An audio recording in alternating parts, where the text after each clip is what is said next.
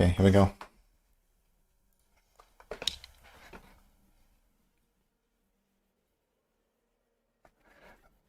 How's everyone doing? Morning.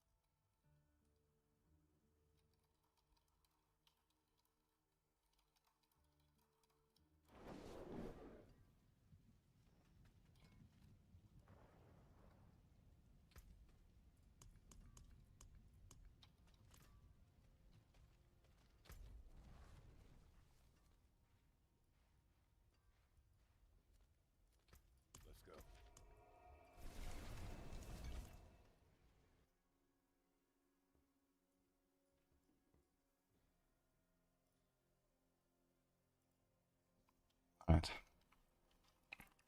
I'm doing good too. Just had to take care of some stuff. Morning Bastard as well. You have a great morning. Nice to hear that. Weather is nice. Here it's also nice. But we did have rain the other day. Unbelievable in this country. But it happened.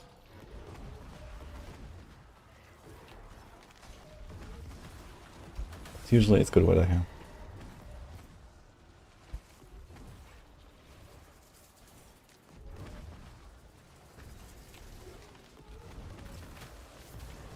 The chaos sets in Horde never drop the actual loot as opposed to. Yeah, sometimes they say chaos armor and then it just doesn't drop chaos armor. That's cool. Happened actually twice in a row in like the same minute for me yesterday. I was like, okay, nice.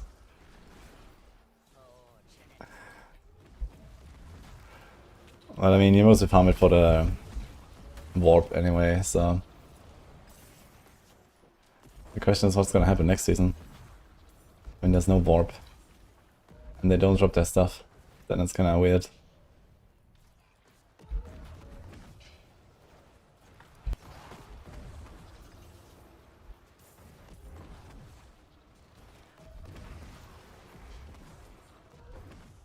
Ah, happy birthday, new.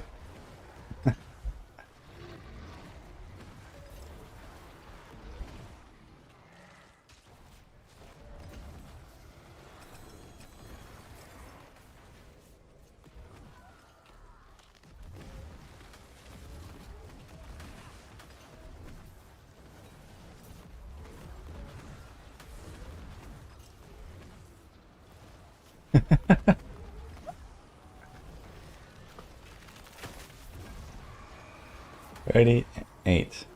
Alright. Ah, that's not too old.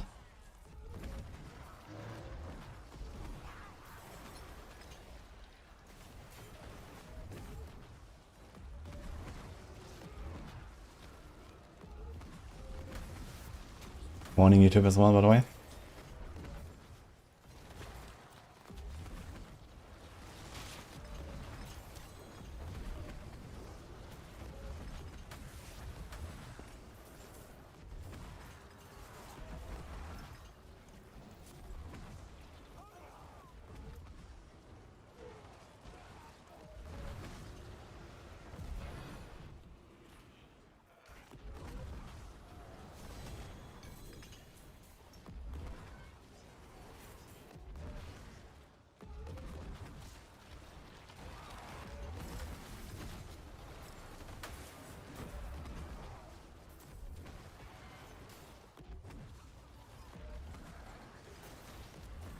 I think the sigil was around dropped off, or was it actually mentioned as a reward?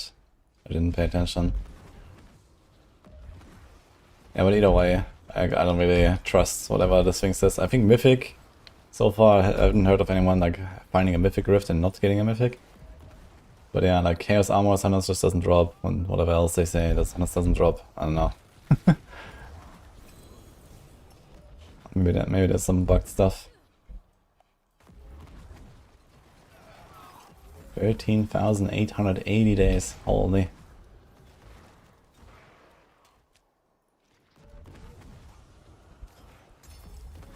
Grind is real.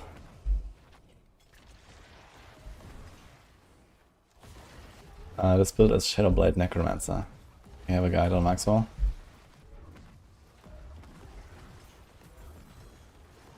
Yeah, with Thunder, maybe it's time to reroll. If we don't have your Spiritborn.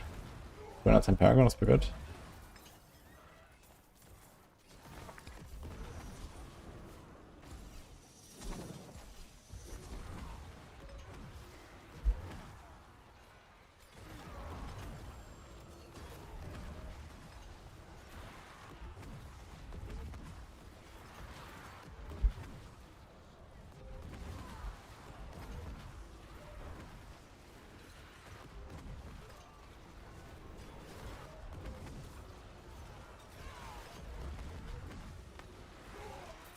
When you hear it like that, 13,000 days, it doesn't actually sound like that much, does it?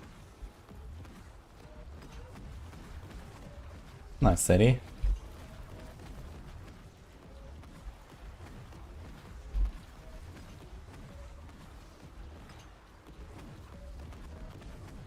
Oh, nice, Neroni. Enjoy your time in Greece. Yeah, it's still warm enough. You can even go swim on the sunny days.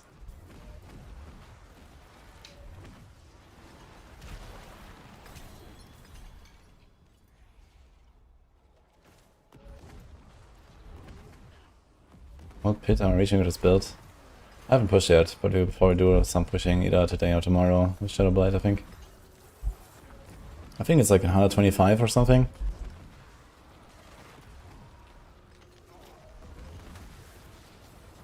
Somewhere in 120s for sure.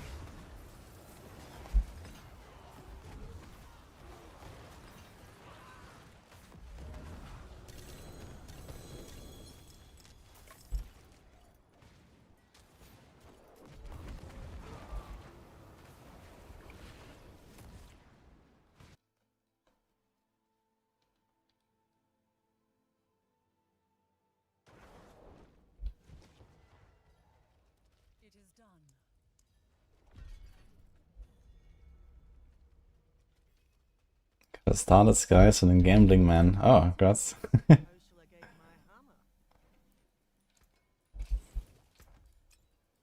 It's really cool that they made mythics achievable outside of bosses. I think that's very nice. I got 6 so far actually.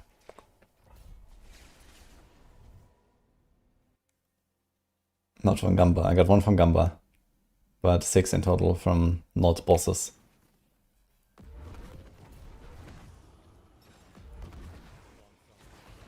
And I think before this I only had like 1 ever. Since season 4 basically. Or season 2, when they like actually made it achievable to get mythics.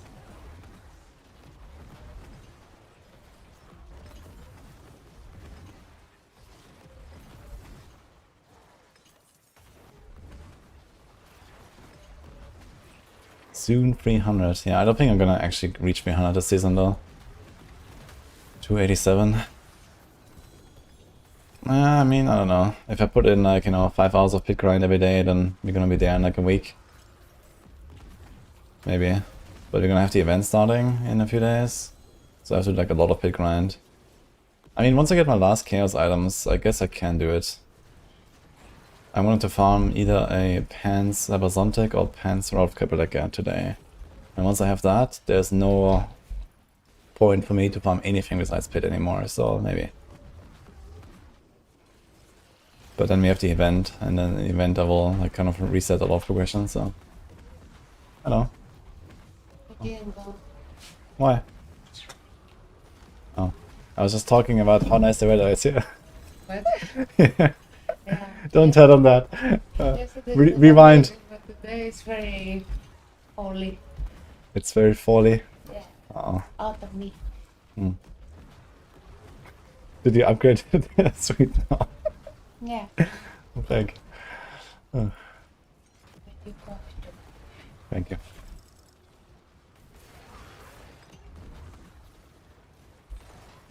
Yeah. Morning, chat.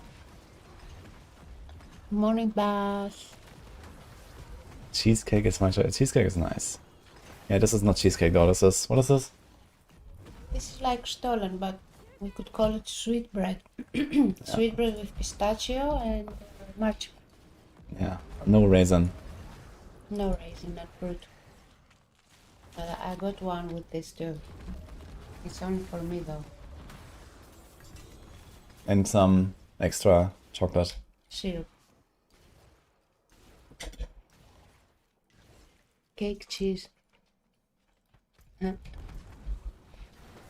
Yeah, I'm not a Stollen fan, and I'm not a raisin fan. This I thing, am.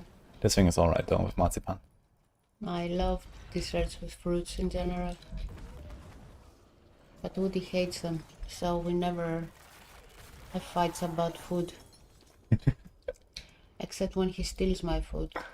When do I steal your food? Why you steal my food? When I don't finish it, you feel entitled to it. Many times. Well, it's like standing there provocatively in the kitchen or something. Yeah, for me to take later. He's a big thief, you guys. I think there's only one thief in this room. What? There's only one thief in this room. What piece? Thief. Ah, thief. Oh, he's just a shoe thief. He doesn't steal my food. Rare, Woody, Actually- L take. He doesn't even steal my shoes, only your shoes. Okay, it sounds like I'm one? stealing her food very often. I don't even remember when was the last time. Okay, so People really like my mug. yeah. Yeah. Oh, Nini stole your heart. She's a thief. And then you took it back. What do you mean? What do you have to say in your defense? What? What do you have to say in your defense? No. Did I? Scoffs. What was your DL take?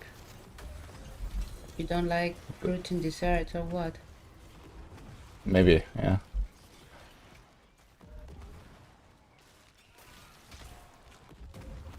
Which is our FFA. Holy, it's PvP, you know?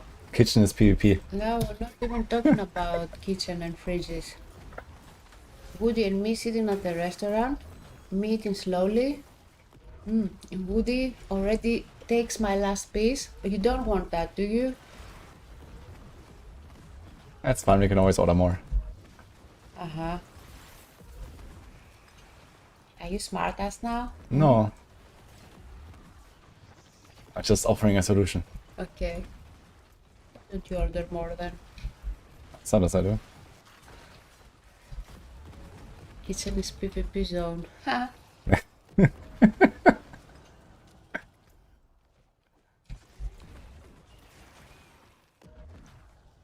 No, Yeah. I haven't played yet. I'm playing Baldur's Gate now.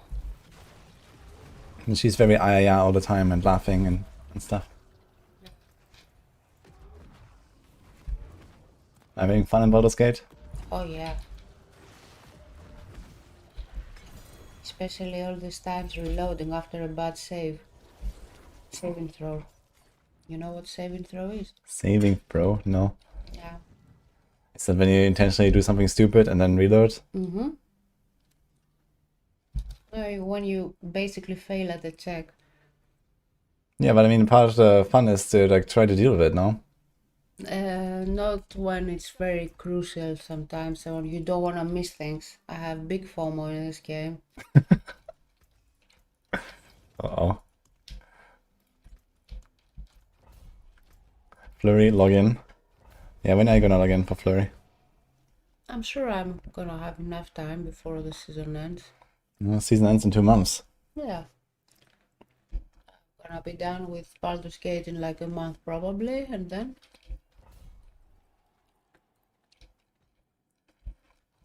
Waiting for Torchlight update, looks exciting. Yeah, the preview was really cool.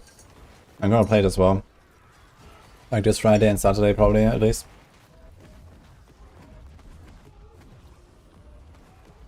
it's very crumbly. Mm-hmm. Yeah, be careful.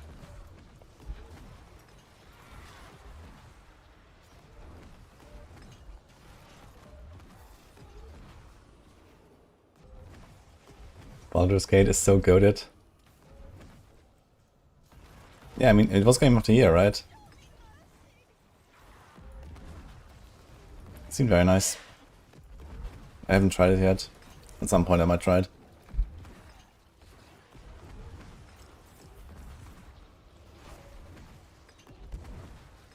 PTR is next month. Yeah, I expect PTR in like roughly a month. Usually it's like around a month before the season.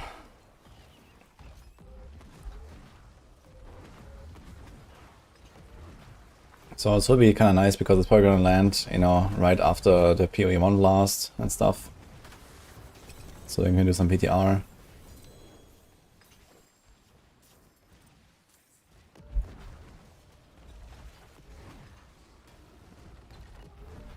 I'm happy. Is armor cap needed on pulp there? I mean, if you have 5 ranks in Grizzly, you also get extra armor. But yeah, I mean, you're a fucking Giga Chat as a pulp, so you don't really care much in softcore, I guess.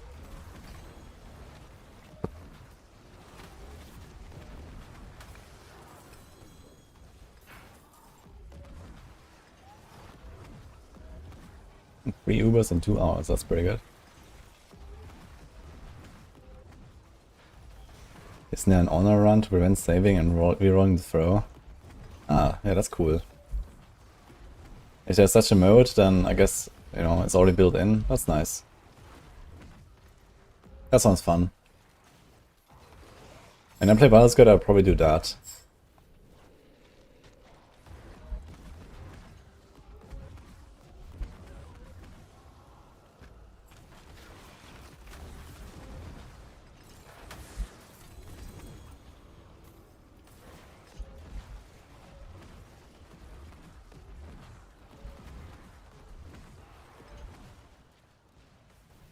If you die in honor mode, the game ends. Monka.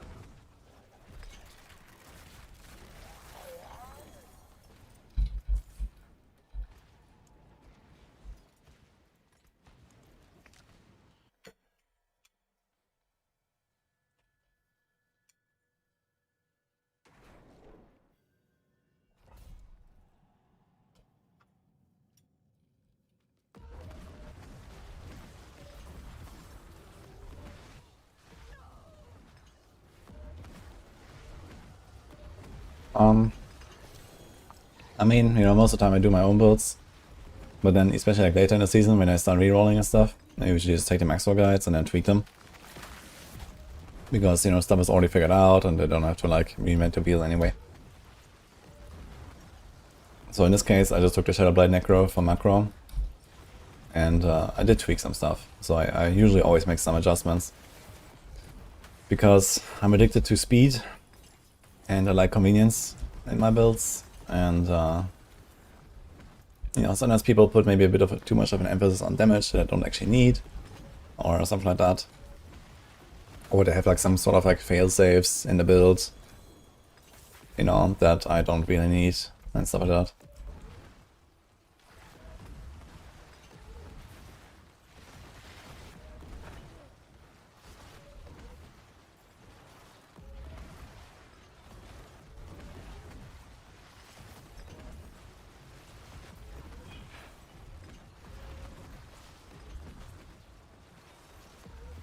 Sitting at 10% HP and a damage later shows up and eats you. What about barriers? Patches tomorrow. Do you have a link for this? I can link it, I guess.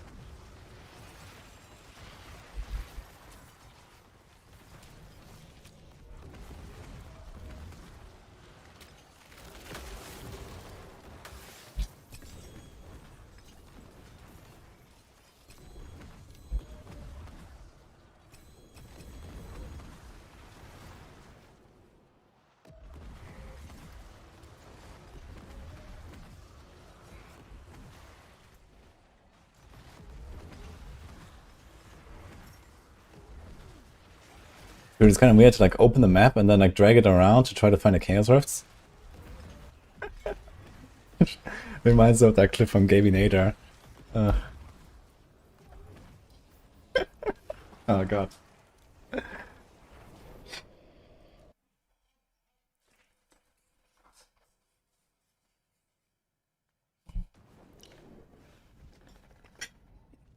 I used nothing this season.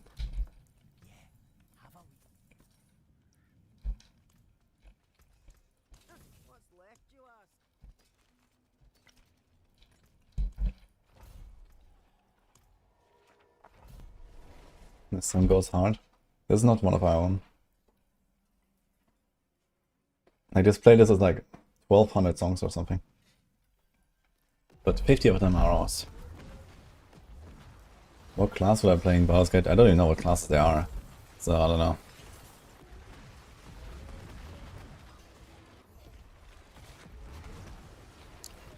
Last time I played Divinity Original Sin 2, I was playing some crossbow guy.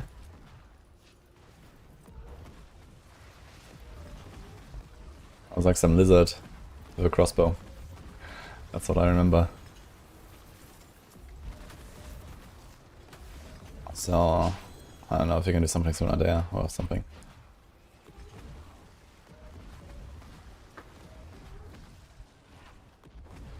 Hello, I'm doing good, and you?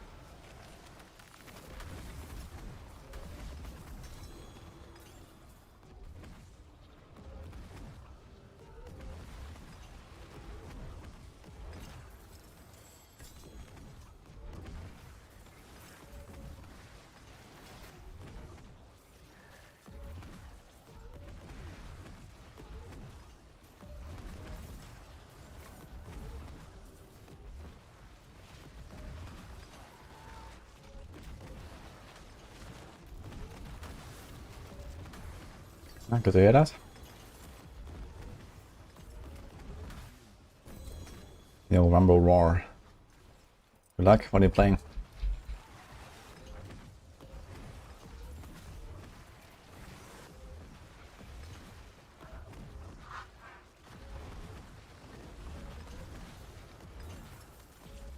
Evers Rogue podcast of Matthias and I had really good points about Oathmaker. Yeah, Oathmaker definitely needs a bit more cooking, I think. And it's sad to see that they just like buff the damage, but not really like improve the quality of life or something.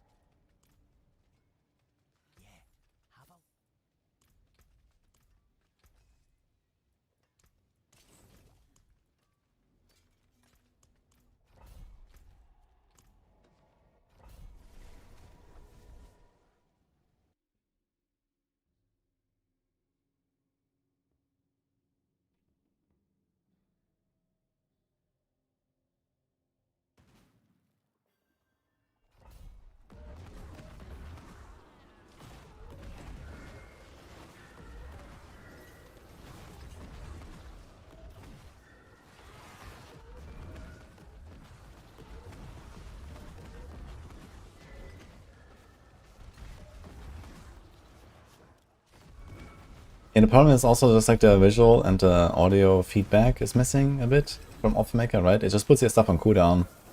But like in PoE, for example, when you play with crossbow and you have to reload, I don't mind it at all, right? Because you see the reload, you hear the reload, you know, okay, now I can shoot again.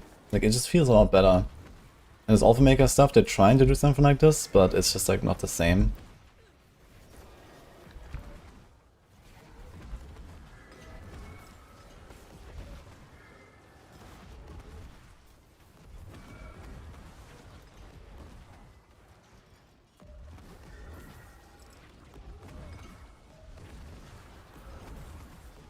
Can Barb go S tier after the buff?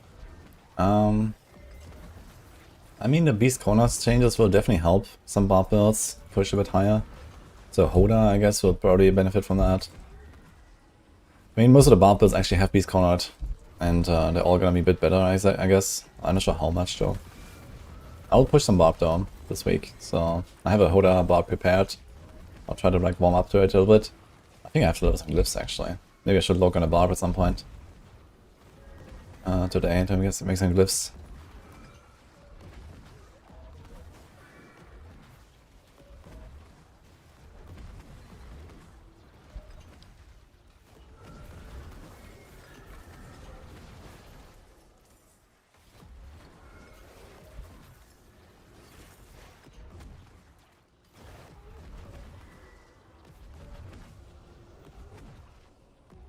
Yeah, das ist Gunship.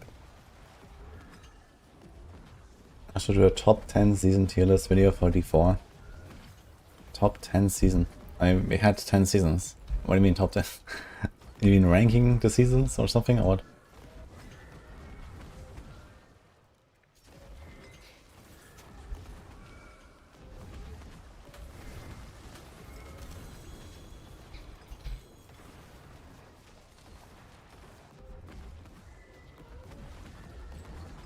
Who's the lead for each class on Maxroll?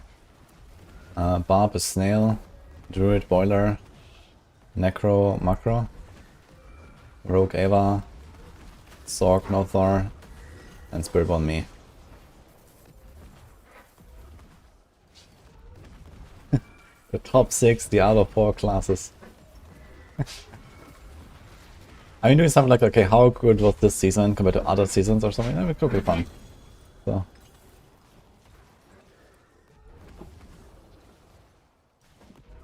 That's a very wild dog here. Top 7. Ah, you want to hear about the 7th class? That's it.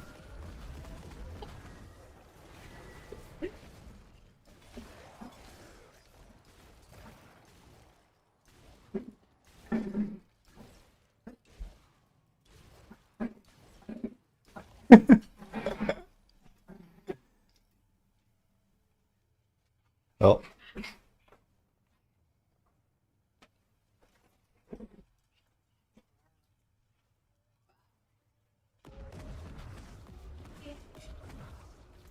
That's your problem now.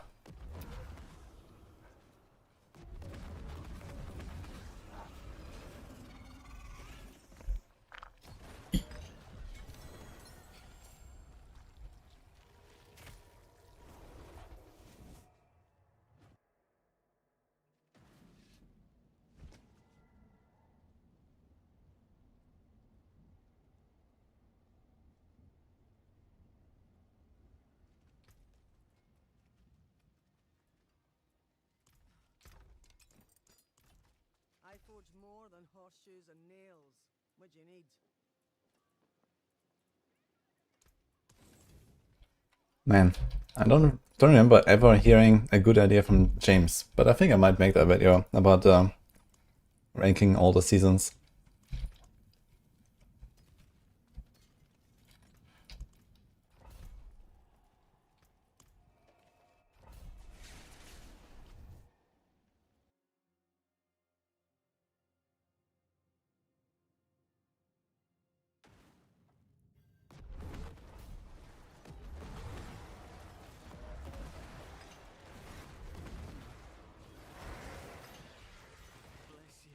Oh, the beast is here.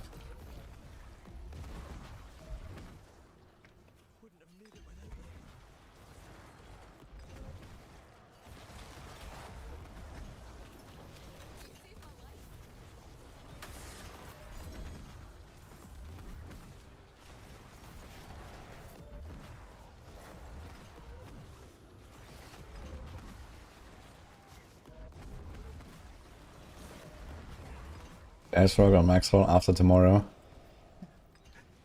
Is Ava actually gonna do it? I remember him talking about it, but I'm not sure if he's actually gonna make that guide.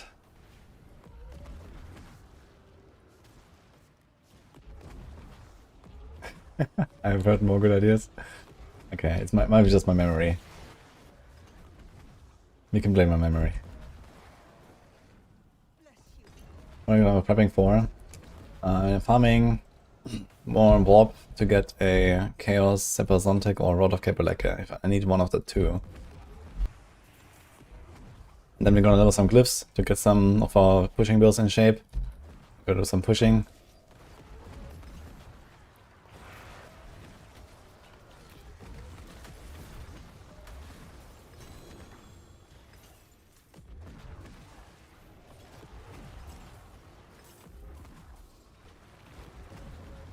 Dash Rogue is getting better tomorrow. Holy, who here is ready to play a Dash Rogue?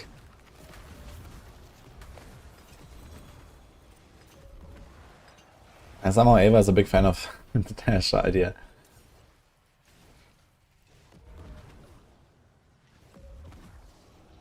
Dude, I would like if Dash was actually a skill I could use in combat, you know, as like some sort of like engage ability.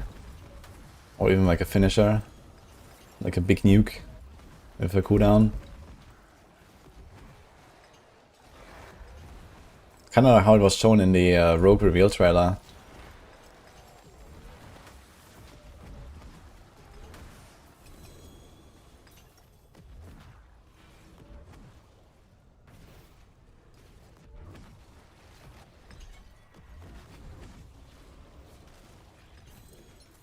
How do you know if a high roll item is better than a different low roll on that the build shows? I mean, high roll is usually better than low roll, I'm not sure what you mean. But I mean, you can test your damage on the target dummy. Not very well, but you can get an idea at least.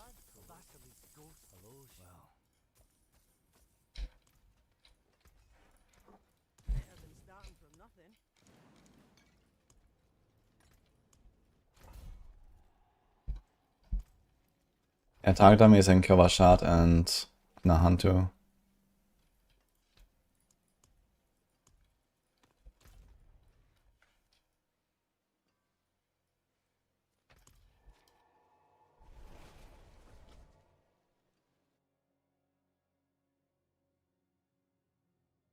Was the season I nerfed almost everything? I guess season 8? Season 7 we had like all those 150 clears from other classes, besides Rogue. Season 8 they brought it back in line a little bit, and then made the bosses harder.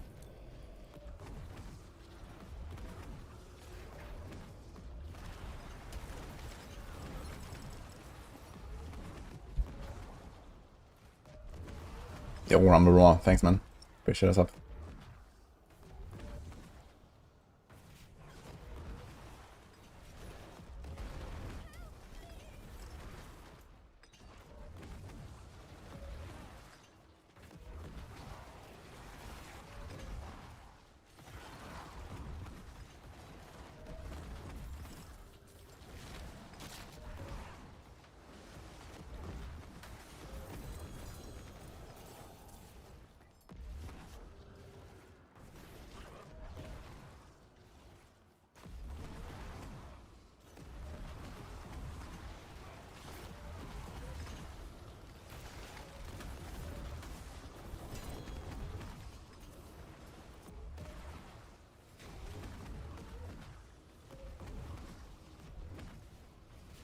Glad you enjoy, man.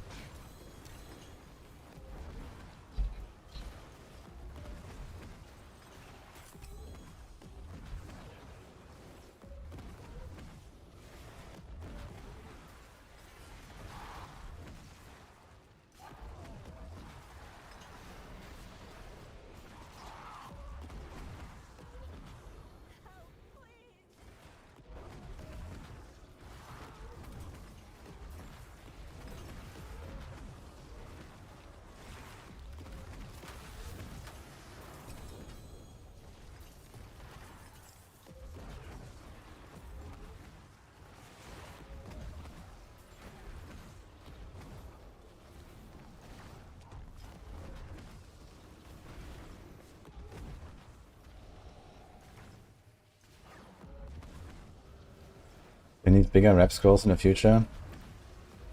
I don't like muling 89 scrolls. Back to back to back all the time.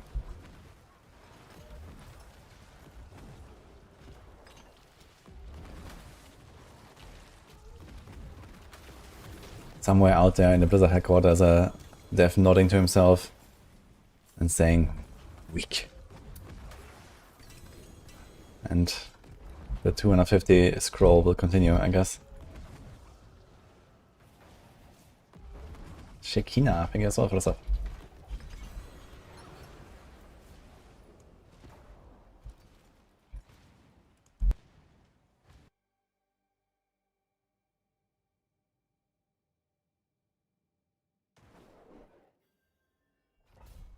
Oh, there's just no stash in your Lesnar if you don't have your glasses on. When you put them on, you'll see there's one.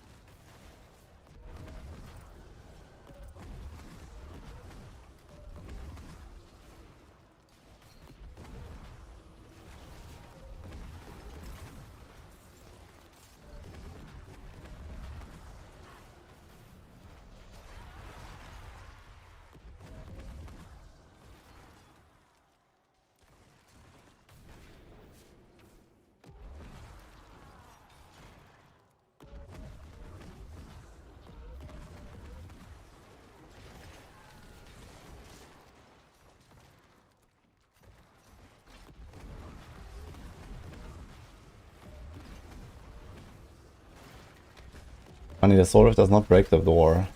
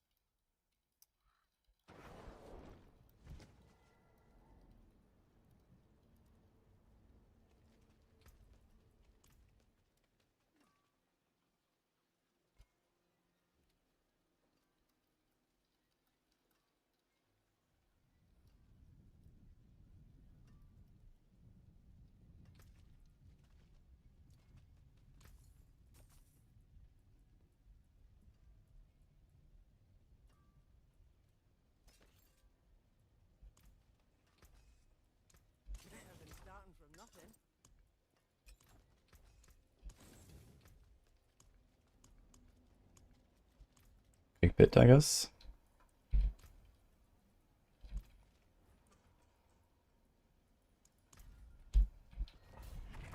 Wait, did I open 98 or... Oops. I went to 88 actually.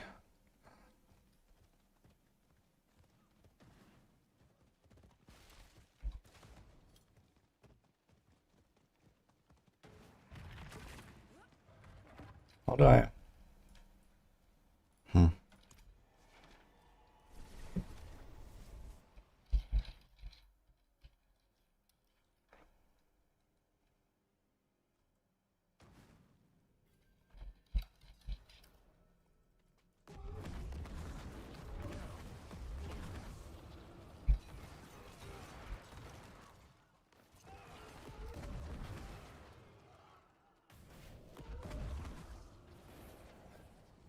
2 times Stereo's Might, oh my god. Oof. That is unlucky.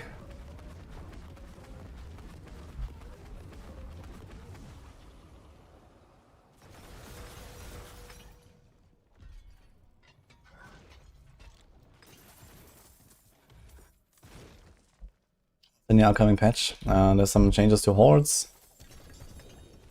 And some changes to some of the perks, especially Beast Cornered. That is gonna make a lot of builds more playable and feel better.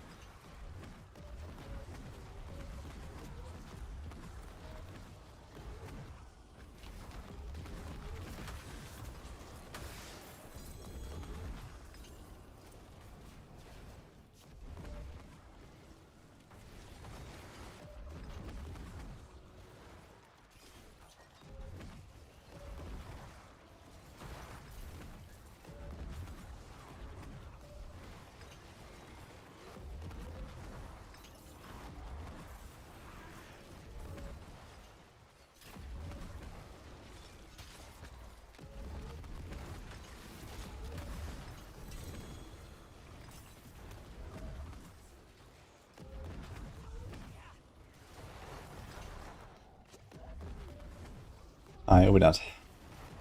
What's this here?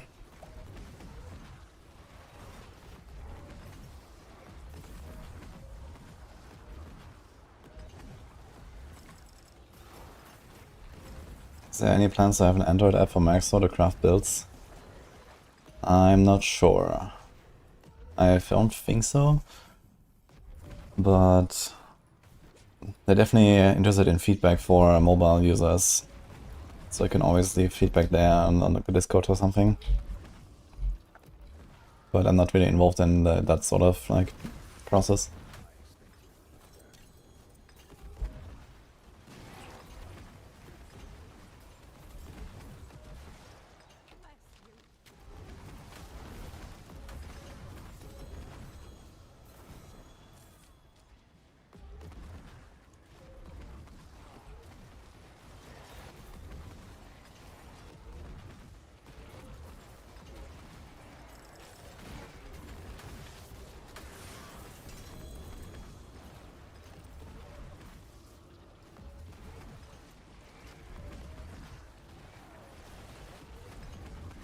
Would I recommend trying LE or PoE2 next?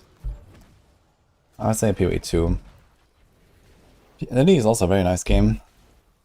If you like more the very casual side of things, and just log in and blast and, you know, not really worry about much, I guess LE is probably the better choice. I think PoE2 is a better game than LE. And if anything, PoE2 is getting developed faster and better than LE as well. So there's like a bigger future ahead for like PoE2 is gonna be like, you know, one of the biggest games in the genre. Or maybe the biggest eventually. And LE has no such chances, I think.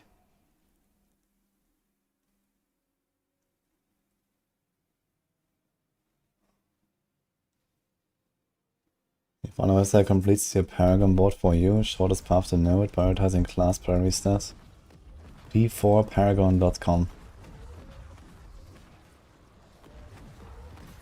Interesting. I'm not sure if I like the idea.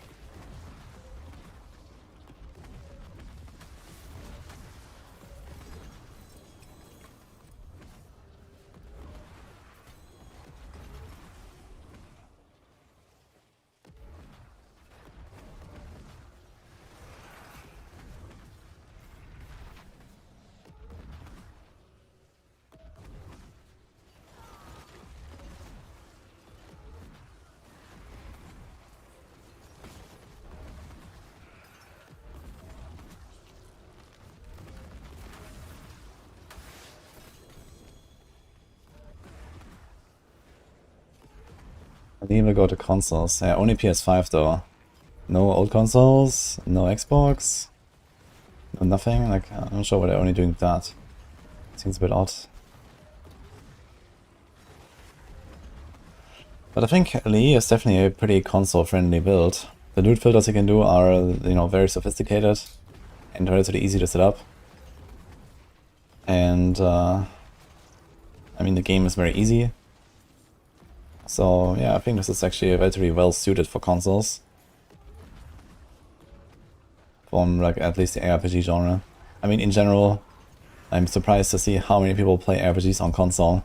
Because, for me, I think this would be a miserable experience. But some people seem to enjoy it. Many people seem to enjoy it, actually. So, in that case, I would say, yeah, it probably makes sense for Elite to do console finally. I mean, in D4, I don't know, it's like half the player base is console, you know, or something like that. It's insane. So,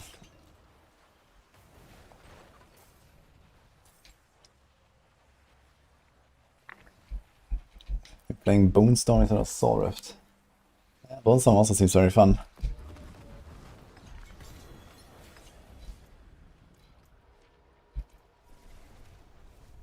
I think PoE2 is better than LE. I'm not sure exactly what I said. But yeah. In my opinion, maybe that is better. In my opinion, PoE2 is better than LE. Okay. And I think it will continue to increase the gap.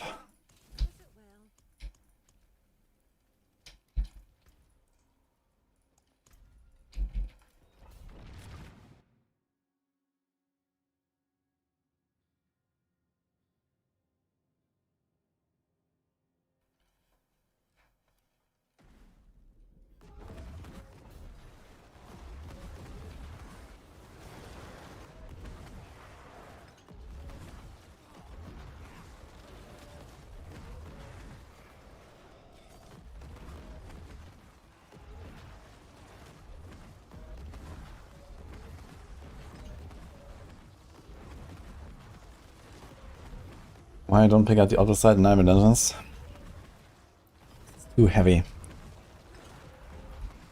I have weak arms. And small pockets.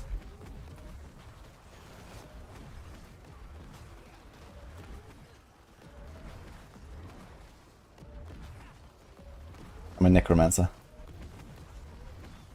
Have you seen him? Look. No biceps.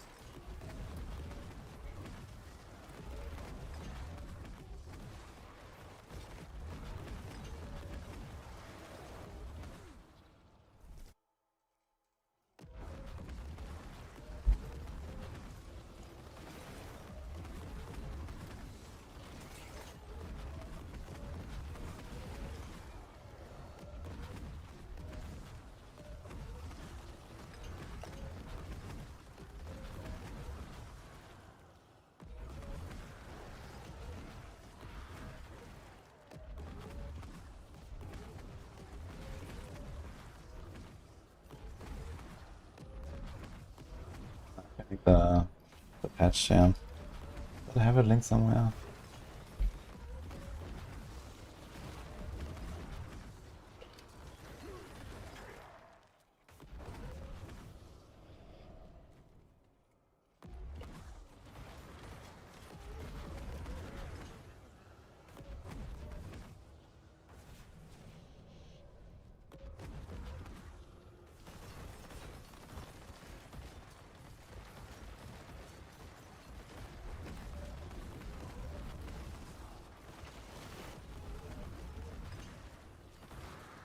Okay, I'll put it in the description now as well.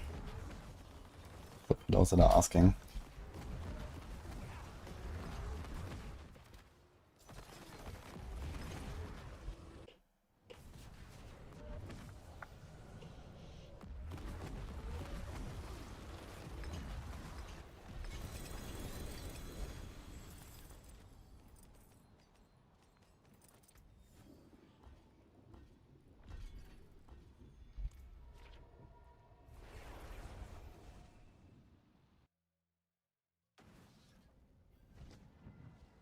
You ran 40 bosses by myself, no mythic drops, ran 10 with your body, got 2. Coincidence? I think yes.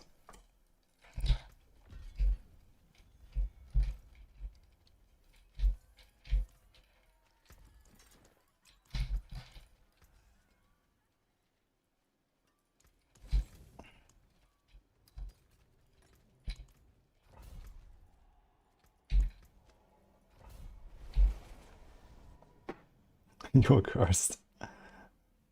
This looks like Spirit Barrage. Yeah, it's like a reverse Spirit Barrage actually. Some people say this looks like Nova. Some people say this looks like Spirit Barrage. I mean, really what it reminds of is actually Blood Nova. Or like a Blood Surge, I mean. But also like it has a duration, right? So I just cast it and here I just stand there and then it's just everything dies. I don't actually have to cast again. So you run. Power Siphon Mines. Actually never tried Power Siphon.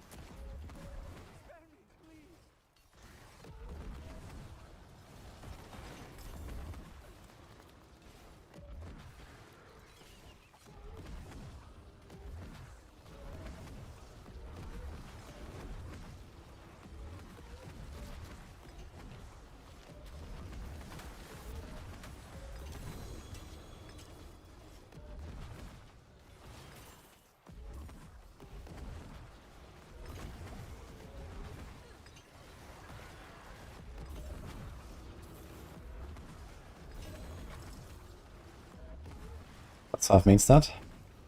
Somehow we got a Paragon.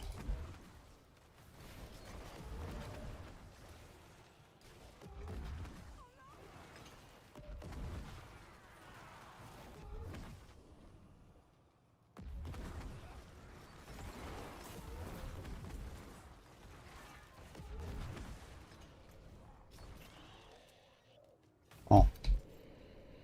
Wait, we have that already. Oh.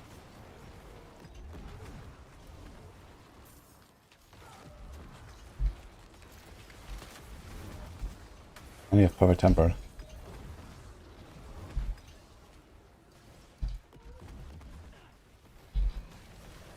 Settable, I guess?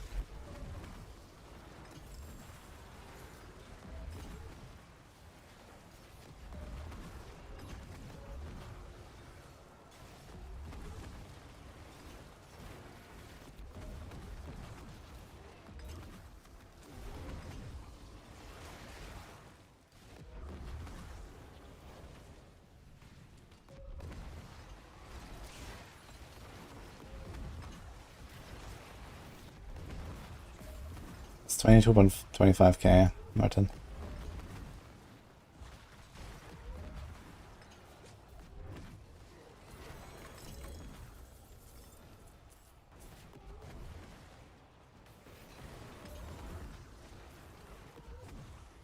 It must be nice to be Barb main knowing they can't make a Diablo game without your class. True. Yeah, Barb will always be there, I guess.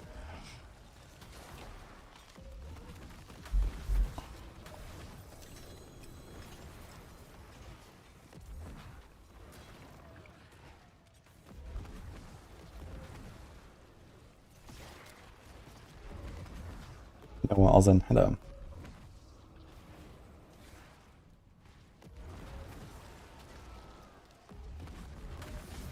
Cyrox as well.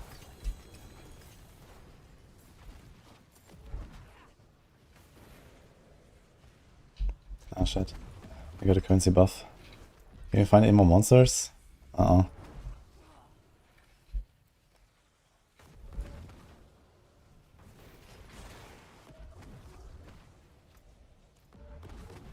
Good thing I have the super with us.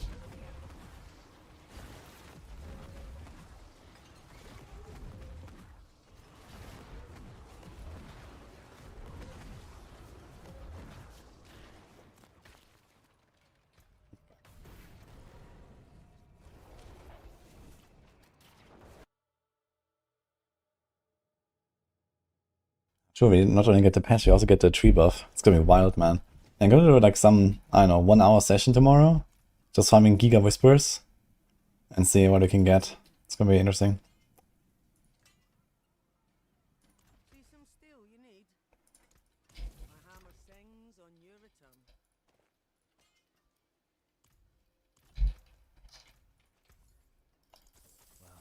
Let's see if I can sell that sword.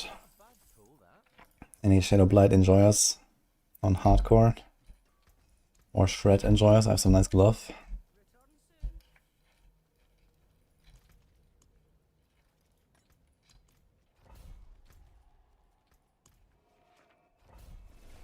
Yeah, it doesn't duplicate the cash you pick. I think it just gives you like some special extra cash.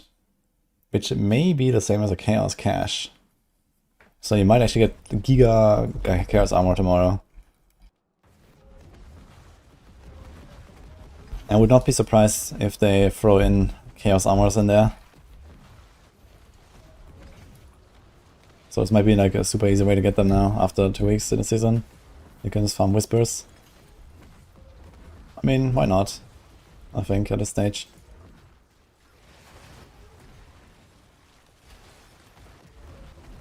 It's gonna be nice for the hardcore event as well, if that's the case.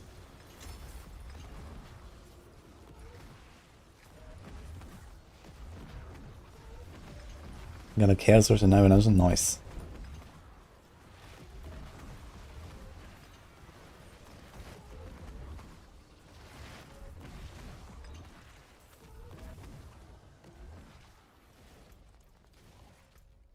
This one guy's still stuck in the wall. Ah, okay, TP'd out.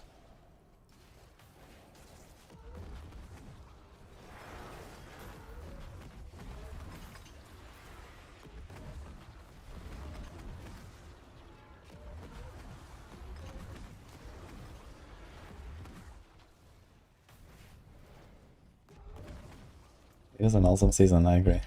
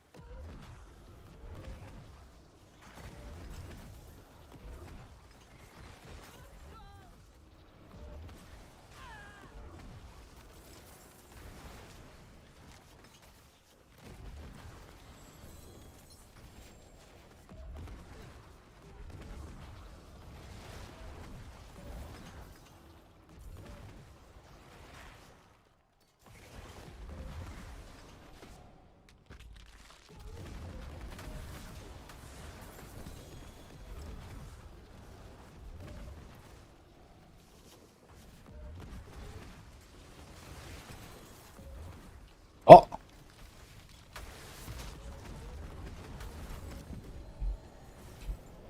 Amulet.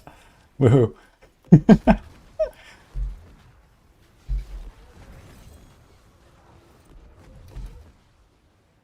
I was just talking about it.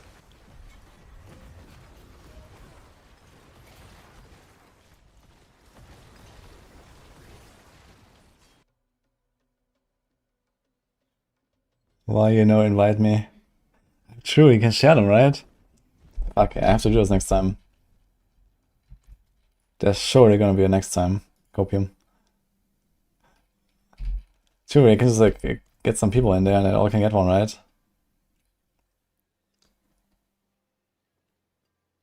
Use it well. Greetings. How shall I guide my hammer? Melted spark of Silic.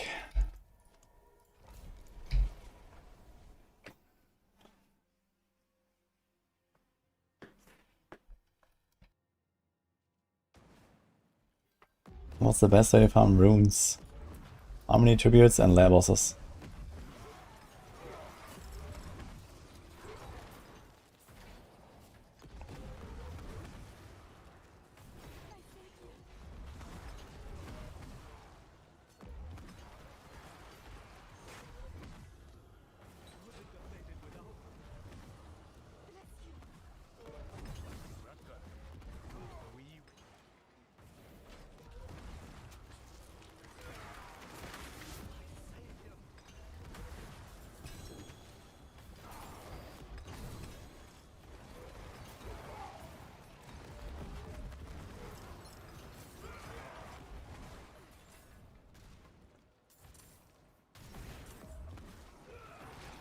Can push today or tomorrow? I might do some later. It depends on when I get my item. I need one more chaos item for my Spiritborn. It shouldn't be too hard to get, hopefully.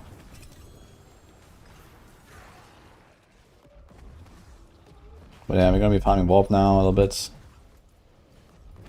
And then we'll see. We have a long day ahead of us.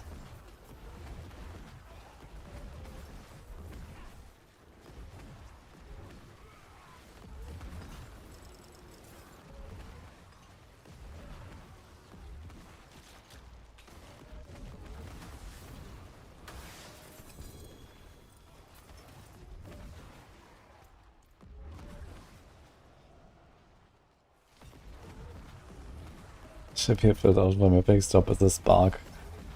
I mean, that's slightly overkill, I guess, but...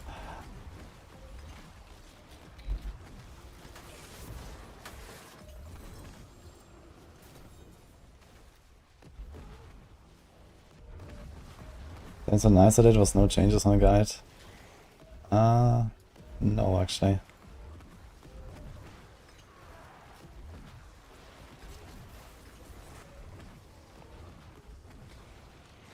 Doesn't happen often that I don't change anything. I think like a few random points on my tree or something, was it?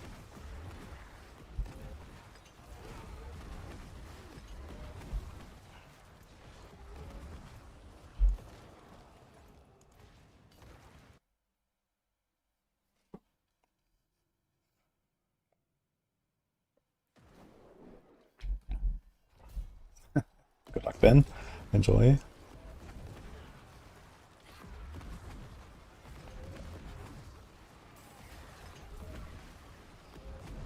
How do you rate Dance on Ice? It's pretty good. I guess Flurry beats it by a little bit, but I mean Dance is a very decent build.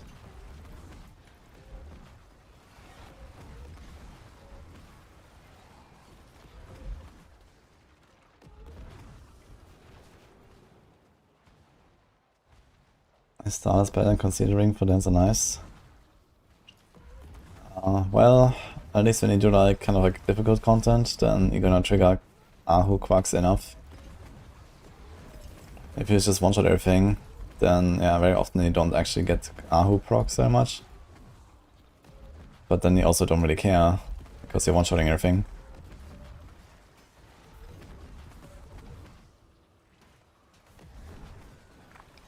But they also have the core ranks on the starters, which is big.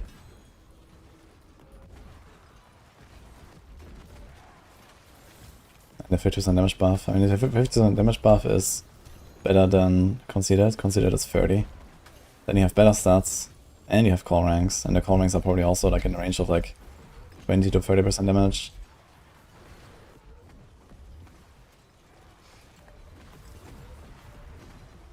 And even if you don't always have starters up, it's pretty comparable to a Considered ring, I'd say. And also there's not really big tempers you can put on a ring. Okay, there's a Dark Shroud temper, but you already have so much additive. It's kind of fine. And then there's like basically no resource temper that you care about on a normal ring.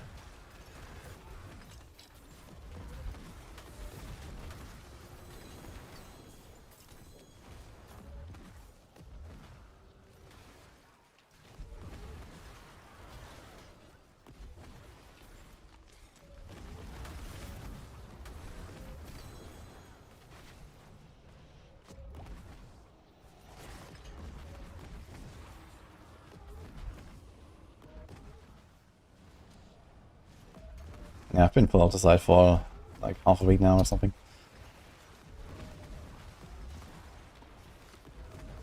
Yo, losers. Thanks for Prime.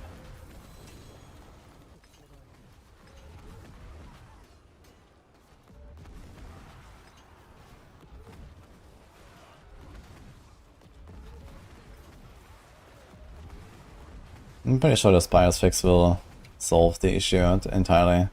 Definitely sounds like it will.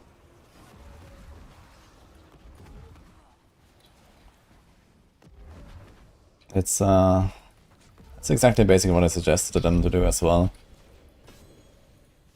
Seems like they like the idea.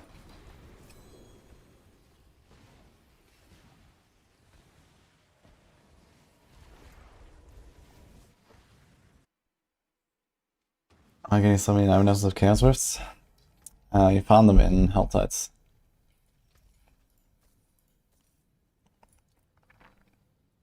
I don't craft the sigils, I found the sigils.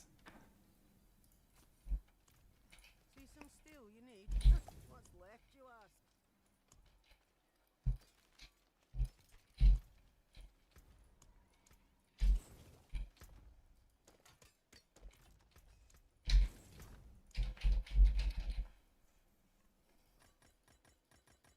Then you also get them from the season rep turn-in, so it kind of like sustains itself almost. Because you always get 4 from the season rep. And per dungeon, I'm not sure how much it is per dungeon, but let's say at least 1.5k to 2k on average. Like if you get like 1 warp buff per dungeon, it's like 2k. It has 22.25k to turn in the season rep. You get 4 sigils, so let's say you get 8k back. You also get like around 2k back from just turning in and the chaos items, sometimes you salvage them. So yeah, it costs you like roughly 20k, you get 4 sigils, you get roughly 8 to 10k back from those. And then yeah, a little bit more from like random chaos items you salvage. And then yeah, a bit of Helltide here and there you go. You can turn in again, and the cycle repeats.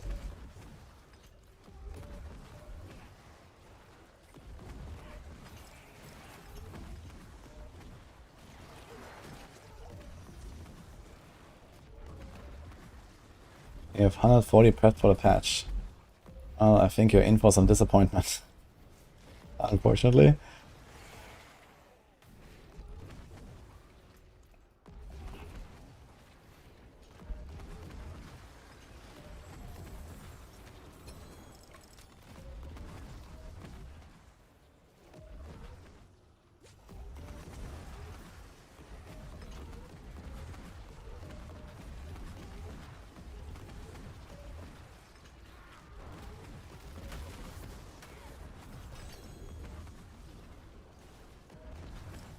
Which weapon would you go for on Evade Spiritborn, Whoosh or Saber-Sonntag? And Saber-Sonntag is the comfy variant. They don't have to worry about anything with cooldowns. But Whoosh is usually the way. It's a lot of damage.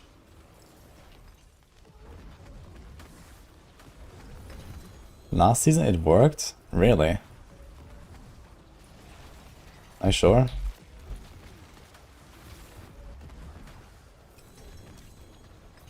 That would be insane if that's true.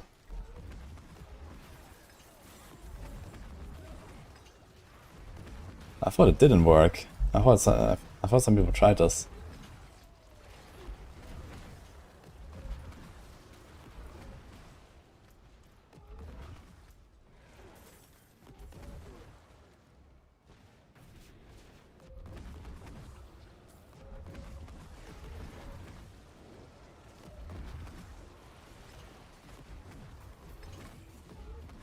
I mean, I guess I can start saving up my caches on today as well and see.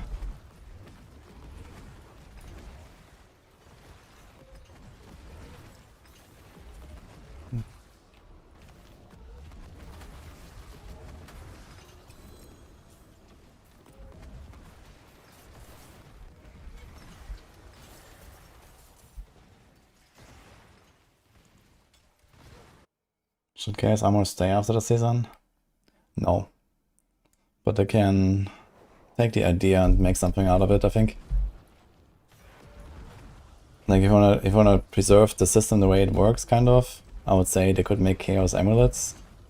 Then give you like some really, really rare crafting material, you know, like rarer than Spark, that you can only get in T4, and then you can like convert a unique into an amulet or something like that. I think amulet is like competitive enough of a slot for something like this to kind of work out without breaking the game. Or they could do other stuff, you know, a kind of cube style system where you can put the effect of one unique or whatever. Could be something as well, right?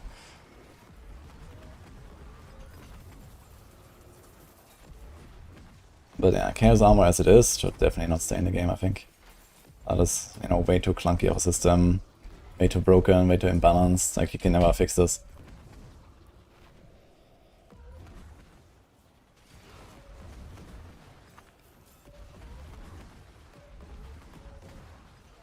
I think a lot of people also just like Chaos Armors because of the grind, and not so much because of the Chaos Armors.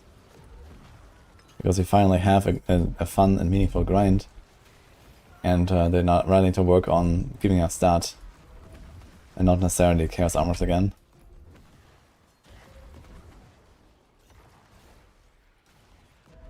But there's many ways to make a fun and meaningful grind.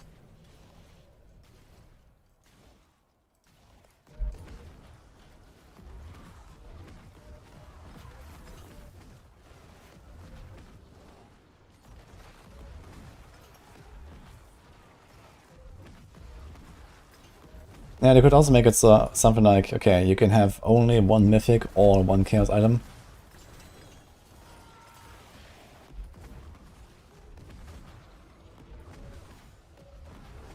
You can combine this with the amulet idea, for example.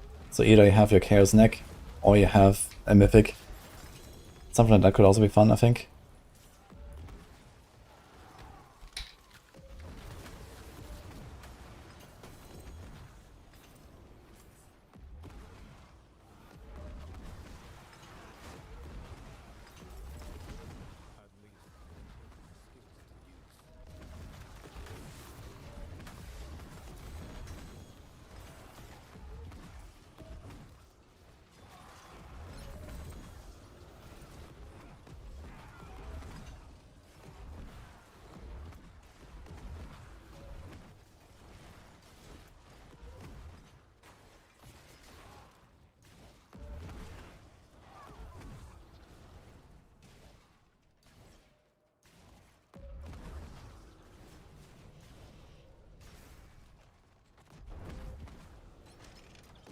Oh, TCBW, thank you, man.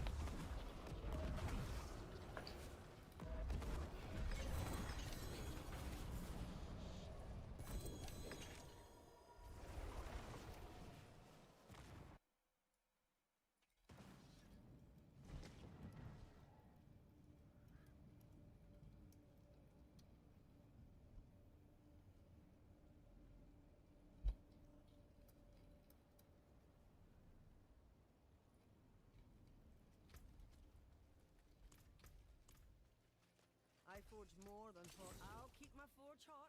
Return soon. Any builds left for me to try? Yeah, we're gonna do Horde after the patch tomorrow. And then a bunch of stuff on Spiritborn. And I still had some plans for like something like a Reeb Necro maybe, but I'm not sure yet. I mean, I have 5 billion gold. I can do some work with that.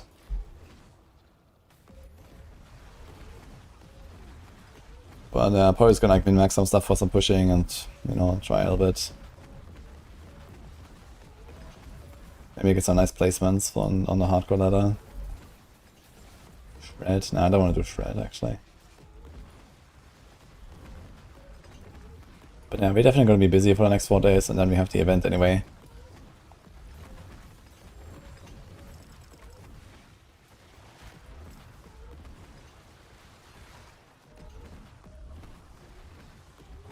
I'm gonna try to make single-minded Fury work. Not a chance.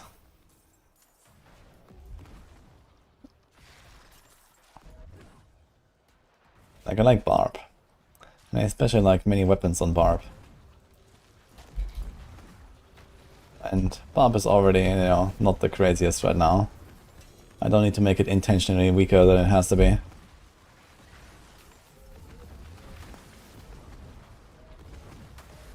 Some decent Thorns builds. I mean, there's a Gorilla main hall Thorns build. That we expect to be pretty decent. I'm not sure if Ignition has tried it yet.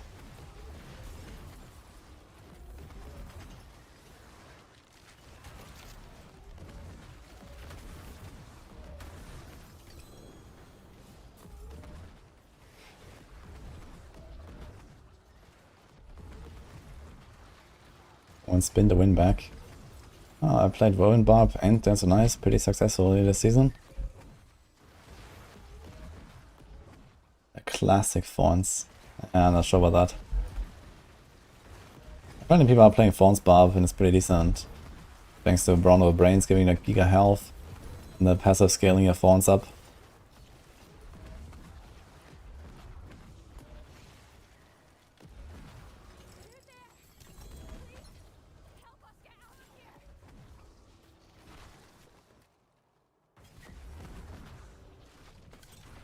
Orc Splitter is pretty good. Yep.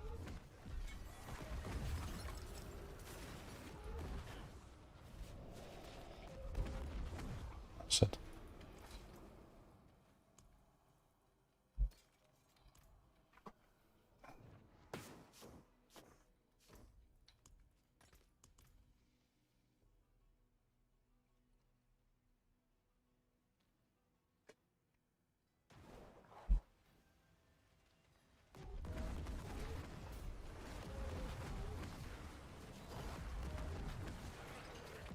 How to maximize a convocation of spirits builds.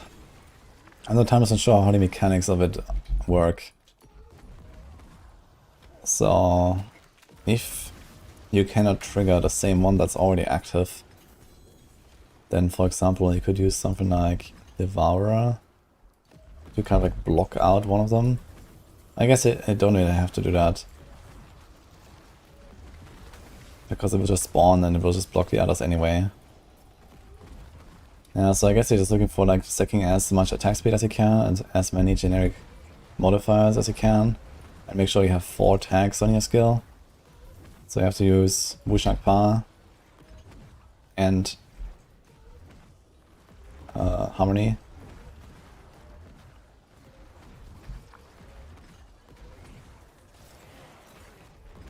I think the fastest attacking skill on the Spiritborn is probably Razor Wings actually. It has a very fast animation. But the thing is, I have to go Prodigy's tempo.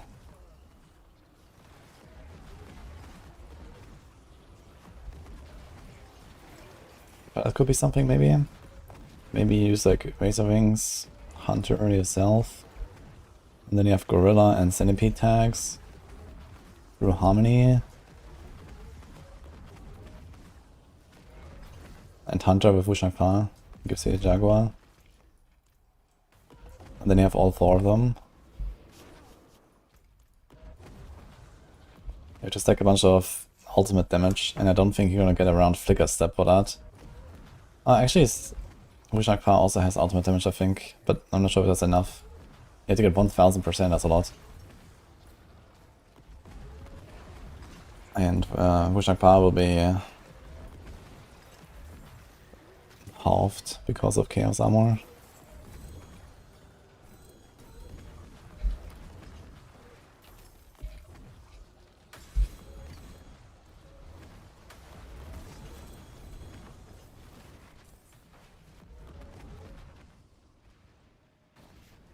You can make one spirit. Can you have like 2 Devourers out from Convocation of Spirits?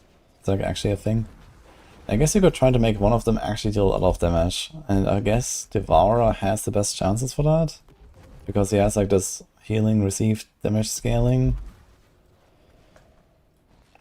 I'm not really sure how the ultimates compare exactly in terms of damage output. Problem is Devourer is like just very slow. Like it hits like one guy every 2 seconds. It's kind of awful. Where at least the Gorilla smashes and hits everything. And the Hunter too.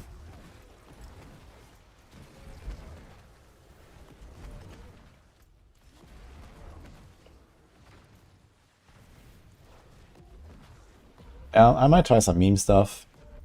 Maybe outside a hardcore event. If you have time left. Hi Brad. Thank you, man. Is it for the Horde a viable way to farm gold? Yes.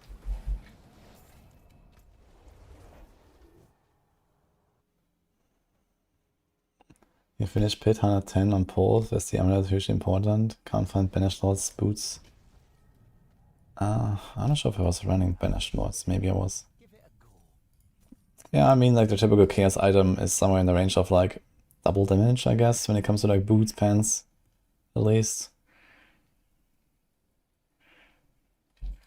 So that is like 3-4 tiers. Yeah, if you have no boots versus banished lords boots.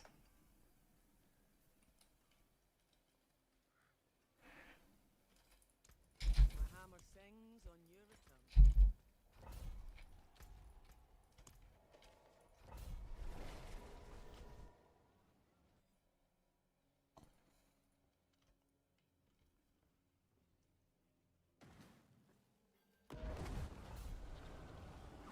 Yeah, I mean most of the ults are very short-lived out game, right? It's just the Devourer does last a long time.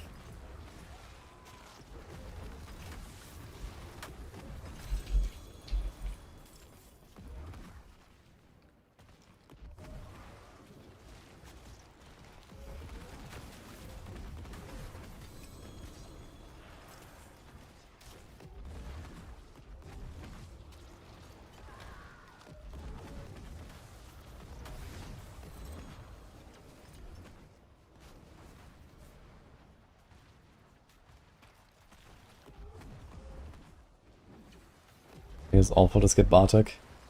I think it's totally fine to skip Bartok if you really don't need anything from this guy anymore and you don't need off the side, you don't need loot. You just want gold. It's definitely a viable choice to just take the gold chest.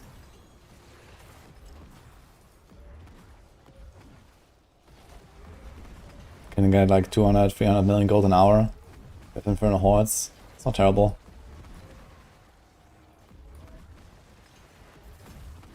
I still get a bit of loot from the council.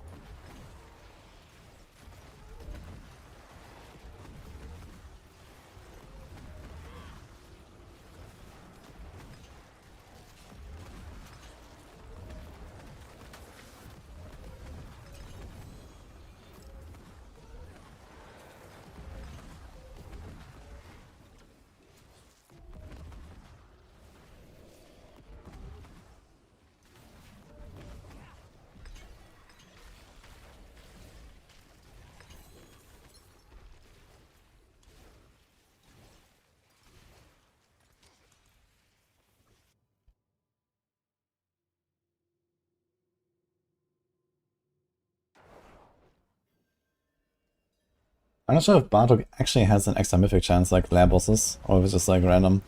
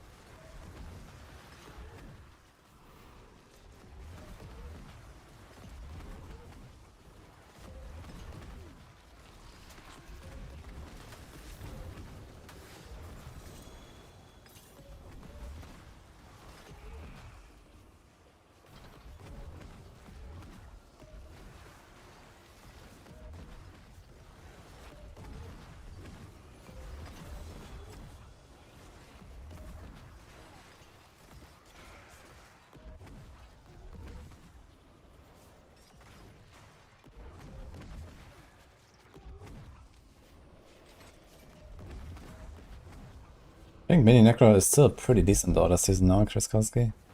Chris Cozy.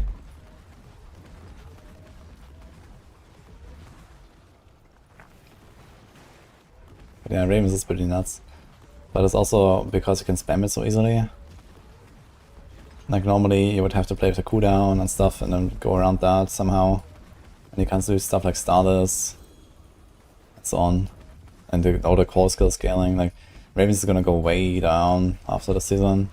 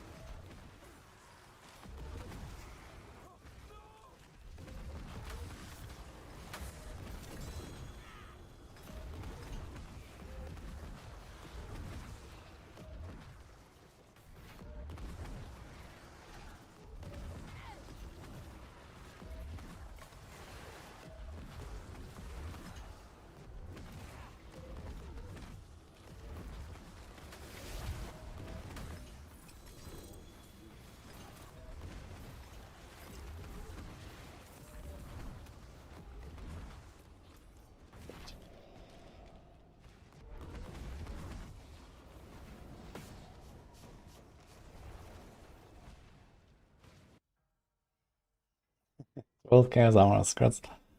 Hi Fiddy, how's it going?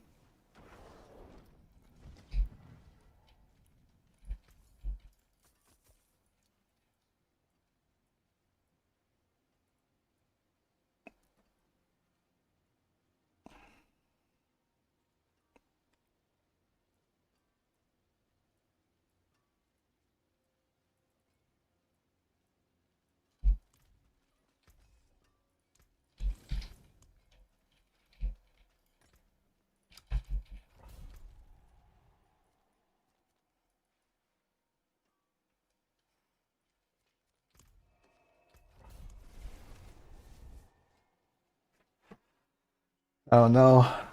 Queenie, what happened?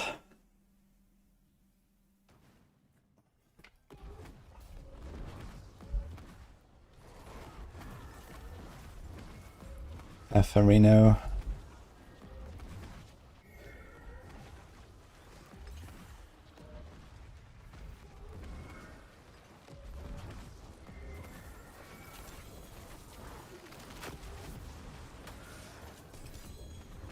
Just blame lag. Easy, yes. That's what I do too.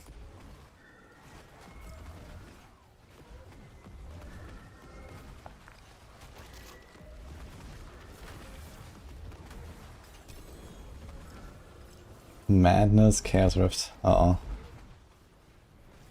Yeah, we were playing Spiritborn, right? I'm not sure if you can dodge these.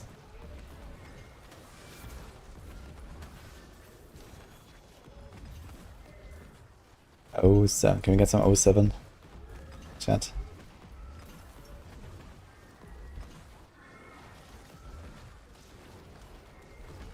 Yes, okay, it's a very good season.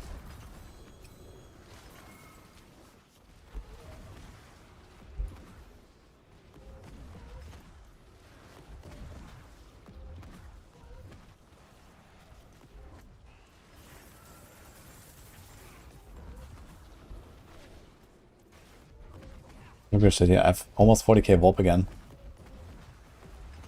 Been doing this for like 1.5 hours. I was at 0 basically.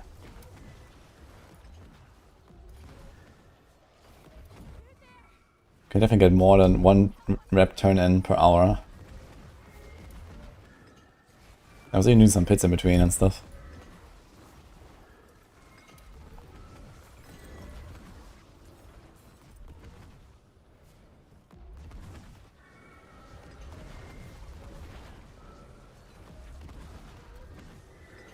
think I might just do like, you know, 100k, turn in, 100k, turn in, until I get either the Zapazontic or the Rod of Kapaleke. Then we're probably fine.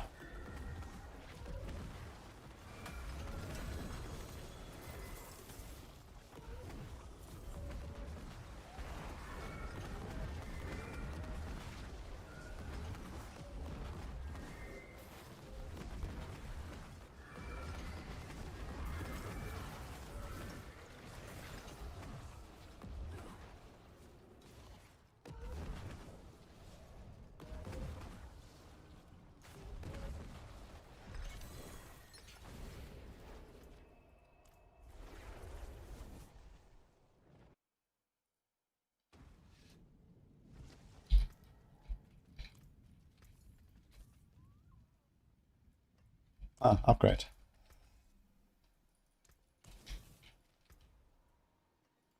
%. Insane.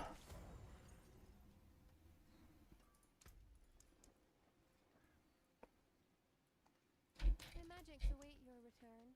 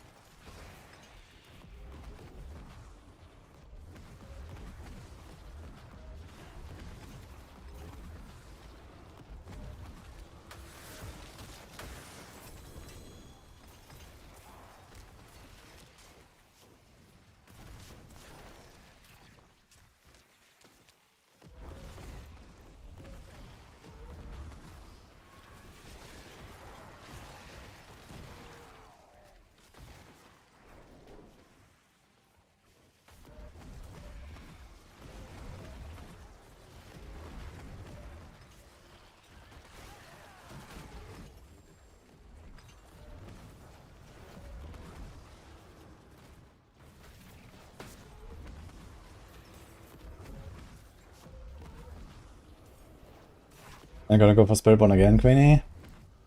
Or what are they up to now?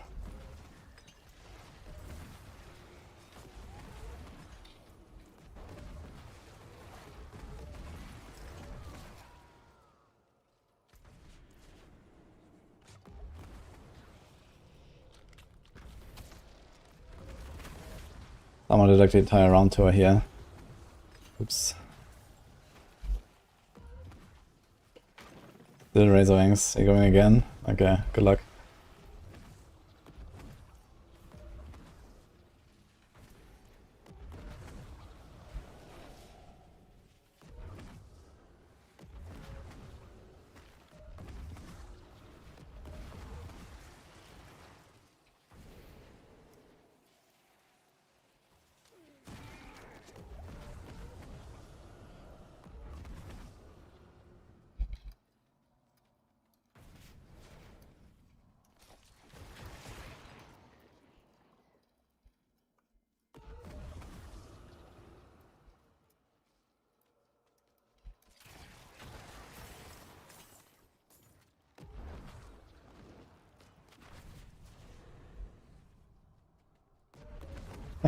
I'm definitely gonna log into the Spiritborn again and do a little bit more Razor Wings. Maybe later today as well. I think I need a little Summit Glyph still.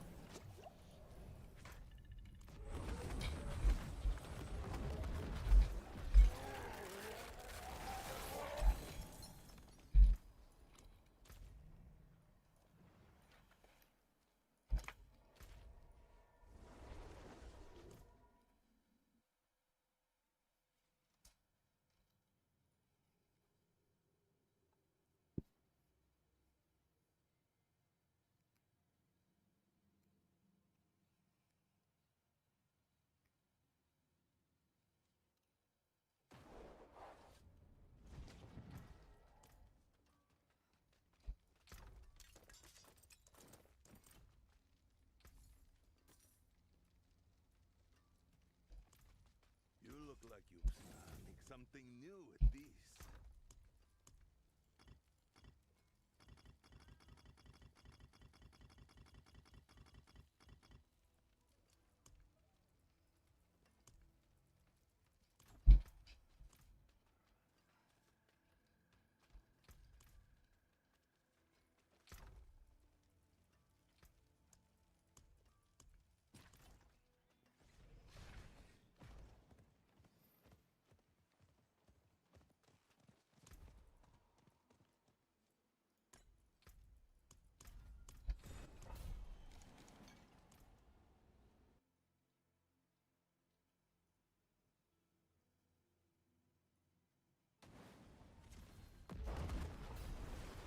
I can so.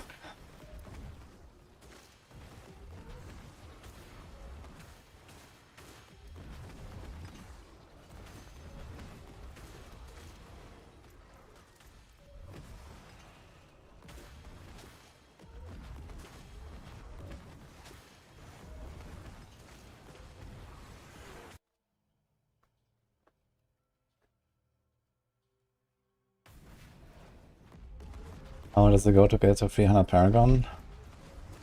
If you play like one of the top farming builds, it will take you roughly 80 hours from 0 to 300.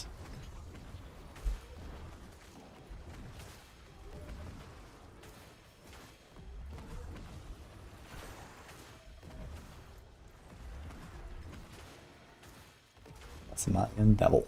Thank you. Appreciate the prime.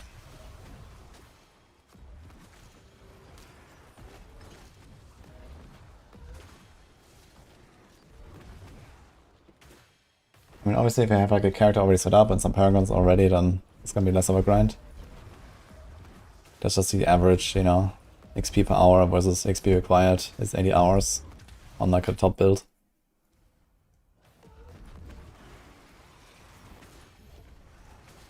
Like for me, I'm 287. It would be a roughly 30-hour grind from here for me to get to 300.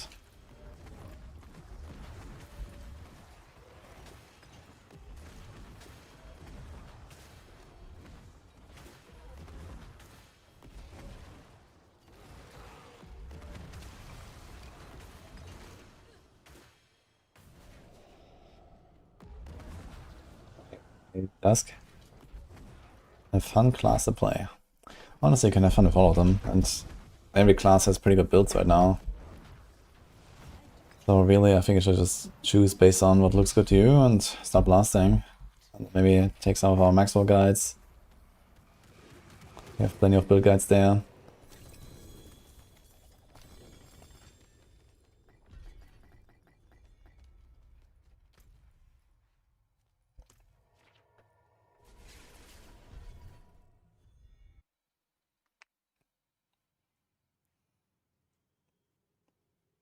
At 240. Yeah, I mean, if you have some build like, I don't know, Raven's Druid or this here, or, you know, some Rogue or some other like 90-second pit build, then, yeah, you're probably gonna be like 50 hours away from 300.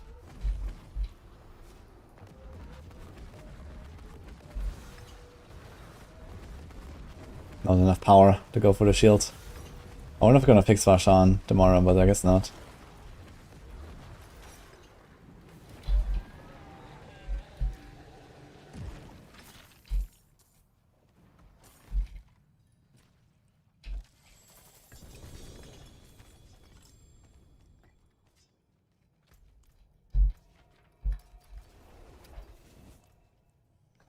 Holy, 55 streak.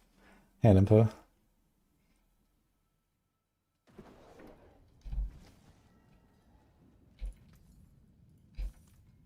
See some steel you need? My hammer sings on your return. True, I forgot Manos. Ooh, unlucky.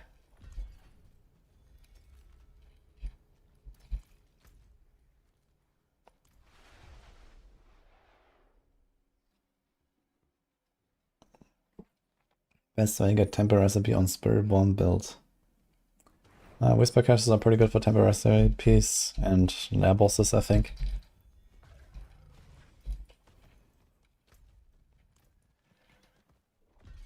I'm finally enjoying Necro. I have enjoyed Necro in the past too, but this is definitely a nice build.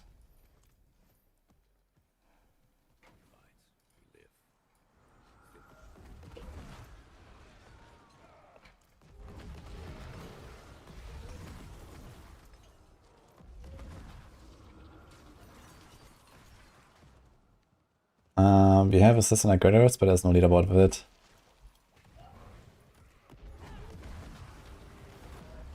Yet. But there's unofficial leaderboards, so people use that for now.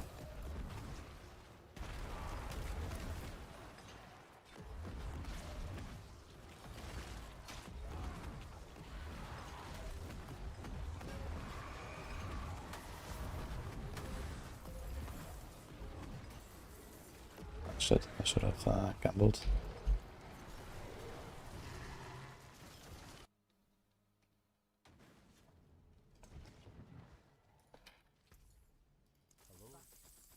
Hello, shining beauty.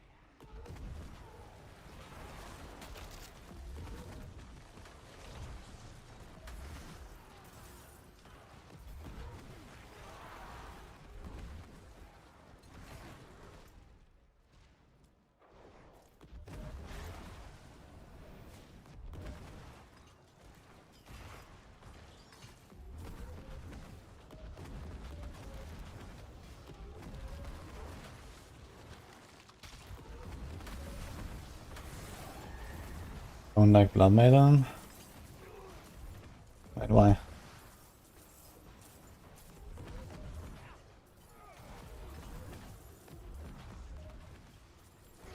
Ja, kann ich.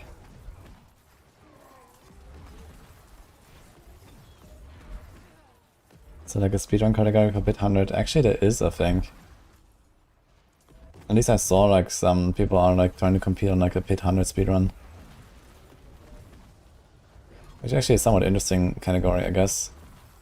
But in this season, relatively trivial, I guess.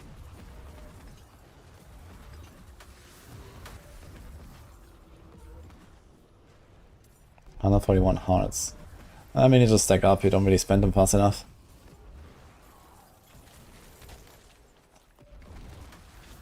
And sometimes that's not even a Bloodbane Whisper these days.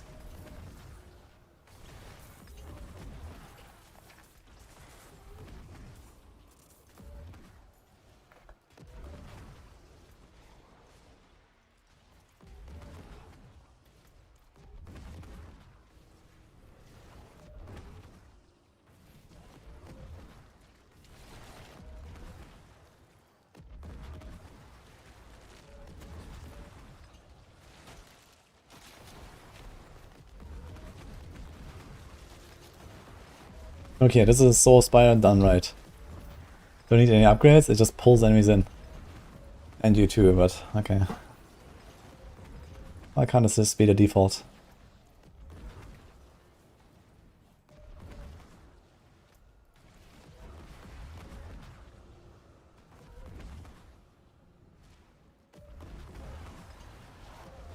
Yeah, but I mean, if I want to use 141 hearts, that's like 35 maiden summons. Like, I have to do an entire fucking Helltide summoning maiden. I'm not sure if I can stomach that.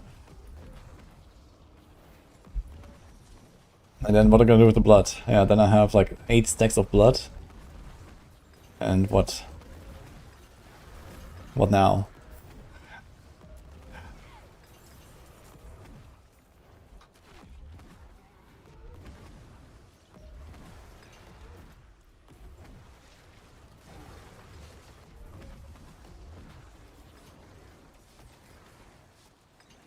Let's see. Get new friends.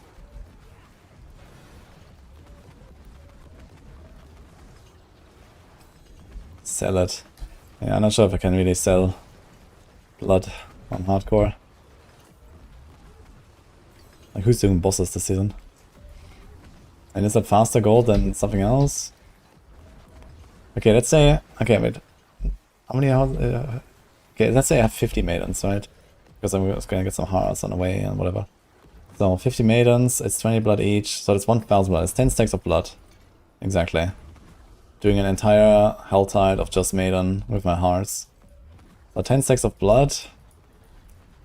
Is that enough gold? Let's say I sell one stack for 50 million. Would be 500 million. It's not terrible, actually.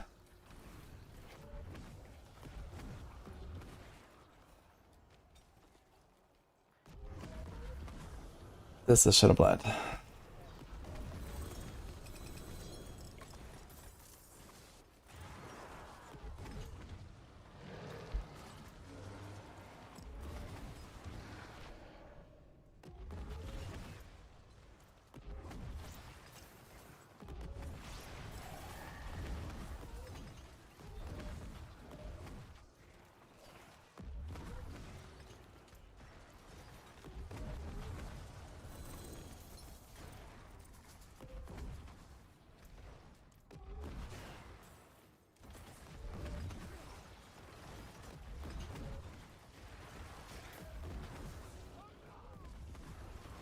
Yeah, I'm not sure if like Blood Maiden is really like very good cinders. It's like okay, I think those spawn the monsters that spawn before Blood Maiden. But like just going for the Chaos Swords is usually what they do right now. They're really juicy.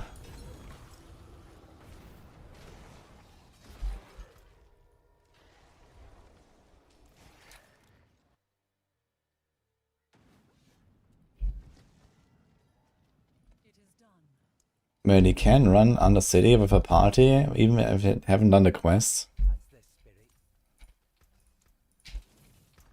That's interesting.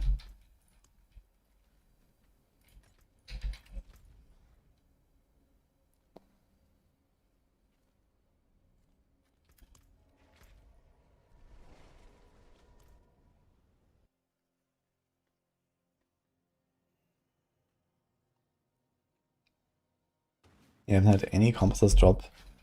Have you done the quest for Infernal Hordes? Otherwise, Helltides, I guess. Chaos Swords can sometimes drop them too.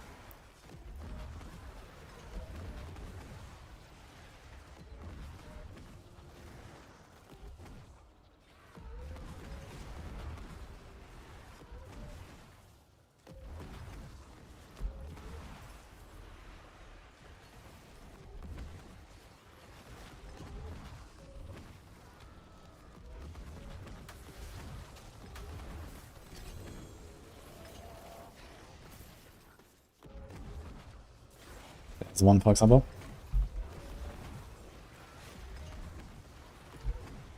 Do these guys like spawn from the corpses or something? I feel like I kill everything here and then there's like still some monsters left. A bit bamboozled.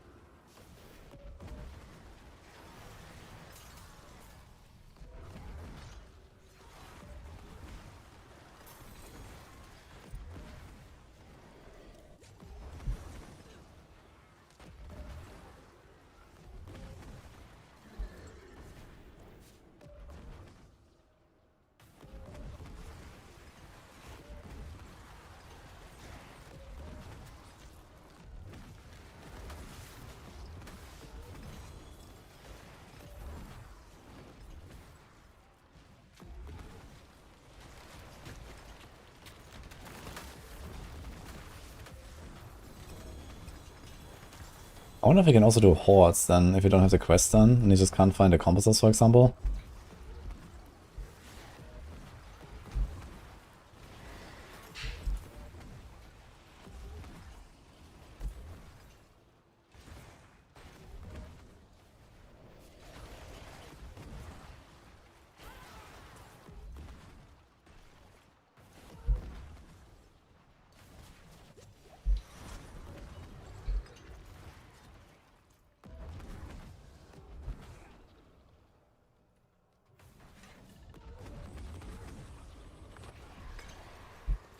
Good fight.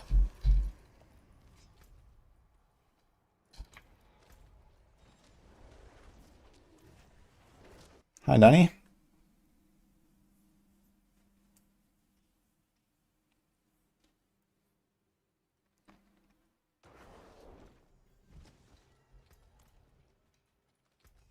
Don't get many outsiders.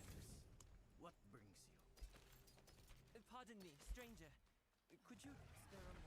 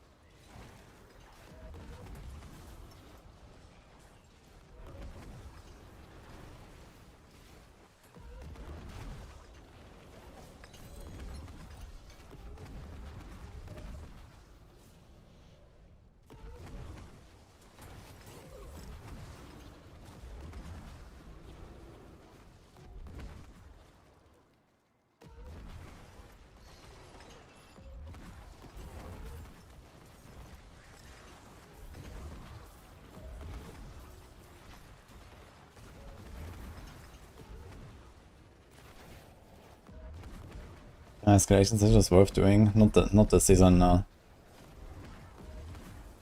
Like strong moves are good for auto side, and escalation, you know, that's kind of like okay for general loot. But since we don't really care about auto side this season and normal uniques and so on, and they also like upped a bunch of like the material drops, like especially from the horde chests, for example. Yeah, the strong runes and escalations are not that crazy right now. I think next season's gonna be fine. It's just that right now we're so incentivized to not go 9 dungeons really, or escalation. 9 dungeons, yes, I guess, for the chaos rifts.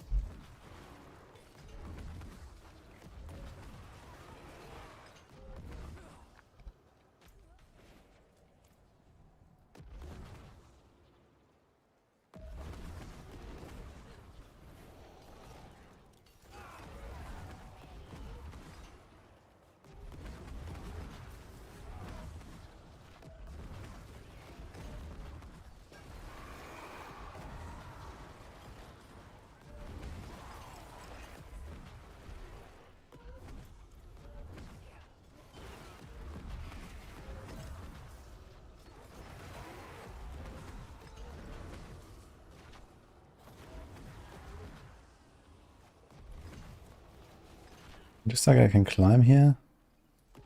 Hmm.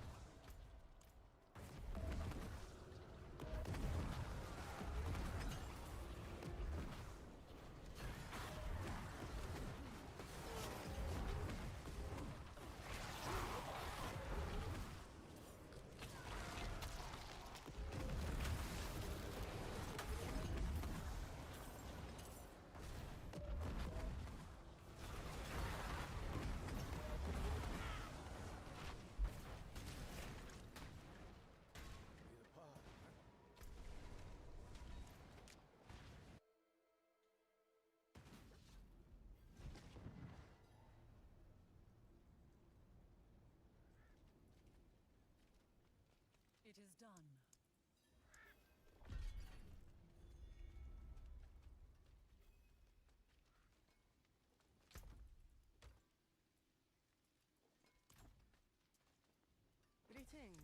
Better than starting from nothing. So our ability is very good on this build. You have Giga, Barrier Generation. I have 20k life. I don't feel in danger like anywhere. Shoes and nails. What do you need?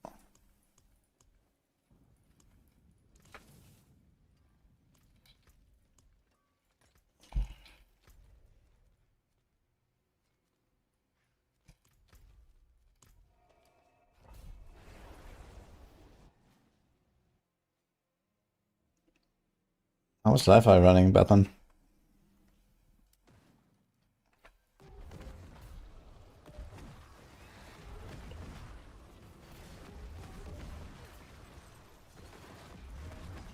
You get 20k life. The life roll here, here, here, here. Okay, the neck is like optional, I guess. I don't really want that. But yeah, even if you have less life, even with 15k for example. That's very comfy, I think. I mean, you have perma fortify, perma barrier, like your barrier just instantly goes up when it drops. Yeah, it was a very good season counter. You had 9k, 9k is a bit lower. But even then, like, you know, the barrier generation from Necrotic Fortitude, it's very good. Make sure you also have the Decrepify up. I have Cursed Aura, so I always have Decrepify around me without doing anything. That is also 23% reduction. If you want, you can put like Undaunted Glyph for DR. That's 10 DR. I think it's also another defensive glyph for shadow damage or something.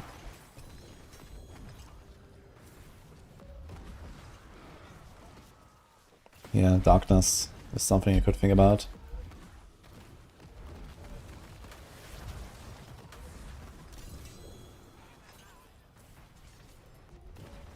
Looks fun. You might come back for next season. Oh, this season is definitely fun. And next season, yeah, I think he'll definitely come back.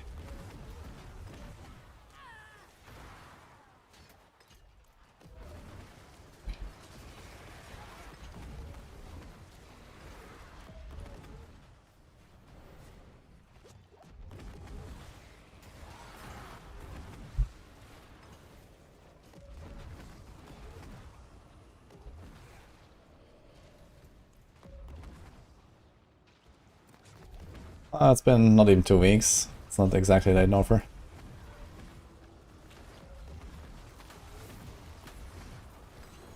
And tomorrow is also a start of the Gift of the Tree event. Gives you a bit of a head start with your progression.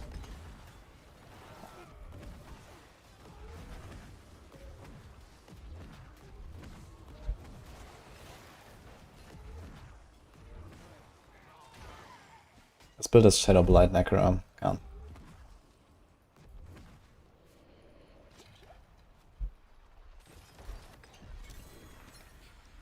Yeah, I could definitely imagine that something like Alter the Balance makes its way back into the game.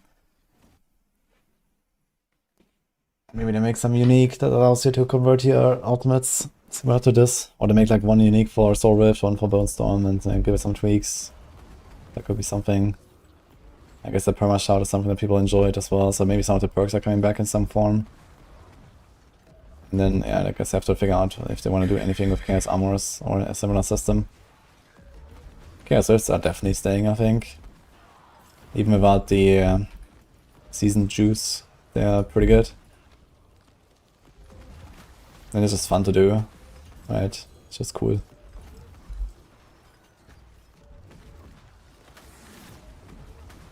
One that's the most fun to play, and my favorite is still Razor Wings this season. But yeah, it's plenty of fun builds, so basically just check everything I've played. They're all pretty good and fun.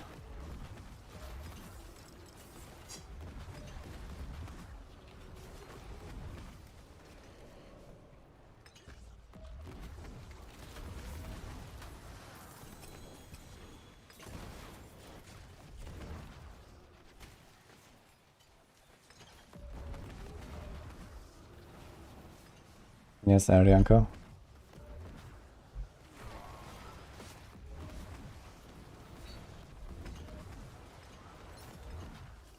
I should bring back one thing from each season. Yeah, they just need to like do like an overarching like endgame update, right? Where they bring back everything. Like Millennium Tunnels, Vampire guys, Bloodseekers. This construct, the vault, Malphas, right? You can solve all of that with, you know, and like Atlas passive style system. And then you give them like some special rewards. Like the Millennium guys can drop you some materials to craft legendary gems. The Bloodseekers, I don't know, maybe they have some special uniques. The vaults, they can give you maybe tons of gold and mythics. Malphas has its own loot table of uniques. And so on, right? You just kind of go through all of the season and do something with all of it. Bake it into some Atlas passive tree. That was a huge lag, holy. 400 MS, what's going on? It's a vault boss time. Could be.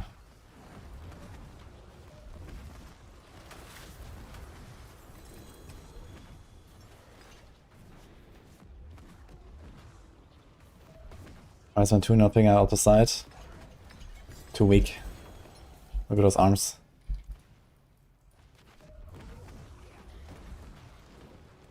Can't carry shit.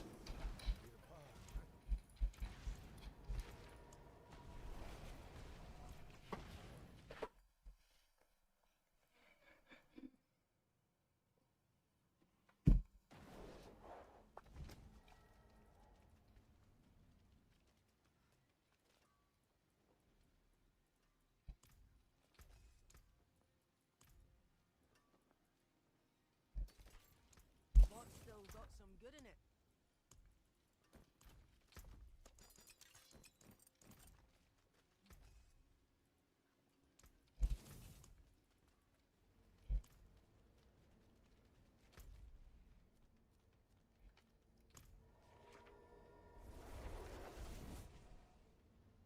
Morning Chronics.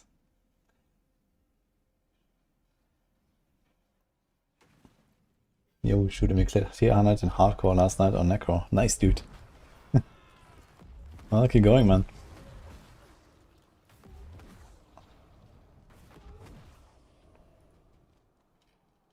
What are you up to, Chronics? Are you ready to sit in Discord all day? Starting Friday with the boys. How did I level up this build? I didn't. That's the secret. I can set spare caches for this. But I would probably use minions if I was doing a fresh Necro.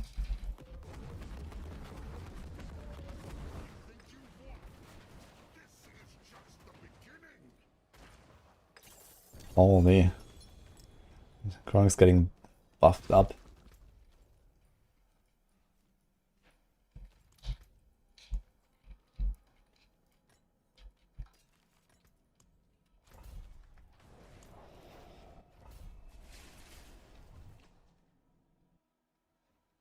What variations am I referring to? Yeah, tomorrow there's the double cash event. I'm not sure how long it's gonna last. I'm not sure if they give us an end date, but I guess it's like 1 or 2 weeks. I get double caches from Whisperers. That's gonna be good. And someone said apparently you can pre-fund them, so I'm just gonna like save those from today and see if that is actually true. I don't believe in it. That would be kind of weird. But maybe. And then I'm gonna do like my glyph levels and stuff, because you're also gonna get the Beast Corner changes. I'm gonna do a bunch of Spiritborn builds, some Horde pushing, some Necro pushing. The last Chaos item I need. I need one more Chaos item, then I'm done with everything. On all of the classes.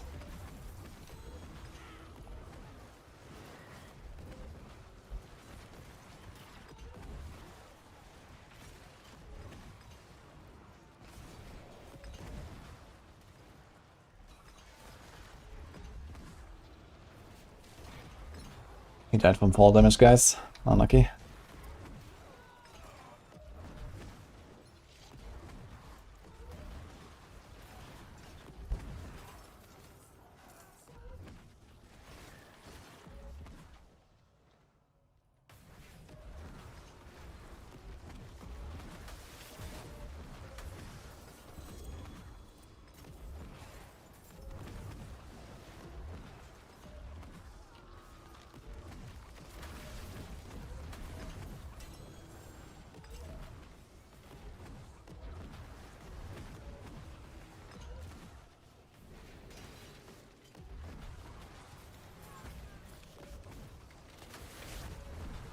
Should buff legendary rune drops.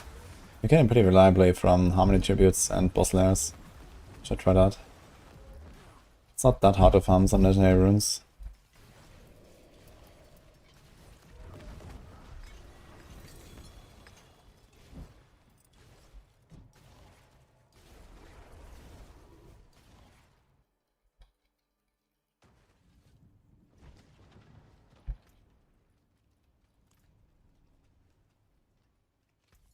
All finished, are you?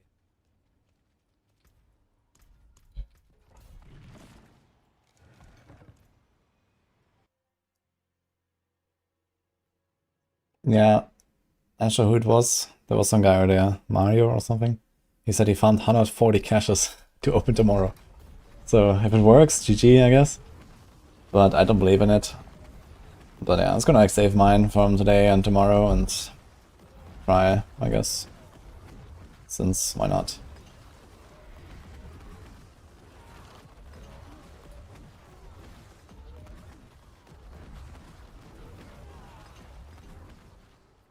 Also probably gonna prepare my gear and stuff for all the Spiritborn, like all the tempering and mastermaking. That will take a while, so I just wanna get ready and jump in. You could farm the same 140 post patch, yeah, but post patch he wants to do stuff, I guess. If it works, he did the exact same amount of farming either way. If it works, then yeah, it's GG. If not, then oof. Right, because he could have spent the 140 caches now to, you know, accelerate his progression, or just not farm that many whisper caches and instead do other stuff. And then get the extra value starting tomorrow, right? So yeah, I'm just gonna hold mine now and see what happens. We're probably gonna have like 20-30 caches or so tomorrow by the time it starts, and maybe it works, maybe not.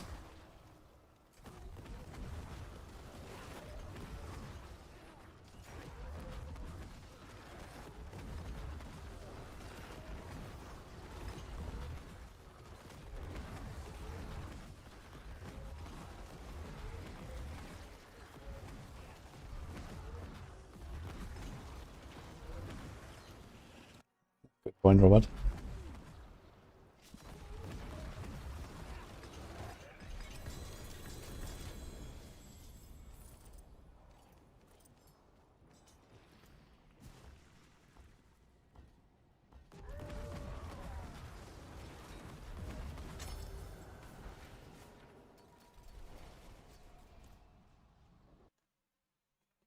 Oh, good guy, Cyrex. Boosting.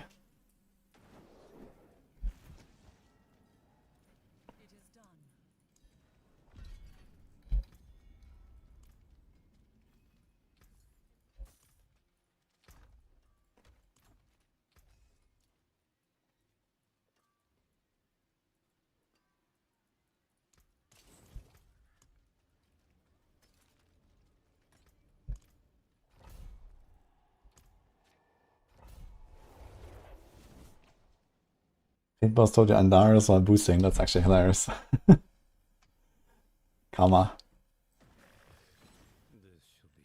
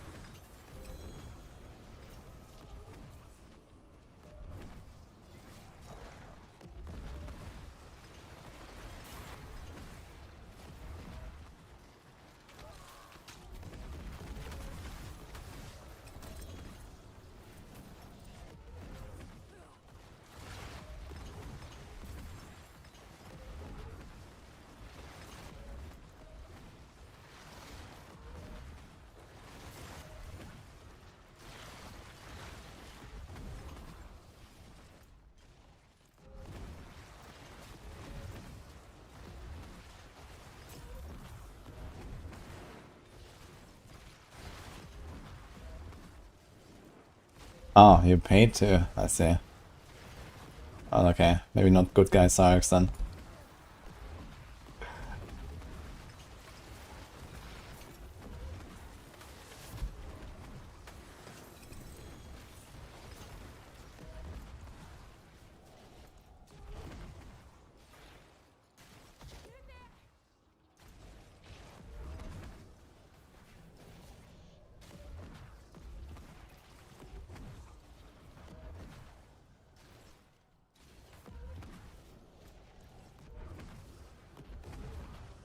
No, Grassroller Mythic. Ah, the Endarius, I see, okay.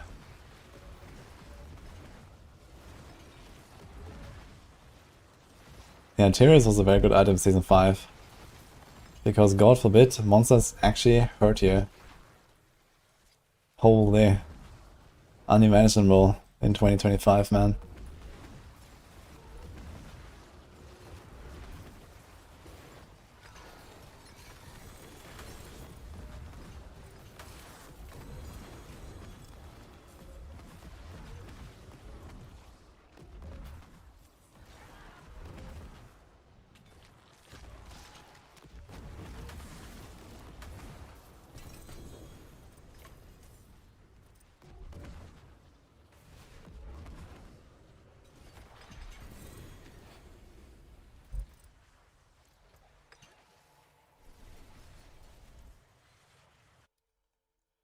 Fix your game. Dude, my health bar also moved earlier, man. I went from 100 to 90% by standing in a molten explosion. I almost started sweating. And I felt the itch like.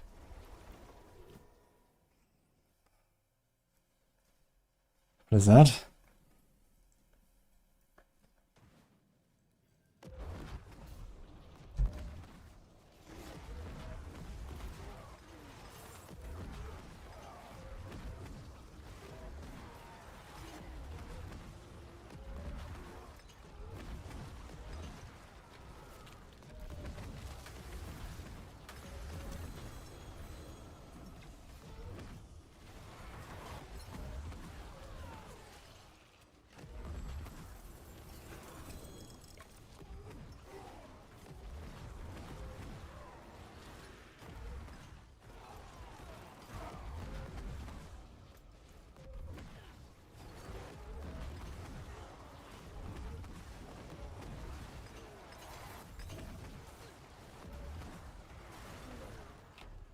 Yes, log in.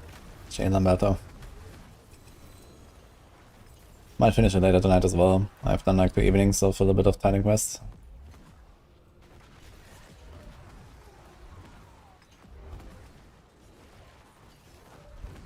Ah, this character can easily survive 4 explosions.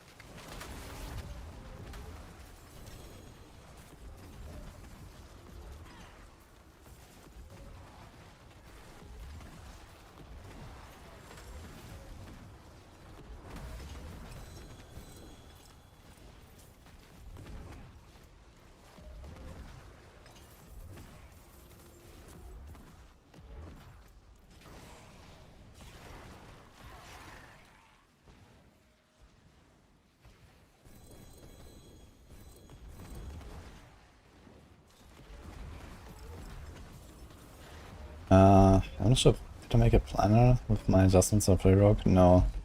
But the main change was Dark Shot on a bar, Moni Q and Neo Jar runes. That was mostly it.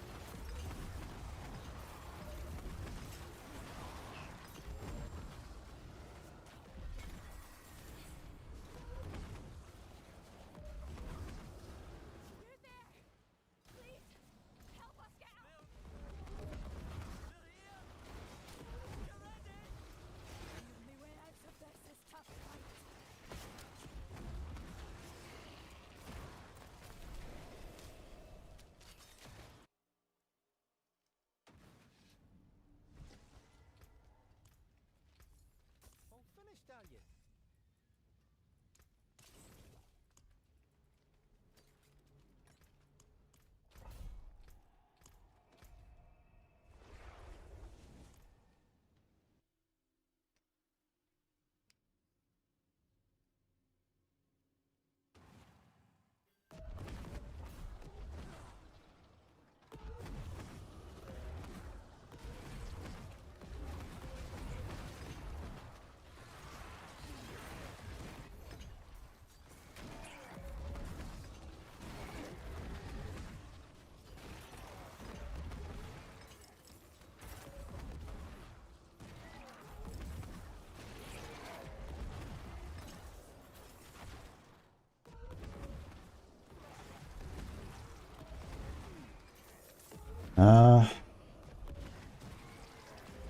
I don't know what's the highest added number, like 4k maybe or so.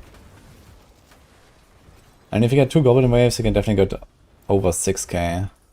With 1 Goblin Wave, you can get like 4k.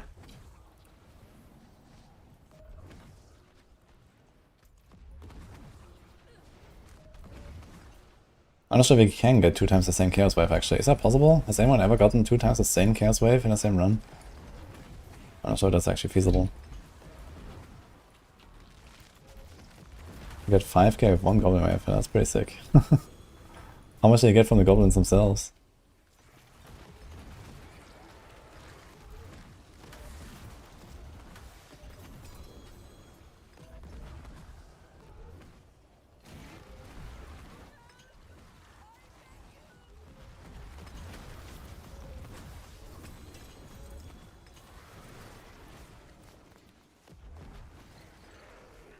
Okay, and then he still got another 2k. What strat did he do?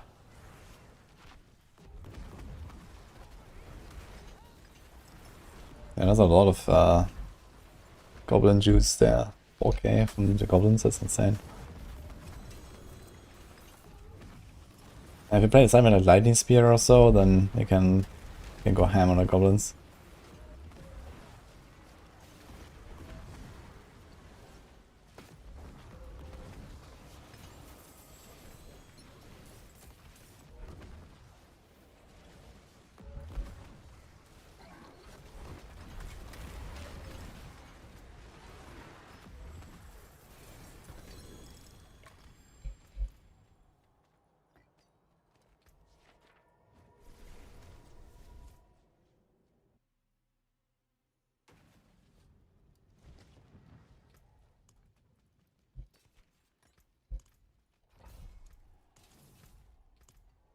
You get a 4J Twin Strikes. I mean, Double Swing is a build.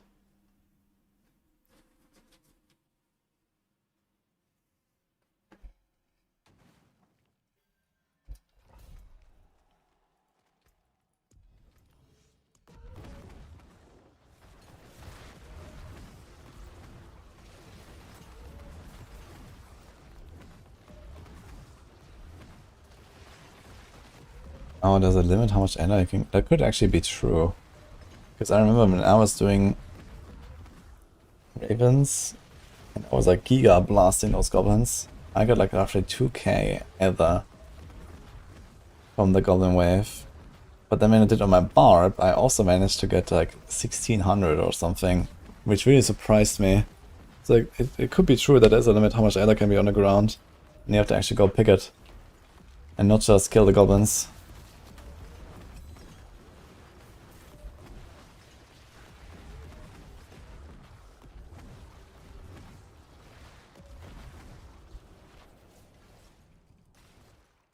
Yes, Cofferel.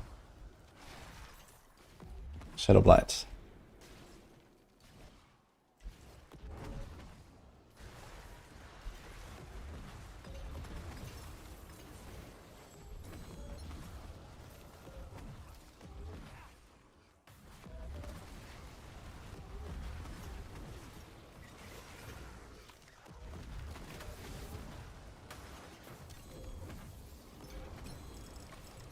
Yeah, maybe that's true with the goblins, and you have to pick up the Adder.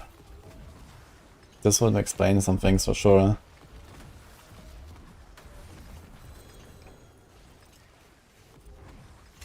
Because each goblin drops 20, I think. Although I'm not sure if these Adder goblins are the same as you get from the normal goblin thing in the hordes.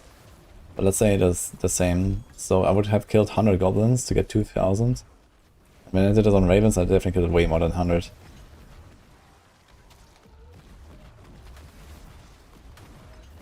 And you got 4k, your friend got 2k. Yeah, you should have gotten the same, I guess, roughly.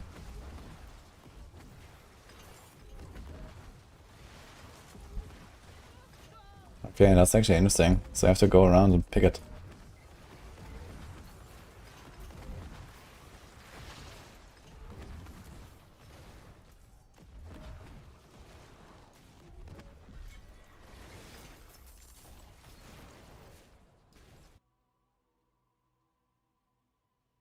I have to load everyone's Adder. Oof.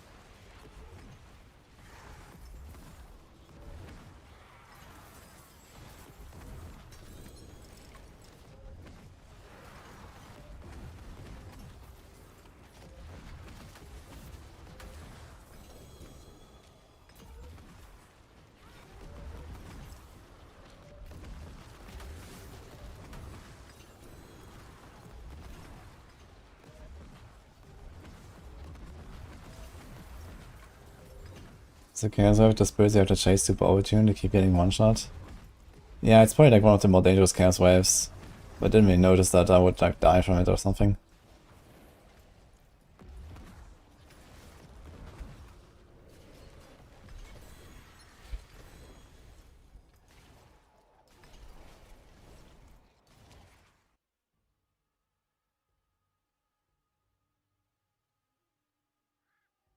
$5,000 Elder, man, that's a lot of... A lot of gold, if you turn in that gold, actually. It's like 200 million gold by itself. Okay, a bit of barter into chests and stuff, but yeah. What? Like the 150 plus million, plus the other stuff. Pretty big. There is magic in all things. Let me show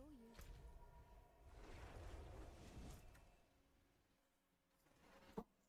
Once you hit 300, is there anything to do after that? I mean, Paragon is shared, so all of your characters will be 300. But I mean, you don't need it 300 for anything, it's just a very minor upgrade. So we don't really care about Paragons after like 250 usually.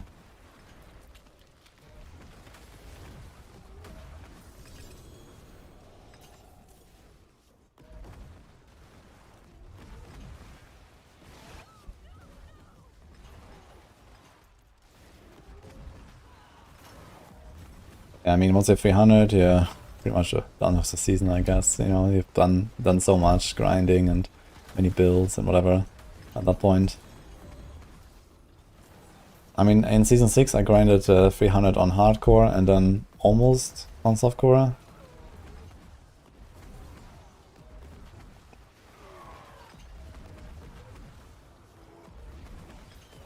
But, yeah.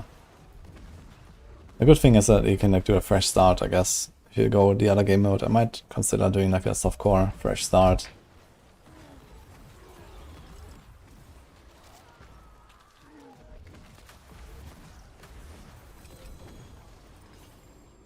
Just because.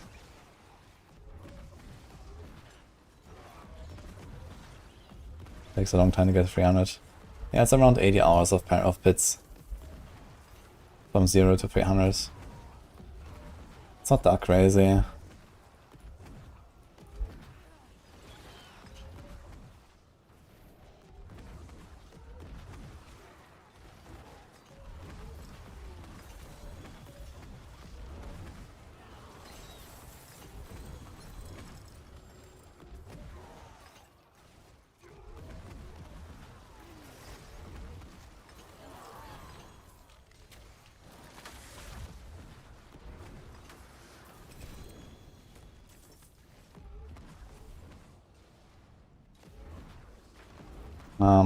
I think there's a hierarchy of the mythic drops with the bosses.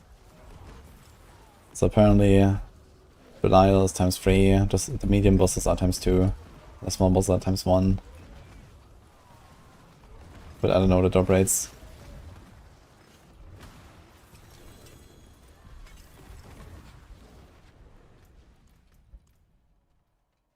Shit, I just got a currency buff. Cursed Shrine, save me. Oh. Whew.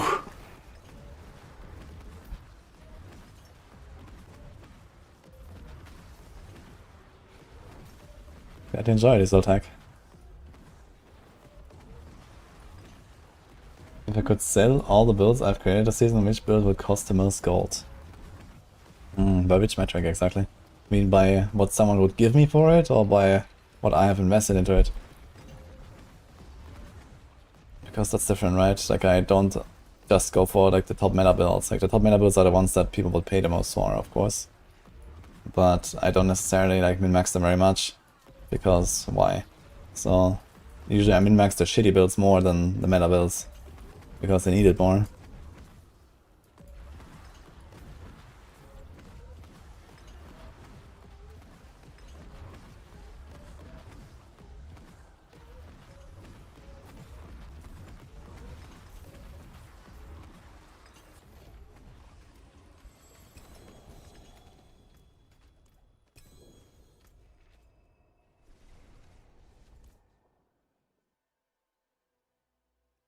One day you'll tend to do a 300 run. Yeah, I need to get like 2-3 really fun farming builds that are good and fast. And, you know, kind of like cycle between them. You know, 100 pits with this guy, 100 pits with that guy, 100 pits with this guy, repeat. Do this a few times and then you're at 300.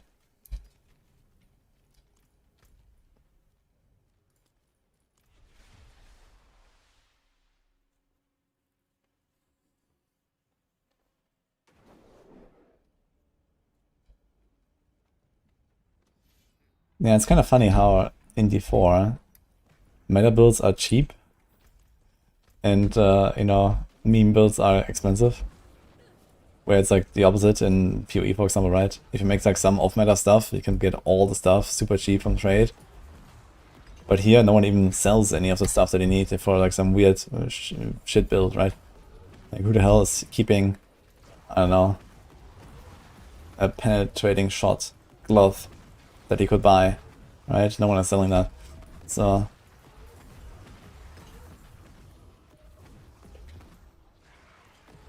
and instead you have to like masterwork your shit up better and so on, and try harder to hit the right stuff so that your build is stronger, so that your non-meta build can catch up.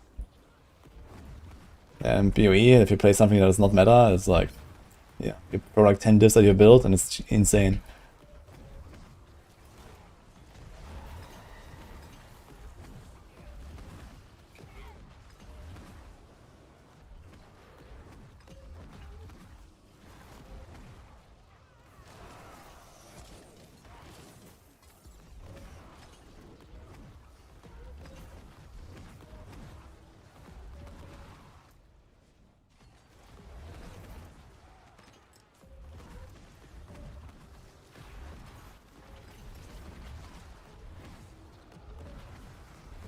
There's a pair of boots in PoE going for 66 divines. You mean PoE 2?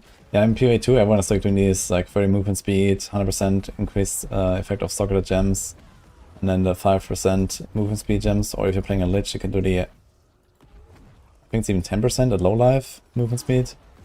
And then this is getting doubled, and then you throw a bunch of res on it, and GG.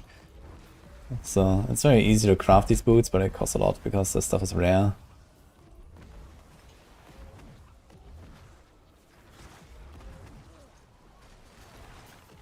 Yeah, suddenly everyone is here to leech my bloodbagon. That's a lot of puddles.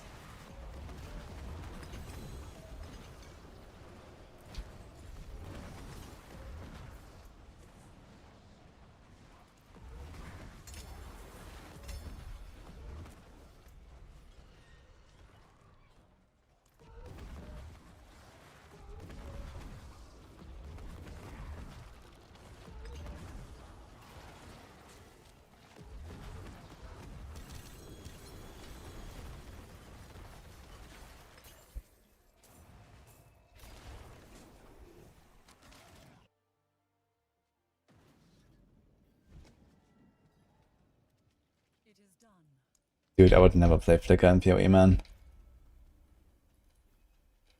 No shot.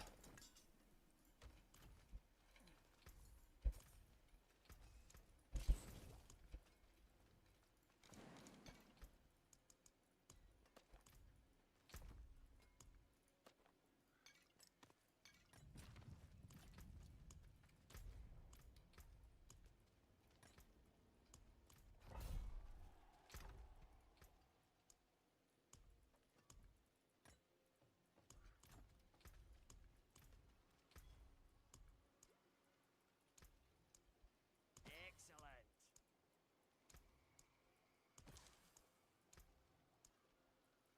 Love well.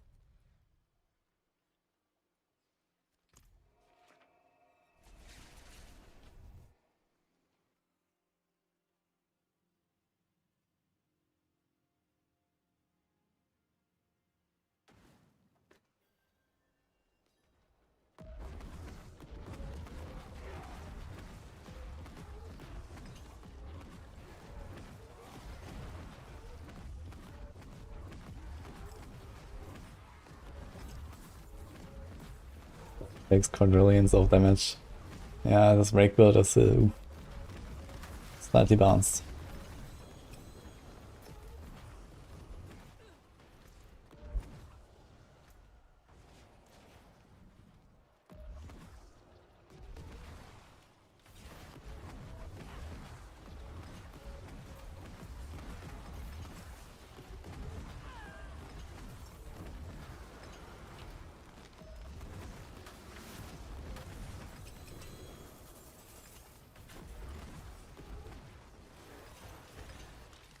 Movables.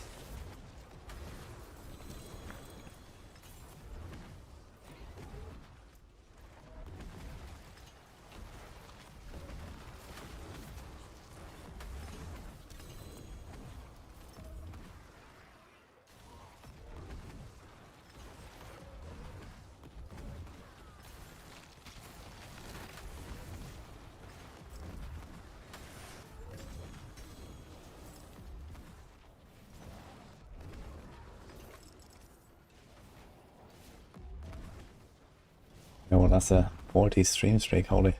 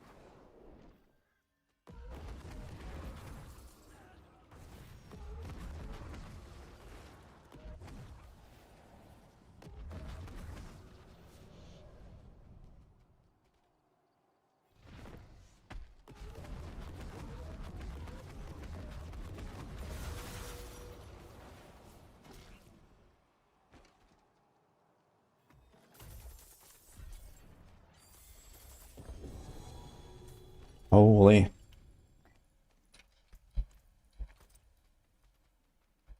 Oh, crit prediction. Okay. I think I might save this one.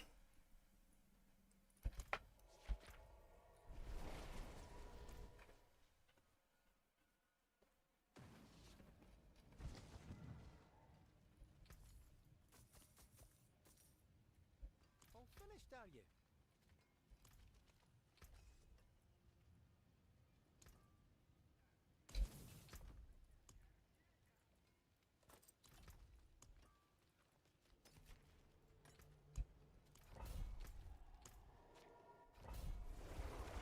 I was just doing my whisper. Kinda nice to go in there, you get the mythic, go out. Easy clap.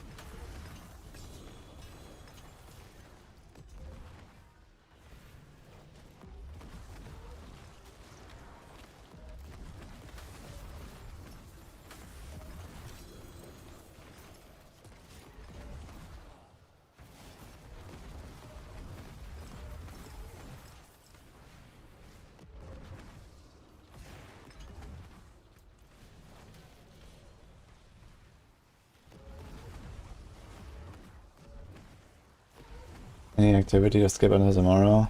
Due to patch reasons. Yeah, I think Whispers re-farming does not work for this. But someone said that it did work last time.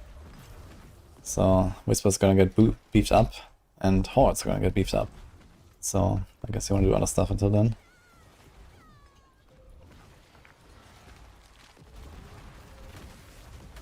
Where can you find mythic Chaos Rifts? Mostly in your dreams, but sometimes they become reality.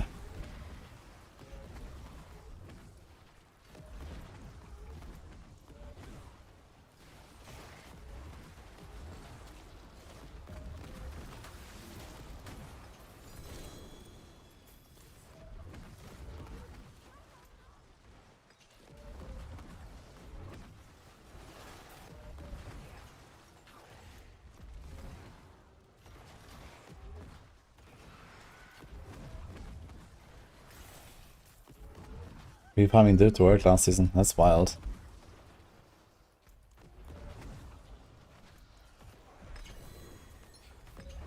Oops, I guess. Oops. The amount of caches I opened. I wonder if they're gonna put Chaos Items in there. That would be a big oops. Even more so because I'm farming Chaos Items right now. But, well. This is Shadow Blight.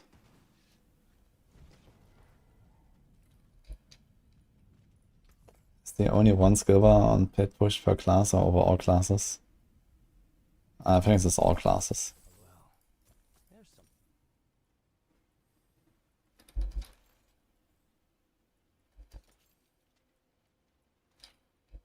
All finished, are you? Better than starting from nothing. That's the spirit. Hello. Not a bad pull, that. What's still got some good in it?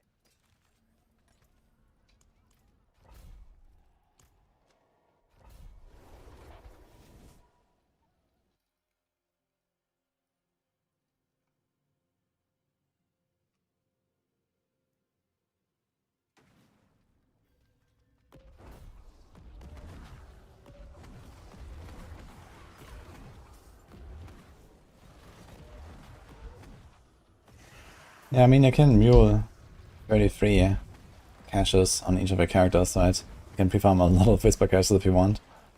You just mule them.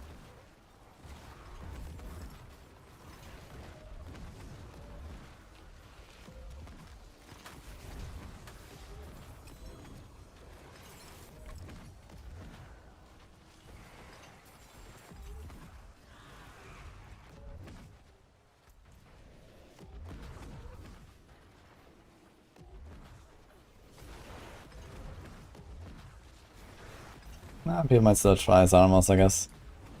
Just for fun, right? There's no reward for winning anyway, so.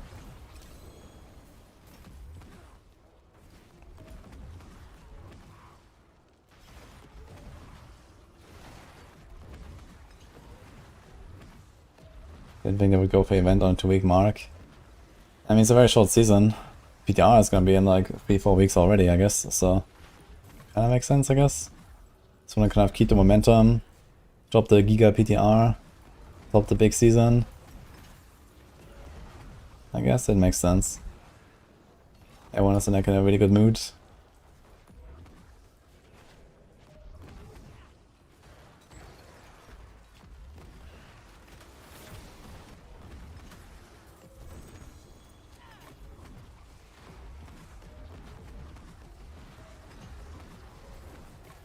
If Blood lands and search all part every cast instead, would it even still be S tier? No. Well, Blood Surge might be like an S tier, like, overall build, but it definitely wouldn't push very high as like other top builds. But yeah, if you go back to Blood Surge, clearing the entire screen every cast, and you teleport around and go 200% movement speed, and it would basically be similar to this build, right? And this is our second highest ranked build that we have.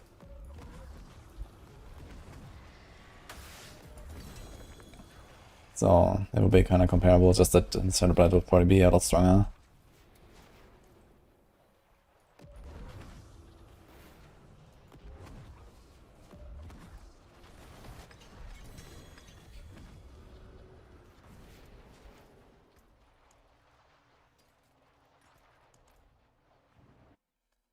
Yeah, I've been outside cap for like a week or something.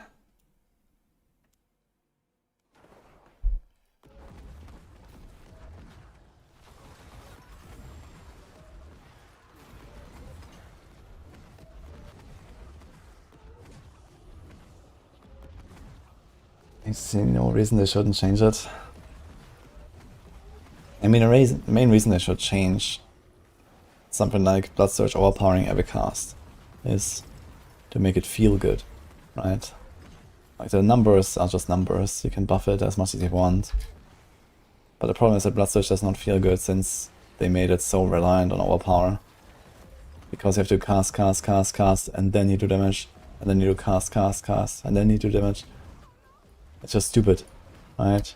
They fixed it with Pulverize now with the Rotting Nightbringer, where you had exactly that problem. You do like pull, boom, everything explodes. And again, right? So now you just overpower every time. That's exactly the suggestion I made for Rotting Nightbringer, and they took it. And now we overpower every time with Pulse. And okay, it's pretty OP. I didn't expect it to have these crazy numbers, but they did it at least, so it feels good. Even if it's OP. But yeah, they need to do something like that with other overpower builds as well. Or generally just like They need to like tune back the overpower synergies, I think. I think overpower should be not necessarily something that is just like, okay, this build just overpowers and you have like a different name for critting and that's it. Right? It should be something a bit more interesting. That an overpower maybe should not do like 20 times the damage of a normal hit, right? Like 2 times would be fine too. And that would actually still feel good and like, okay, I got an overpower, I can see it, I can feel it. But it's not like I can't do anything if I don't overpower. And I mean, I did like one big step already in that direction, which is they removed the additive scaling of overpowers. So at least you still scale your build properly. But you still have so many overpower synergies that you can build into. And Necro especially with like, they have the pants, they have the key passive, and so on. Like your overpowers do like 5 times the damage at least, or more. And then you still have stuff like Banished's Talisman and whatever. So it gets out of control really fast to the point where it just doesn't feel good. So they need to just gently kind of delete like half of the overpower modifiers. And make stuff scale a bit more like, you know, smoothly. And then have the overpower just like the icing on the cake basically. This is basically how it was when the game launched, and it was way better. Just sometimes you got a big overpower and did like maybe double the damage, and that was it. And that felt good. But now it does not feel good.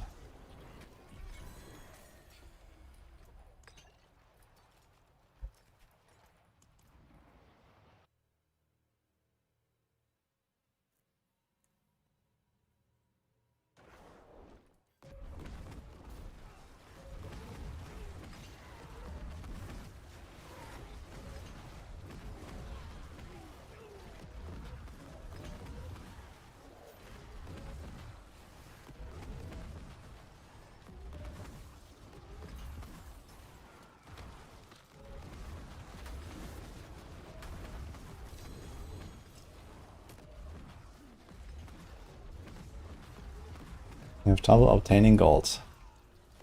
Well, time to farm gold. Boss layers and infernal hordes. Good luck.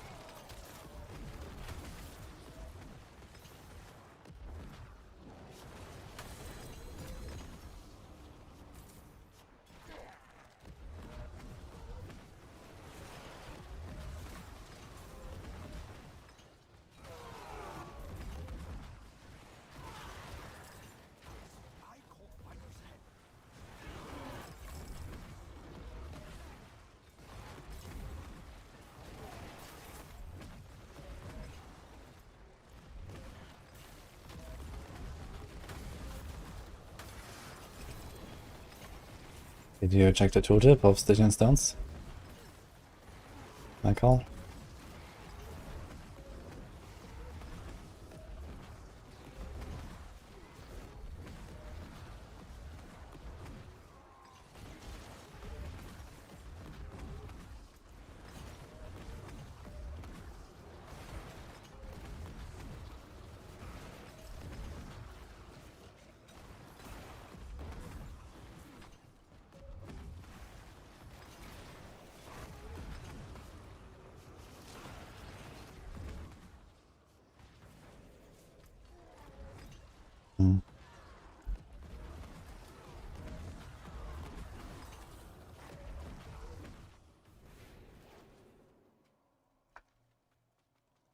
Yes, you can convert it to any of the other 3 bosses.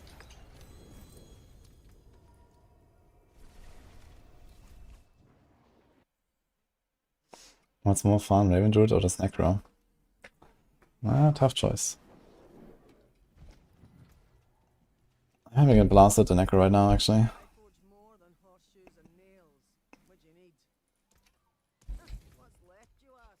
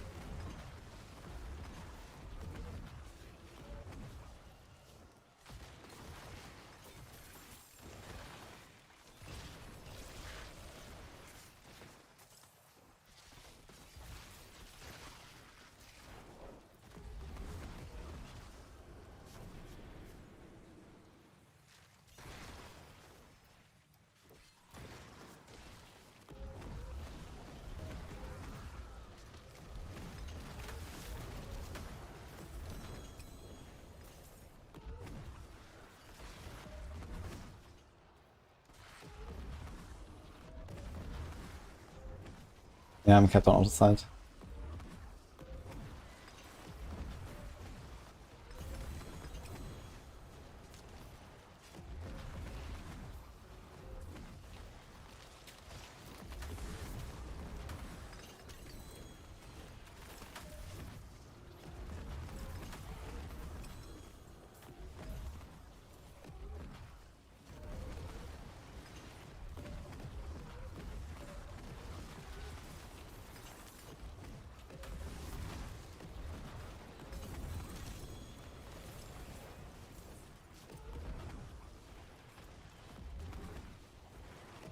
It's 999k. 110 with Razor Wing is good. Yeah, it's pretty solid, I think. Not sure exactly where it lands, but it's nice.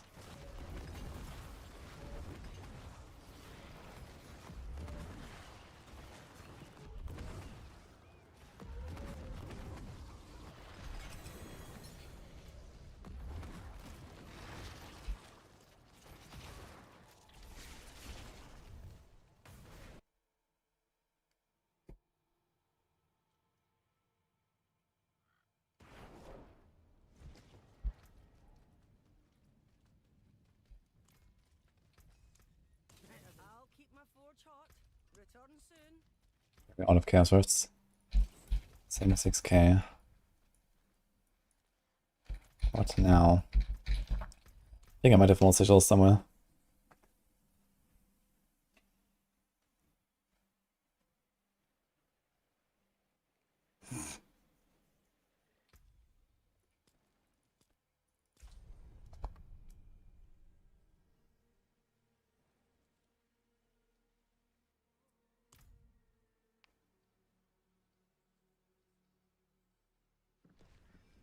Pleasant enough, if you like that sort of thing.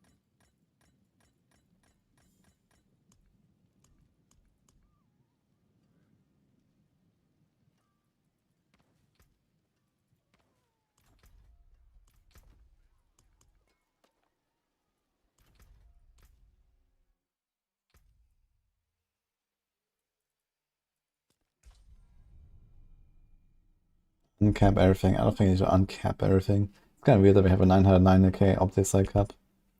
Though it's like very farmable. Like it takes like roughly a week to get that. I mean, I didn't even try to target up the side, it just happened.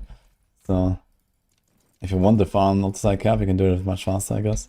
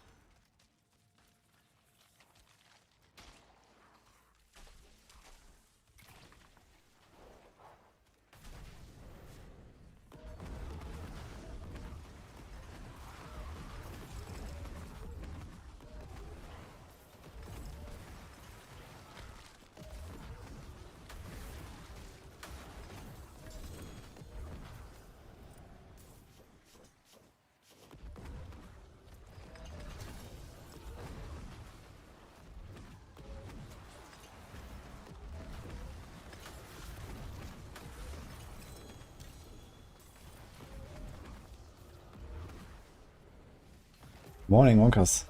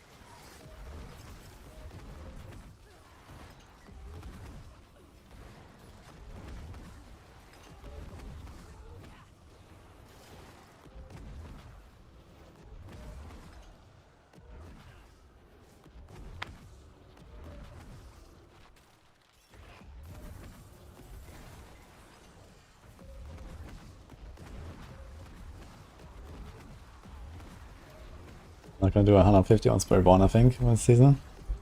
But I don't know, maybe I'm gonna do like 130 or 135 or something with a bit of rake pushing, and then I'm gonna try some of the others, like payback. I need to check for Razor Plate. I thought I had a Razor Plate saved, but maybe I don't have it anymore.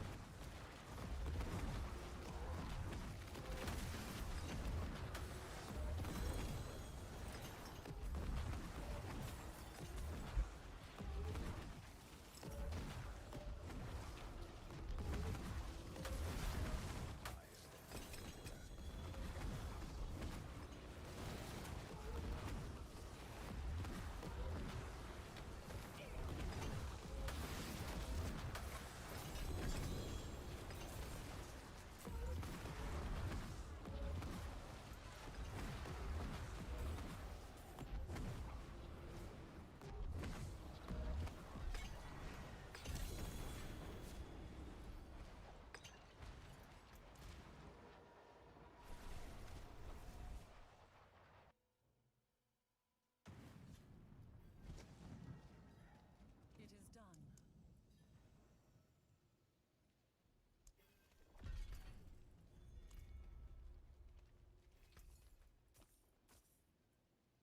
All finished, are you? See some steel you need?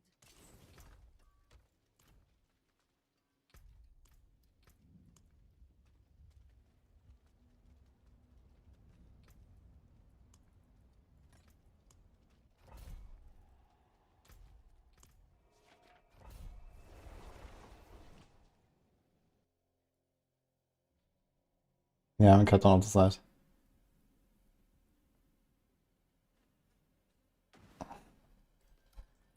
I will say, doing good in here.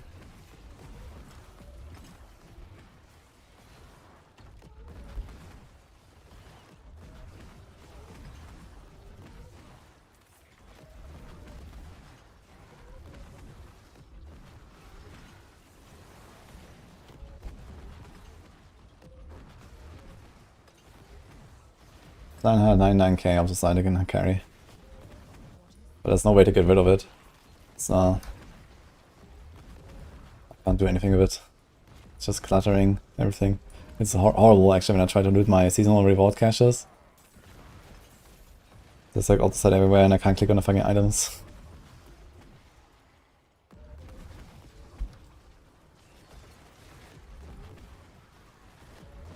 I only solo and hardcore, pretty much. I don't really group.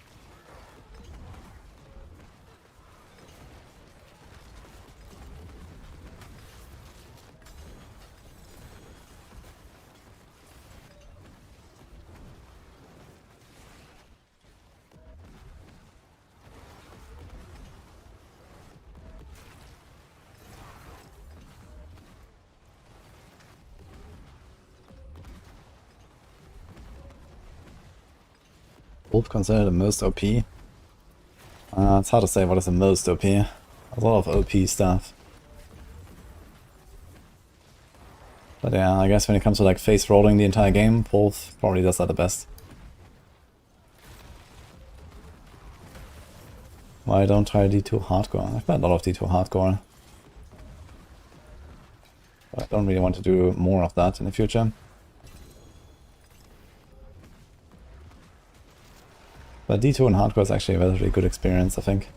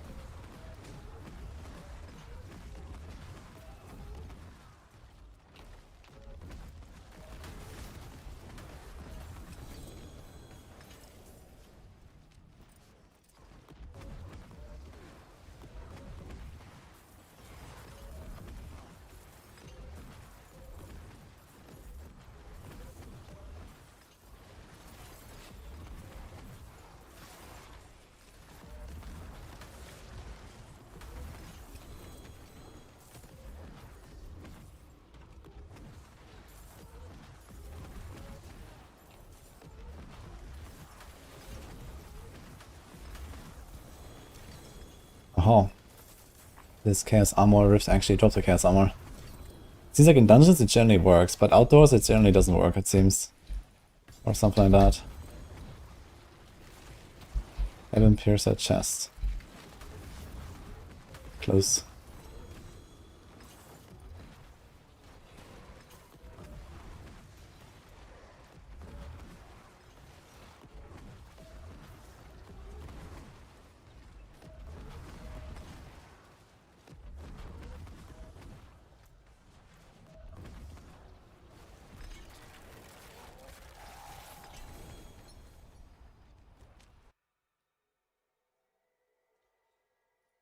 Yeah, we learned actually some new tech with Polarize. How to push even higher. There's like some bug with the puddles again. But this time it's a beneficial bug, I guess. That makes Polarize a bit stronger than it should be under very specific circumstances. But it's a very stupid bug, they have to fix that.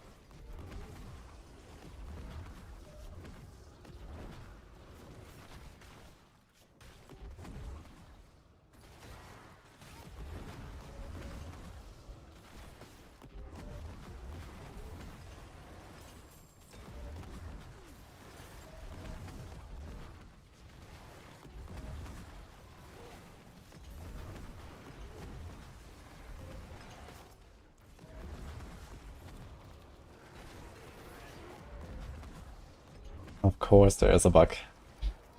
Fixed one, and there's another.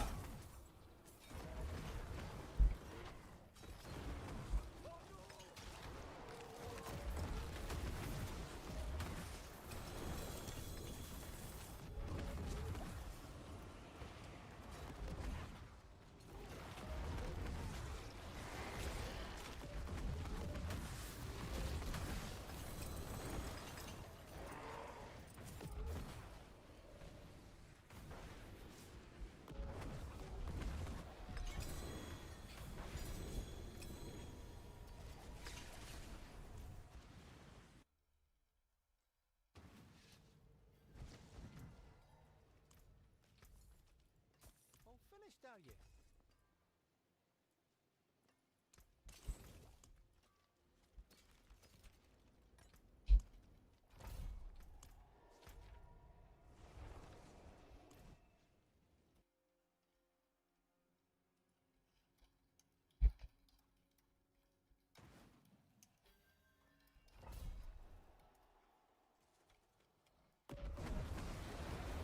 Holy typo.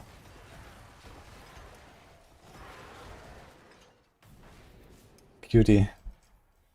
Up to, what the fuck, up to side.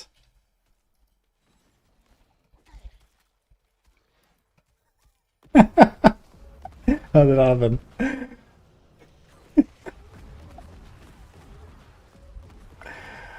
Oops. How do I type this again?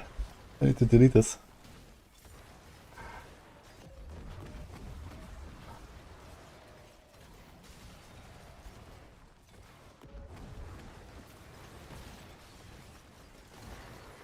Okay.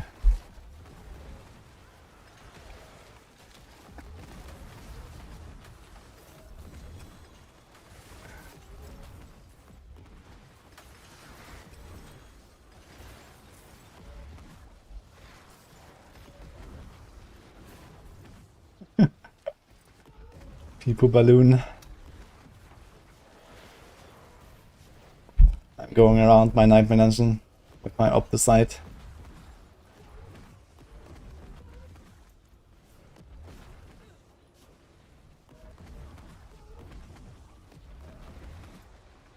Shit, I didn't pick up the thing.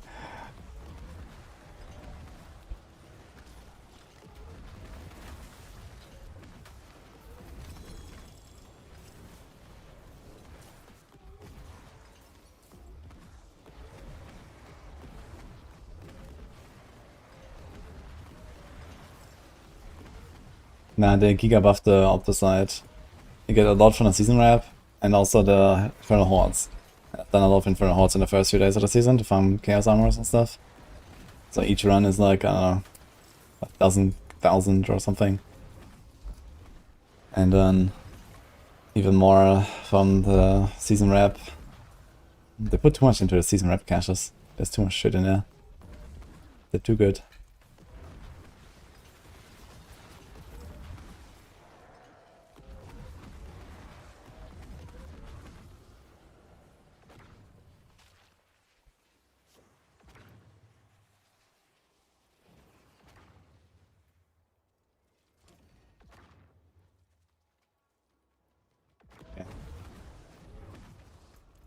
There you go.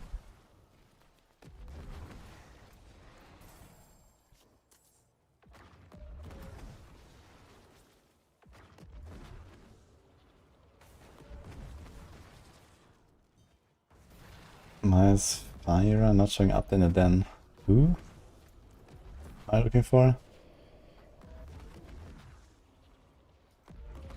You've reached the acquired cucumbers.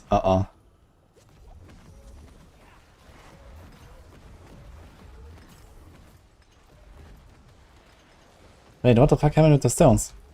Oh my god, man. I went all the way up there and I think I had a stone still.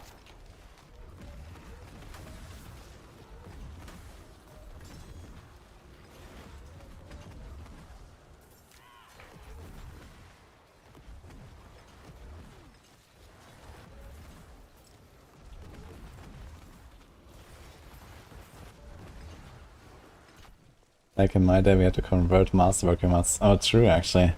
We used to have Neath Iron. And what is the other thing? Dude, Neath Iron was a way cooler term than Opticite, I think. I'm not sure why they kept this one.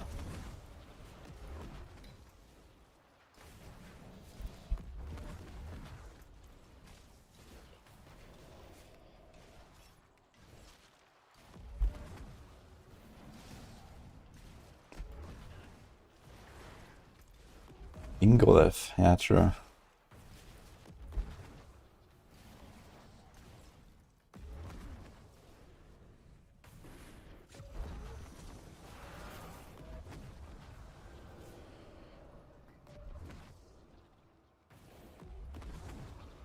Lilith eggs. Oh god.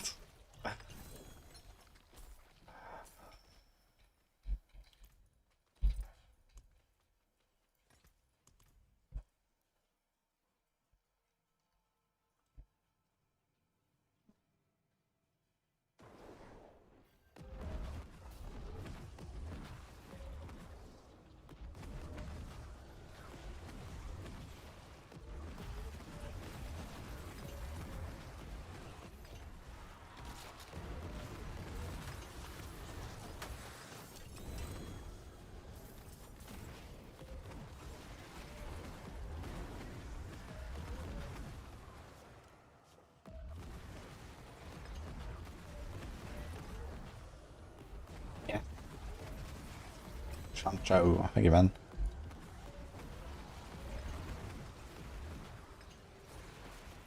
Bob Cutie Pie, that would be a very cool name for this material.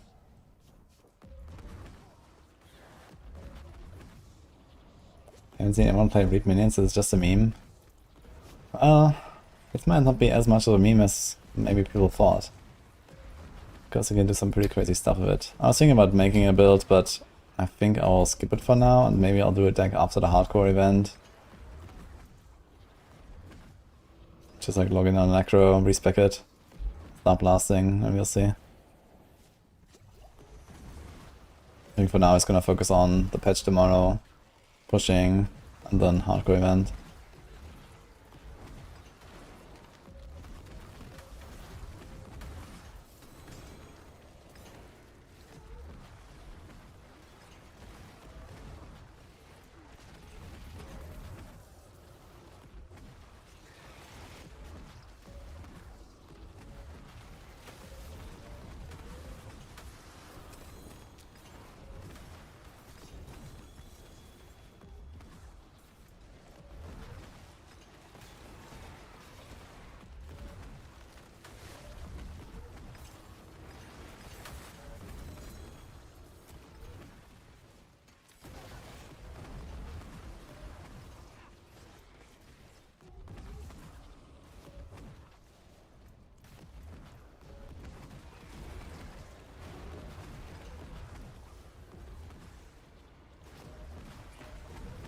The Dust Devil Soul Watch Hoop Ring. Alright, this is just a random legendary ring. I guess the aspect is what you're looking for, and that is also mostly random drops. You can try to gamble for offensive pieces, like one-handed weapons. This is the best way to get offensive aspects. Try bartering if you have some coins, if it works.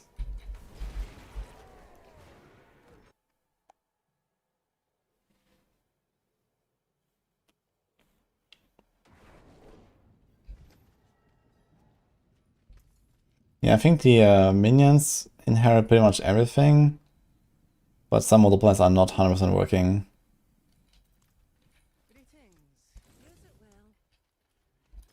But yeah, still got like ping gouges and you go unstable power. I think they're not affected by the cooldown, for example. So you can get a guaranteed crit overpower there.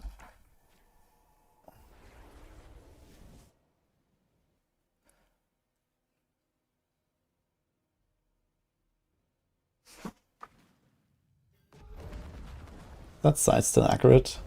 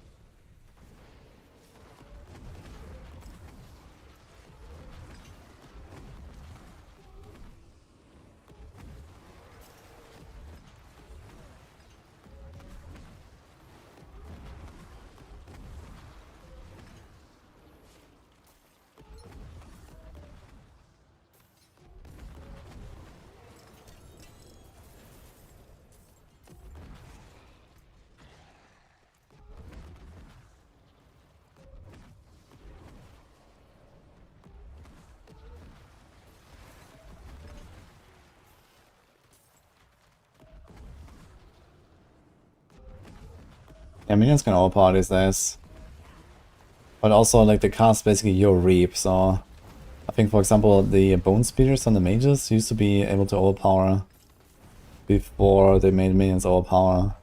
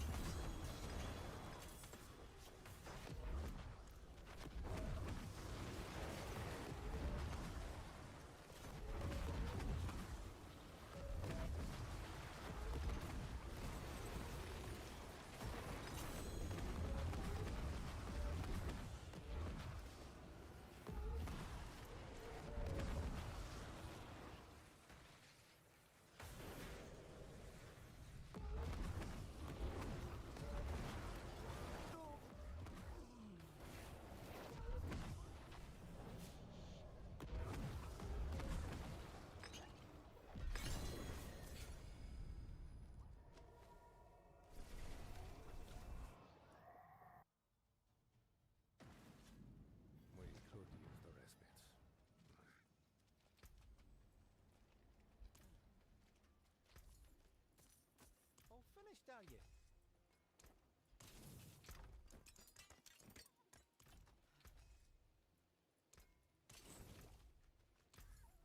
Hello? Vastly go. Hello? Shame that. Well, hello? Vastly. Oh, too bad, friend.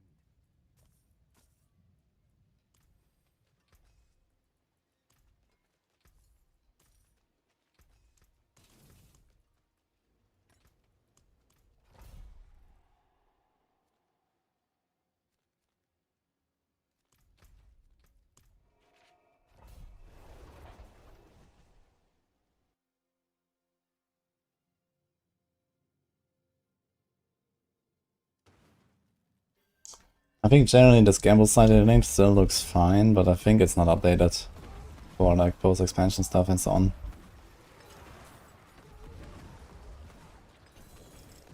And I mean, who the hell makes like a different character to gamble for a specific aspect on that character or something, right?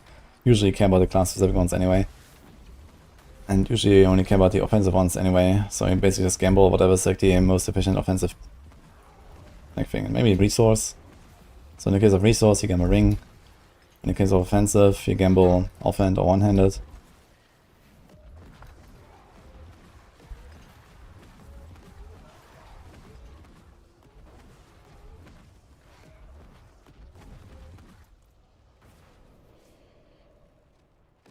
Ein Passgelenker.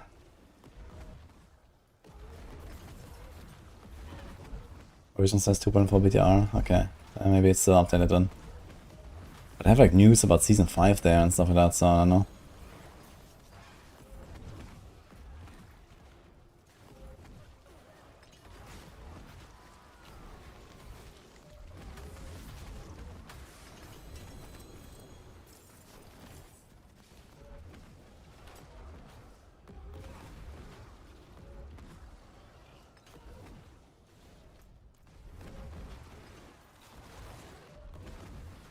Is Oblivion like the only Nightmare Dungeons that's behind a stronghold these days?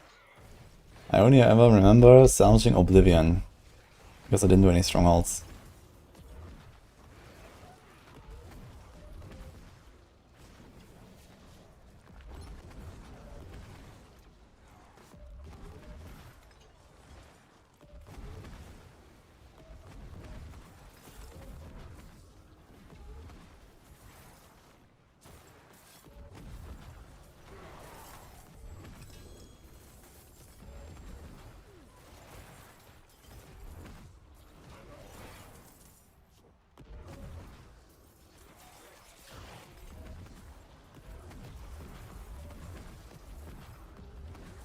Yeah, we think that there's max amount of Adder on the ground. You have to pick it during the Goblin Wave.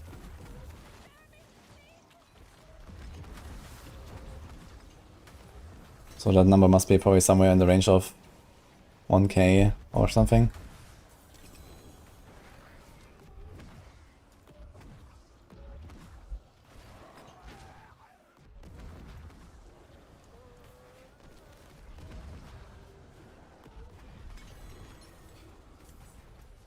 Elf moved.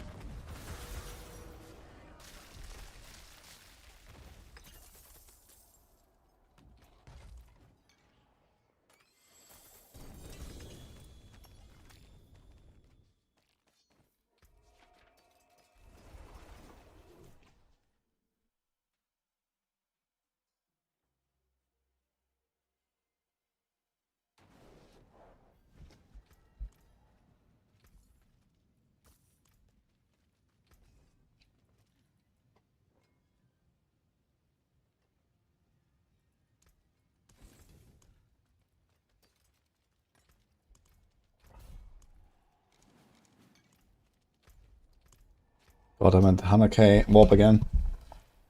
How long was that? Like maybe 3 hours? I found like over 30k warp an hour. It's 1.5 season reps. An hour. Kinda wild actually. 1.5 spikes, almost a mythic an hour. Just doing fucking nightmare dungeons.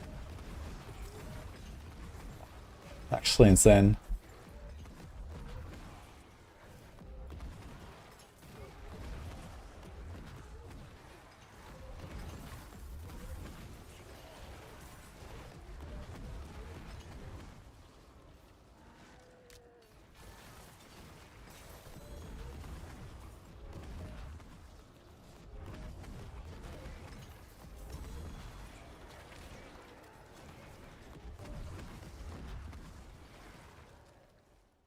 It's not even worth it, dude.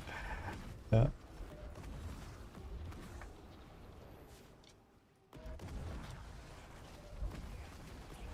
Yo, Chronicles 80 streams, that's a lot, man. Welcome back.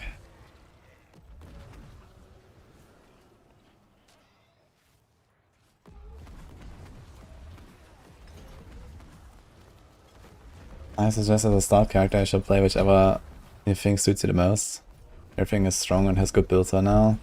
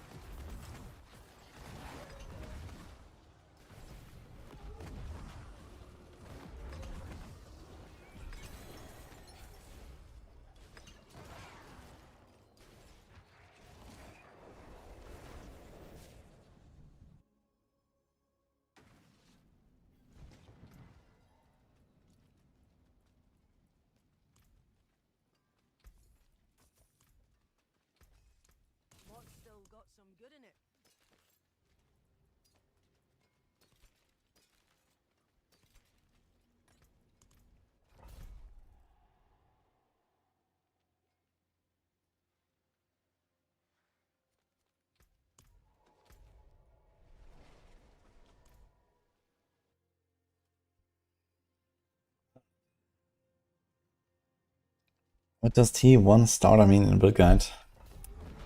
Yeah, this is, we have like the leveling and we have the endgame guides. So leveling is 1 to 60 and endgame is everything after 60. So T1 means this is, you know, your starting point when you try out a build from scratch. After you've reached level 60.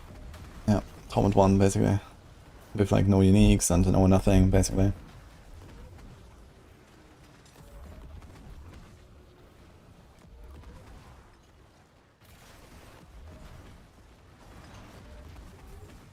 Because leveling, for example, it doesn't have paragons, you don't really have runes, you don't really have like uniques, and so on. So like our leveling guides are different from the endgame guides, because you can't access a lot of things in the game.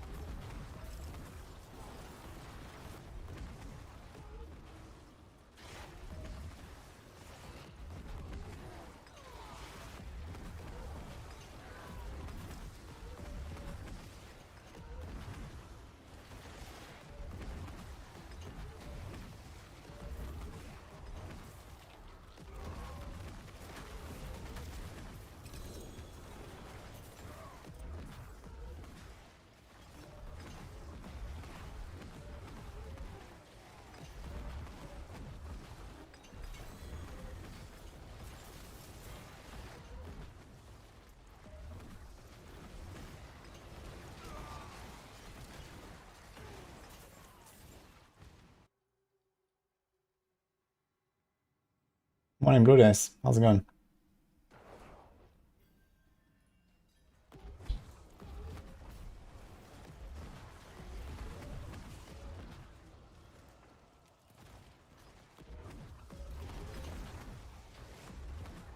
Wish you could cast Sorc while moving.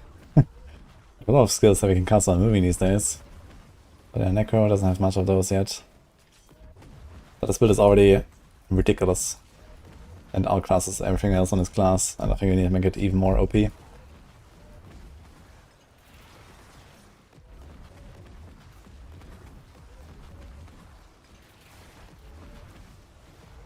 am pressing one button.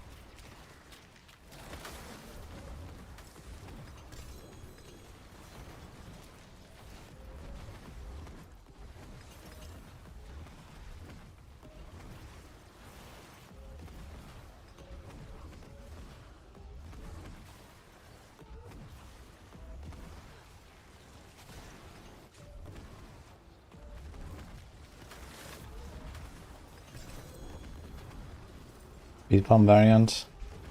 Kind of. I just made it like more convenient for me. I have Cursed Aura, Charm Rune, Nair Rune, no Lidless.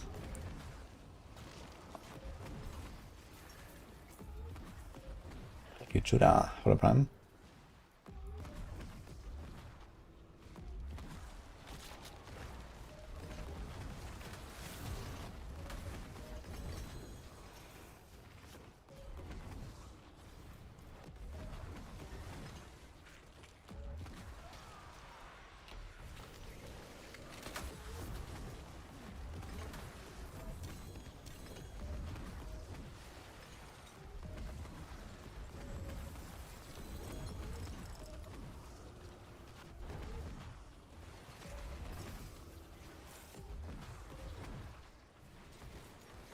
Is evading really a button?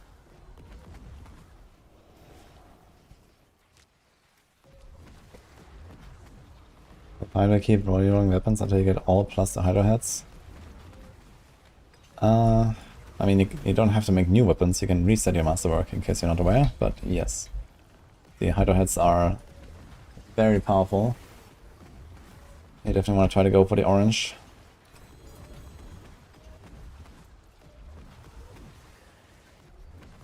But yeah, obviously if you, for example, have yellow Hydra heads, and you only have like, you know, a little bit of gold and no mats, then you don't reset. You keep it until you have, you know, 1 billion gold and 100k out the side, and then you can try again, for example.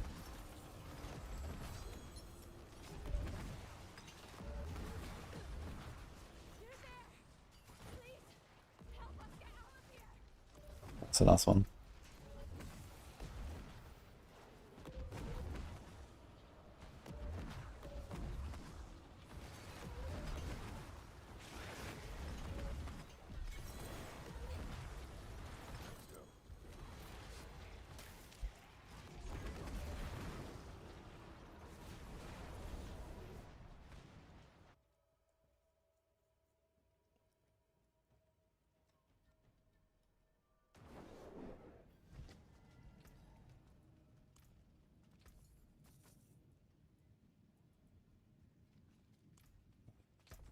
Save this ring.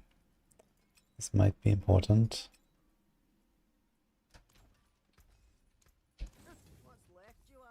I have to finally start making my Spiritborn gear, but it's soon time to do it.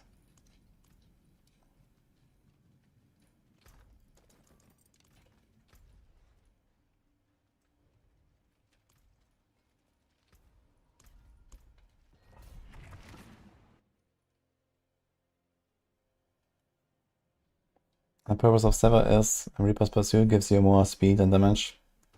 This class is very well designed, you know? There's a passive that says, for each darkness skill on your bar you gain movement and damage. Genius. We don't want you to press any buttons.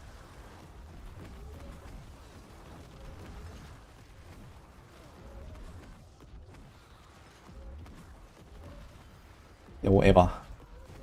I saw. Well, I heard, I guess. I read. More precisely. Pretty good though. Yeah, maybe Necro is good to level.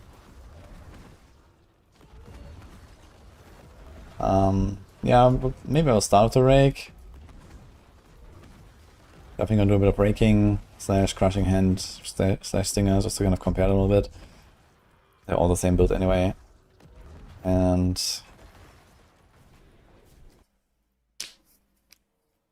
yeah, maybe I'll do a bit of the others, like payback. Thorns might be a thing.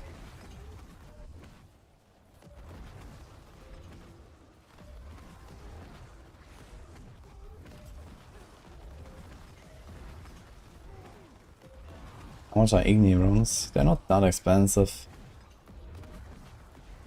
Because they're not used for crafting, so like usually I sell my crafting legendary runes for like 100 to 150, and the others for like 50 or something. Like Igni is one that's like relatively popular to use in builds, but even that, it doesn't really move the needle, I think. I have like 10 of them, I can also give you one if you want. I will never sell them anyway at this point.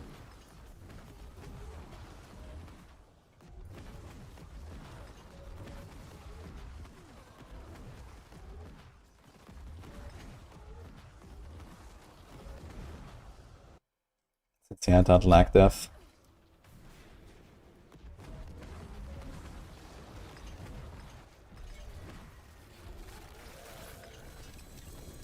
Someone.give.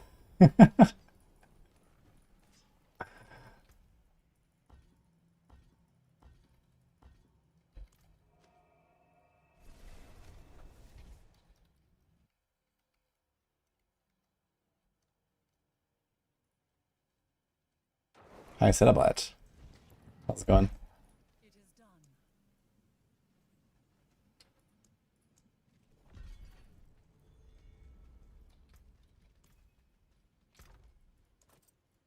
Yeah, the only runes I'm really selling are like Orm, Bug, Jar, and what was the last one?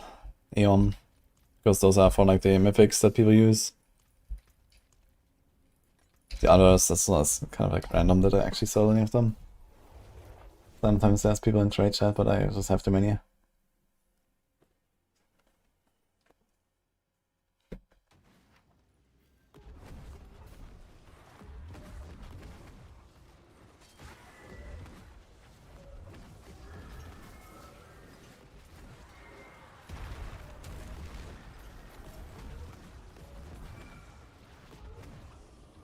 What do we do with Bursting Else tomorrow? Yeah, Ava said it was an upgrade. Because apparently Imitate Imbuement did not work for the Shadow Clown. And now you can do that, but then you have like a bit of a different build. But maybe it's not really doing much. If I remember correctly. I mean, everybody's here, right? Are you still here?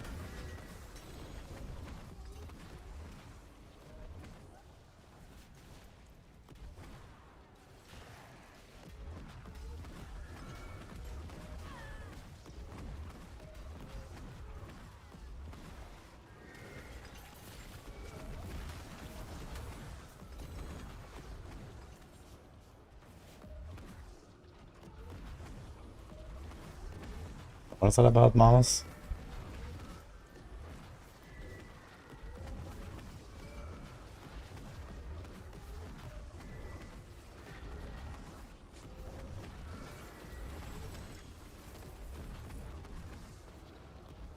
PoE 2 tablets are less interesting than reading an Iron Dungeon sigil. Yeah, I'm not sure if PoE tablets should be more interesting though, right? Because you also have to roll them, and you know it's like a lot of clutter and micromanaging.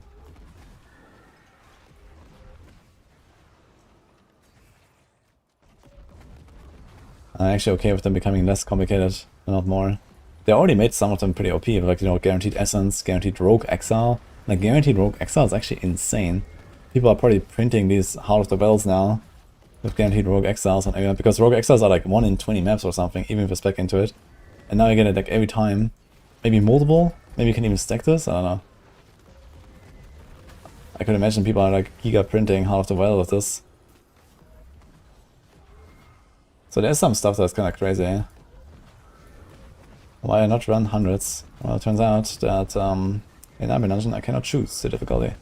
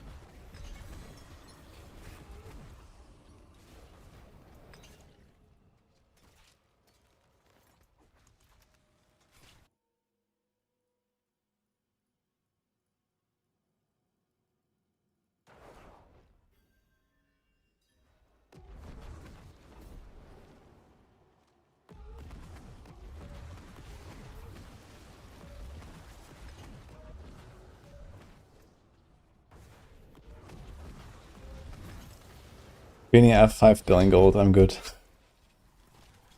Can just have it.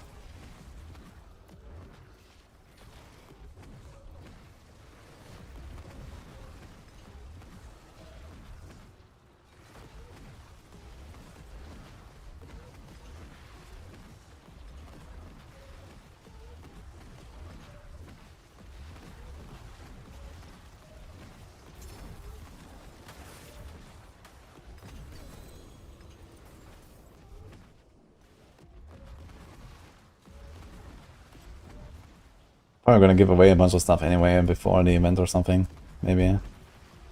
Like, you know, and I don't really need anything anymore after this. When I'm done with like gearing my characters.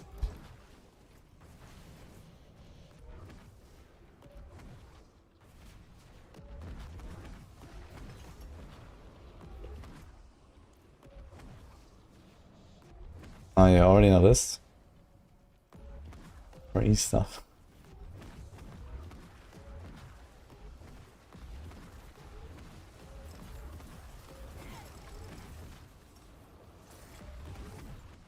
Yeah, just request on me after the run.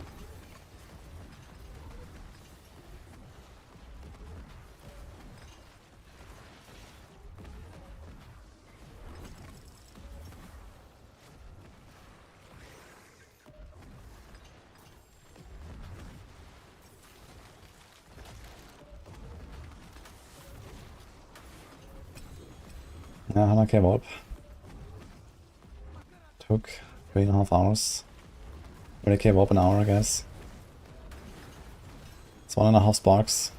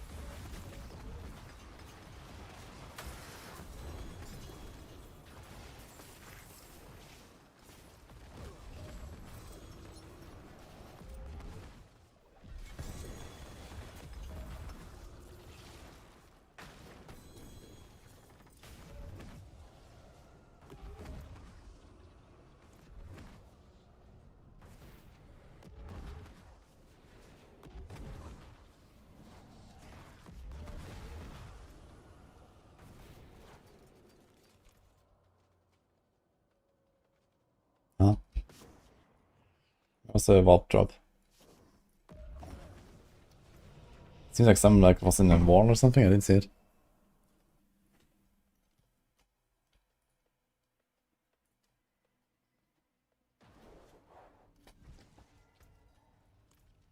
That's the spirit. Give it a go. Well, I'll keep my forge hot. Return soon.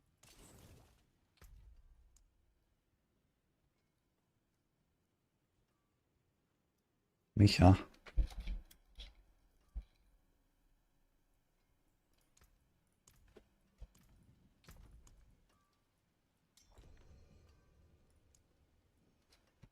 I have 14 ignis. Okay, done. Hello.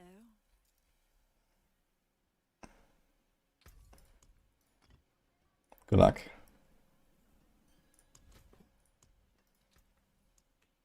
Greetings. Oh, it shows nothing.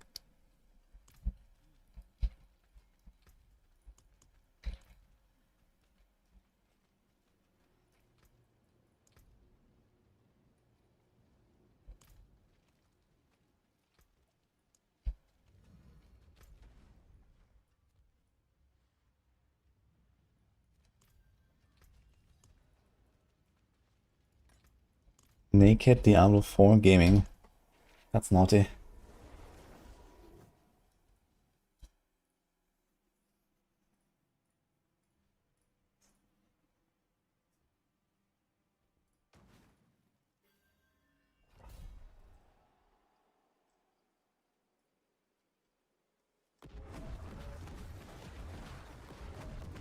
You could only have one mythic this season across all builds, which one would it be? Shroud, I guess. Or Starless, one of the two. I mean, Shroud has competition these days from Chaos Armors, but you also have to get those Chaos Armors. And then usually Shroud still wins. I think Shroud.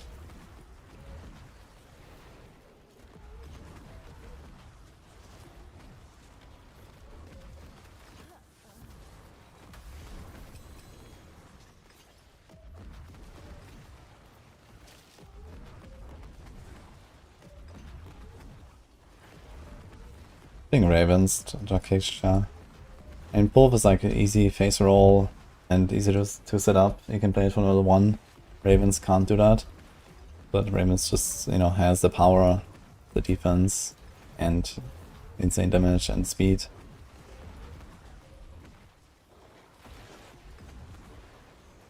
Pushing this build or Shadow Spirit. I'll do a Soul Rift push.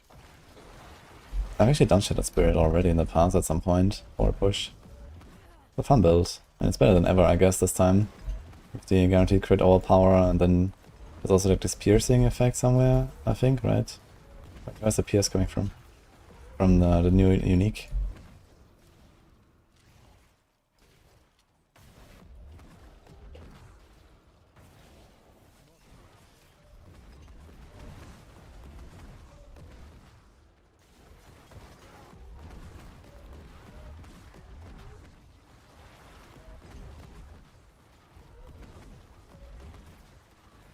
This is the Necro.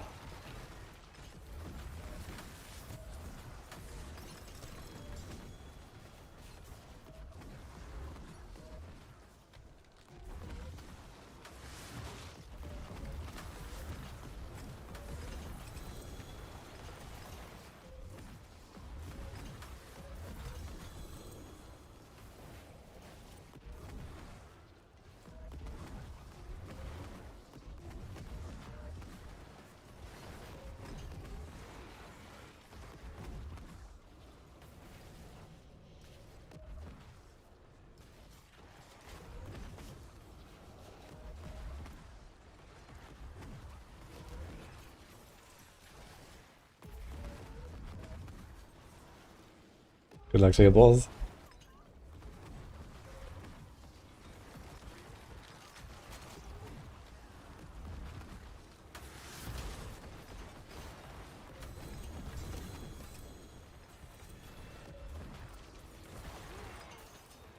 Chaos Glove. FMPs are Reaper's Pursuit. Oh shit. There's only one on Gloom, but that's probably fine. Holy, actually. I guess I have to master that thing.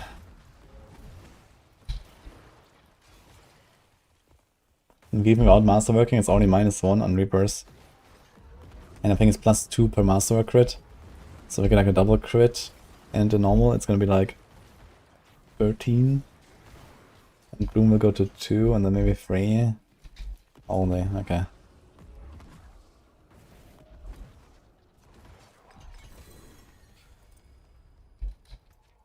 That is quite an item here.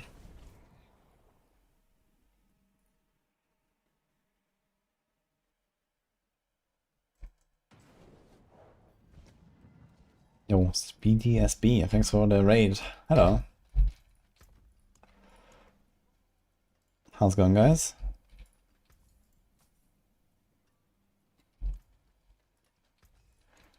I'll keep my forge hot. Return soon.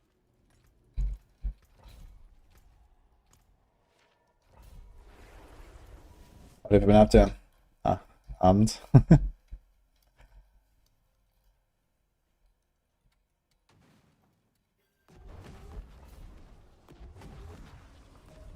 I can find a flurry build. I didn't make my own planner or something, it's just a Maxroll flurry build with a slight modification I did.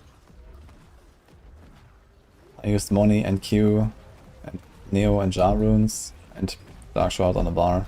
That was the main thing.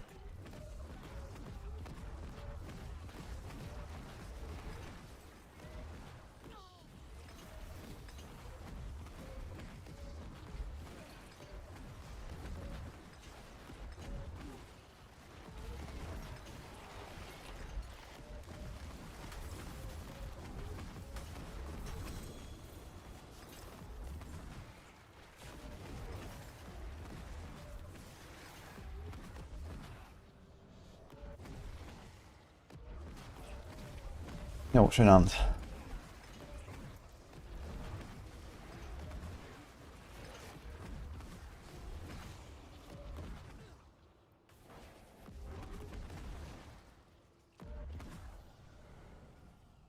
I don't think I have to link to the Flurry build anymore, right? But it's on Maxroll, Flurry Endgame Guide from Matthias. So I took that as the build and then modified it a bit.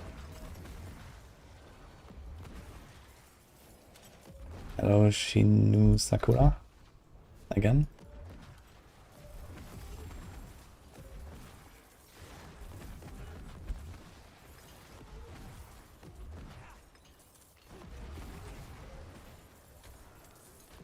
Hi, Vienna.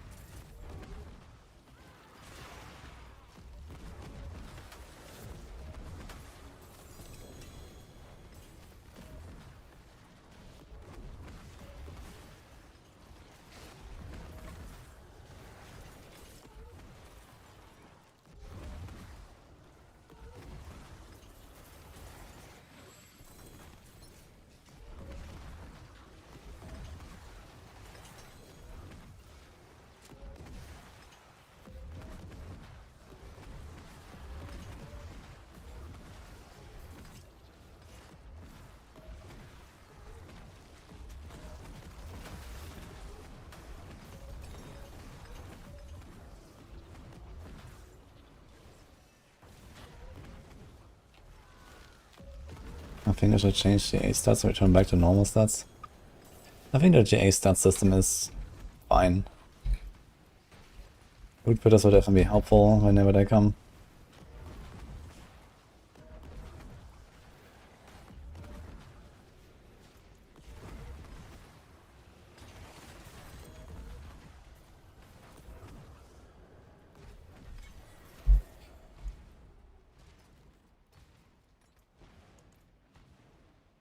Why is there no charge build on Maxroll? Well, charge.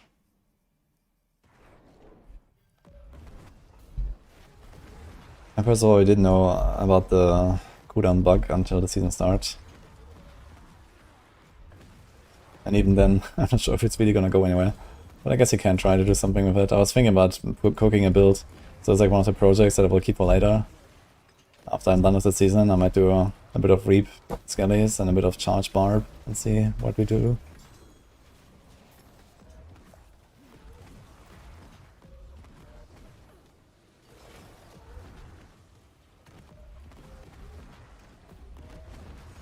But I mean, Barb is already like less played than the people not playing,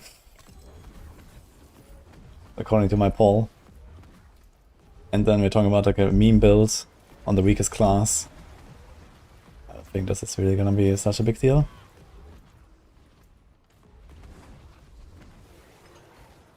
And it could also be fixed any moment.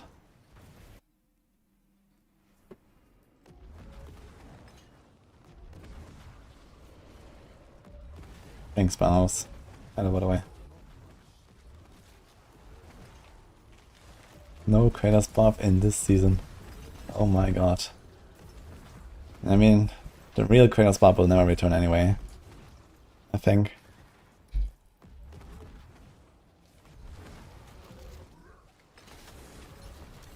And just pressing Iron Maelstrom, I mean, you can make a build like that, but it's not really that fun, I think. Just pressing Iron Maelstrom will be anything else.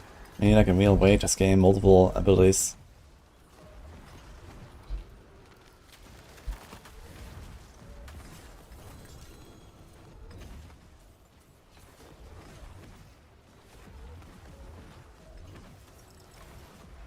And a slower gameplay anyway. You know, the game is too fast paced for something like Kratos Barb.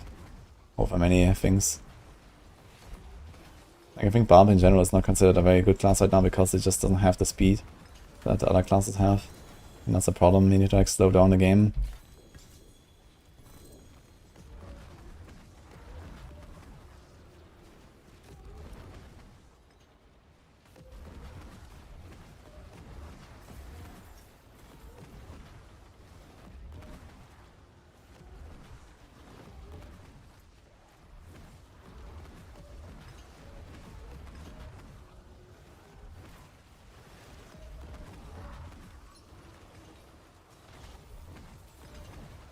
And because in the past, you know, damage and defenses mattered.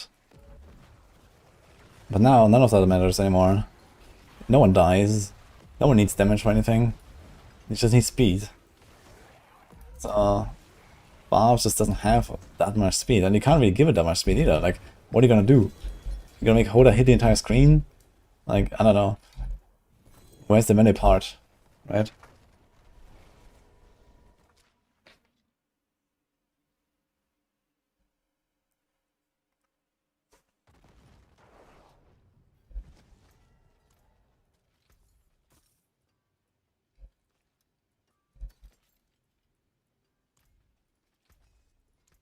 What? I'll keep my forge hot. Return soon.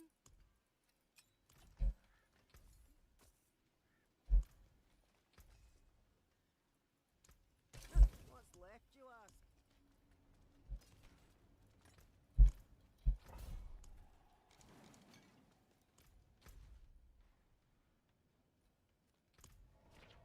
One more leg. Let's go.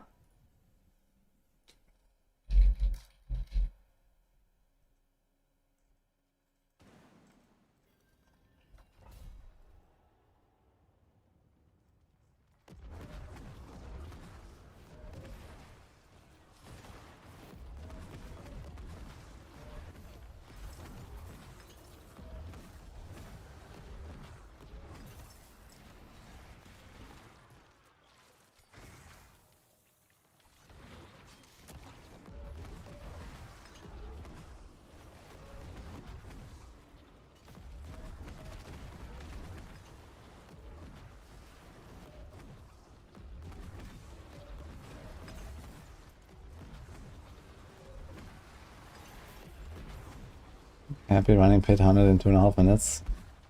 Yeah, sure, but it's 2.5 minutes, right? Like, you're literally going at half the speed of other classes. And even if you go down like 20 tiers, you're not really gonna go much faster.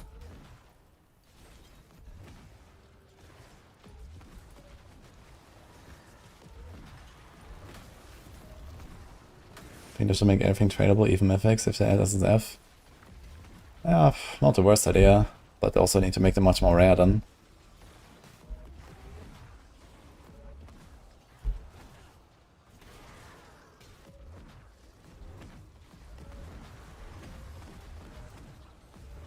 Been dying to make a Horde build, but the one on Maxroll runs Rupture.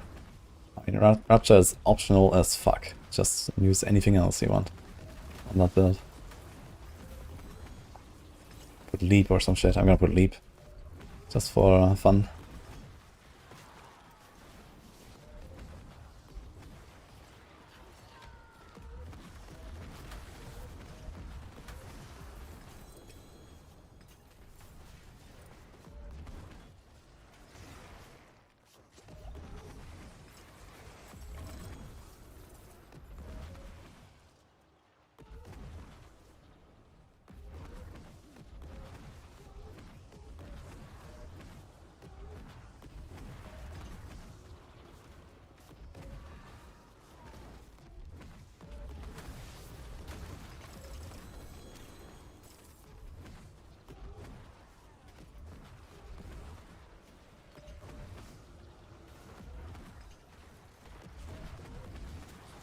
I did all of my mob drop.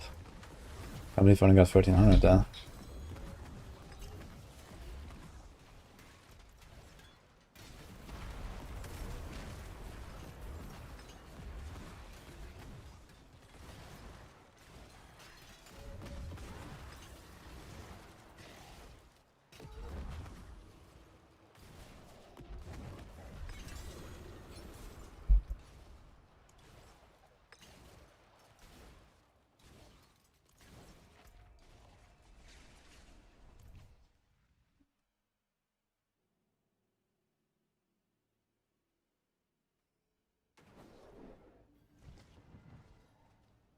That's the spirit. Give it a go. I'll keep my forge hot. Return soon.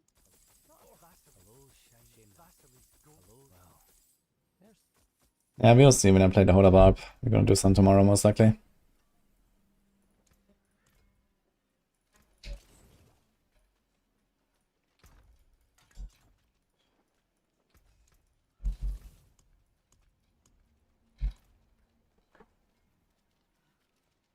Magic is neither good nor evil. How may I help you?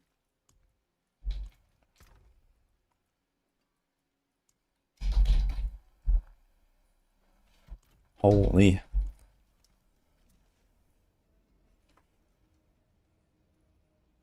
Let's see how much warp did I have at the start. I think I had basically none, right? Because I turned everything in when I ended the stream yesterday. So we have 111k now. And I've been playing like 4 hours. So when do we do the first dungeons? First Helltide, like 37 minutes. Do I open the inventory somewhere?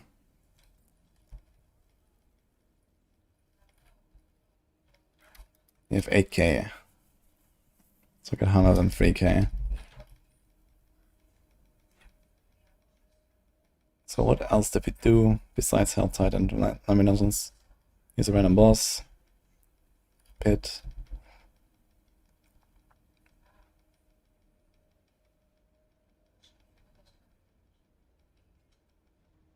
Kurasana City. Some Helltide.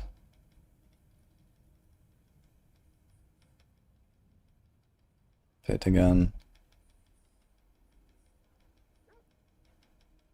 Another Urivar.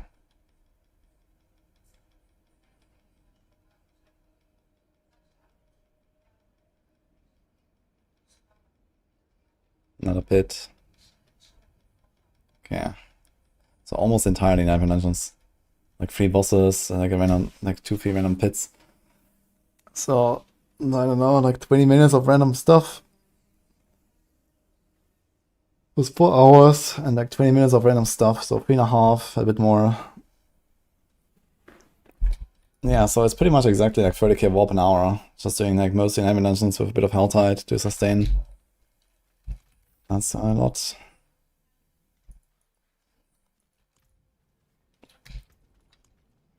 Do we go turn in? Maybe it's time to turn in and see what we get. How's my space? Very spacious. It's like 27, 30, 40, 50, 60, 70, 80, 90, 100, 110. Okay, I think I have enough.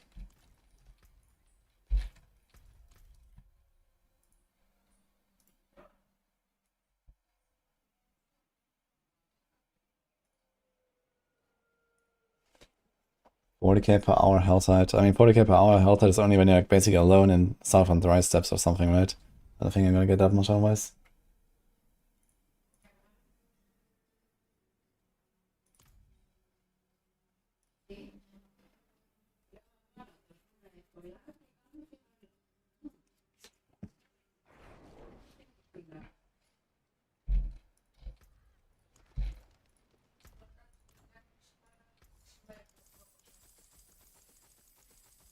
It's hardcore event on Friday.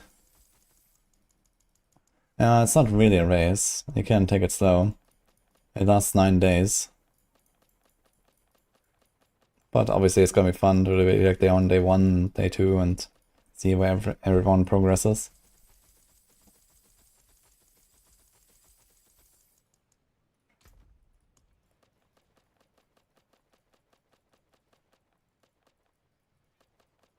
So the hardcore event is intentionally designed to be not too time consuming.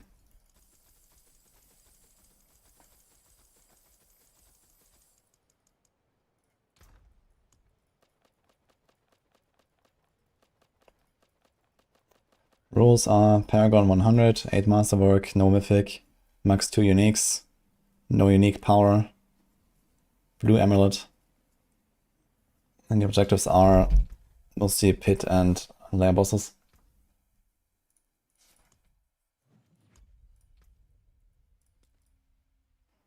And there's a few bonus objectives.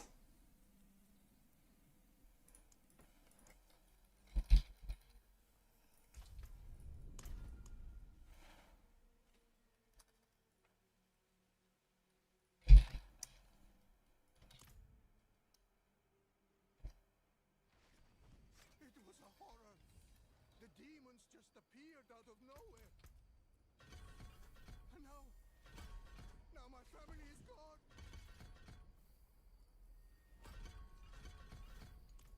I thought traveling. Yeah, last season we did a very similar event. And I had like a pretty epic 8-minute fight against Lilith on T4, and that was sick.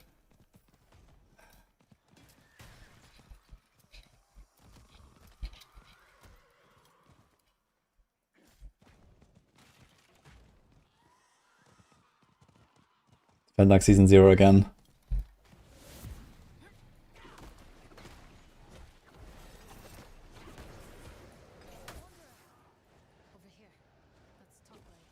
So this time we made the rules a bit harder, since the season powers are pretty ridiculous, and the chaos armors. So now we have a blue amulet as well.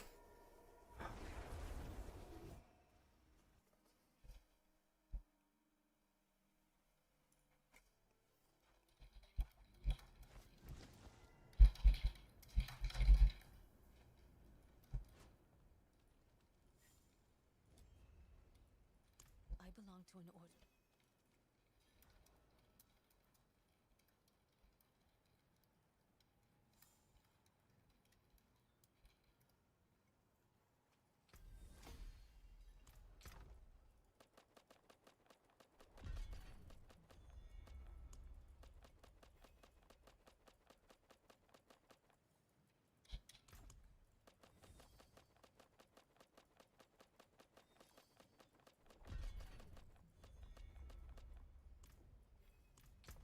The plan is we keep blasting.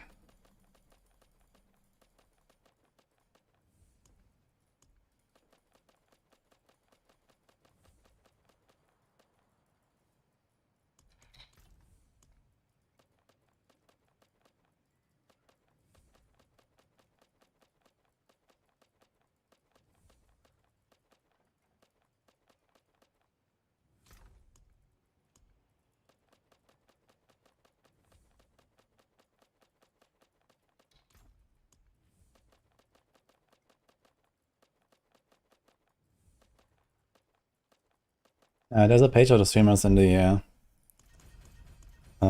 event sheet. And there might be more participating that we don't have listed there yet. I'll also post this actually in the Diablo partner Discord and see if maybe we get some more of the other streamers in. I think Mippy also said he might consider joining. Maybe Snail, but he's not streaming, I guess.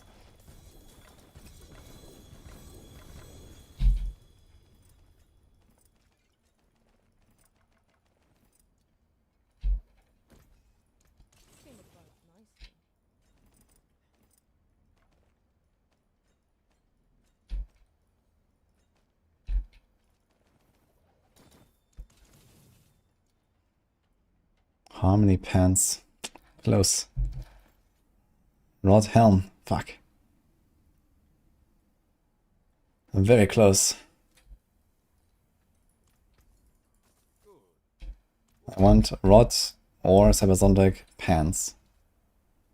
That should be good.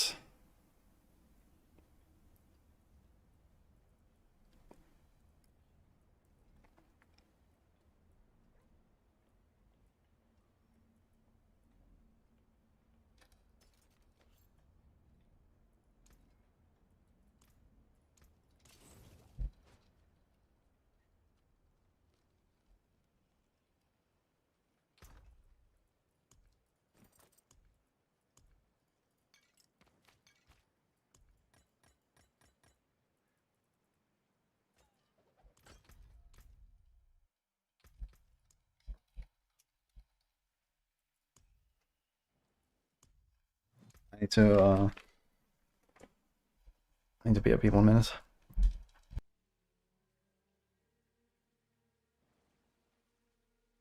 Actually, let's do a quick quest in here.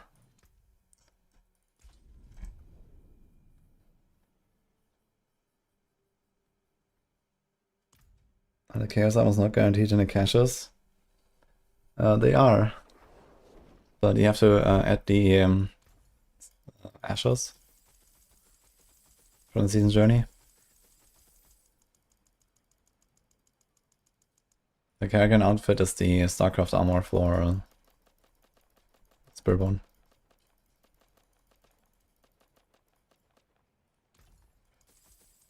You gotta swipe. Or you play now a hardcore event and you can win it. Because we're gonna raffle away 2 of those for all classes, all StarCraft armors.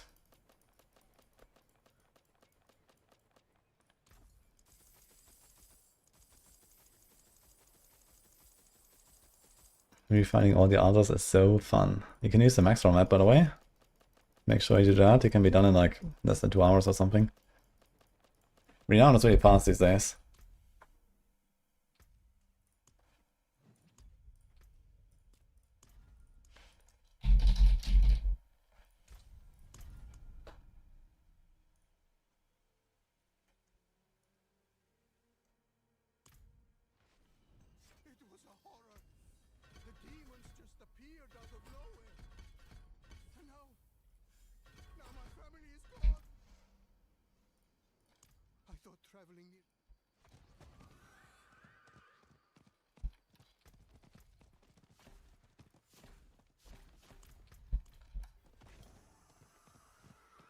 Double mythic from 1 boss horde kill. Someone else said that earlier too.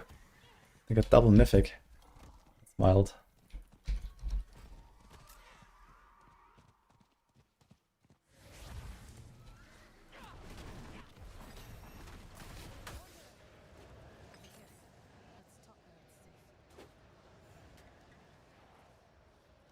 I am called Sue.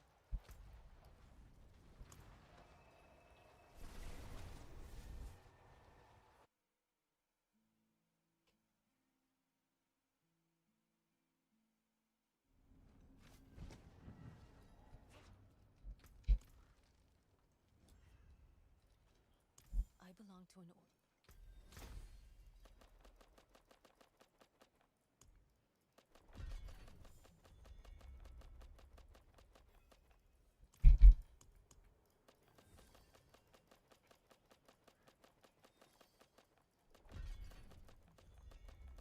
Okay, BRB. I'll finish this in a second.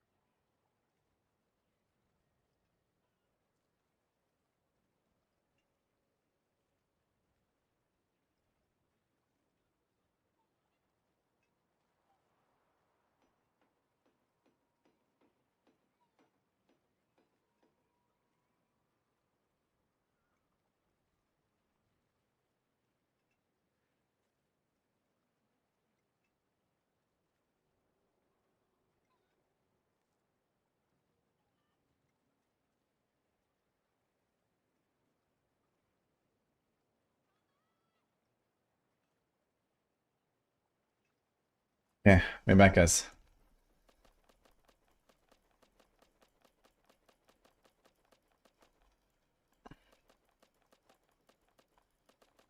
Had a bit of an extended break here. With some food and chasing Merlin around.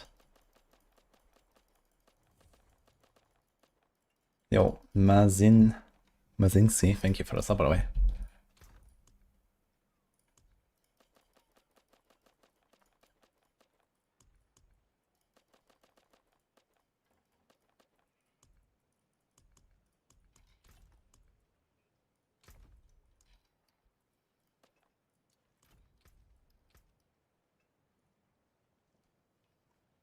Running says Ascendance Tribute. Holy.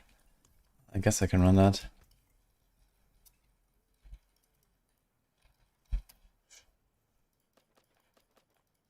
Thank you, Danny. What's the insane build on Necro? Yeah, I was playing Shadowblight. That's pretty cracked.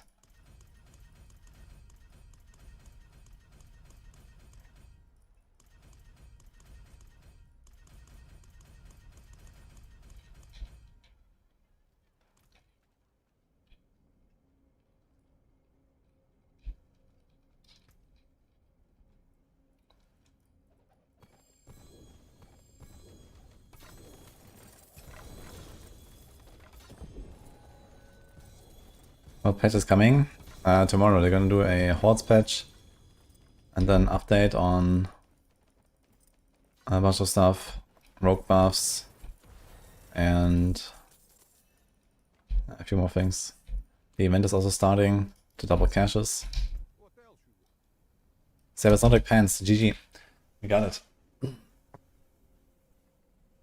Okay, we are free. No more chaos items to farm. Easy clap. I guess that's glyph leveling time.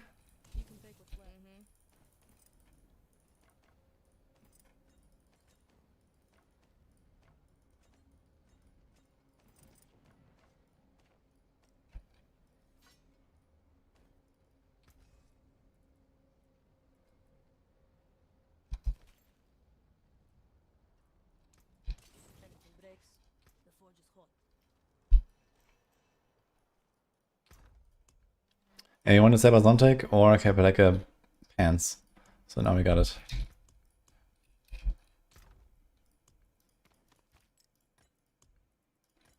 Wait, there's something missing.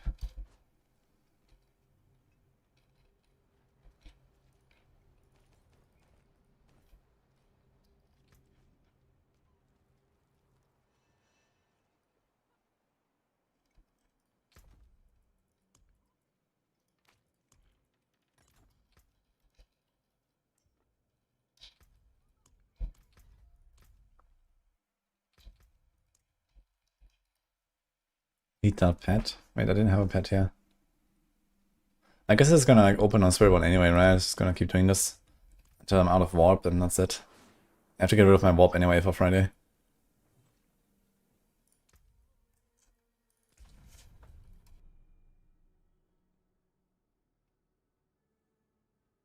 Yeah, make an alt, turn in the scrolls, and you get a spark. So it turns out I can farm roughly 1.5 full red boards an hour.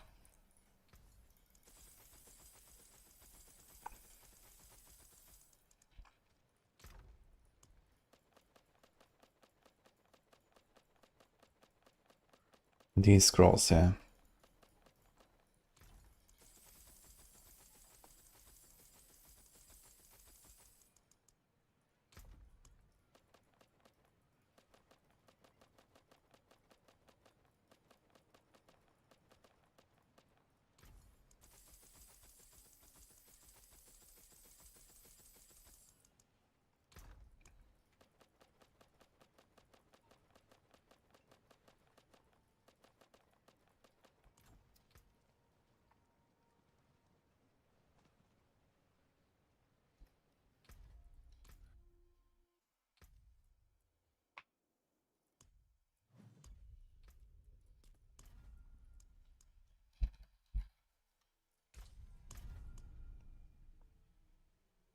Will the patch finally just stack the scrolls? Find out in the next episode.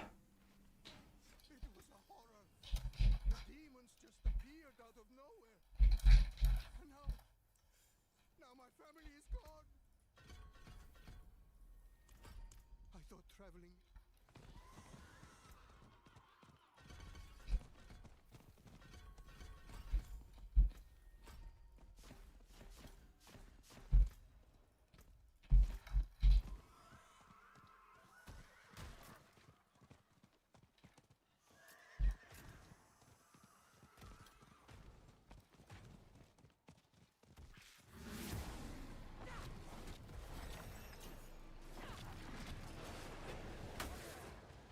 Over here. Let's talk where it's safe. I am called Sion.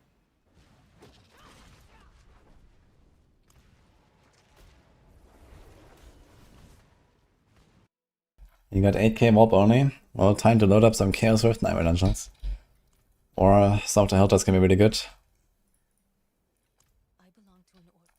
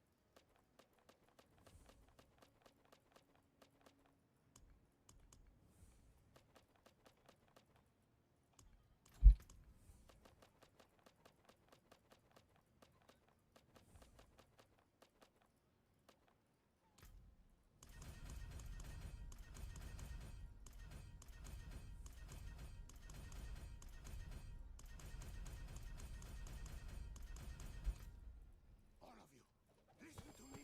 There is evil abroad in the land. All sanctuaries at risk.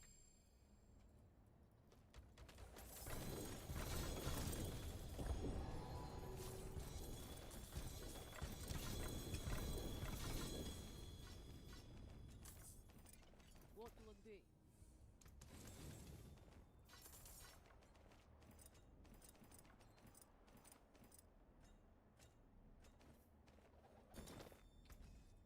Good stuff. Come back if you need work. I'll take it. Holy. My first 4-star Chaos Armor. It's actually a mildly useful one. So maybe.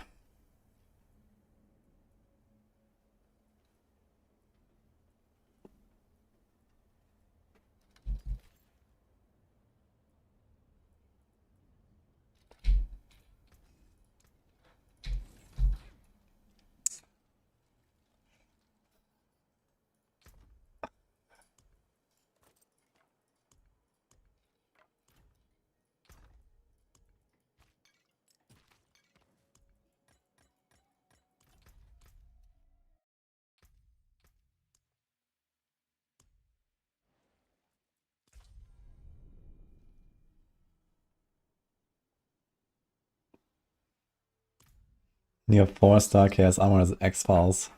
Smile.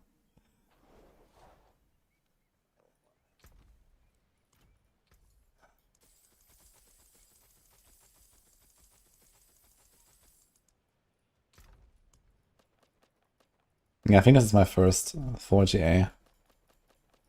4GA anything actually. I don't think I found a normal unique 4GA either this season.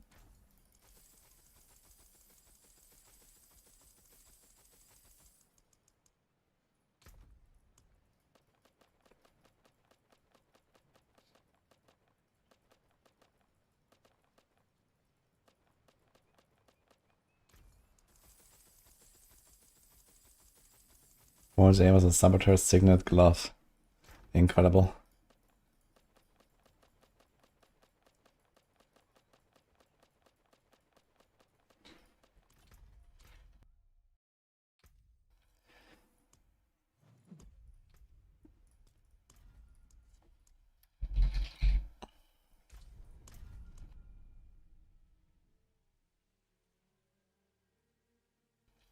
Does this feel too uncommon this season? I don't feel that way at all, I gotta say.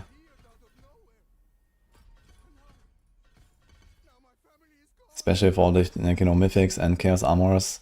They're always ancestral in the first place, and they're like 2/3 of a gear anyway. And yeah, there's not much left. A weapon, a ring, an amulet, that's it. In most cases.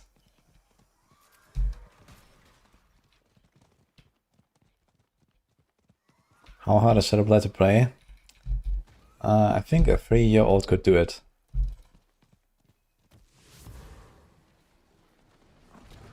So if you think you can beat a 3-year-old, then you should play Shadowblade. Let's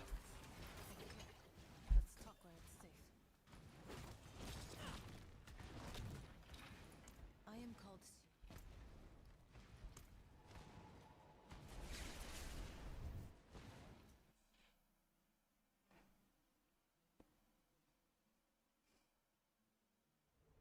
Patches in 26 hours. I belong to an order.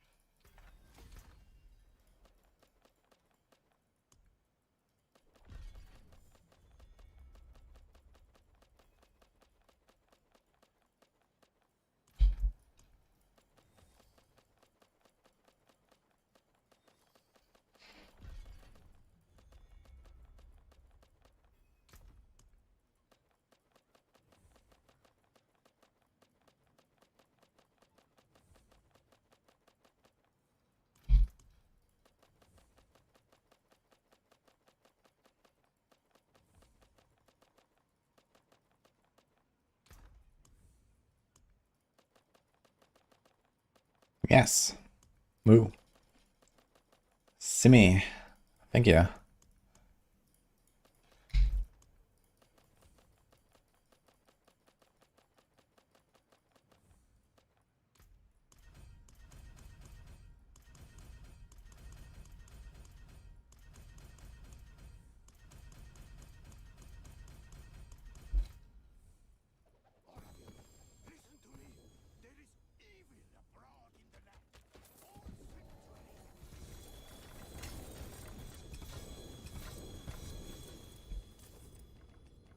Starless, guys, I would say, for first mythic on Ravens, because it makes the resources a lot more comfortable. And you don't really need extra damage badly.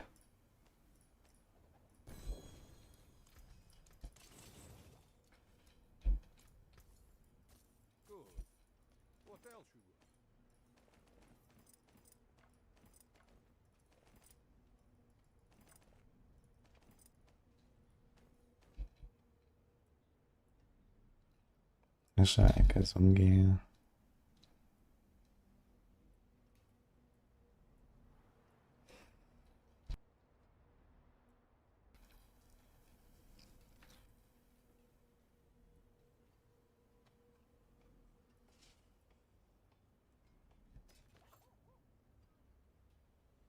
Perfect unrelenting aspect on that thing, holy.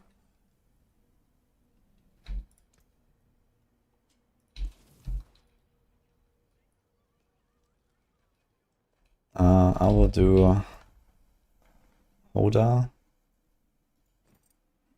And then also a Shadowblade push. And then we're gonna do Ray, Crush, Singer, they're all the same anyway. And then we're gonna do some payback.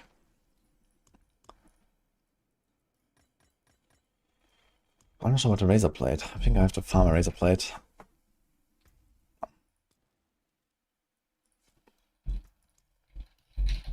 So I can play payback. Maybe some touch out F too. So you have some work to do on the Spiritborn. I've been kind of like delaying it.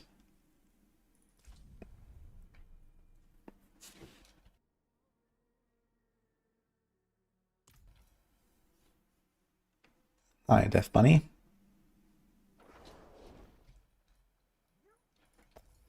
Okay, last round of scrolls.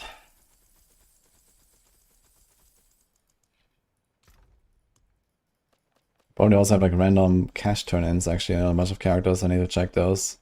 I'll be at it.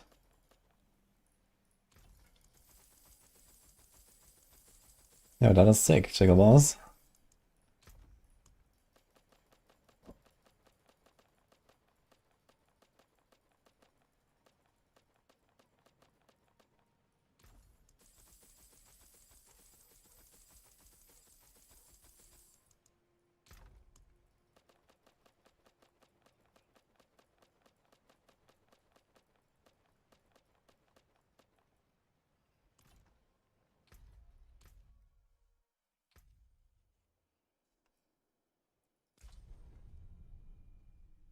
This vendor is in Yelesna.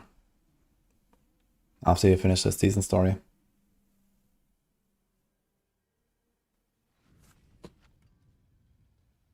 Wait.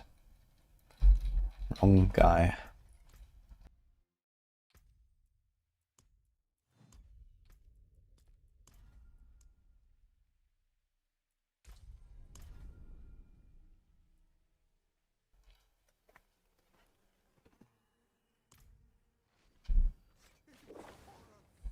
The demons just appeared out of nowhere. And now my family is gone. So I cannot select chaos perks until I talk to those guys, realized, so I can't even be faster at doing this stuff. What? Can't select any chaos perks. That's not a season character, it seems. It is. It's not a hardcore character.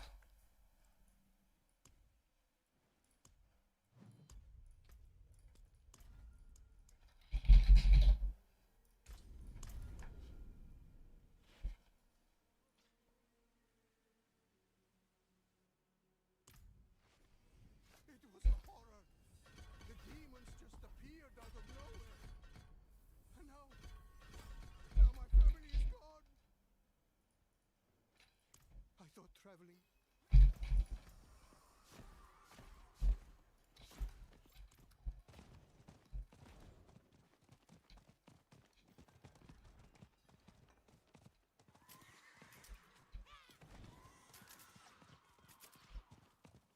I thought you were ready to craft Shroud, I forgot it needs six bug runes. Yeah, I recommend, if you don't want to farm a lot of sparks and random craft, then just random craft until you have everything but one item, and then target craft the last one. So this is probably a pretty efficient way to do it. I am called.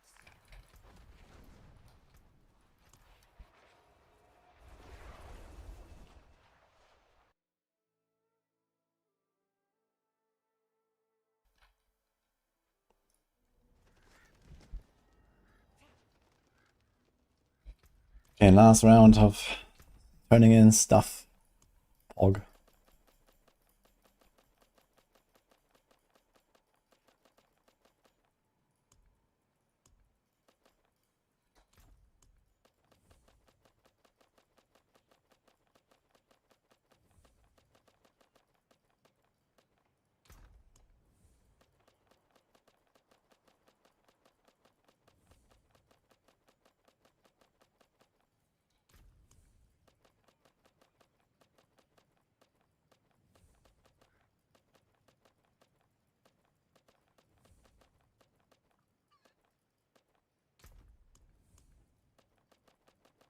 I'm gonna have all these sigils now.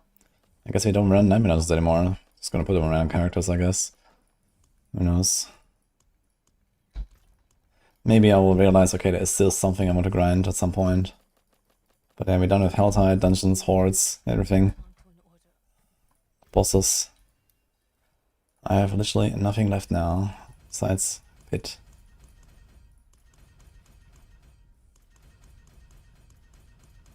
And that's all 6 characters in 2 weeks. I expected it to last a bit longer, actually, when I think about it. I even made multiple builds on most of them.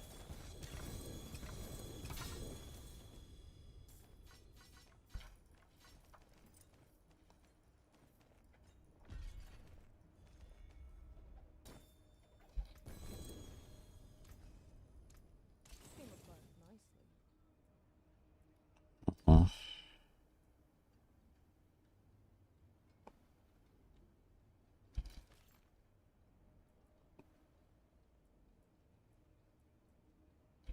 Mm-hmm.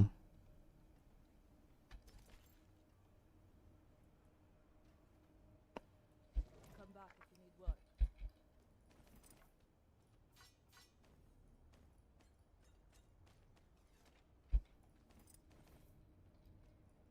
Best armor. Good deal. Father bless.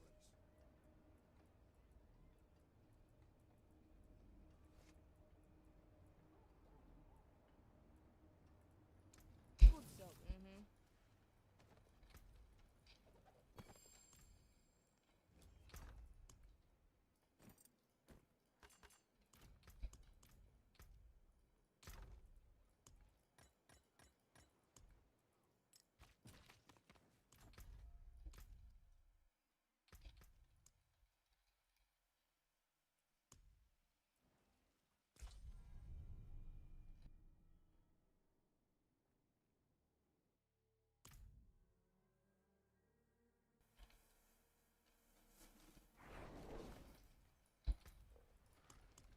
Keep farming, kitty. You'll get it.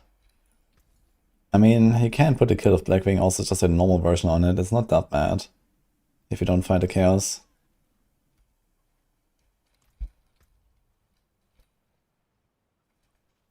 Funny how I have this like super crappy masterwork here actually. I just have this light. Oh man.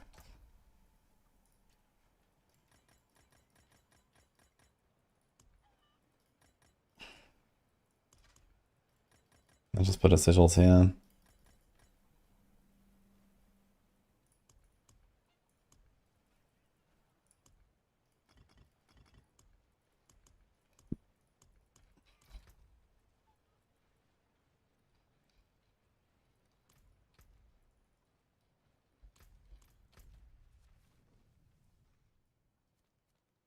World boss in 1.5.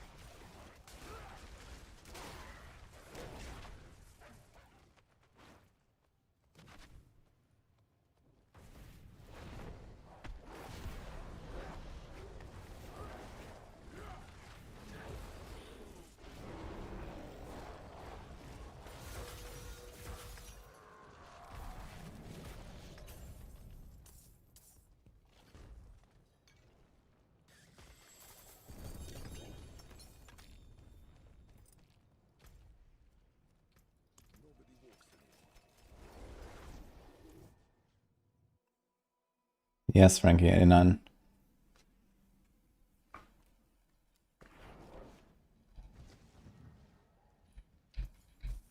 Finished, are you?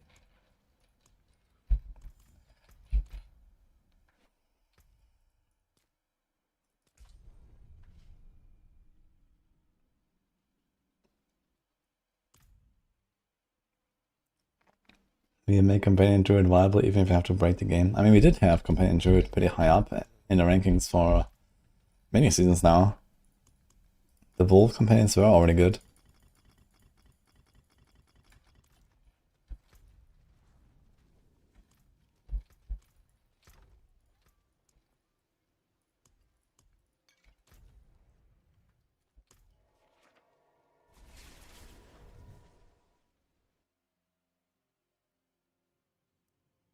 Bit 95 cleared in under 4 minutes and not the best gear. Yeah, that's sick. Yeah, Shed is blasting. Doombringer's not really used for most builds. I think the Thorns Barb runs Doombringer and that's probably about it. The rest don't really want it. But it can be very comfy for T4 bosses, for example, to survive. If you, for whatever reason, don't actually one-tap the bosses. Then you can equip a Doombringer and like have an easier time.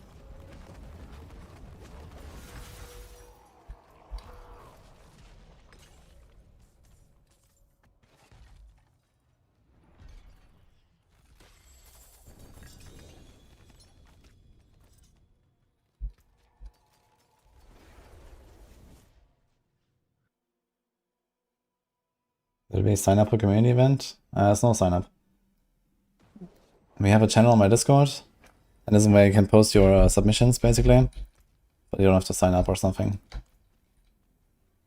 And basically, as soon as you make an entry, you'll be added to the sheet. We just add the streamers in advance so that people know who's participating and maybe they can watch them and so on.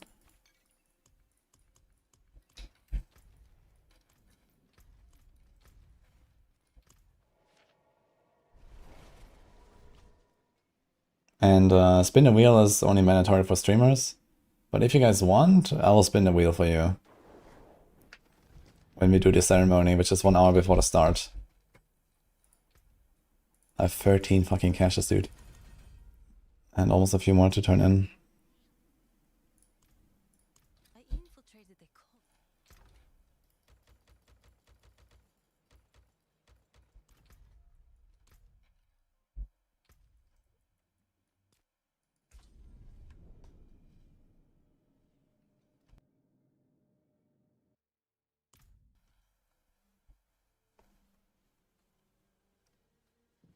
You hate pits, also 15 to 45 make a big difference. 46 is the big jump, but yes. You're not really playing the game if you don't have at least 46 glyphs. And, I mean, realistically, you should farm them at least to like 70 or 80 or something like that. Which takes like, you know, an hour.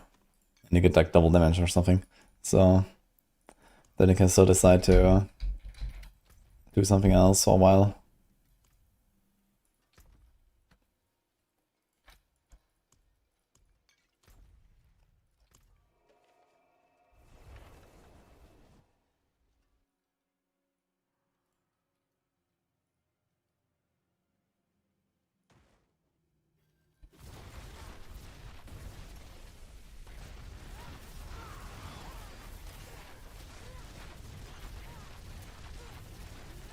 They haven't even made the cooldown shaka. Now I'm gonna run it for the Spiritborn first, turns out.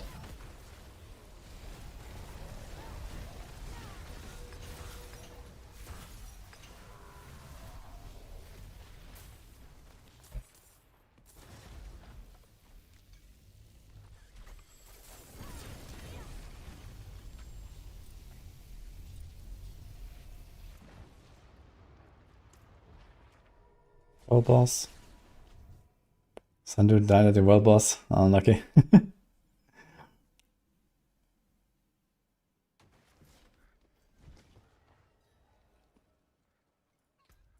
Okay, got 5 caches here.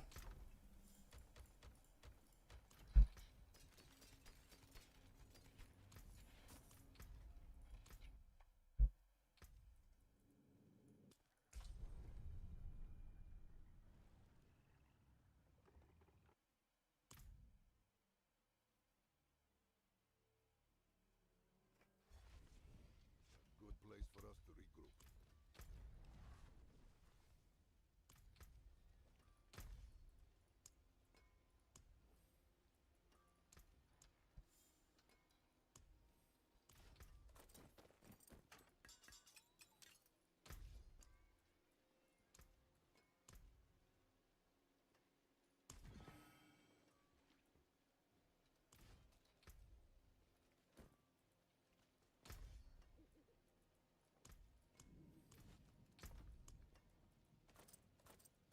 Greetings.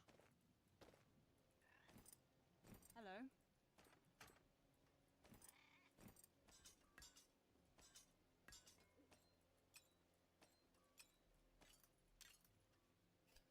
I never mastered his neck actually, as well as funny.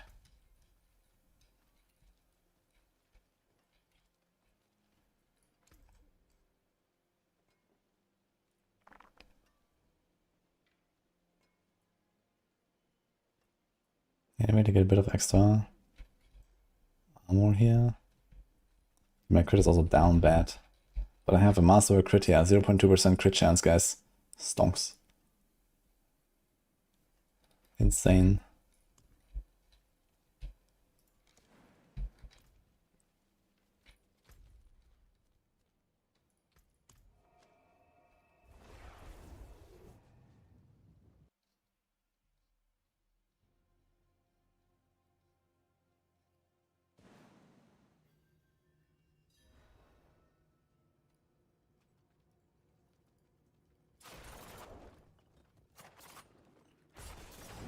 Okay, maybe we're gonna see some surprise fixes for some of the broken Chaos Armorers tomorrow.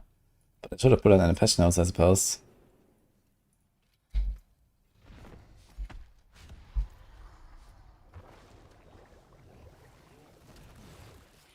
Shit, wait, my perks are not properly lined up here. Okay, he just dies anyway.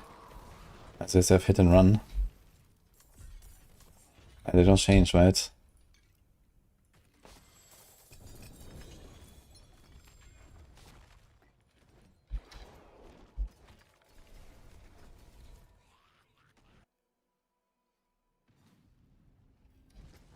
Or maybe it's fine.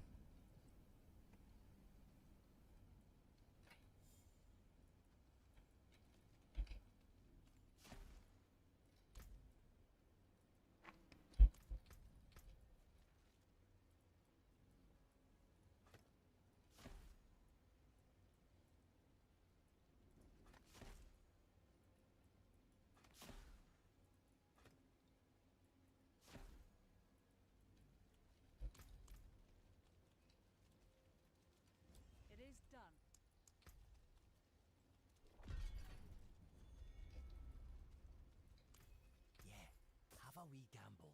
All finished, are you? What's left, you ask?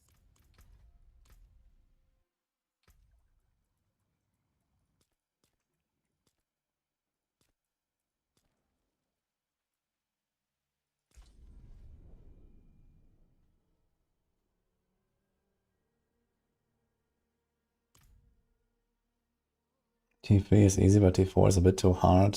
You have to have 50 glyphs. Do you have the Death Mask helm? And like the right perks? And the resources are figured out?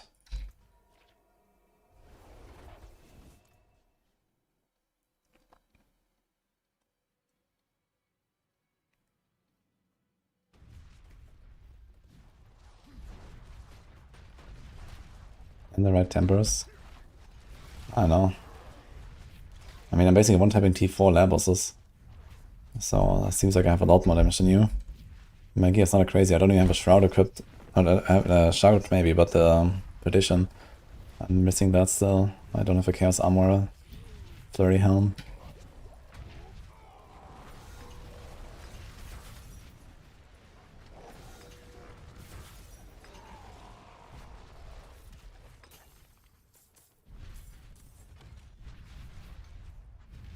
I mean, just keep progressing your stuff, get better loot. Make sure you have the right aspects.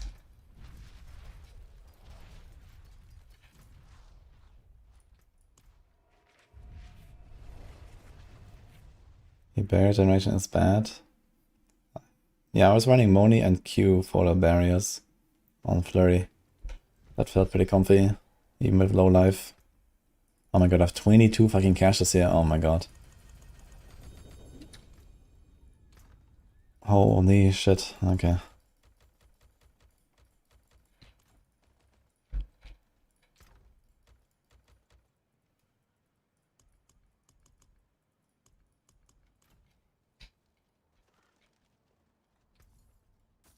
Safe journey.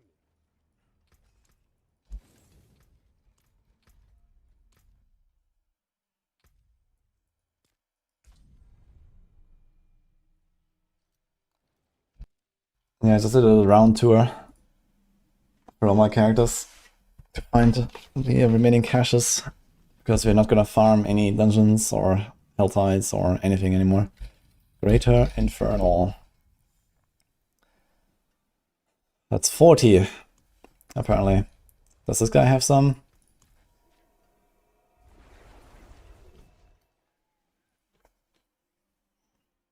How many tributes, Crumpet?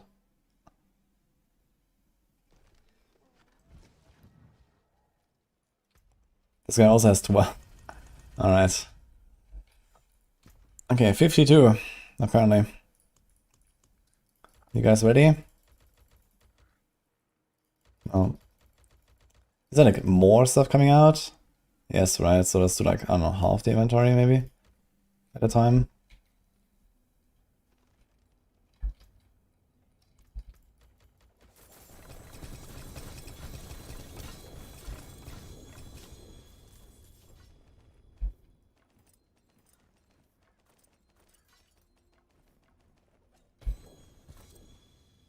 Okay, there's a lot of like random legendary loot.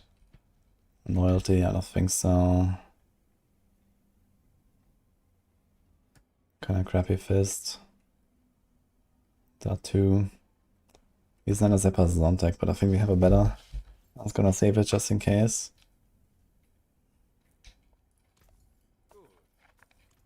Now, how much more do we get? We have 12.2. 12.9. Oh, but wait, there's more.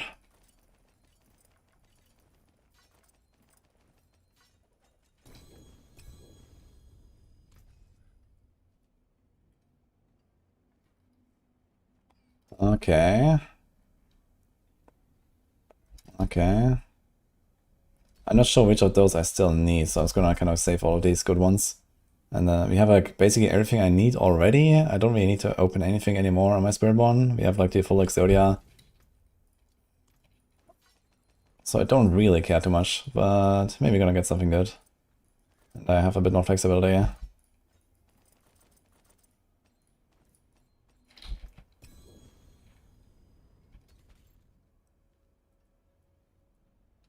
Actually saved a lot of items here from this round. Anything else?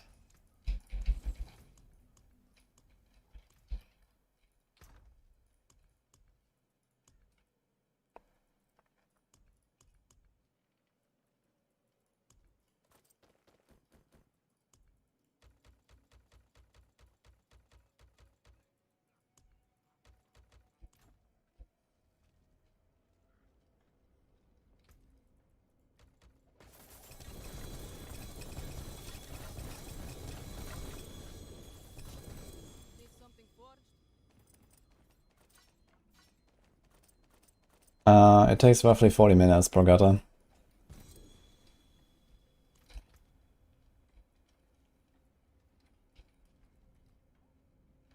Another rod.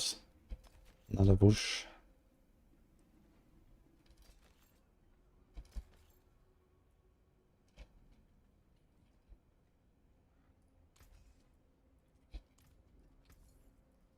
I'll take it. Don't think we can do any Balazan action this season. I don't think I can be bothered. Spiritborn, nice.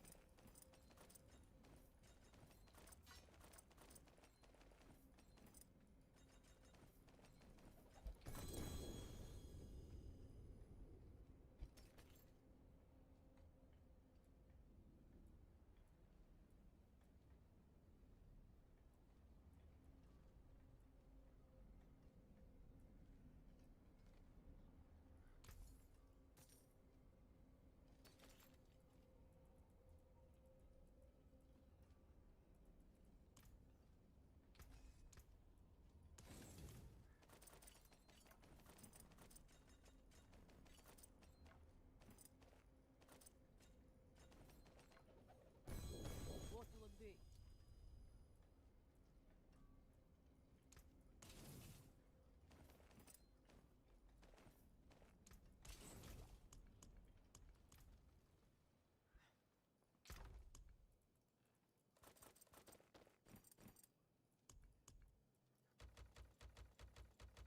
Holy fuck.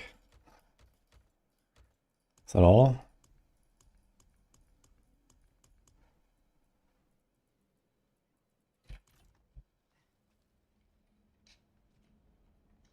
It is possible to take off wings. They are separate.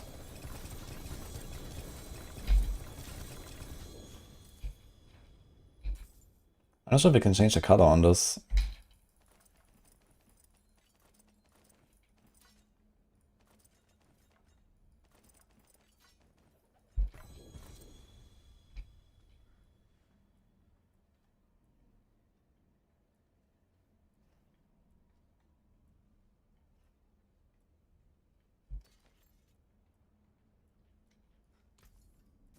Good deal.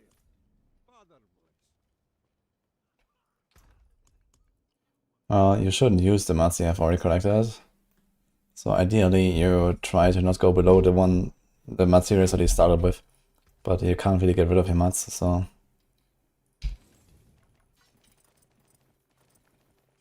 You know, take a screenshot of your mats and your gold, and then... You know, see that you don't go below it, I guess.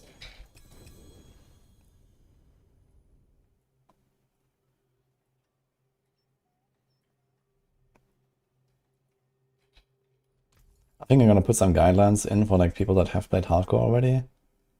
Just as like a, you know, okay, this is roughly what a fresh start would be.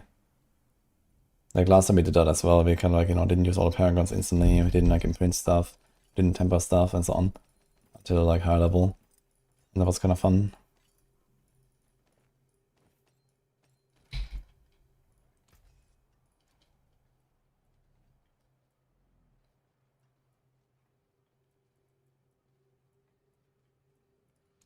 Could salvage that. Okay. We didn't get much in the end. But, alright.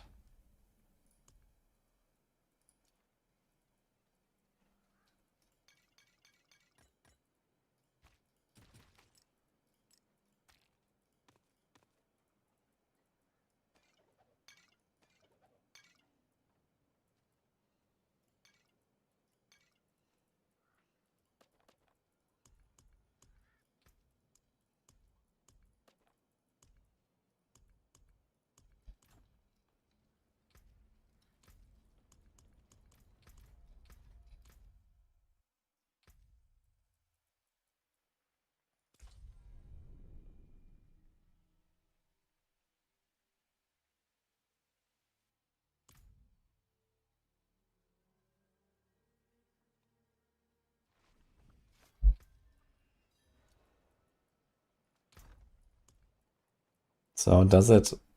How does it actually filter the stuff? By name? No. Because here's loyalty, Sunstained, Hesher. Like how the hell does it filter this stuff? What the fuck? I guess you throw everything in there and do it that way.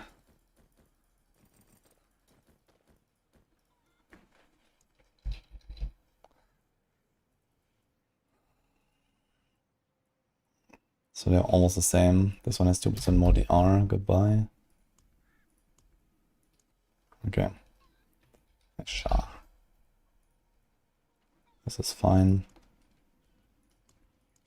Whoosh.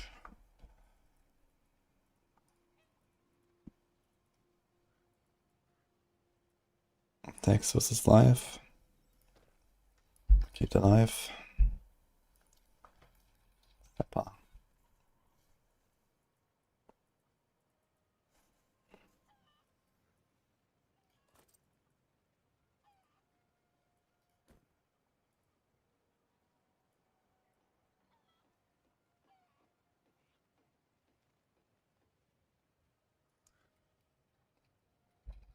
Okay.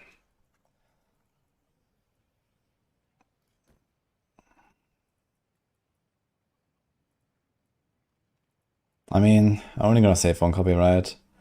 You just say copy on me, don't die. And that's fine. So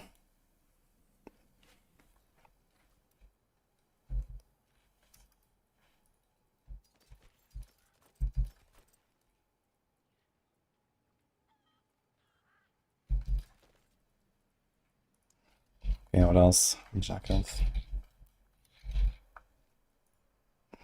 Oh boy.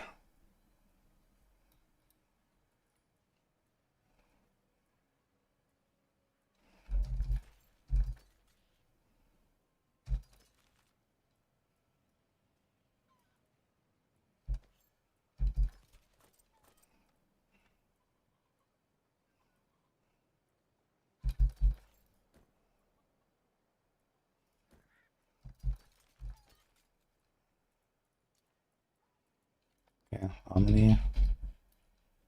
We've done that.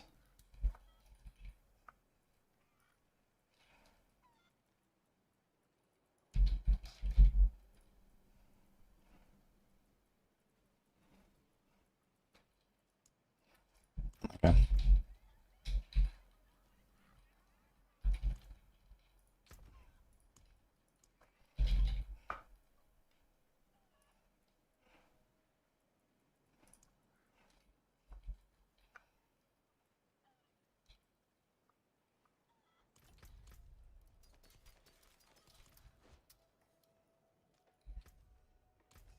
You can take what's left.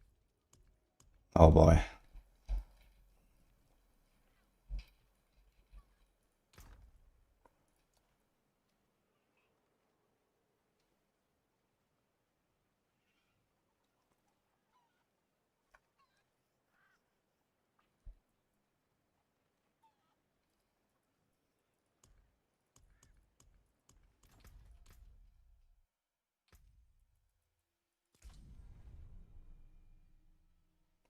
Is it necessary to go to Torment 4? Is it okay to stay at 3?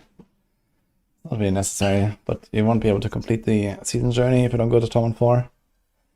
And Torment 4 is a very low bar these days.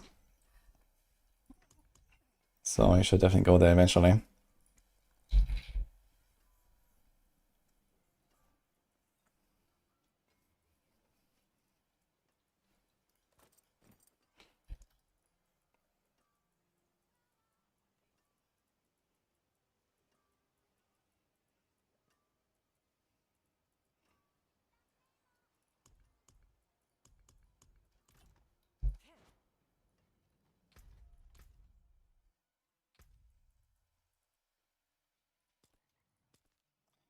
I think we're not on the Barb, and I need to check.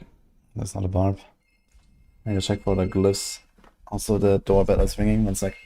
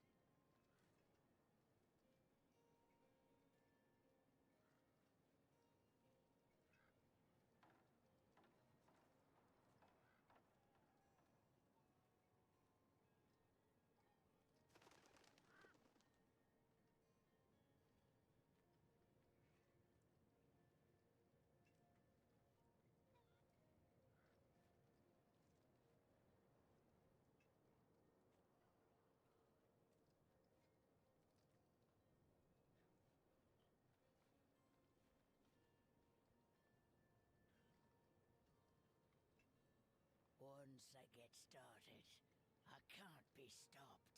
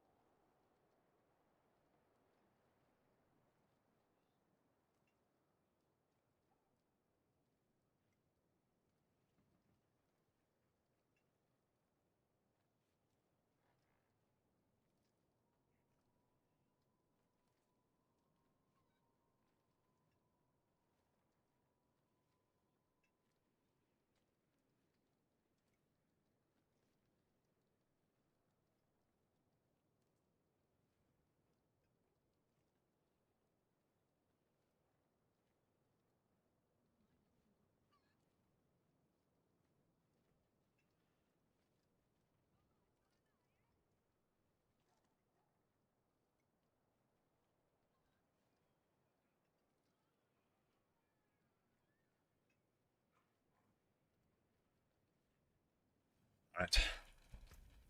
Where are we at? Whisper turning, apparently. It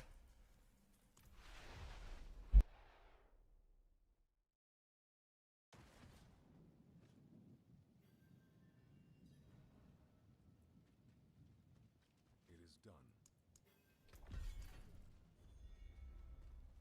Does anybody use temerity? Oof. It's not terrible in some Spiritborn setups, but it's not like the best in slot choice, I would say. I'm sure you can't pick like this. I can. Hmm. I have to start my Infernal Horde first. What? I have to start my Infernal Horde first. Okay. Okay. Thank you.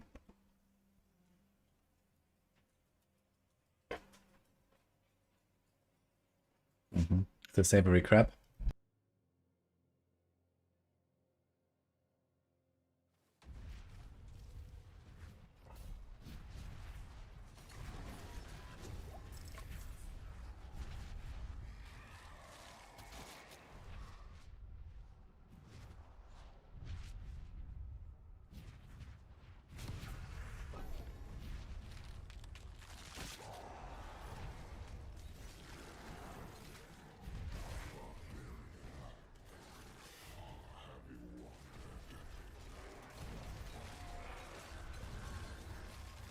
I don't know what's in there. Ham. Some mayo, I think. Tomato. Some cheese.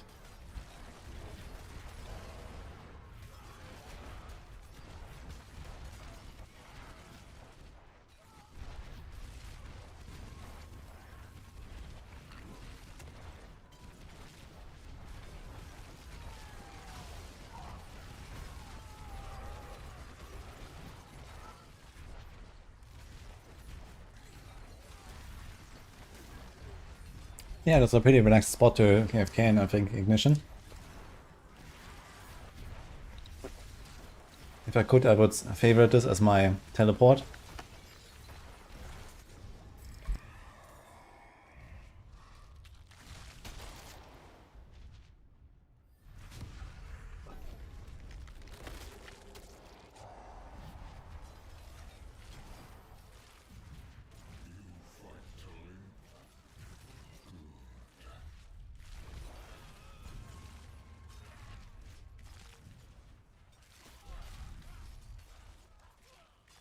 It's probably a bit on the unlucky side. Heals belong to me. But not too much, I think.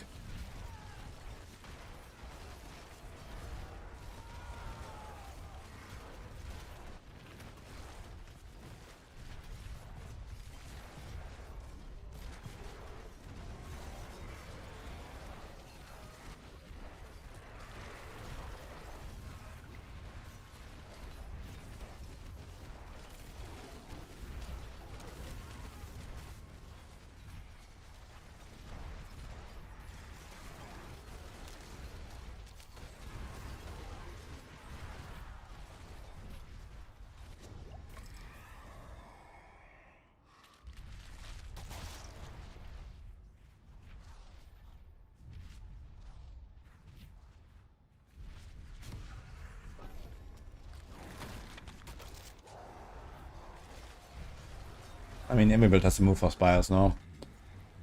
Not much you can do.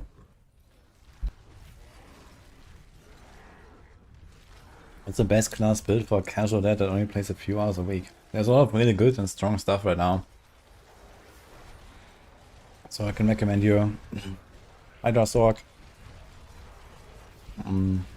Evade, Spiritborn, Minion Necro, Shadowblight Necro. This build here, the Shout Barb.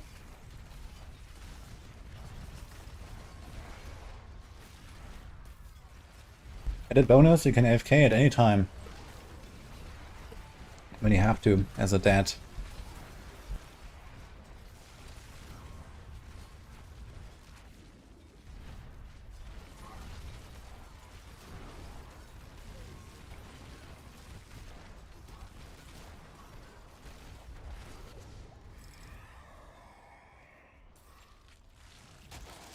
Both Druid is very good. Okay, I'm gonna do the Chaos Wave and see if it's a good one.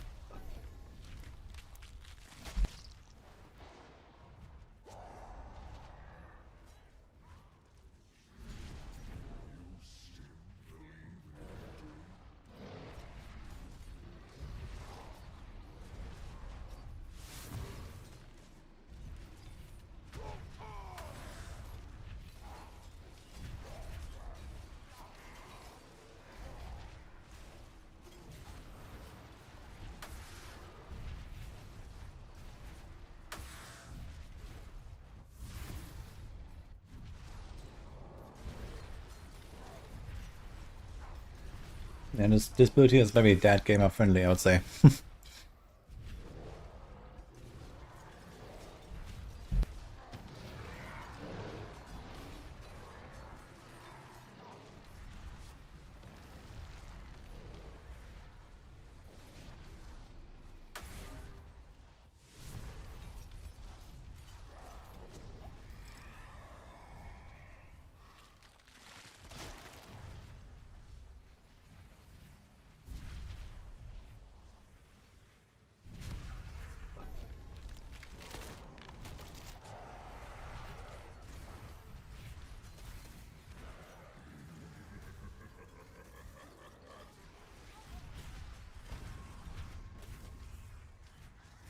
Yeah, that's a Shout Barb. On Maxroll it's called Shout Gun.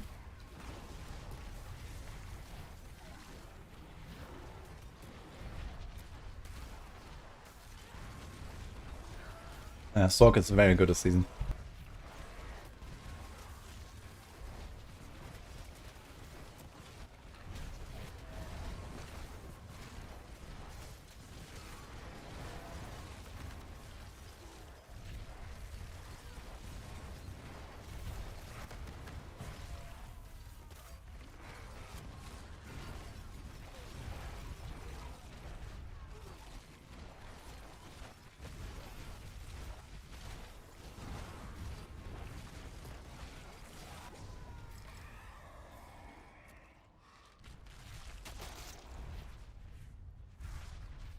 I had many like repeated 80% or 90% fails on glyph upgrading.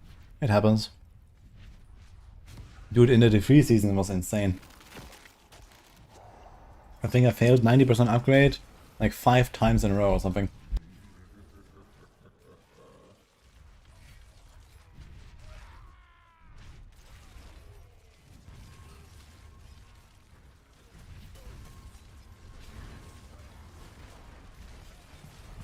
When Sorc was not good? Yeah, good question actually.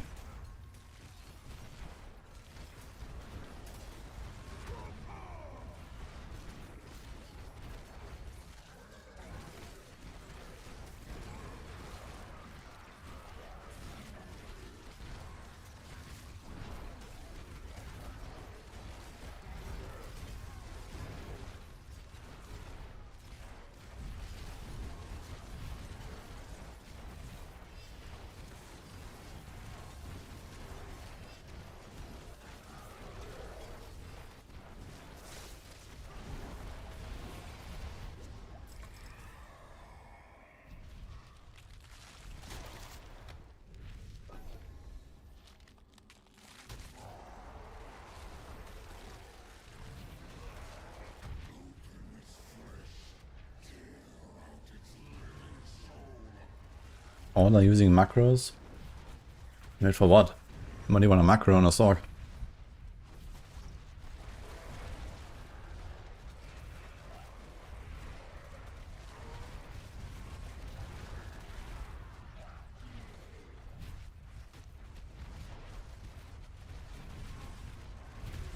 Yo, by the way, Macaroni, if you're coming back after 5 seasons, I have a returning player video from like 2 weeks ago on my YouTube. You can check that out.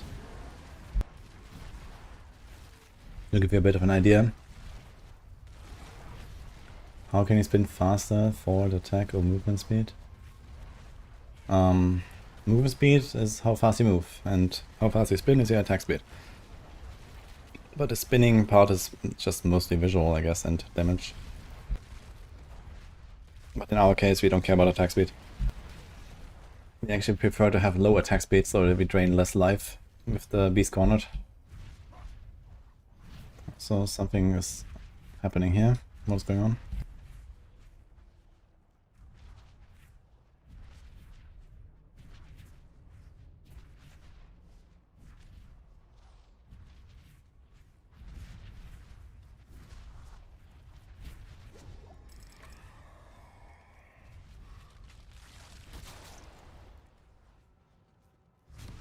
Holy, now can actually AFK in the Spire.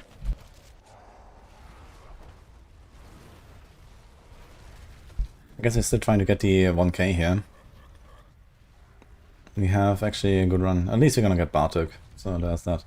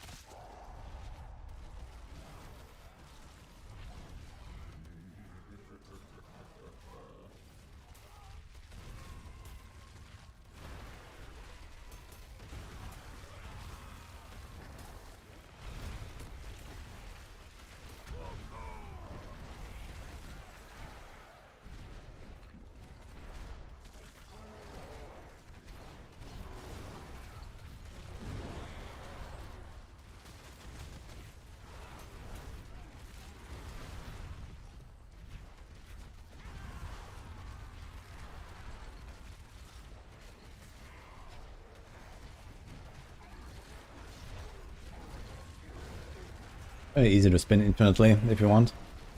Resources are not hard to solve anymore these days. There's plenty of ways.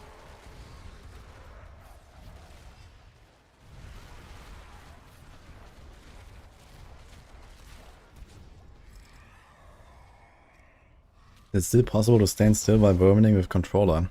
Ooh, that would actually be relatively OP for this build. Because then you can do like the spinning inside the boss, like this, because here you always move a little bit.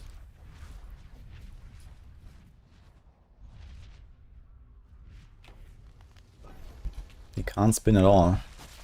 Yeah, try to get some resources in your build, so you can do like an easy solution always early on is Lum Rune, together with some other rune that gives it offering. We have Beast Cornered right now in this build, so Beast Corner gives you resources. Actually, yeah, one easy way to solve resources this season is Deafening Chorus and Rending Cry. That will give you infinite resources for every build, basically. So it's very easy to spin forever. You see my resources don't even move, you don't even see it.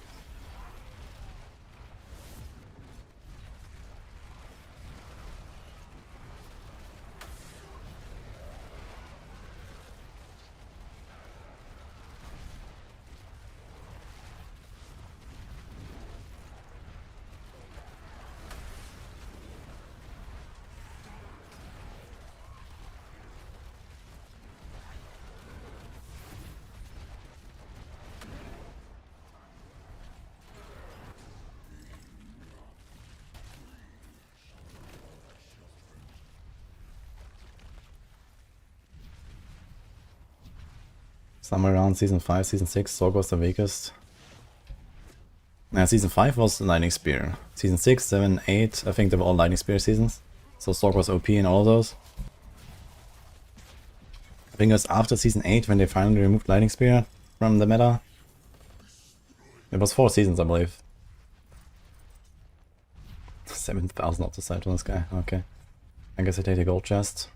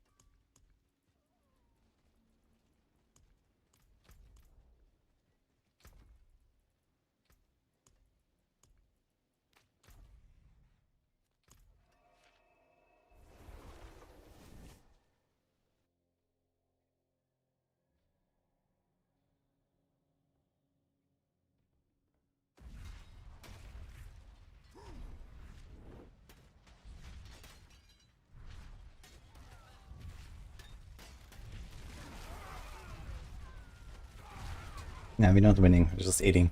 I have a second one, so I have to do one more horde. Turns out, a crab takes one infernal horde. In case you wanted the benchmark.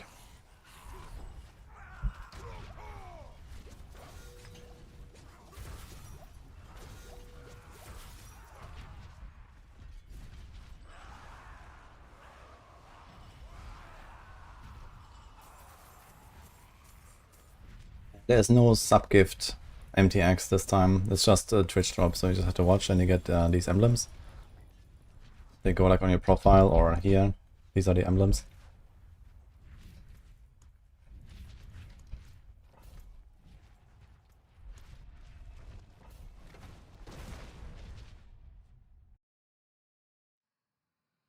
Okay, round 2. And this one is a sweet one.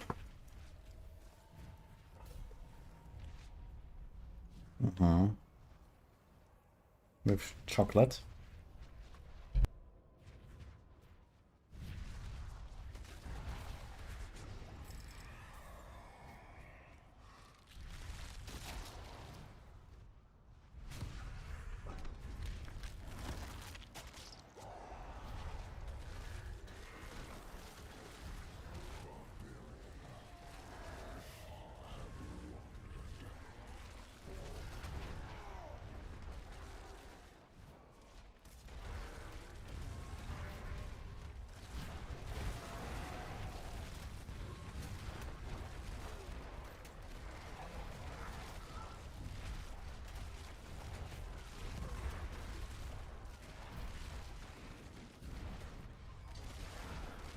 Shroud or Ear next. I would say whatever you don't have a Chaos Armor for, you're gonna get that next. And if you don't have any, probably Shroud.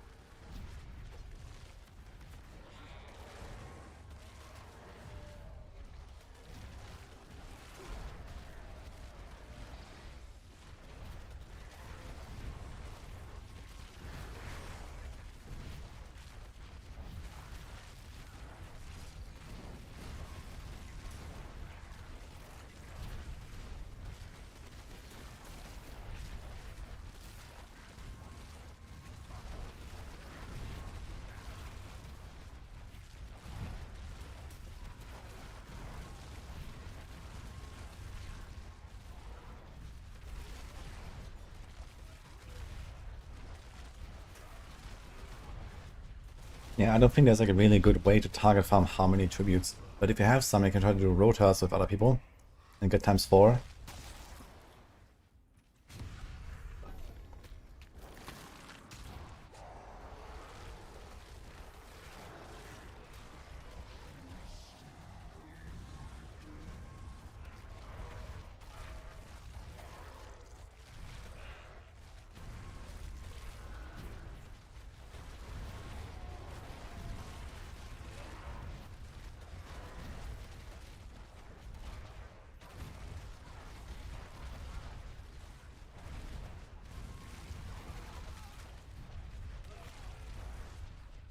Good luck.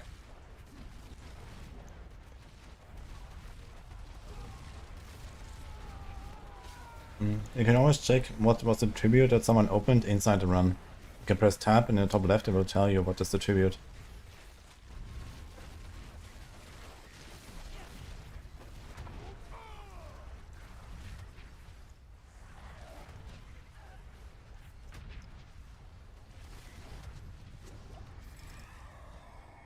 I mean, this one is going very poorly so far. I'm kind of surprised.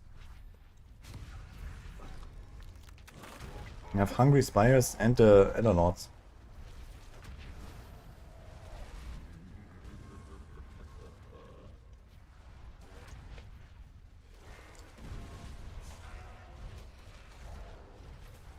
I do remember, I made a really badass mercenary build this season. It's called Ice Shotgun.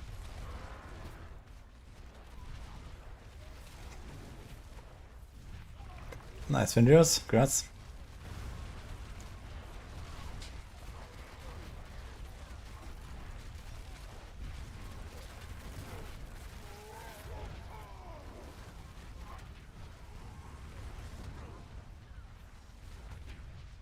There's a planet, there's a video, there's a loot filter, there's everything. From A to Z.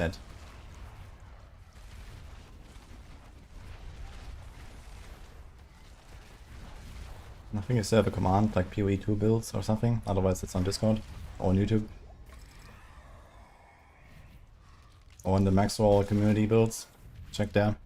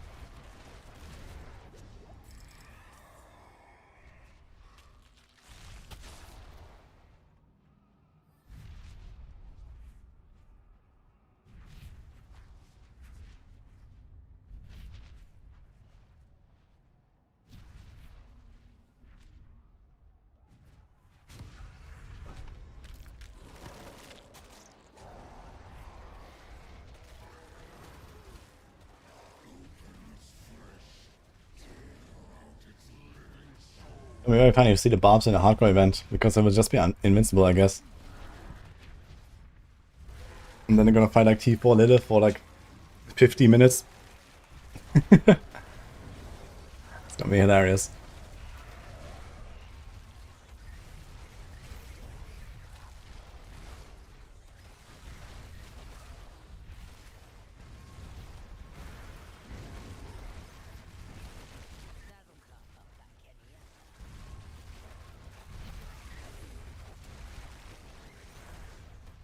Yeah, 2 out of 3 on all stats and 1 on life, that's like perfect basically.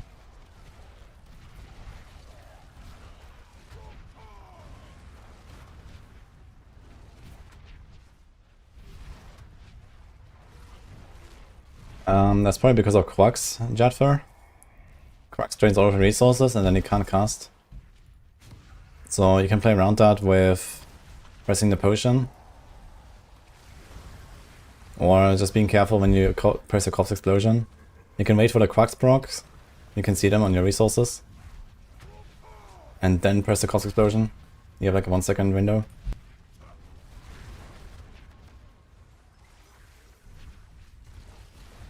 Like, I'm not running Quacks at all. It's only for like the high tiers, like 100 plus I will use Quacks.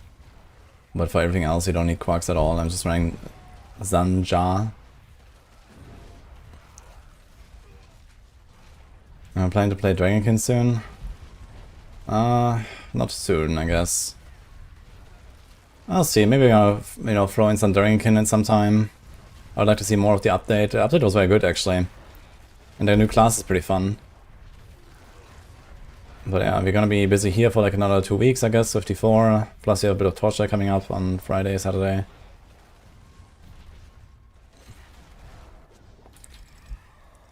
And then we have PoE probably in like 3 weeks. So basically after we're done here, we're gonna do PoE.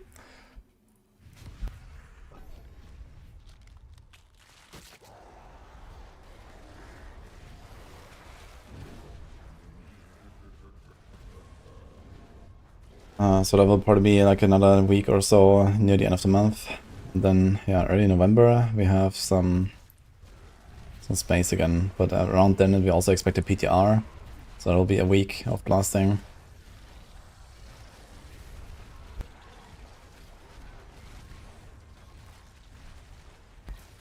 I think best way of farming gold is probably Harmony Tributes and boss layers for runes and selling the runes.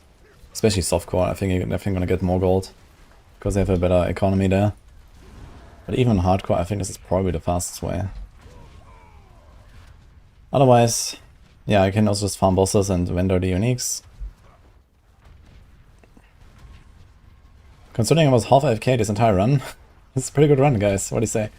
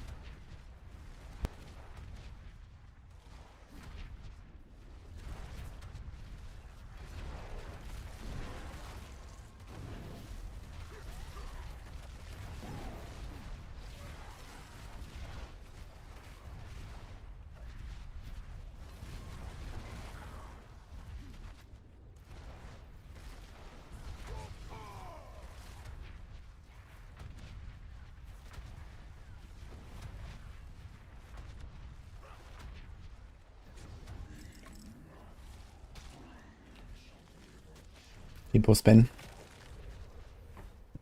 Any tips for hardcore? Well, first of all, make sure you get a renown early. Just play like a normal, finish your renown, get all the altars and so on. Make sure you have everything done on your first character before you die, because else you have to start from 0 in order to get all of it. Third region.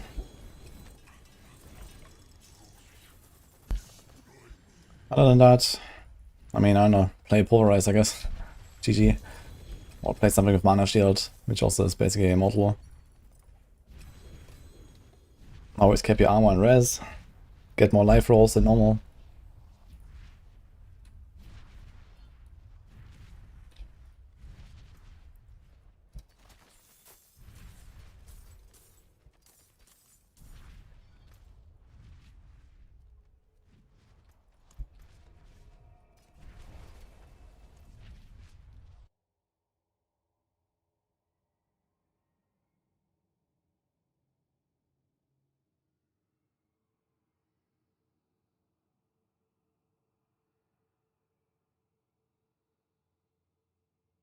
How's Barb feel?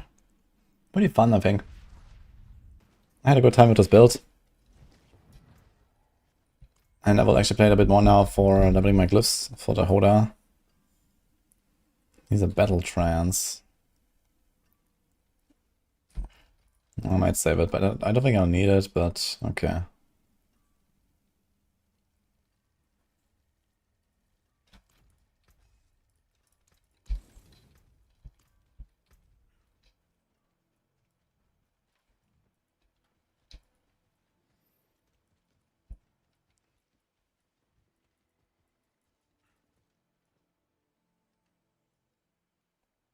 Is there any more strength you can get here on the Challenger glyph? Here's one more block.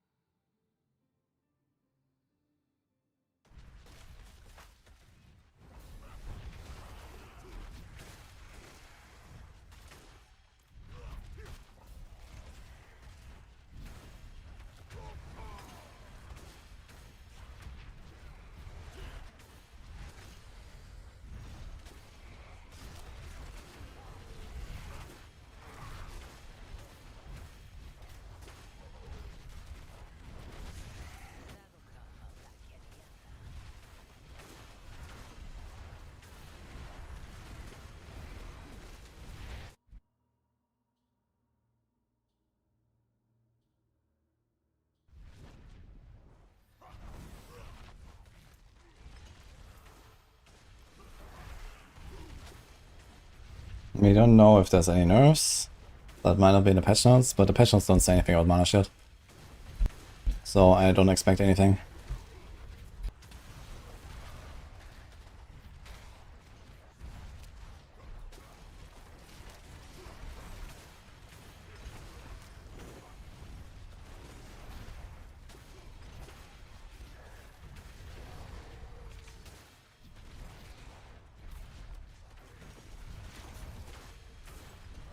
This is not the Maxroll build exactly. I made this myself, but I think they are relatively close. As far as I know, there's Earthquakes, and I'm not running Earthquakes.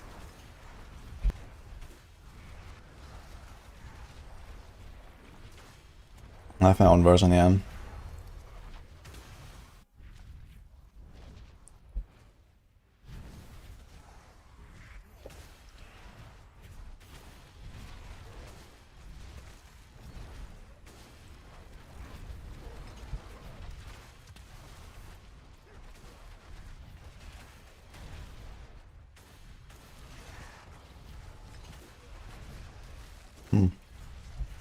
Where's the exit?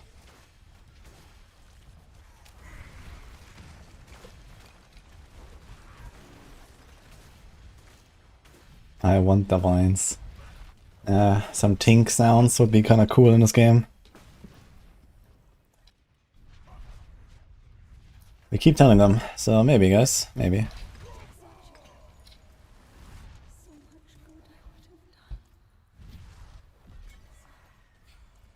Wait, there's actually stash here. Funny.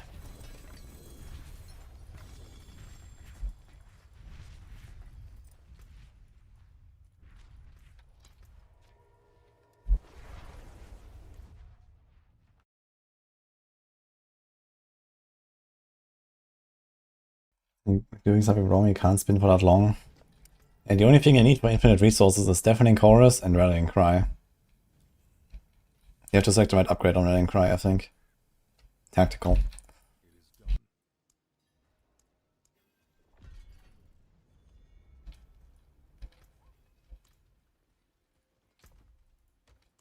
I forge more than horseshoes and nails.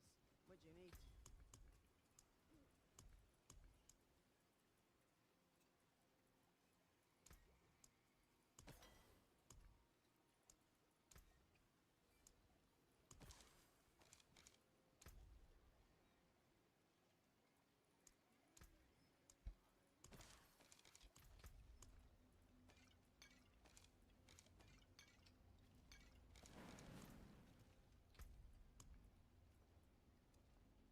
Okay, so what do I actually do? Oda Guide. Let's see. Ire, Crusher, Wrath, Challenger, Revenge.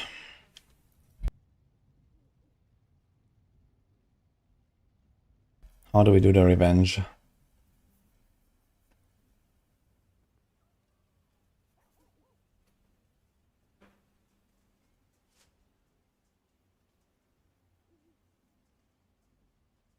We don't have any active activation, right? So I'm not sure if I would like this.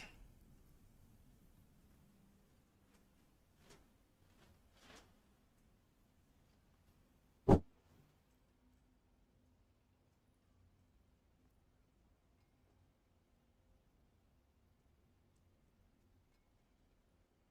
we have Challenger. I guess Crush has something into double. Wrath is something. I think I have Wrath, right? Actually, no. Okay, Wrath. Ire. Maybe. Is there anything else?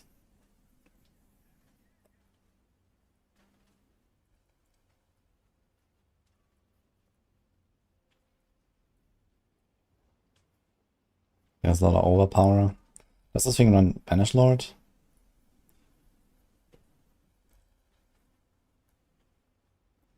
We do run Banish Lord. So I think I would go for Crusher.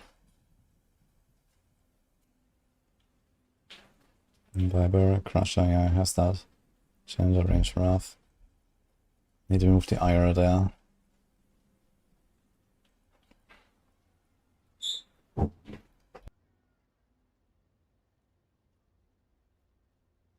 Well, this thing has kind of like a shitty secondary bonus, so maybe not dominate.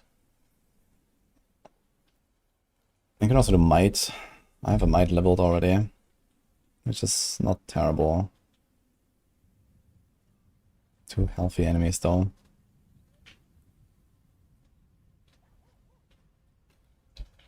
Alright. Yeah, let's have some glyphs up, but at least to like 80 or something, and we can finish the rest of Horde when we play it.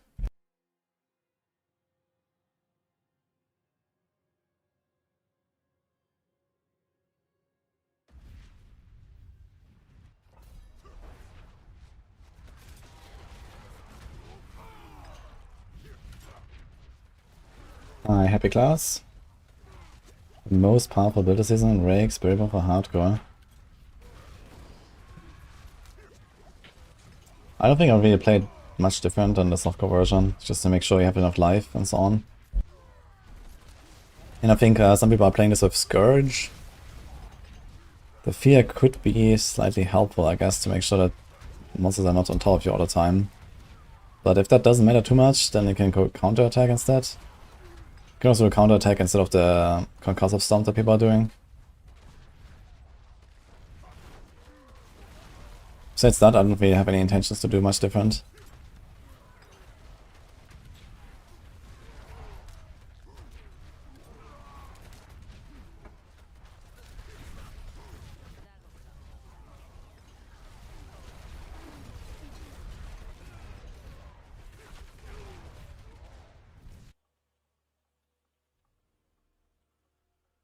Hi, Disciple. Stayed up a while to go in this season. Yeah, like 2 months.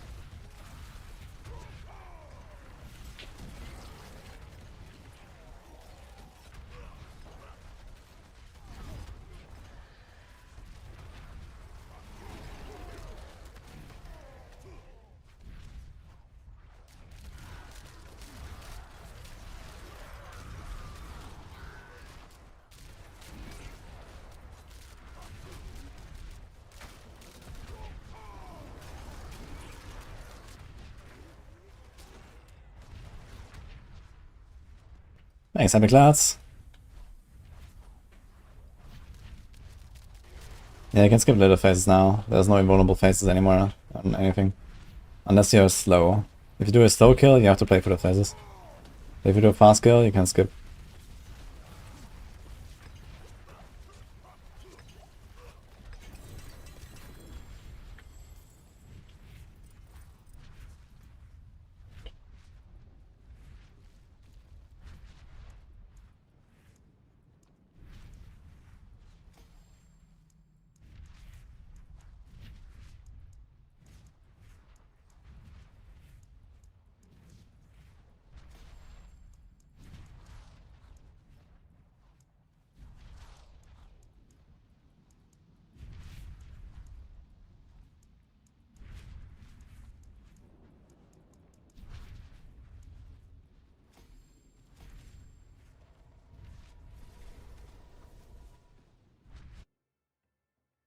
How do you get a second spark now? You can get one from the season journey and then the season rep farm. I can farm roughly 1.5 sparks per hour doing Nightmare Dungeons and Hell Tides. It's very fast this season.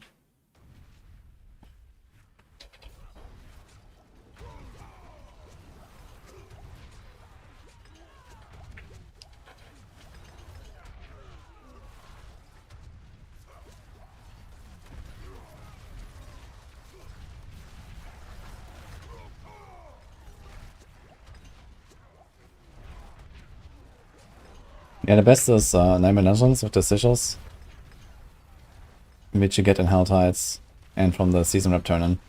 So for me the loop is roughly, I don't know, 2/3 of the time Nightmare Dungeons,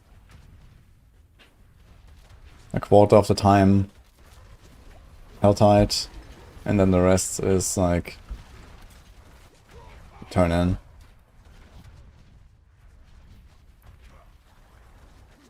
And I guess I get roughly 1.5 sparks per hour and like around 8 to 10 chaos armors.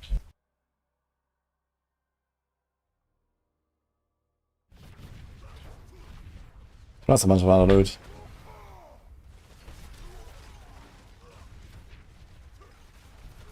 How's dance compared to this? Pretty comparable, I'd say.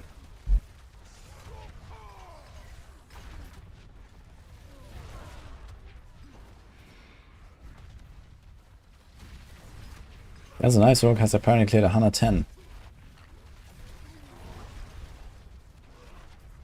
I guess this build can also go there or pretty close.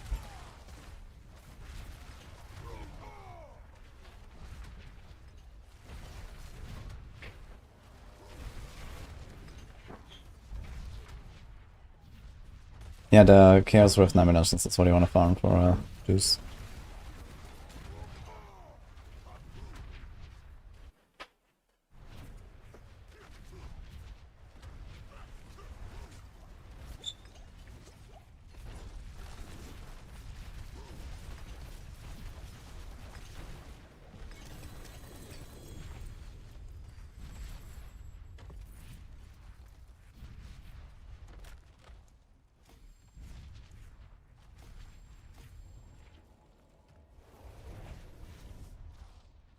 This is season 10. It ends in 2 months.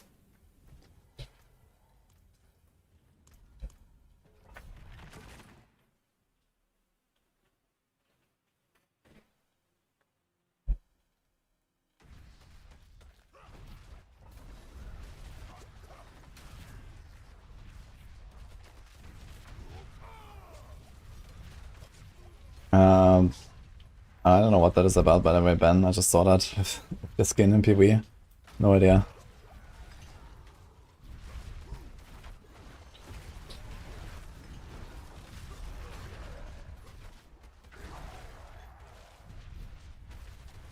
Actually, for these runs, I should try Ahu, Zek. Let's see if we're better off with that. We might be able to get lucky hits here quite well. Yeah, Fist of Fate.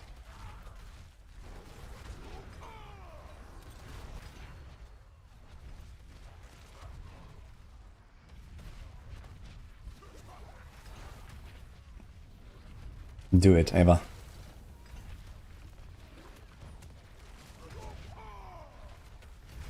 I mean, it's less than a day now.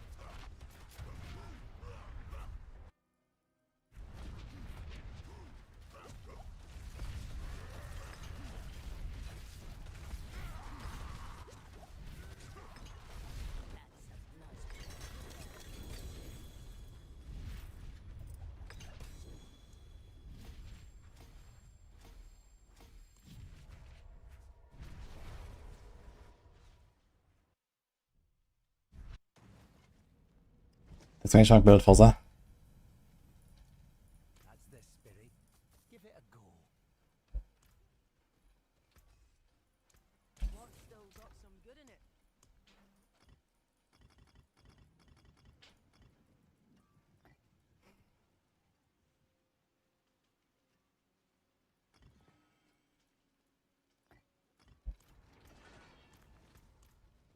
How the hell do I have 27k warp again? What happened?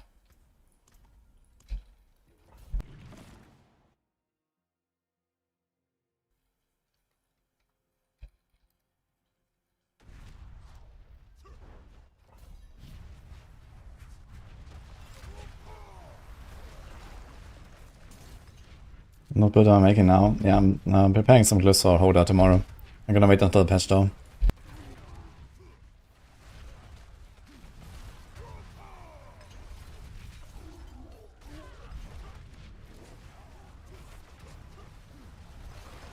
Yeah, Ahu works pretty well actually.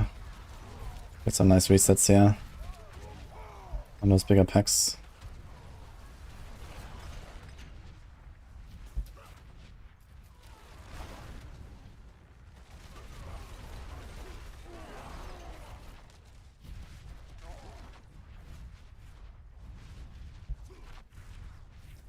Shimish? Matches the same time everywhere.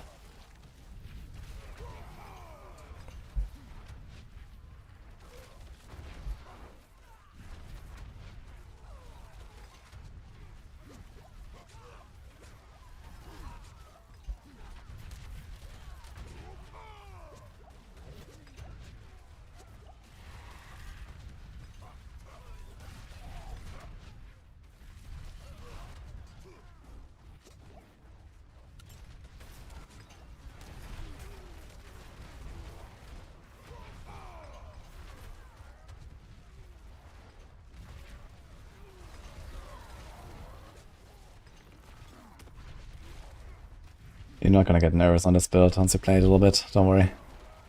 Did you see?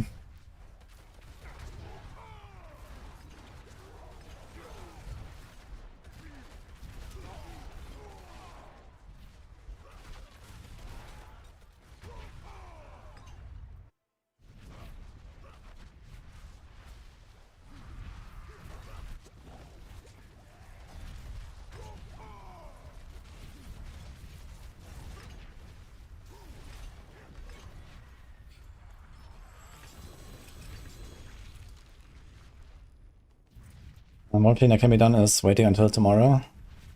Diagon. Otherwise, Lumrune. Resource cost reduction on your weapons. Starters.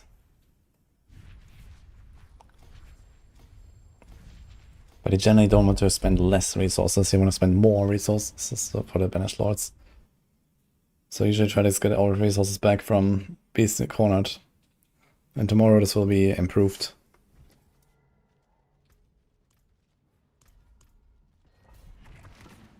Yeah, I played low Razor Wings already, like a week ago. Might do a bit more. We'll see. I have to check my glyphs on the Spiritborn. There might be some glyphs I have to level actually, so I might log in on the Spiritborn later. Just gonna do some Barb glyphs now for Horde. And then we're gonna check the Spiritborn.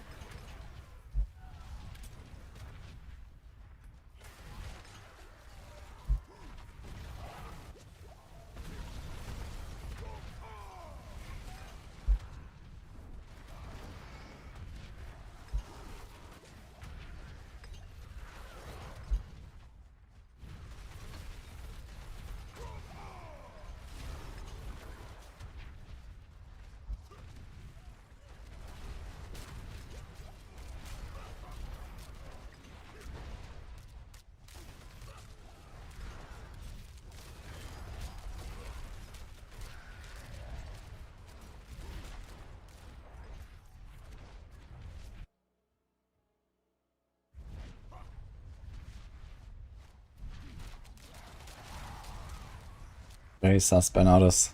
Very sus. What do I think about rewards game to difficulty in D4? Yeah, that would be a wild concept in this game, I guess.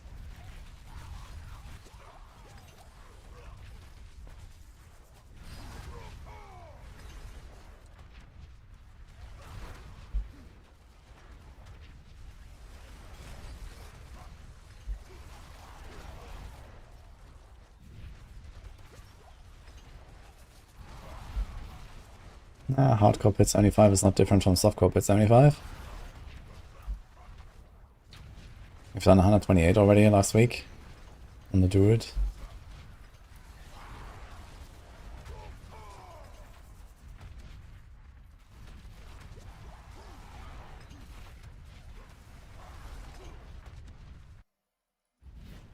Do a bother with horadic storeroom things? Not this season. But I expect next season they're gonna be good again.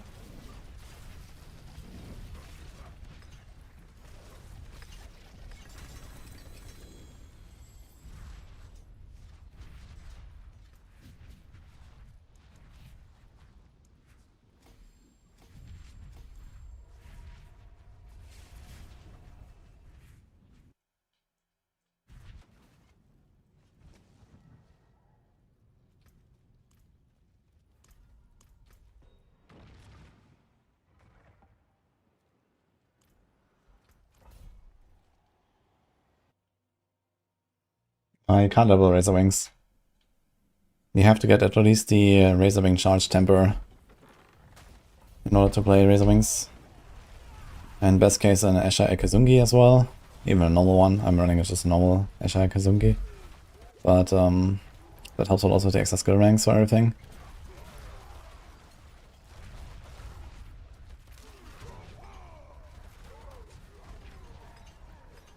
You should watch my video on best Infernal Horde choices with Velas.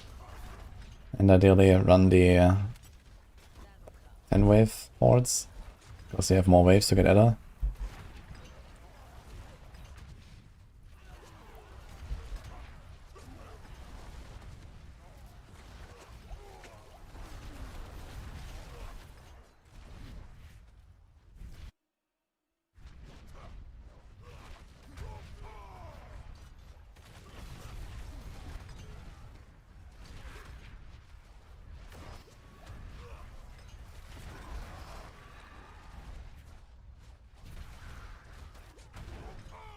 And there you go. Thanks, Arx.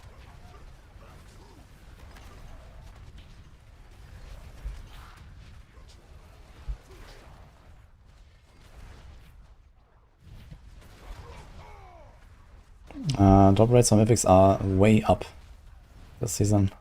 And Sparks are easier to get than ever as well from the season rep.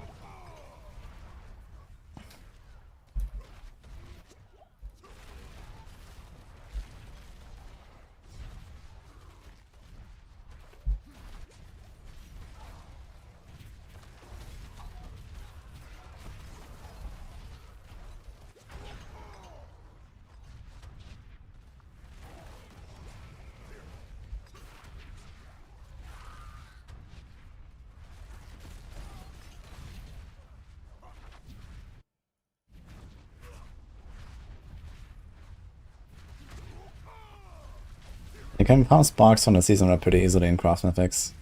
I've crafted like 50 Mythics or something this season already.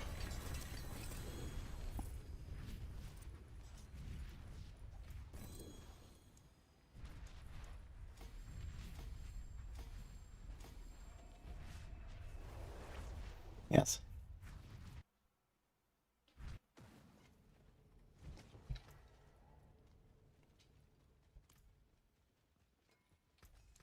I have literally like every combination of Mythic and GA that I want. So. And like a lot of them are equipped on my characters. Playtime is like 15 hours average. 14 days. So we're like 200-ish. One Mythic every 4 hours on average, including all the pits and leveling and whatever else I'm doing, so sounds about right. But yeah, if you want, you can farm a Mythic in less than an hour right now. Let's say, yeah, 1.5 hours per Mythic, roughly.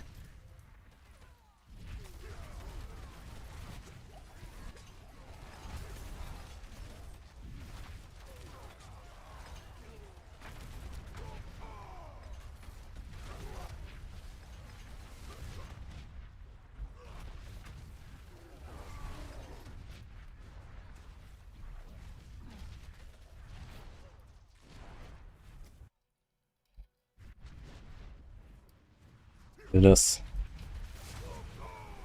Turn in on a fresh character.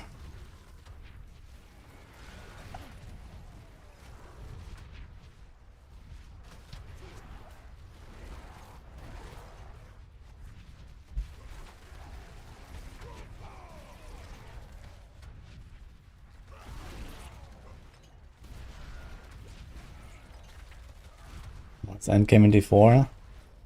The endgame is waiting for expansion 2.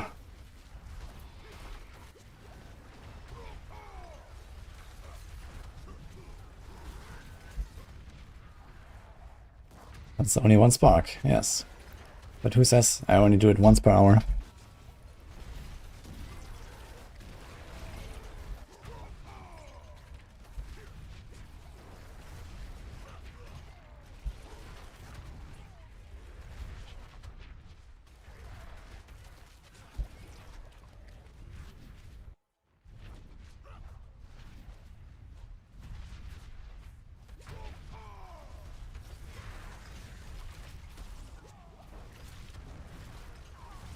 Yeah, Lilith is a one-time reward, and Season Journey is a one-time reward. This is repeatable. And it takes me roughly 40 minutes to get one.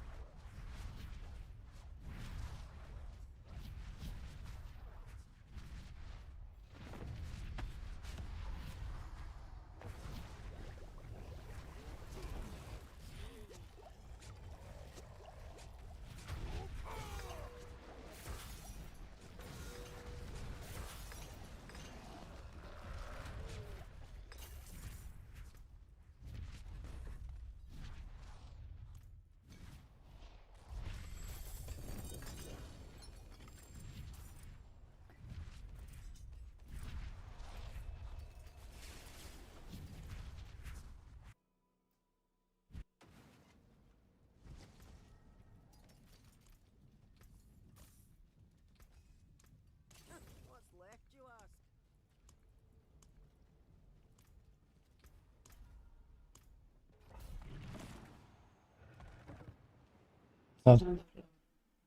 ask? Merlin.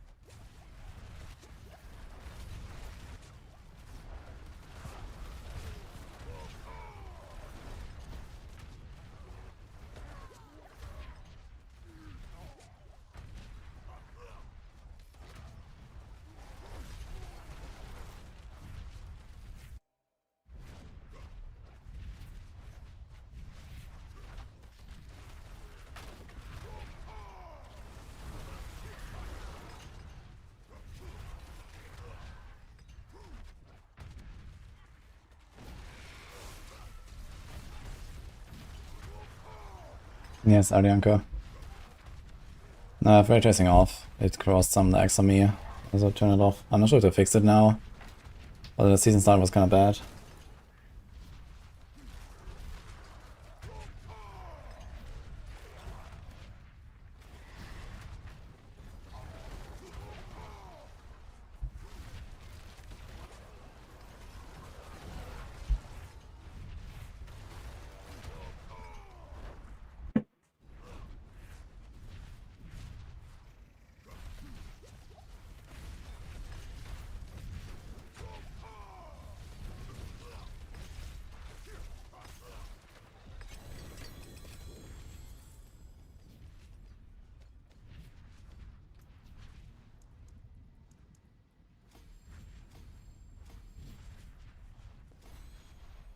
Yeah, I'm not sure what's the point of Infernal Warp Reserve Evanescence, but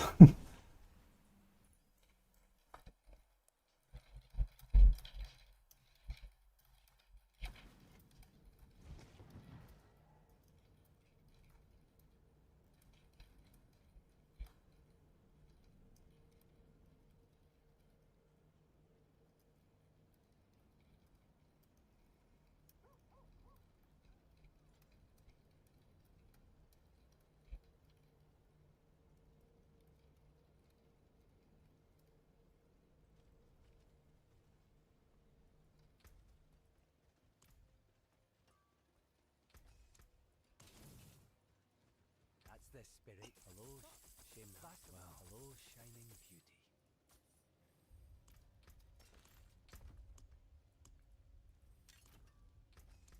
Use it well.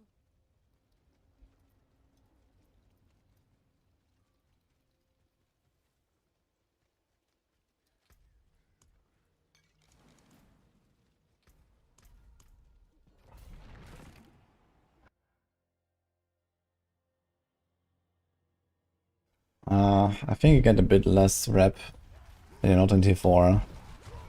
But if you're not in T4, you have other problems than season rep farm, so do that first, and then you can farm the season stuff.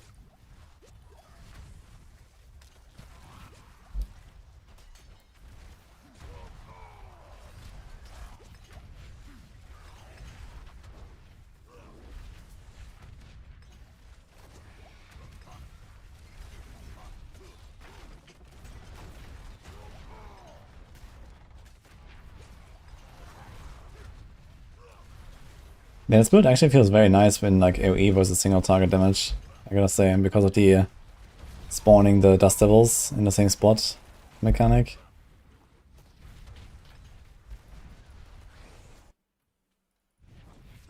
So Bourbon is good to go with double swing. Yeah, Bourbon is not really required. As long as you spend some resources. But I mean, double swing doesn't really offer any advantage. At least for Bourbon you also move. I guess one slight advantage that double swing has is it can overpower, so sometimes you get the overpower. It also has pretty good lucky hit, I guess, so it might be easier to trigger the Frenzy from Battle Trance. Easier to keep up that. I didn't have any rips this season.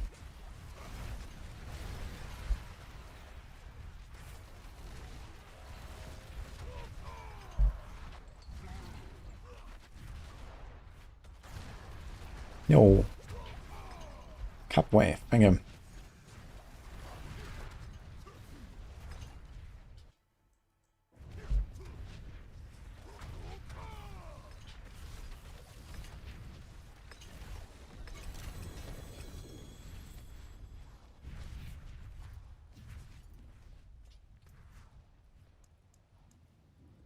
Okay, so 46, 46, 46, 46.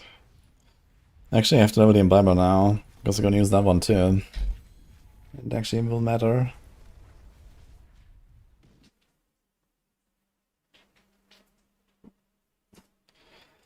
Yes, ooh, another one. Like this. Thank you.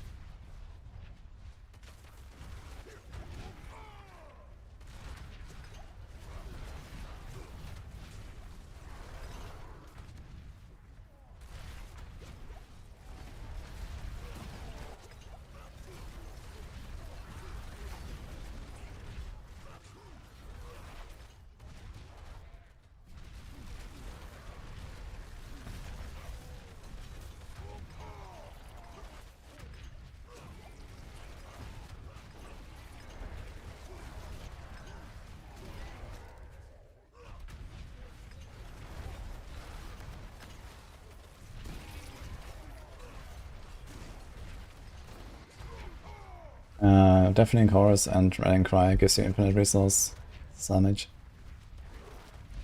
You don't need the Stardust. But the Stardust helps with not running out of life, actually.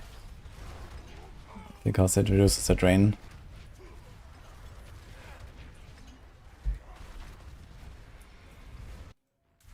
I will play Torchlight, yes.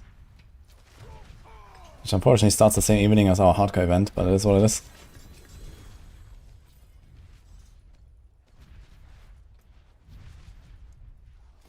Oh wait, that's the wrong diff.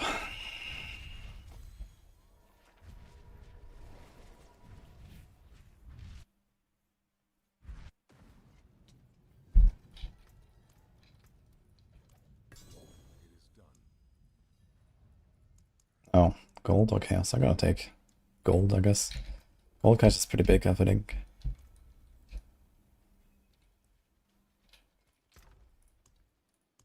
Yeah, true, it's like very late. Actually, it's like Saturday for EU, right? So I'll probably do it on the next day after playing the event a little bit.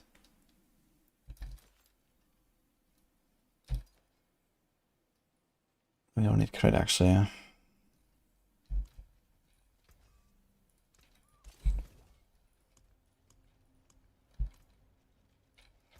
Torchlight always starts at a shitty time for you, I remember.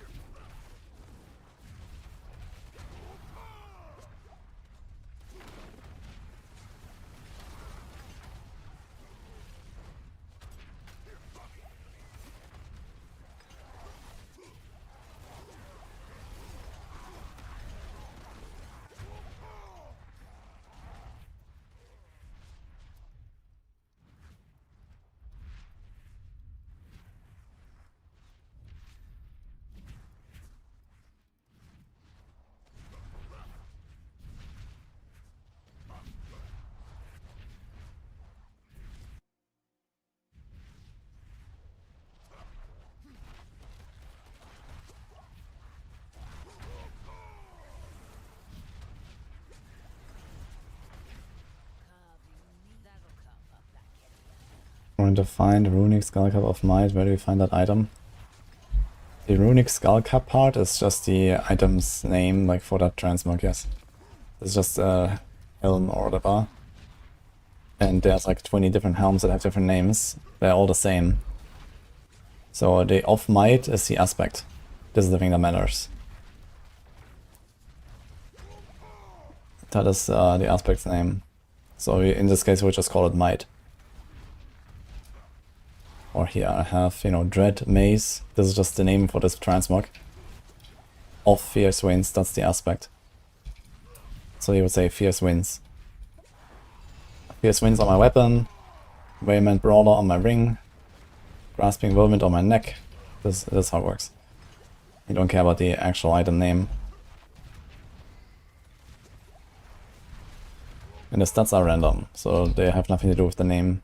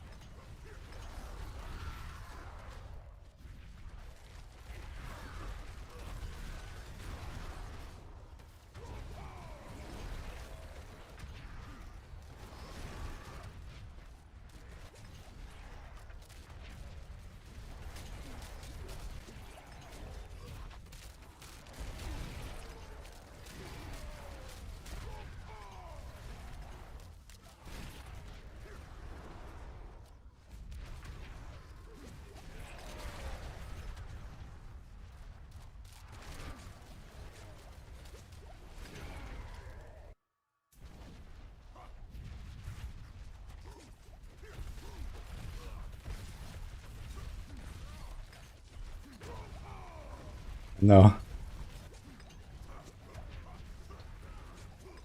Well, at least I learned a valuable lesson, Escament. Good luck.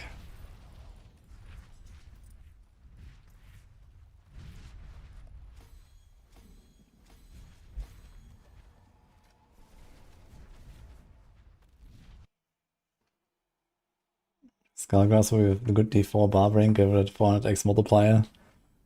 Kick. I'm not sure if we're gonna see a Whirlwind dealing damage in any game.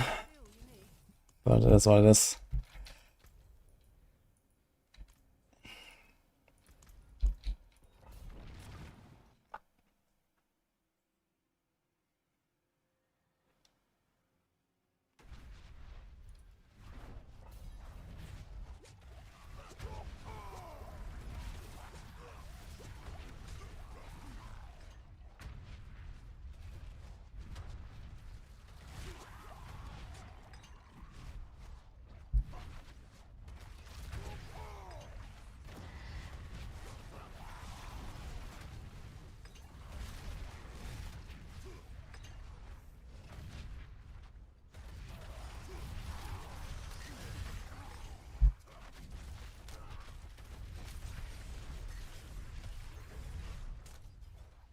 Dipping is 6. Why isn't the price of crafting with runes reduced to not require sparks?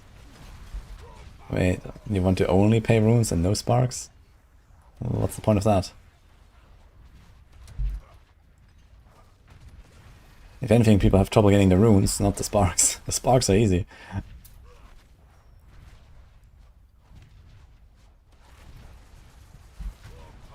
I always hear people have trouble farming the runes, which does make a bit of sense.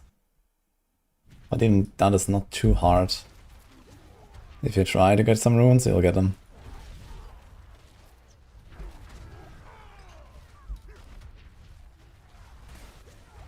Yo. Scots. Hello.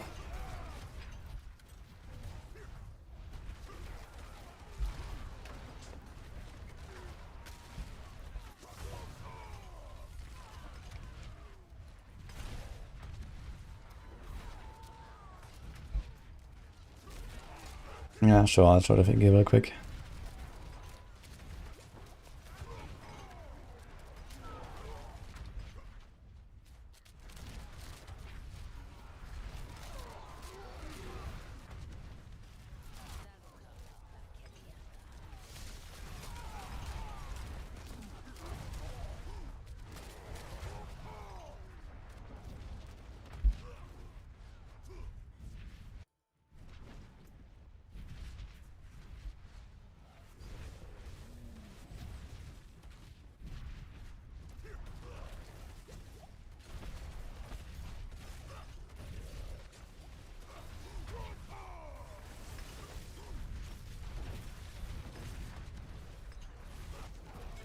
We should not put the grasping weight on the neck anymore that much.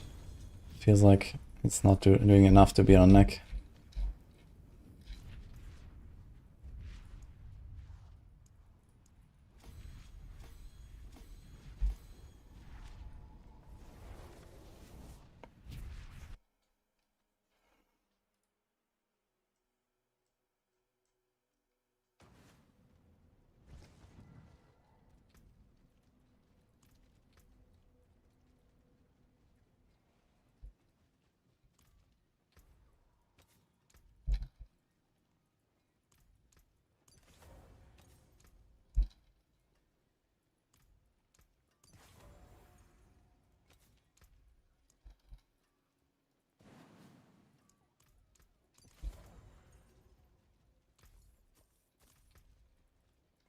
I forge more than horseshoes and nails. What do you need? What's left, you ask?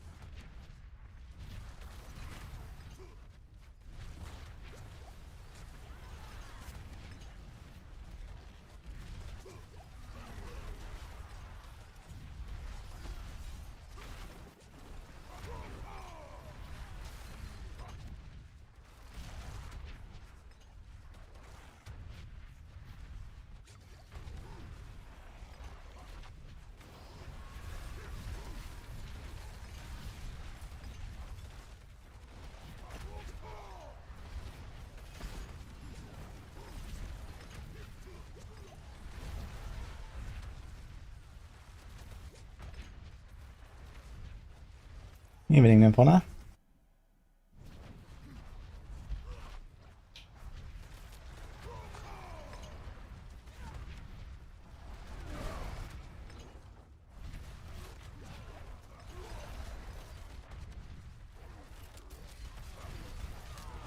Doing great. How about you?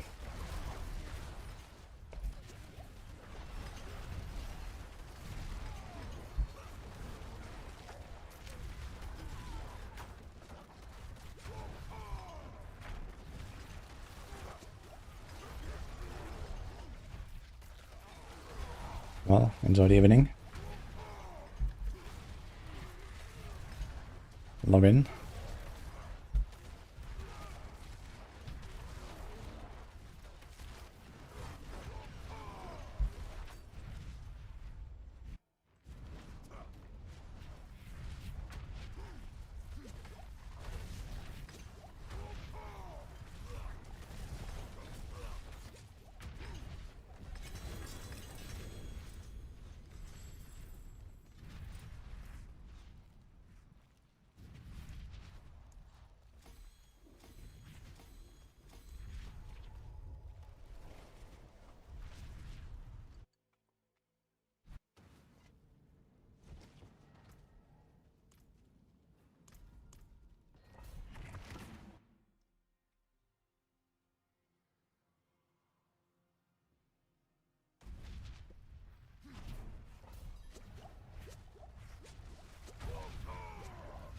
Thanks so much, Queenie, for the subgift. Appreciate it. Number 1. Aha. Wait, did it just reset? I think it's like week by week, right? Yeah, I think it's like weekly. Easy.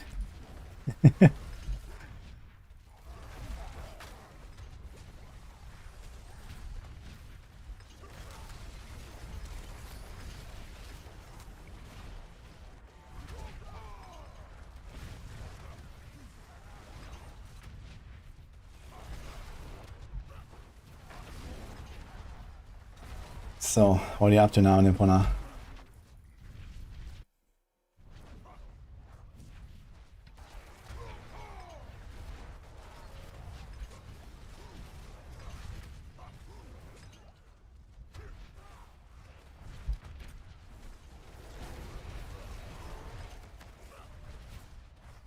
Crown of Tucson can be boots.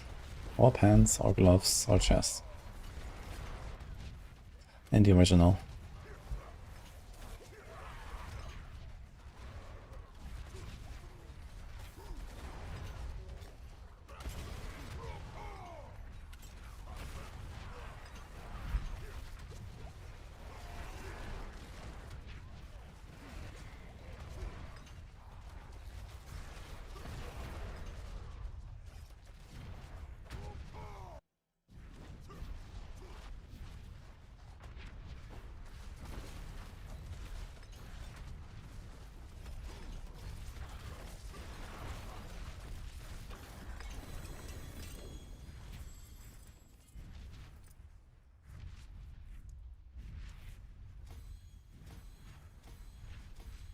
Yes, my only pit pusher. Our only pit pusher. What do you mean?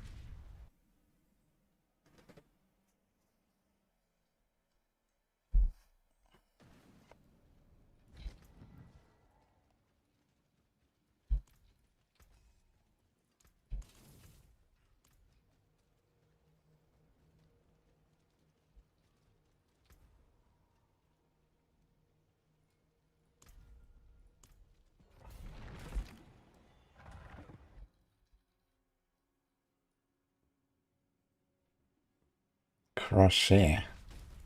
I had to look it up. Okay. Like knitting.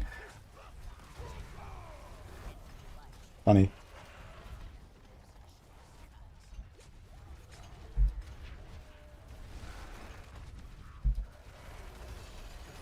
It's a fun build, Heckleberry. I'll make an updated video on it soon as well.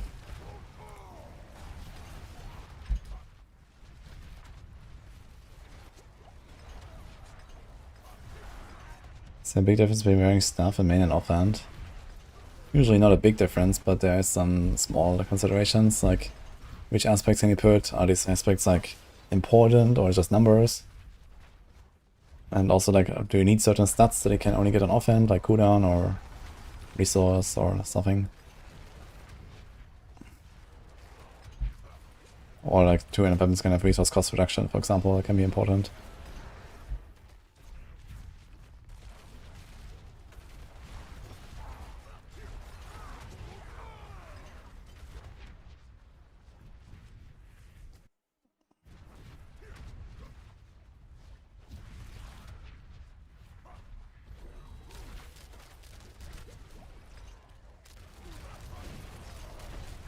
You're making a Lilith? Wait, what?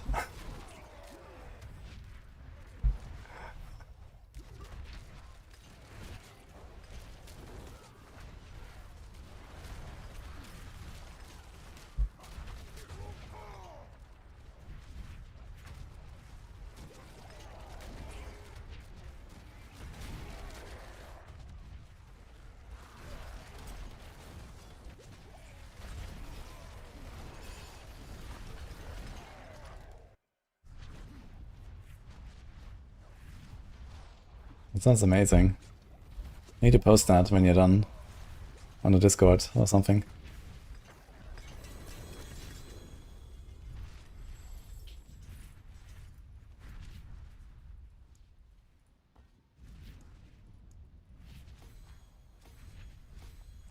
Not sure if Border's build has changed, there might have been some updates, but Routing Nightbringer needs to go somewhere. So that's usually boots, pants, or gloves, I guess.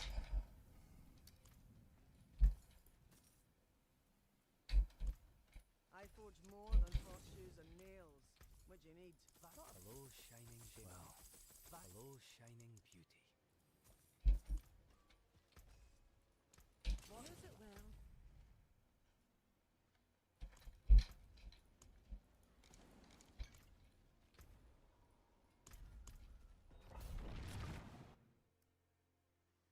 There is an explanation, Captain Addy, but it goes from left to right, from left to right. Line by line.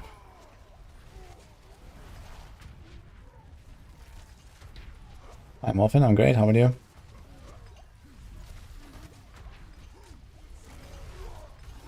I think the Paladin or whatever the next class is comes out. Any predictions? Well, the expectation is expansion. Because it kind of makes sense to make a class for an expansion to sell said expansion.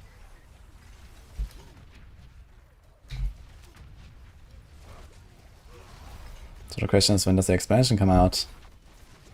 And the answer is sometime next year. Probably not season 12. So 13 to 15.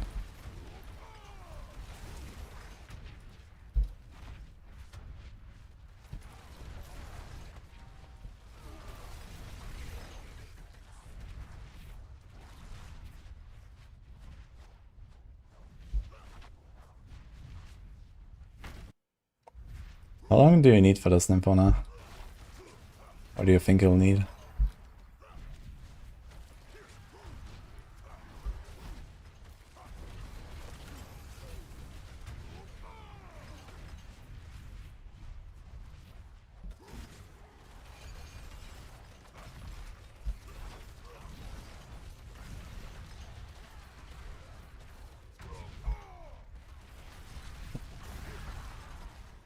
Interesting.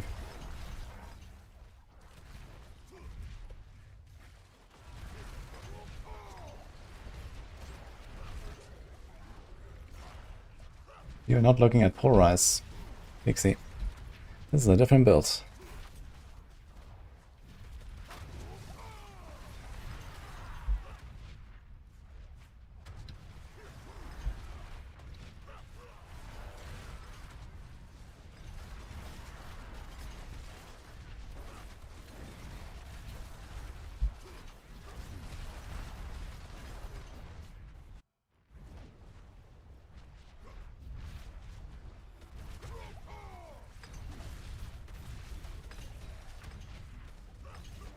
Is a slow class. It was good in D2 because of Enigma. Nah, that is not really true. I mean, who the hell even had an Enigma, like, ever? And Paladin, if anything, Paladin is like the one class that is fine without an Enigma. I think, because they have charge and stuff.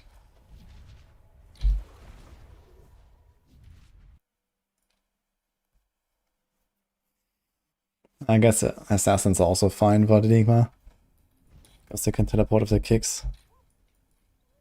But I mean, Diablo 2 is a very different game from Diablo 4.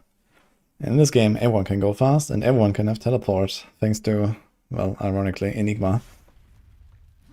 So...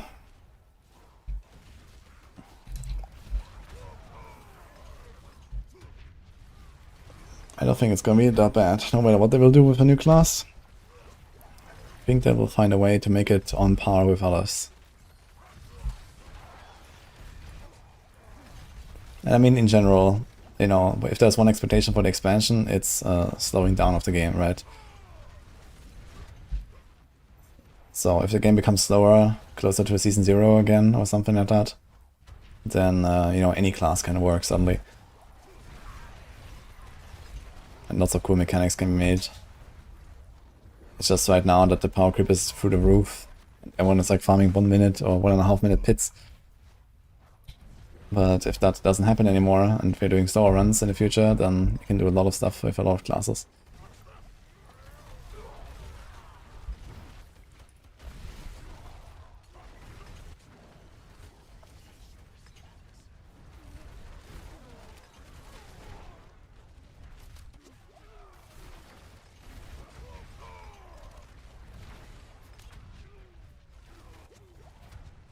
That says polarize Heartseeker, yes.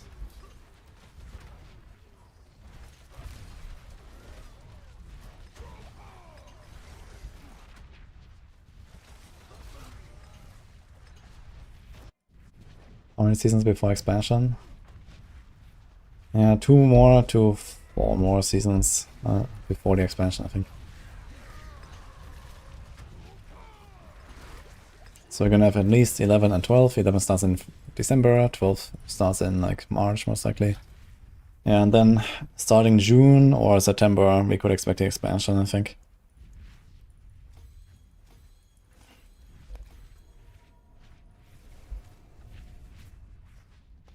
I think there'll be less power creep next season. The question is, can there be more power creep? And I don't think the answer is yes. So...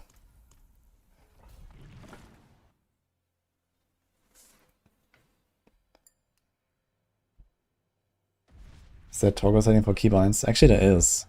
But it doesn't work with everything, so you have to like try each skill. So that in Cook there can always be more... okay, it's Blizzard I guess. There can always be more power creep. But yeah, it doesn't get much worse in this season I guess with power creep. This was definitely something. It was a good season, but the power creep was way too much, man.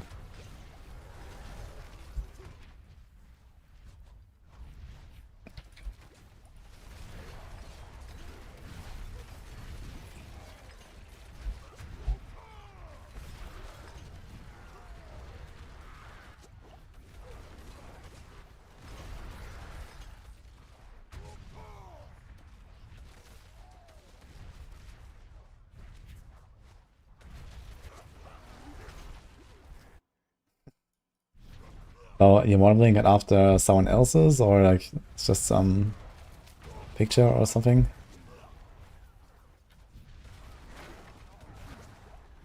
They might introduce set bonus gear sets. They might. But I don't think they should. There's not really an advantage to adding sets to a game that is already struggling to find a use for like 90% of its legendaries and uniques.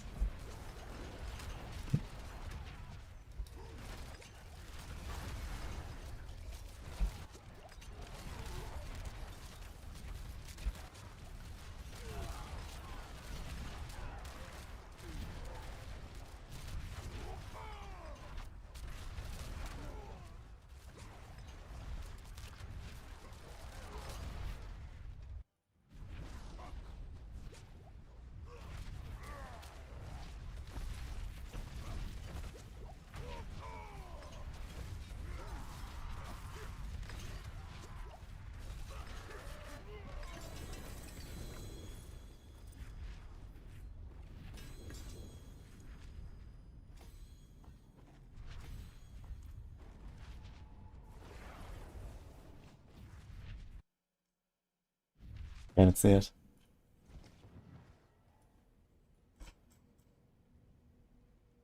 So Nymphona is making this right now. Oh, that's amazing, actually. So you're trying to make this too?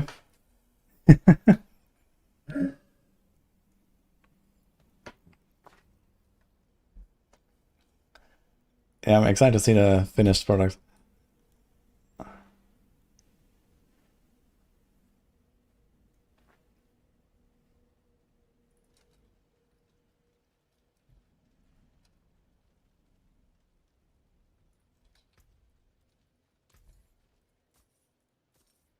Very cool. All finished, are you?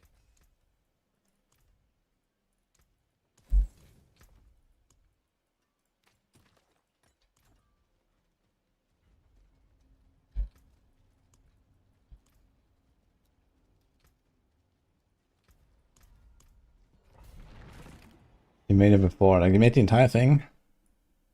For the test. Like, what test exactly?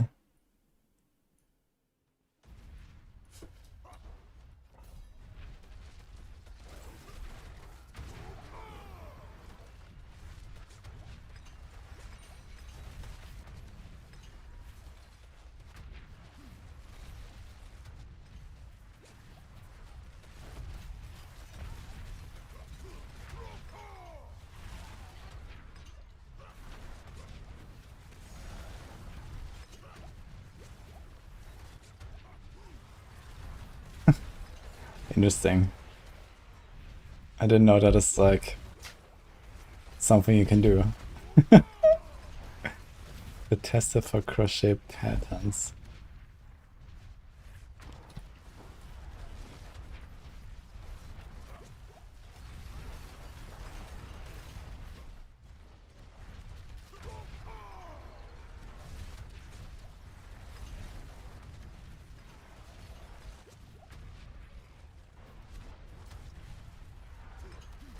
Jo, Dissel.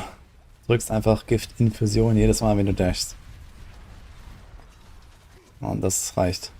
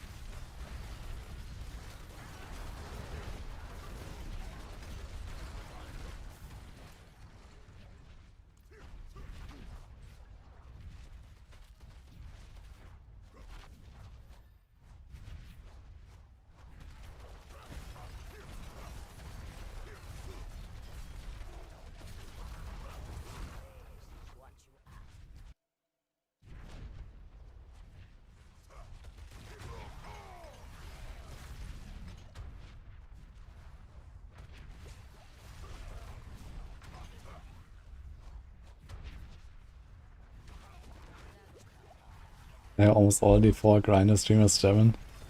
That's not very true. But yeah, but these are pretty big in Germany, I guess. I mean, there's many people in Germany. It's like one of the biggest countries of the developed world, let's say. And on Twitch.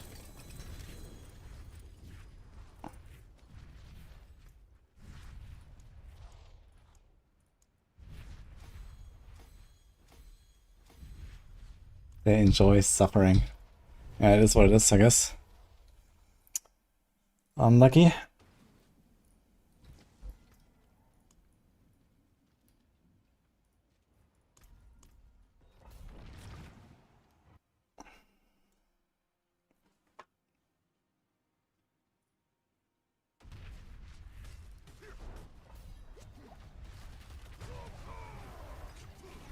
I mean, I surely would buy one of these Lilith. What do you call this? Figures. This would be amazing. Looks very cute. Flashy? It's not exactly plush, right? You call it plushie? Okay then.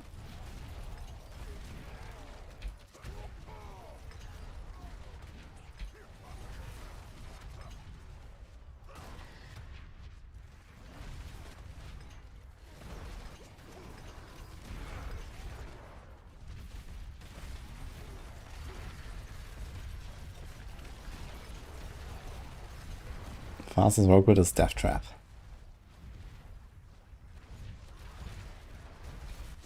Does the elemental constellation work for primordial binding stacks?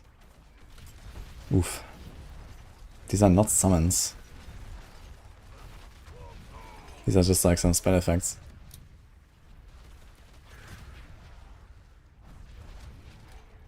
Amigurumi. Okay.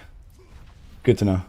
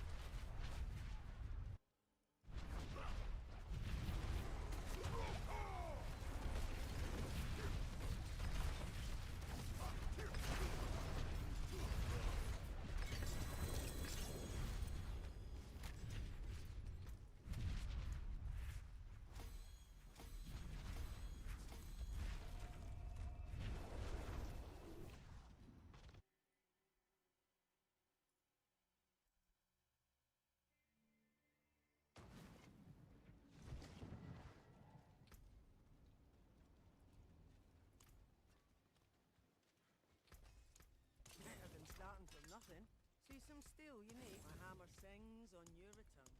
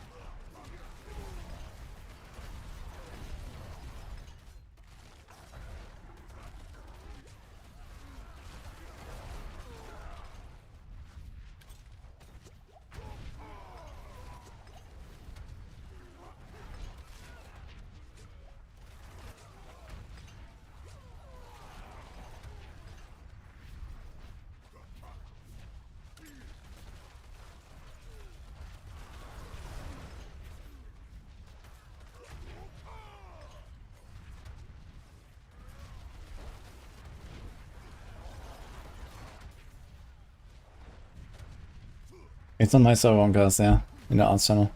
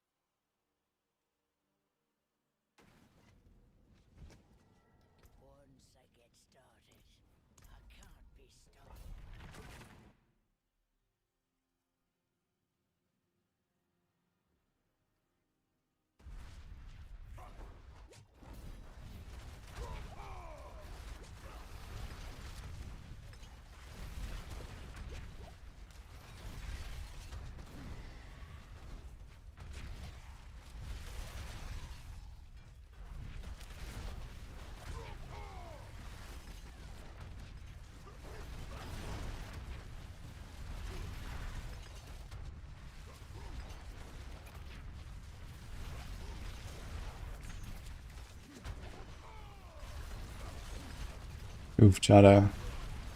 That's an oof.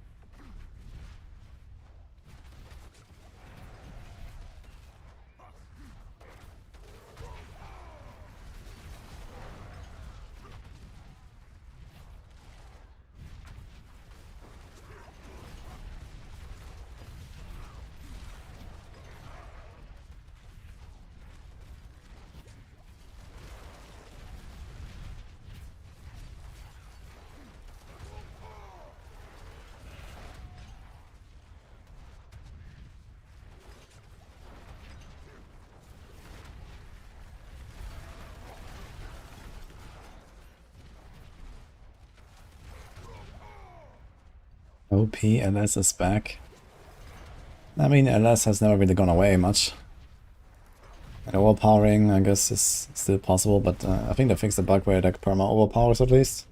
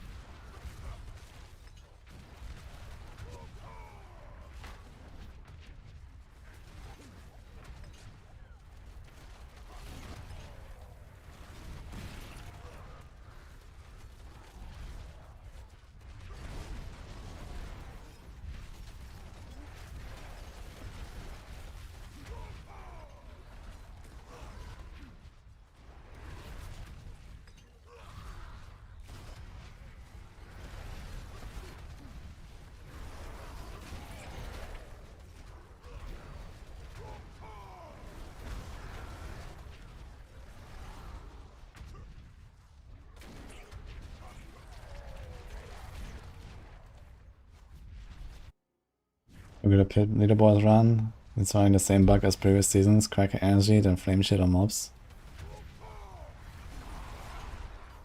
I don't know exactly. If in the past they just use like Dark Sun rune to make it consistent, or then for like the Giga leaderboard pushes, just wait for the 3% proc for the perma overpower. So you just open 33 runs and then eventually got the overpower on the first cast, and then you start blasting. So what bug are they doing now?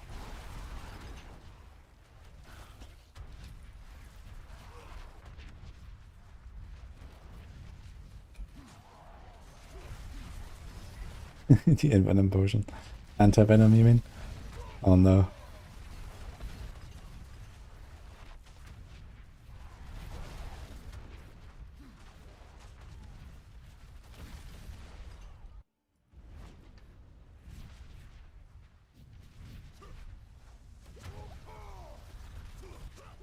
Kuna, 1 min, 100 Raven, or 1 button Raven by Rob. Whichever you choose, it doesn't matter. Just make sure you do fast runs. You also have my build if you want, which is also optimized for speed. So, just do whatever the fuck, go fast.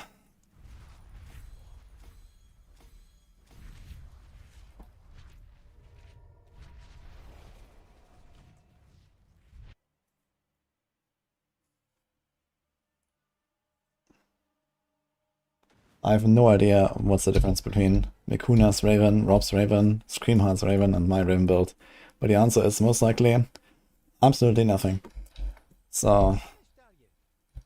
I forge more than horseshoes and nails. What you need.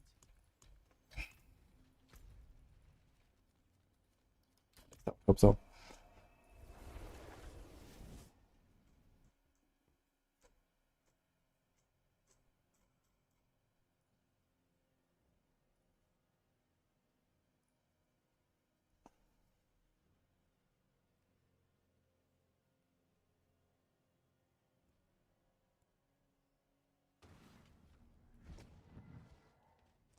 Yeah, I'll do a Horde Barb for pit push. I'm having a glyphs right now for Horde. And then we're gonna go into Spiritborn and level some more glyphs there, so that we have everything ready for tomorrow. Difference is the cosmetics. Holy.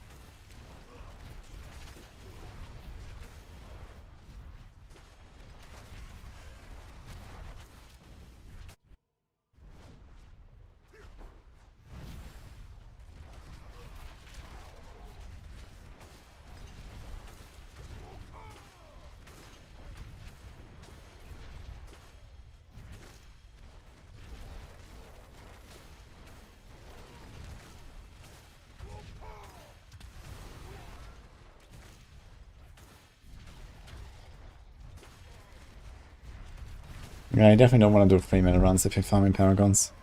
I want to try to get that down to 1 to 1.5 minutes. So with my build I can definitely do that consistently. Even on hardcore. Tomorrow the Wild Rage aspect is also coming back, this will help.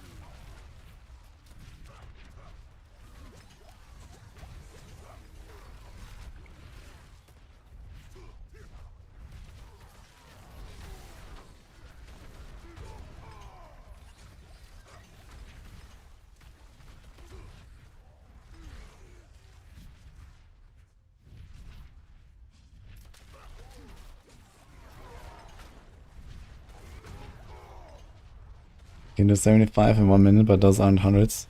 Doesn't matter much. You don't get that much XP for going higher. So you just go to whatever tier you can do in like 1 to 1.5 minutes and then farm that. But yeah, on my Raven's Druid I can do like around 95s, I guess. And that's actually with still only the Chaos killed. Normal glove, shroud prediction, normal pants. So there should be a Fist of Fate in there as well as a Chaos armor. And then you could do hundreds as well.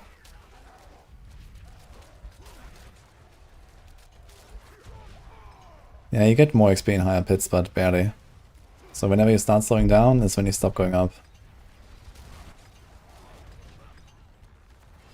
This is hardcore, yeah. If you want to call it that.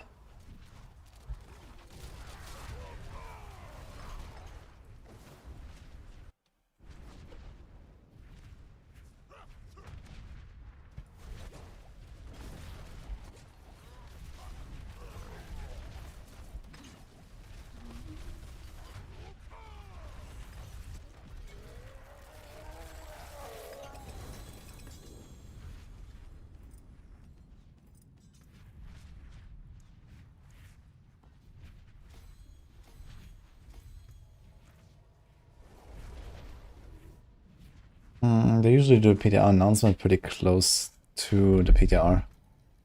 And they're also not doing a campfire chat anymore for the PTRs, I think, only for the actual season launch. So we just like drop the patch notes and then a few days later PTR will go live. And that should be in around 3-4 weeks.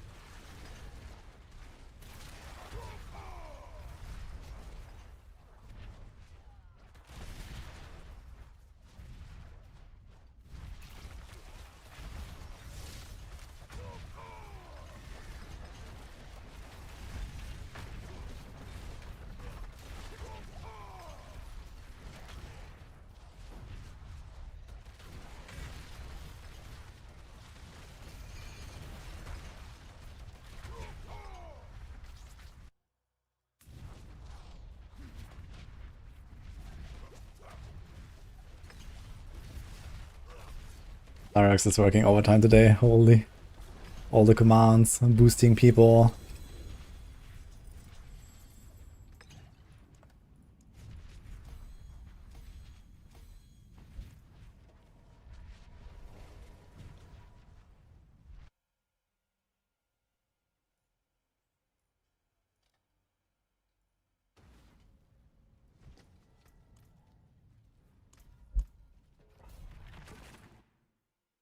And blasting.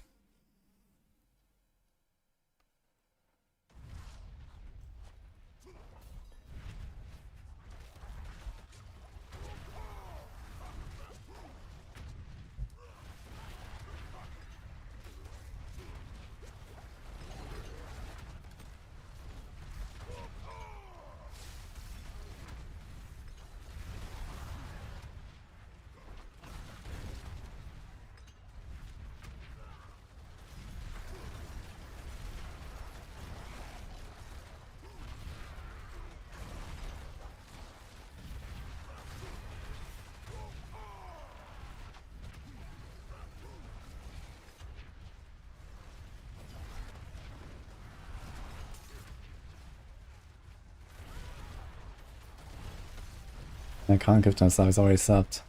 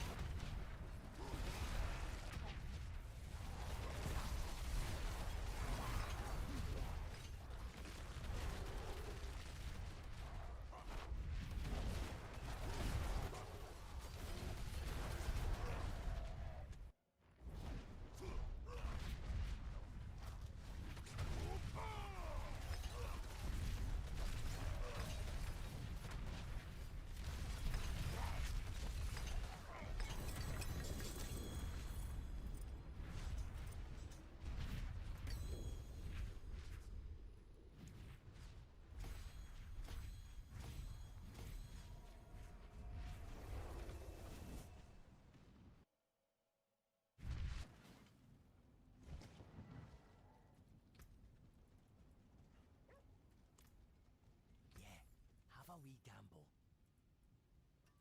All finished, are you?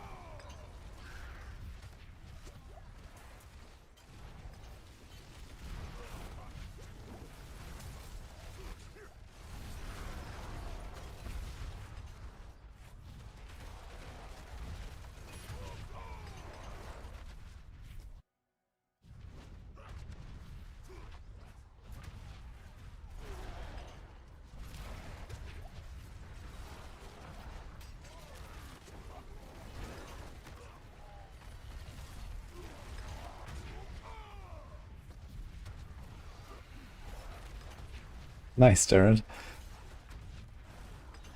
What build are you doing with that?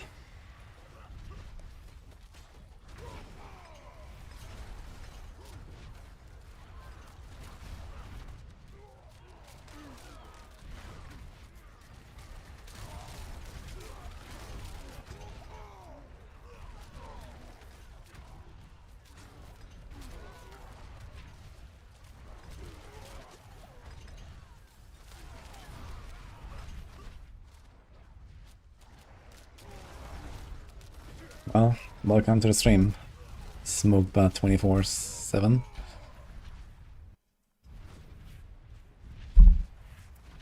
You know that the second class I ever made in this game was a Barb.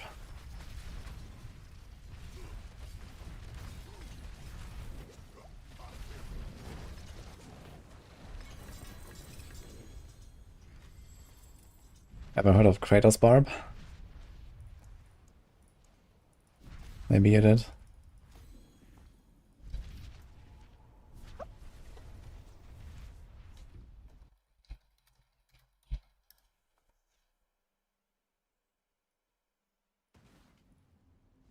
Imagine being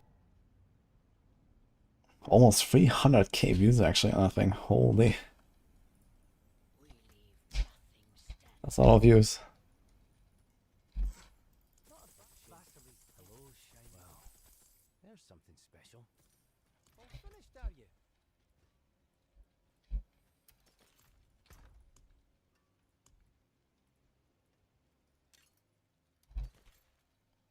Ooh. I'll take that. See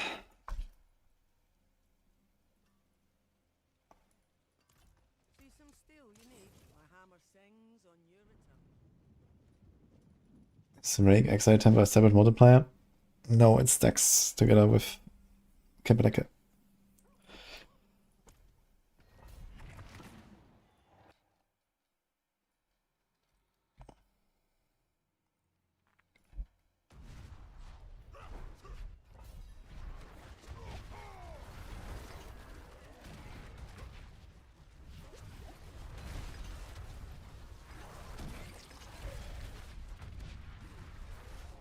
Hi, Harold.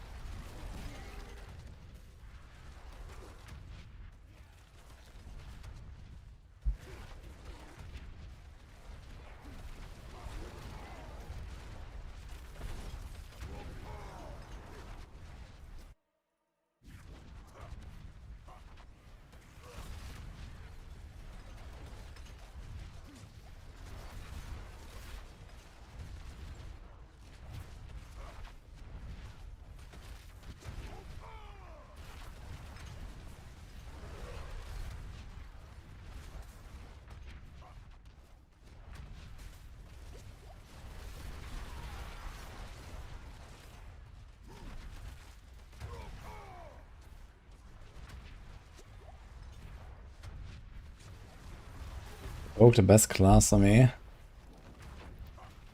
Yeah, generally. I like Rogue a lot. But since expansion I've been playing a lot of Spiritborn as well. Yeah, like a few seasons of like all the Shadow Clone being like obnoxious. It has gotten a bit better now.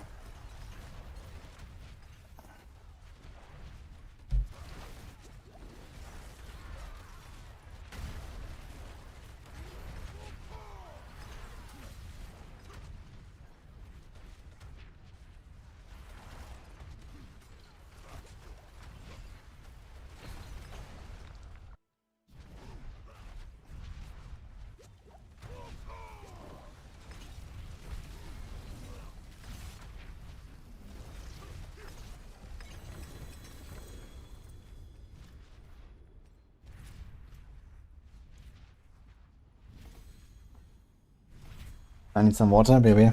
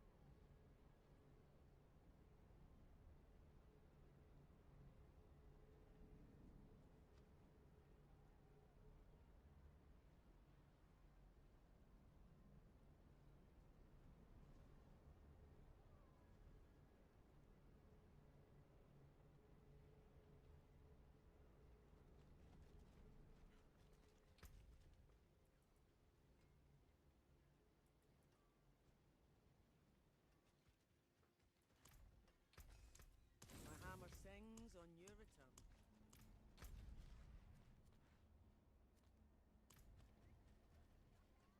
Yo. 130 in 5 minutes. Gaming. Start with break, I imagine.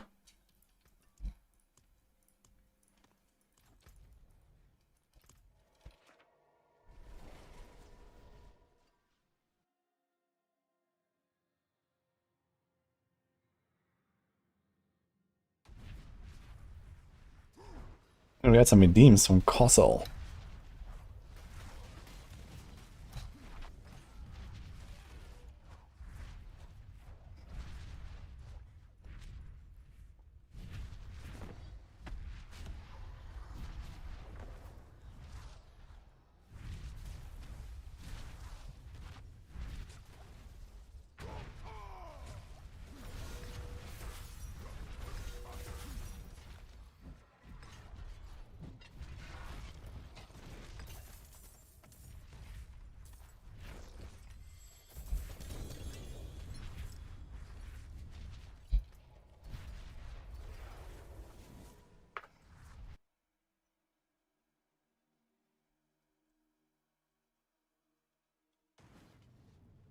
What build is this? Does it require a lot to start?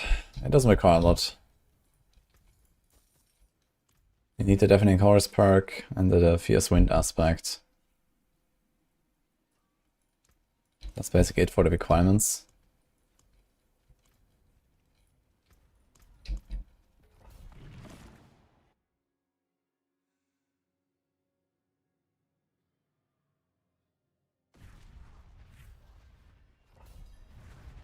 Okay, we got a dog. Yoink.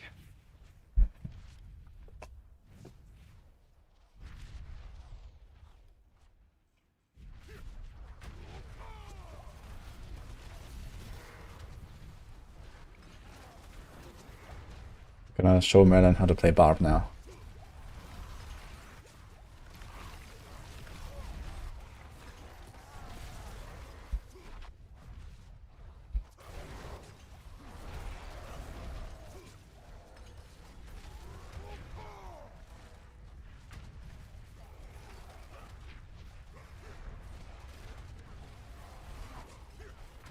Maybe he's going to show me.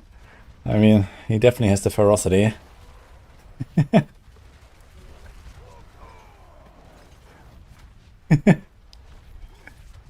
Luckily his shouts are not on perma spam.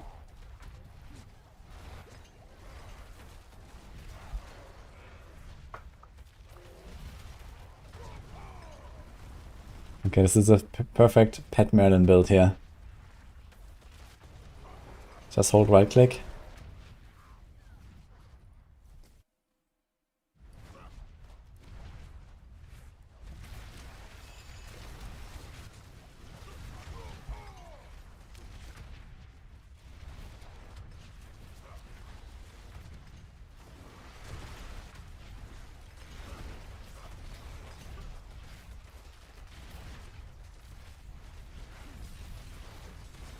WSD with this? Oh my god. It doesn't actually work. I have to put it like on a button, I guess.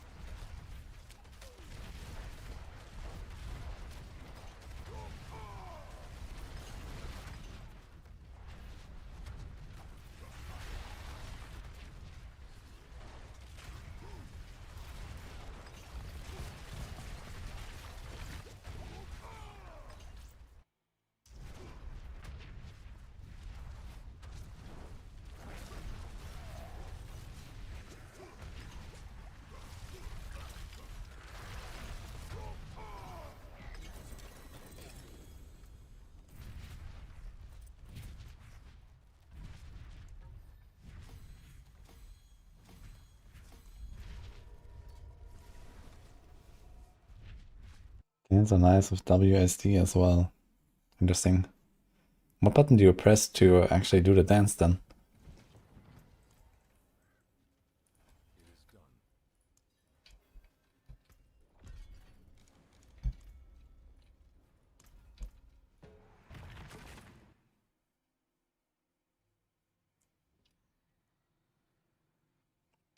Highest PB on Barb. I don't think I've done above 80 or something on this so far. I've just been farming on this Barb. Tomorrow we're gonna do Horde and push. And I expect to do something like 115 or maybe higher.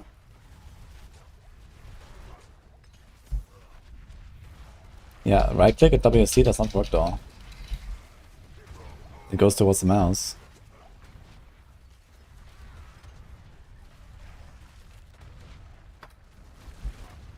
It does? For me it doesn't work out. It just goes to the mouse. Did you left click maybe?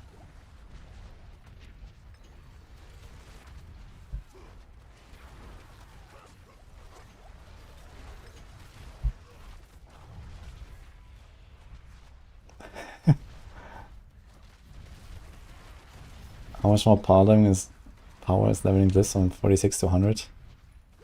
Well, it's probably something like around double damage or so, depending on the build. It's quite a lot.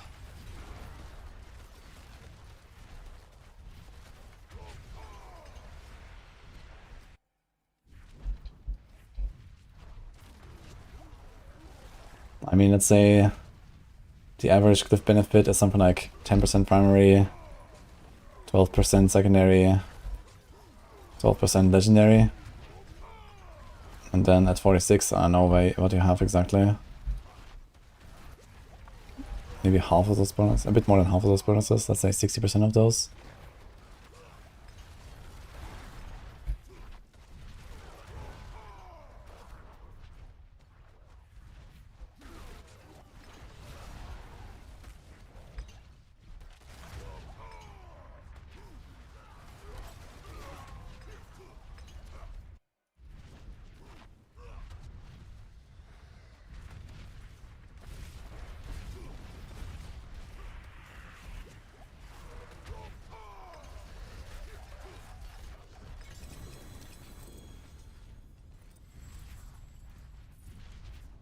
Yes, 56 at 6%.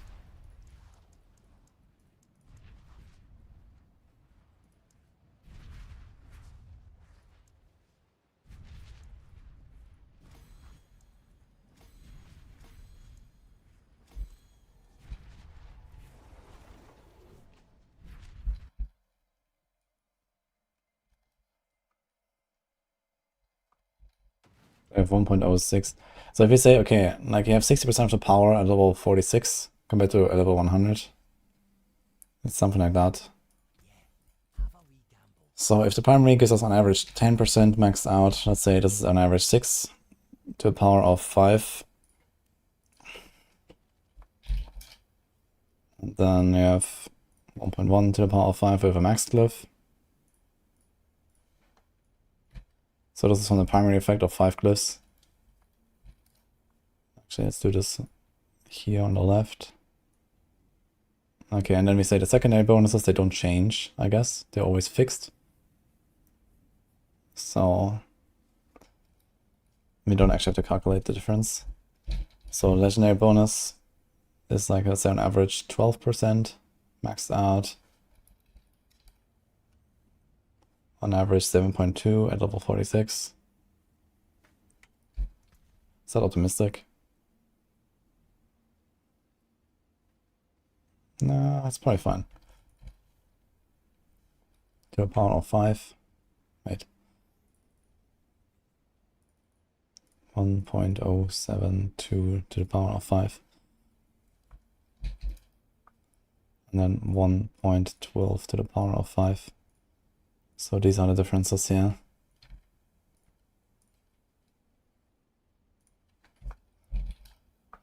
So the total multiplier from the top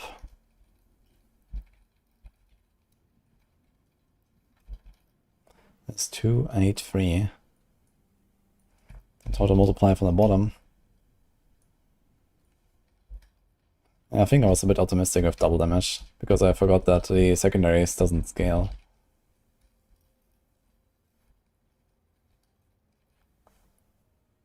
But it's still around 50% more. Still quite a lot.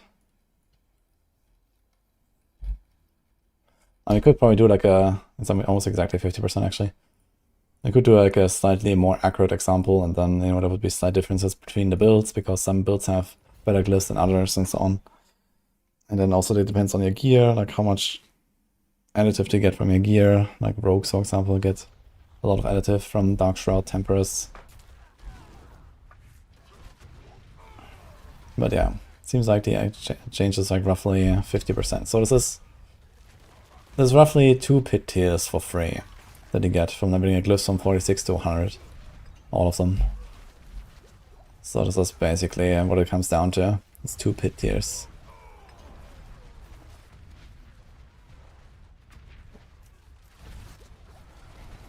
Of free real estate. That's a lot of free real estate actually.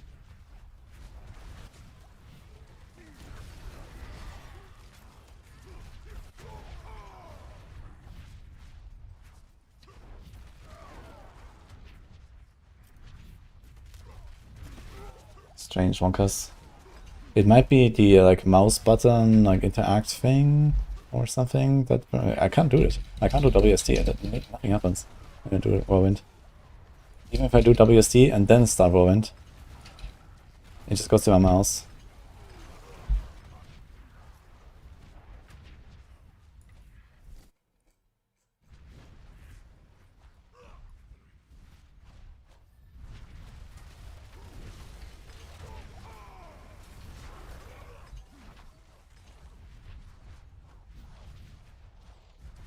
At least more than a handful of builds can comfortably clear T4. I mean, T4 has not really been a challenge since the expansion launched, pretty much, I think. And there used to be a bit of a better progression to get there and stuff. Now it's just like a joke, and then... yeah, what do you do after, right?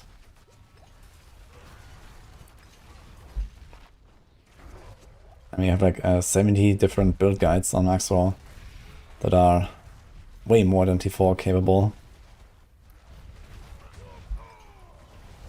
Without really trying hard.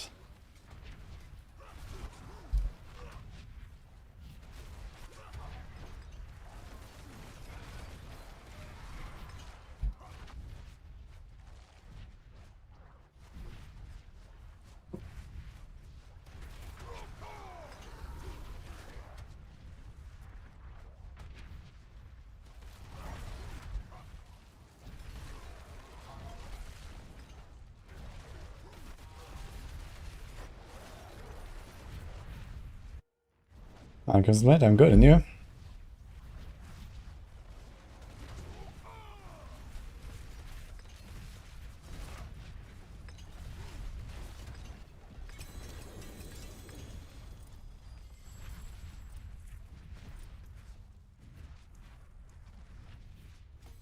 Yeah, we almost got our glitch at 75. 75 is fine. Best you can fix it Horde tomorrow when it resets back, I think. Great to enjoy it here, Crimson.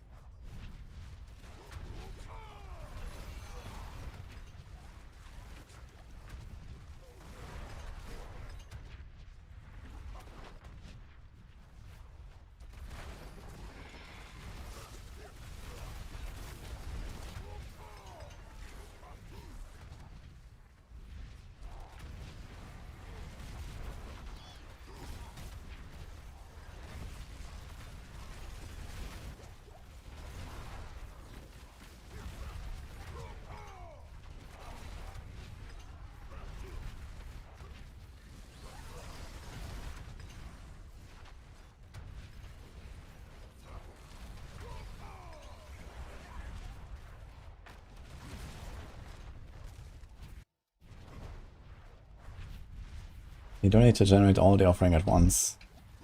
It just generates 50 when you move 5 meters. Then you move again and you get more.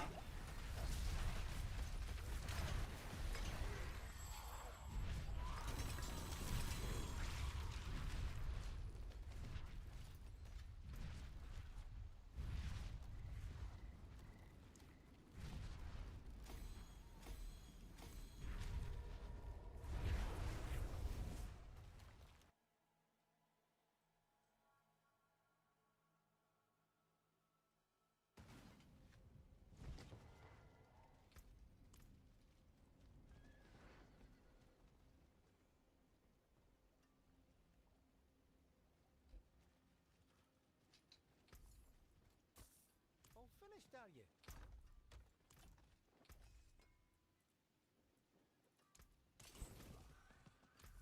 Not a basilisk ghost. Hello. Well, there's something special. All finished, are you? That's the spirit. Give it a go.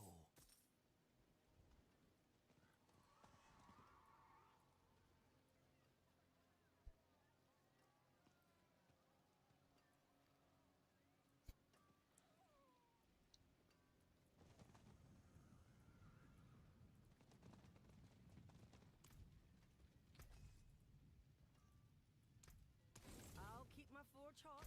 Return soon.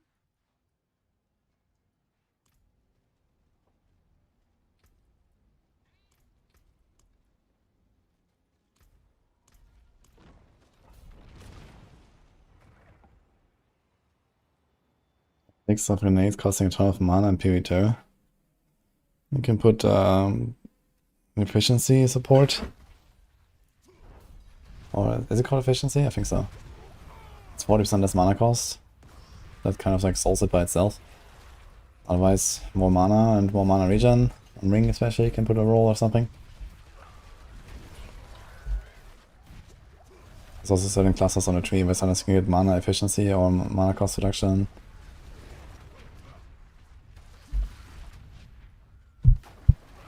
Odds on sets and next expansion. I don't think they're too high. I'm not sure who wants sets, or why anyone would think this will be good. Our gear is ridiculously overloaded with too many useless choices already. I don't think we need more of them.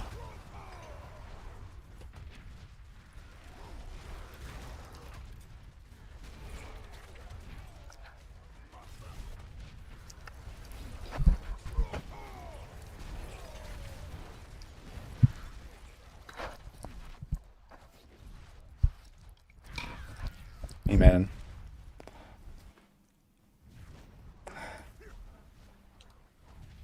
Shattered, which elixir? No idea what they're running. I guess I can use the health for the advantage pot.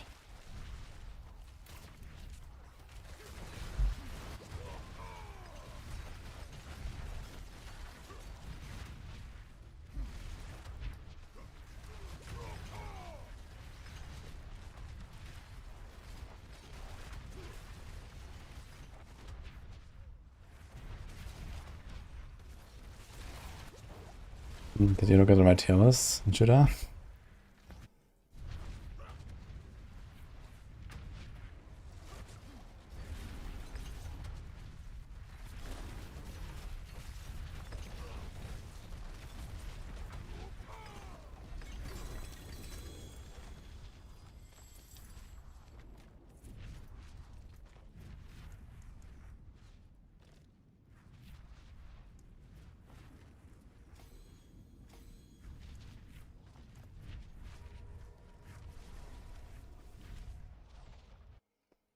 Will you just legendary potions like the 3? I don't know, I think that's unlikely.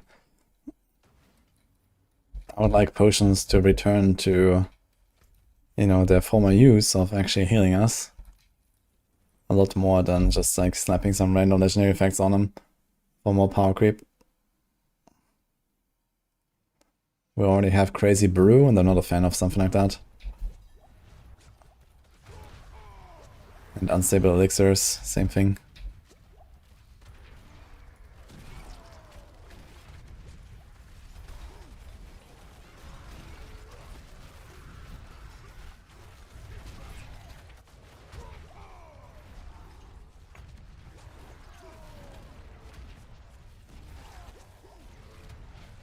Nice, the Ancestor version of Varian is better for speeds than the Mythic version of Maxroll.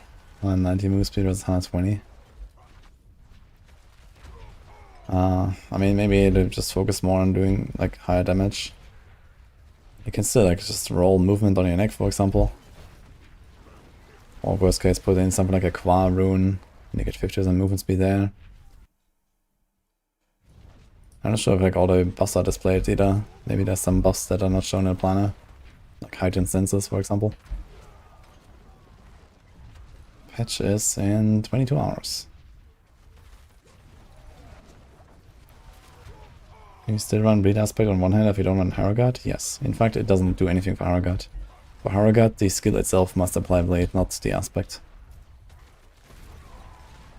So the Bleed is just there for extra damage and for the like all the bleed buffs basically you get from Blood Rage board and so on. I mean, there's a severe lack of good aspects for the spells, so you just have to Bleed Aspect anyway.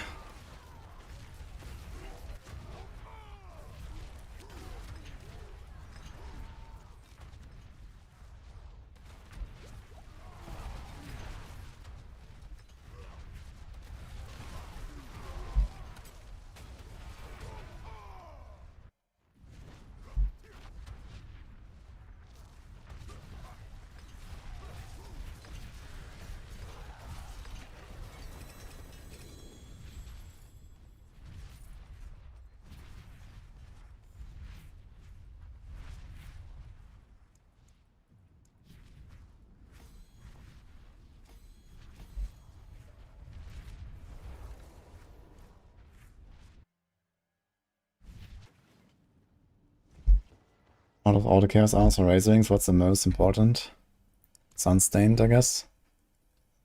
Because that allows you to use a normal weapon.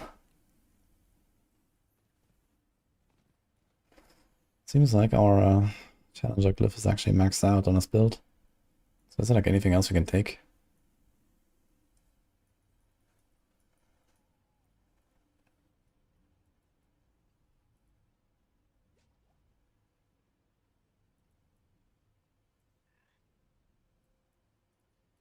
Okay, there's actually no more nodes anywhere that would do anything for us. Glorious. +5 main stat. Enabled. Let's go.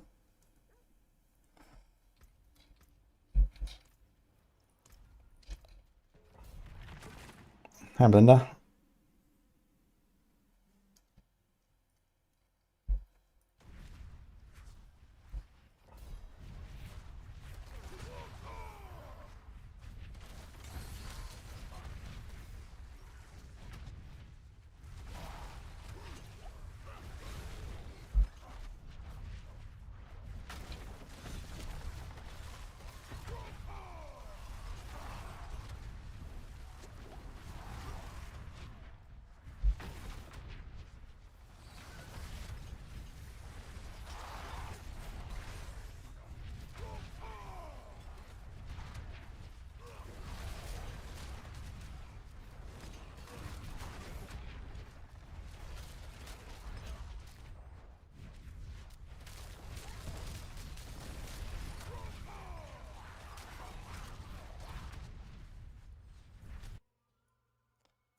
I don't run Crown of Lycian. Good question.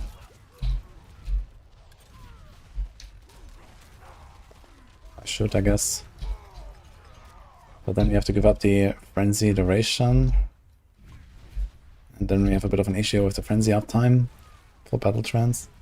It's definitely worth it for higher tiers when you're actually fighting stuff more reliably and you fish for like at bosses and stuff.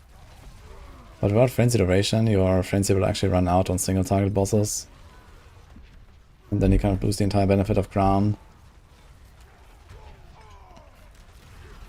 Plus it drains you 150% more life when you whirl, which is kind of a steep life cost to make up for. See, my life is already going down. After the patch will be much easier though.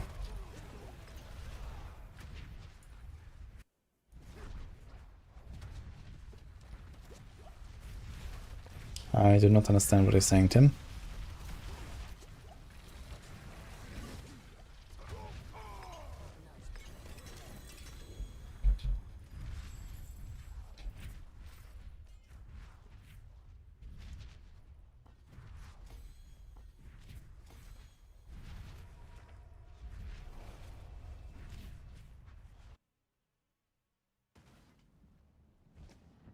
He leads to fire damage and gives times free Ether. Is it bad to turn to Aether Fiends? No, you can only turn Aether Fiends to Aether Lords. There's nothing else that transforms anything, and this is the best boon they can get as. You always want to take that.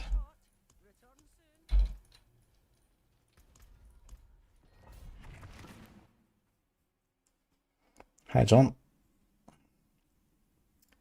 I am not trying Locrin. We have enough crit, and we don't have that much resource.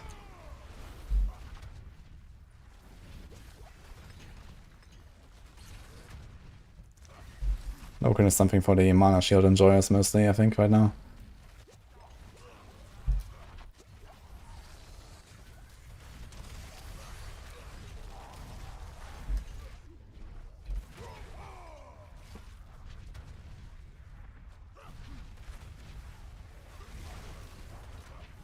I need to tell me which I mean, Supper.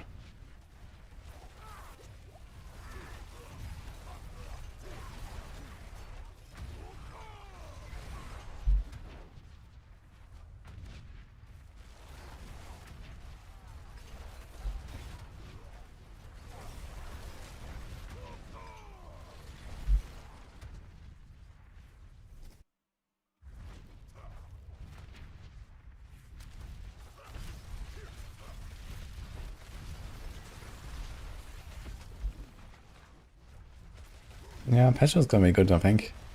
For the Infernal Horde enjoyers. Whispers doubled. Bunch of buffs. It's gonna be nice. Elites turn to Fiends, yeah, that's also very good. And they can become Elder Lords too with the other boon.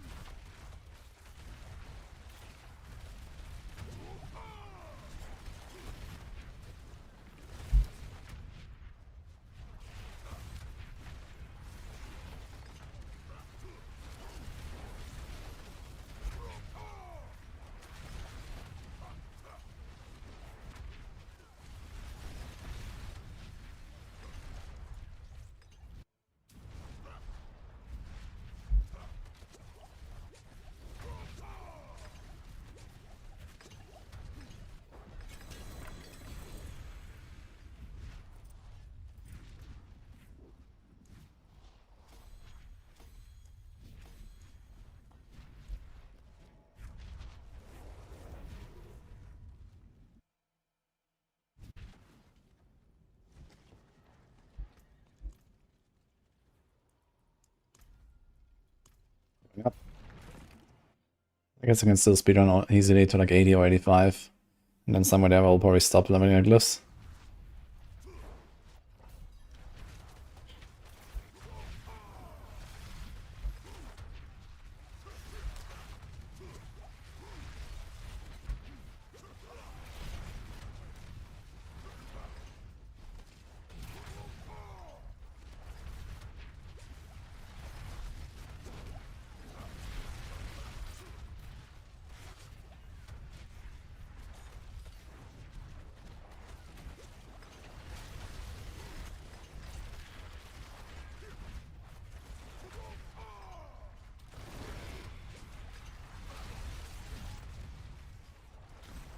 Did I change on his Barb?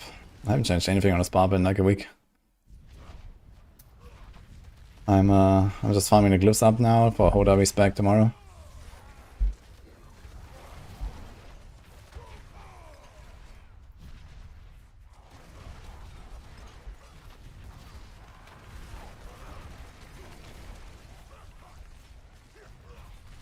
$89 healer. For Horde, which one is better, Razor Wings or Shroud Barb? Razor Wings is ranged and auto aims everywhere. It's pretty decent for Hordes, I guess. I mean, this build is okay. The best part is you can just kind of FK. Like, if you feel like you need to FK for 5 minutes, then you start the 10-wave Horde. You just extend in the middle for the first 5 waves, click the things. And then when you get some good boons, you start blasting the last 5 waves and you spawn Barturk, easy clap. That's what I did earlier. That's pretty good. Holy. Fuck Soren, thank you. Yo, Sub went to Kaiser. Very cool. Wish I did.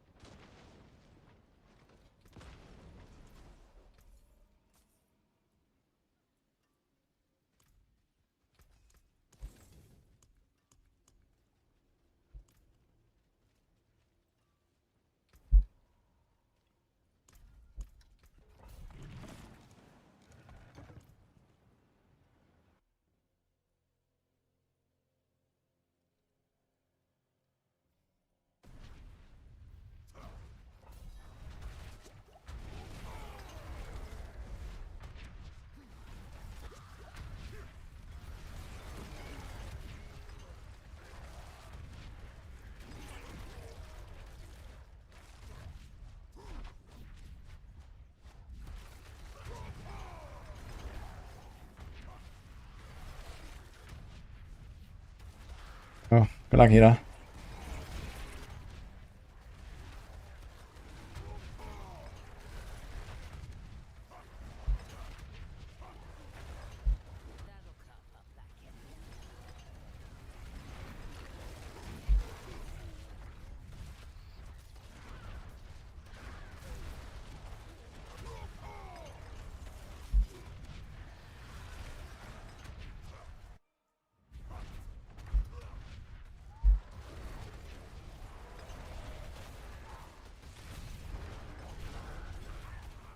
I've forgotten souls besides Legion. I guess their bosses are pretty good. And material horde dungeons.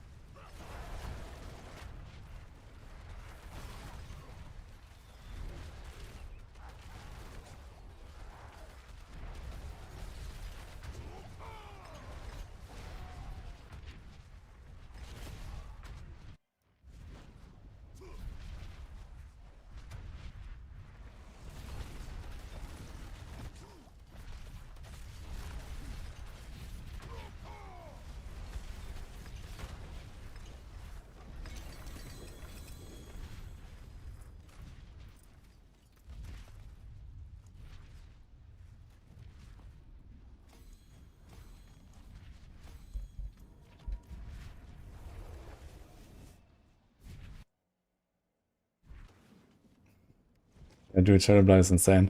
It took me like 3 hours to level all the glyphs to 100. That was ridiculous.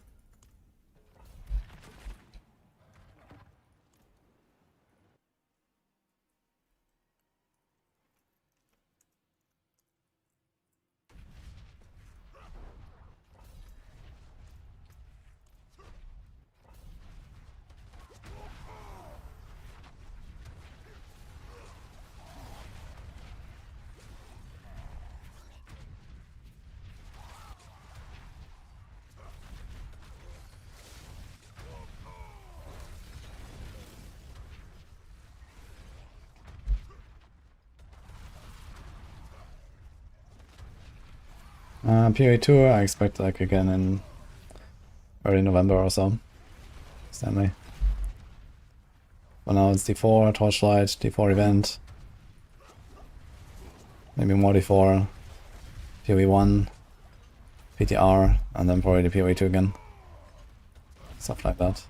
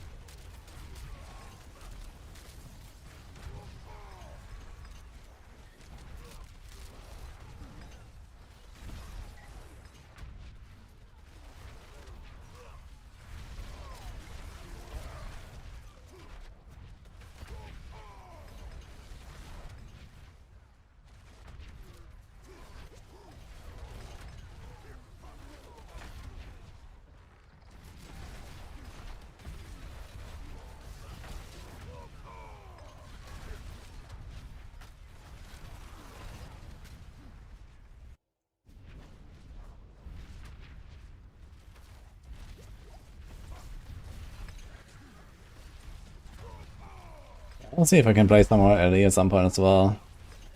Maybe like closer to season 4, or like log into LE. You know, I've barely played season 3, I need to like unrust a lot, I think, by the time that season 4 comes around.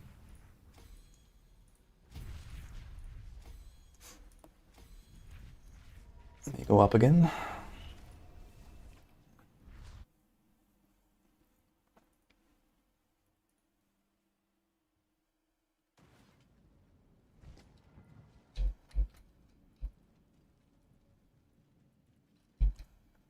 See some steel you need?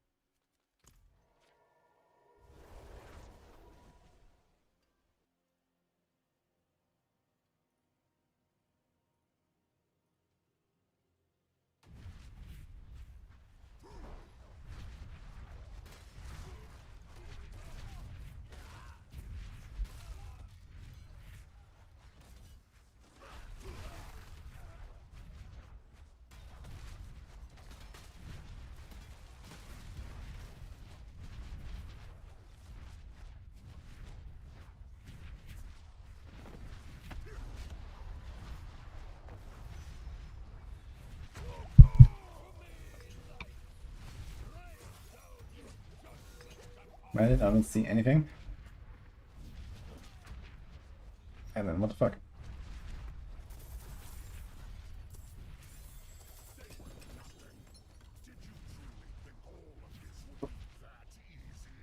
Ah, friend.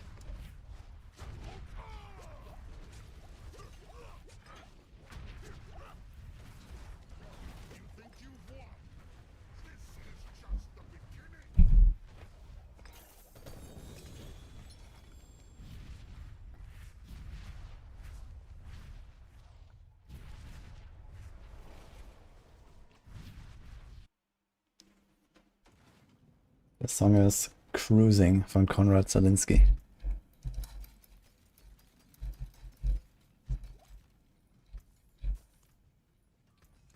Better than starting from nothing.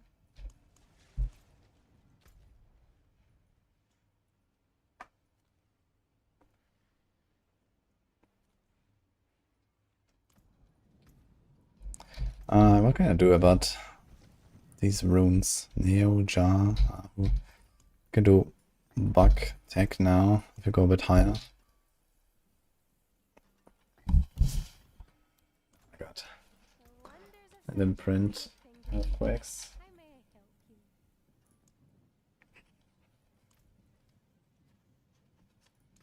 you? 90%.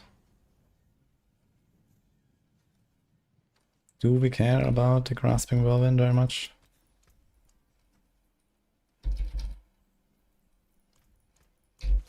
So just change the rune word and 2 aspects. How about that? Keep the Ahuzek. 79.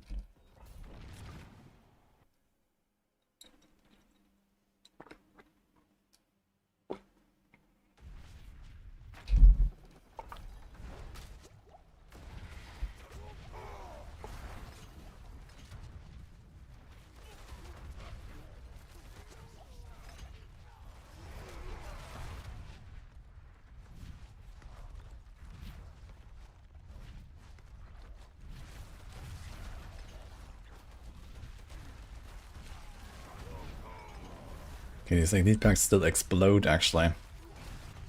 Not bad.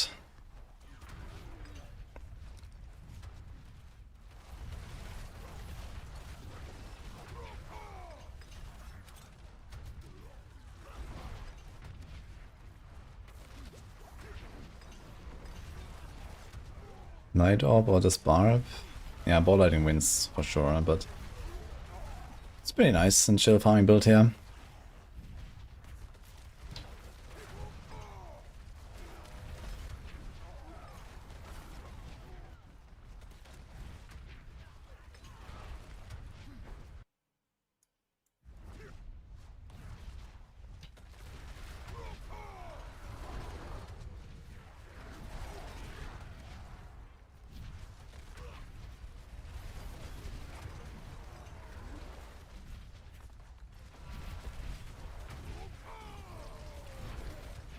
Crazy how much damage it has suddenly with the Earthquake aspect.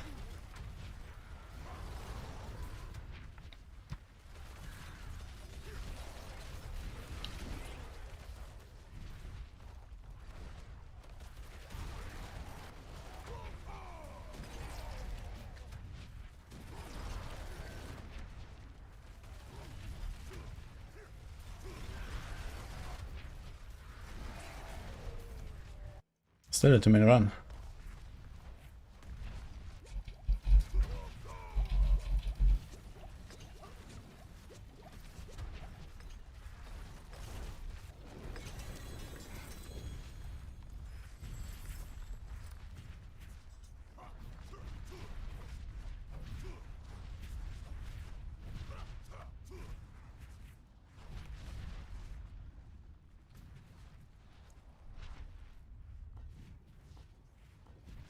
Move.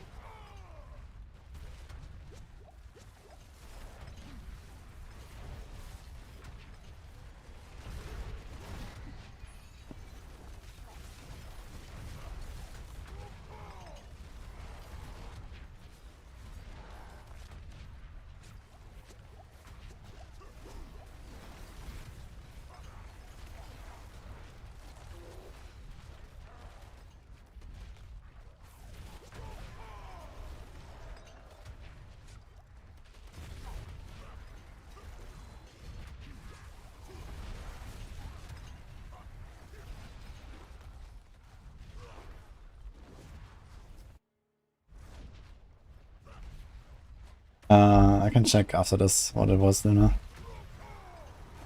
Very song. I didn't see that.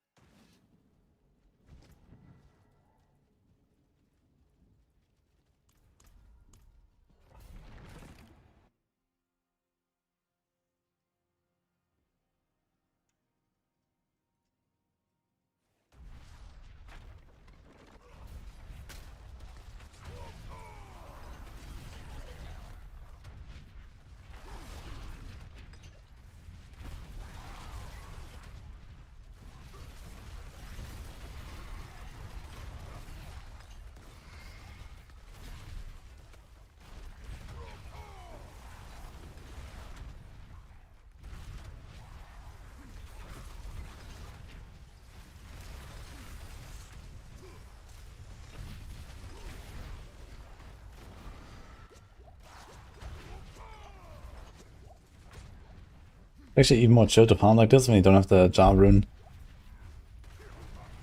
I can still like lunge forward a little bit with the left click.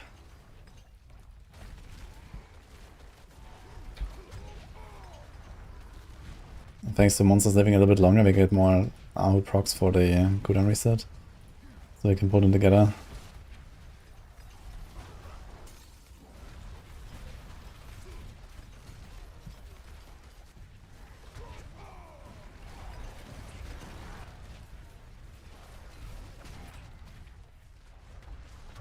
We could choose Barb or Necro.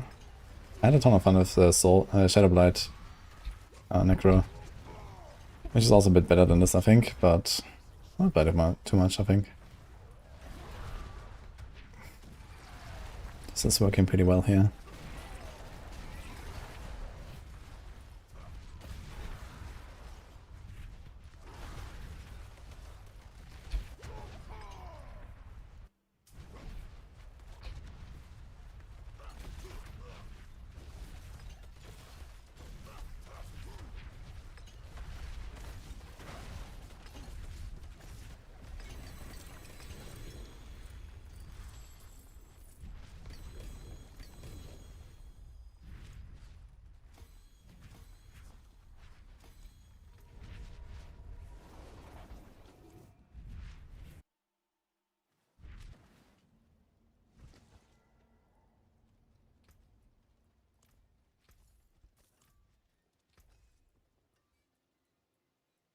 The hammer sings on your return. 80.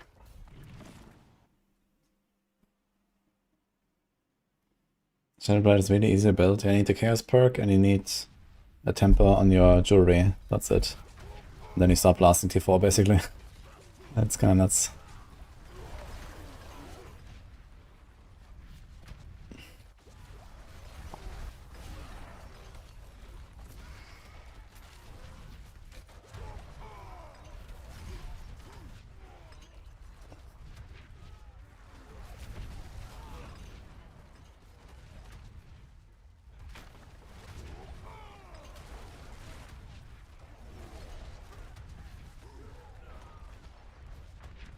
Yeah, Necro is a good choice, for sure.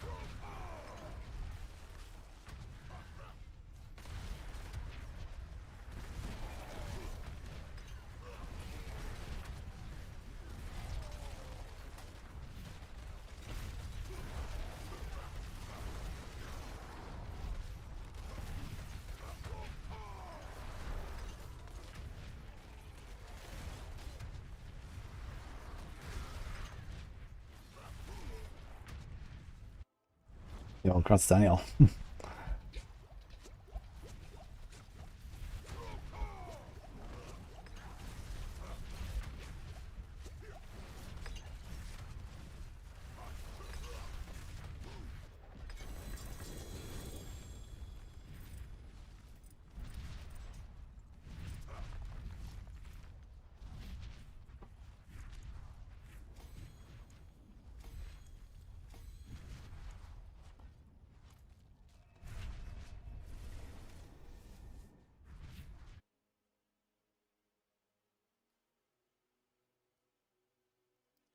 I'll push Horde. Maybe Shadowblight before the patch even, because something changes there. And then some stuff on the Spiritborn. So Spiritborn is gonna be like the big focus.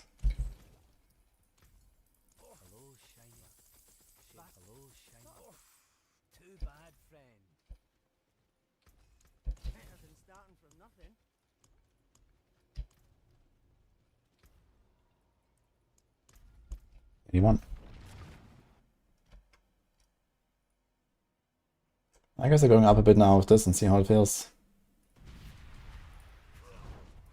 So far so good.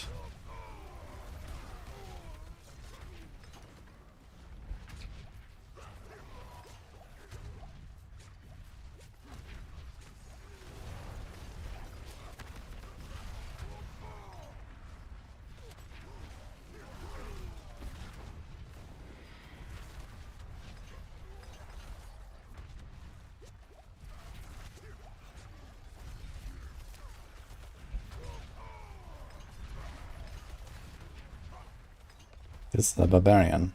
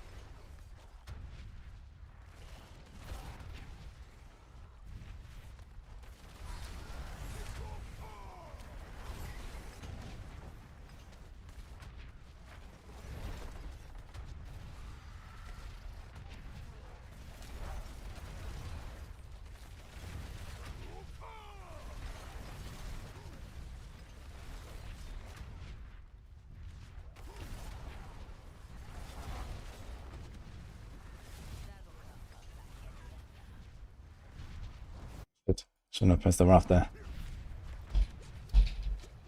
It's gonna be a pain.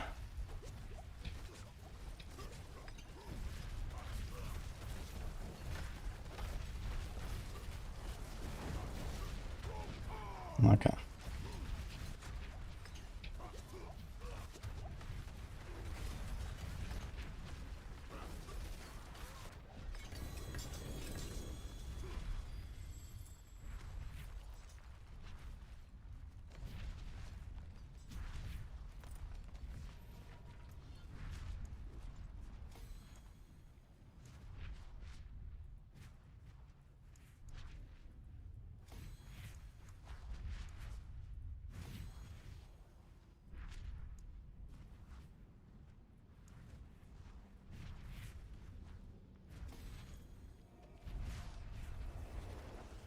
The goal, I'm pushing for. Alright, now I'm just doing the glyphs to get ready for Horde. And when I push those builds, I don't know, I guess we're just gonna try to get like the highest clear on hardcore or something like that. On the Barb and on the Spiritborn and on the Necro. So that would be cool. Thanks Primal Gore, by the way.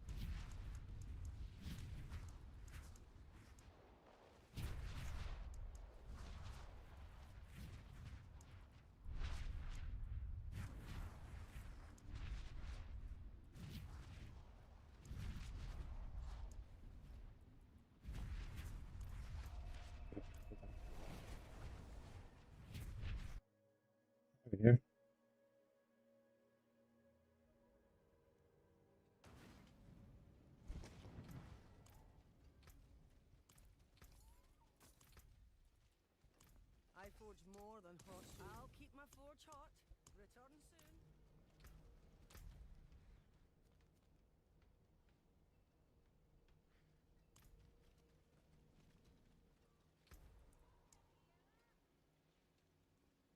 Hi there, Robbie. BRB in just a minute.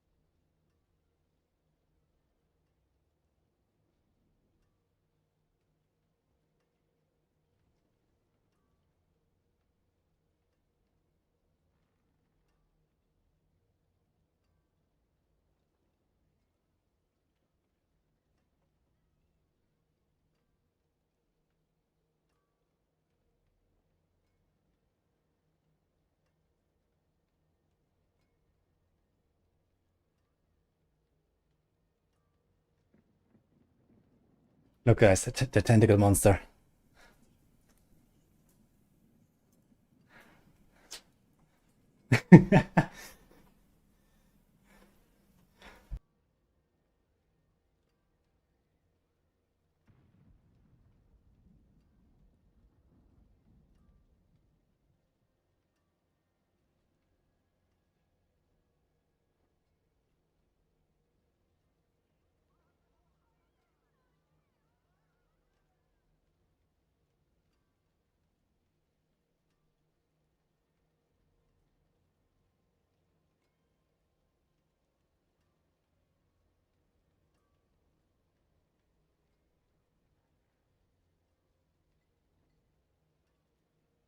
Okay, BRB.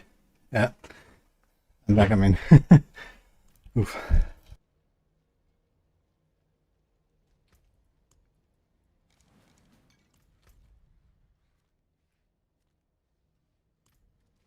I appreciate that.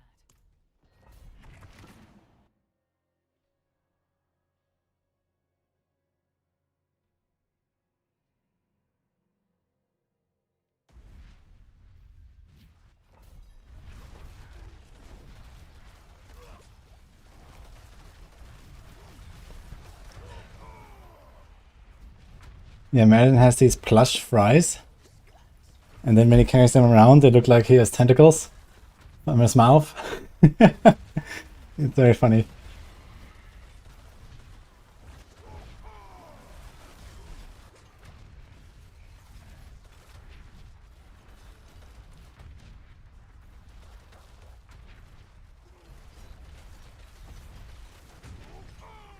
The dog of Cthulhu.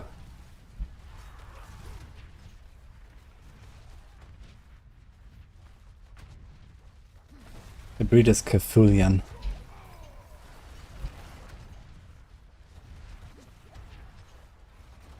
Any advice to reach level 60 in hardcore fast? Yeah, ignore Chaos Words. And then, yeah, Helltide and the city when you have XP tributes. At level 50, do normal strongholds to 60. And there you go.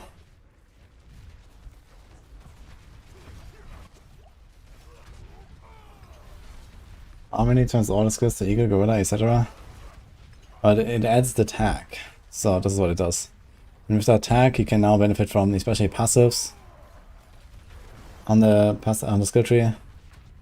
That's like the main reason. So in Harmony, you have to choose 2 spirits that are different from what your skill is. So they get free tags.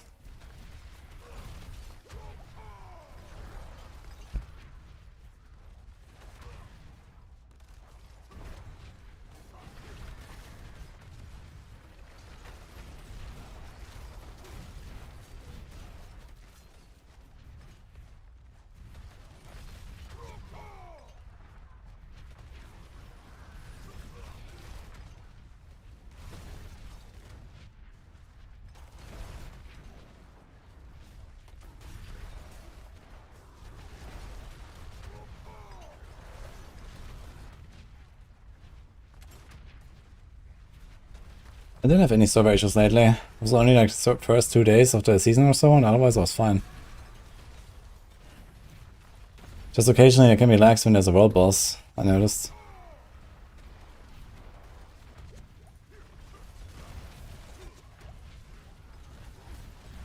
That's how you get so many skill points on Razor Wings. Yeah, you have Esha Kizungi, you get Gorilla skill levels. And then you have Gorilla main hall that gives you the Gorilla tag, and they can benefit from that.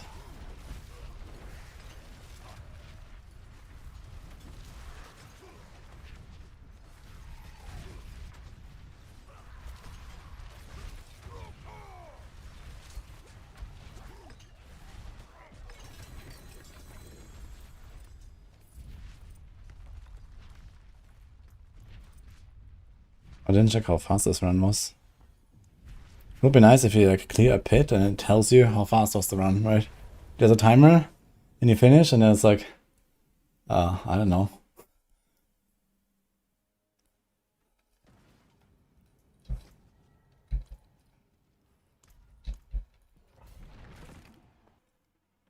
Stoneburst is actually insane.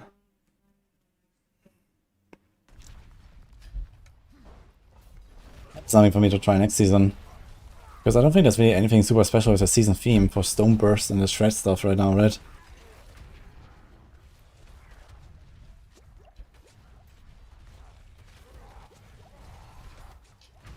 You don't have the technology, unlucky.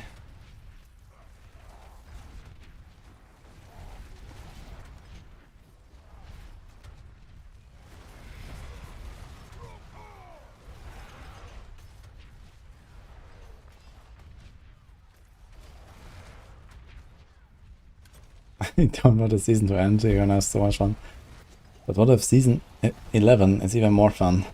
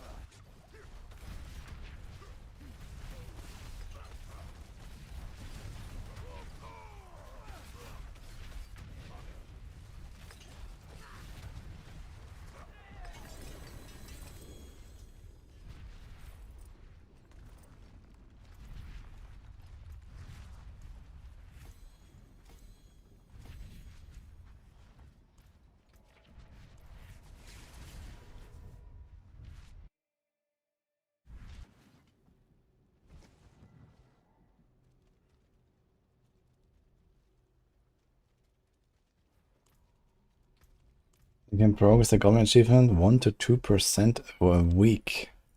That seems pretty optimistic. How do you do that? 1% is 60,000 goblins. 100,000 goblins in a week. 15,000 per day. That seems like a lot. How much is one good goblin wave in Hordes? If you can get like, let's say 3,000 Edda, that is 150 goblins. So you need 100 goblin waves for 15,000 on a day. Okay. Let's say every 5th horde has a goblin wave. That means 500 hordes a day. So every 5th, like 1 goblin wave per hour, right? And we said you need 100 goblin waves per hour per day. But how did you do that? It's 400-500 goblins per wave in a Sorc group. Okay. That's more goblins than I expected. Okay, 500 goblins. And you get 1 wave per hour. So in 10 hours, 5,000 goblins. Yeah, 1 to 2% sounds a bit optimistic, but... Okay. 0.1% per day? 1,000 days? Maybe.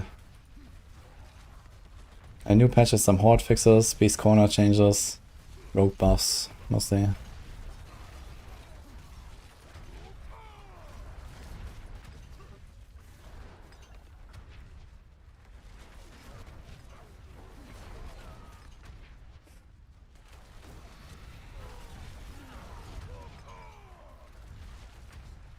Yeah, 1 to 2% per week sounds still pretty optimistic.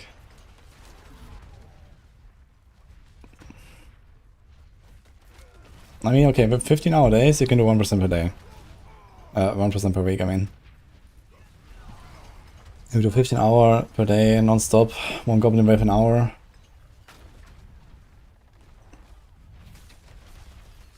I guess what you really need to do is you need to have, like, people ready to go that just farm hordes for you, and every time they have a goblin, every time they have a chaos wave, they wait for you, and you just hop from party to party, do a chaos wave. If it's not goblins, you leave, go next. So like this, you could probably do 1 chaos wave every 2 minutes. So 500 goblins per 2 minutes, and now we're talking, right? Because then you speed up times 30.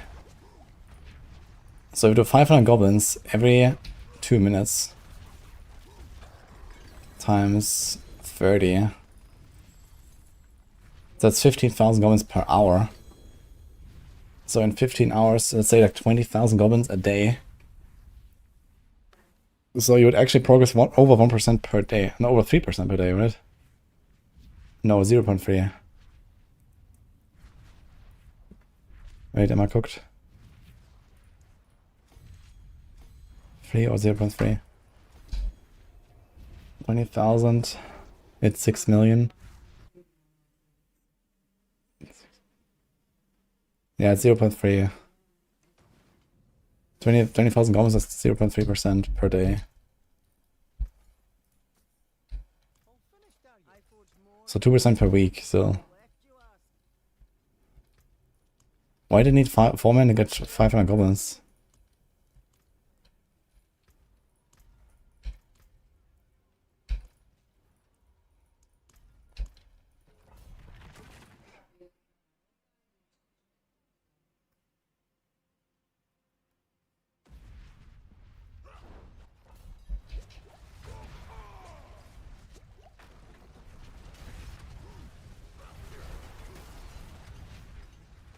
Okay, fast spawn more. Yeah, okay, I mean, if you're relying on like people feeding you chaos waves, then I guess he's gonna do that with lightning spear sorcs anyway, right? You just have like a team of lightning spear sorcs on T1. You just farm T1, like lightning spear will just one-shot everything. And that's it, right? So you just have like 4 lightning spear sorcs and like 3 of them feeding 1 guy. And you have like, let's say, 10 to 20 teams of 3 sorcs farming T1 hordes, inviting you for chaos waves every time. And then every time it's not a goblin wave, you just instantly leave and join the next party, and so on. And so like this, yeah, you get probably like a goblin wave every 2 minutes, maybe every 3 minutes, let's say, with a bit of like downtime, and you have loading screens and whatever. So 1 goblin wave every 3 minutes, 500 goblins in 3 minutes, 150 goblins per minute. Times 6 is 9. It's 9,000 goblins per hour. 10,000, let's say, rounded.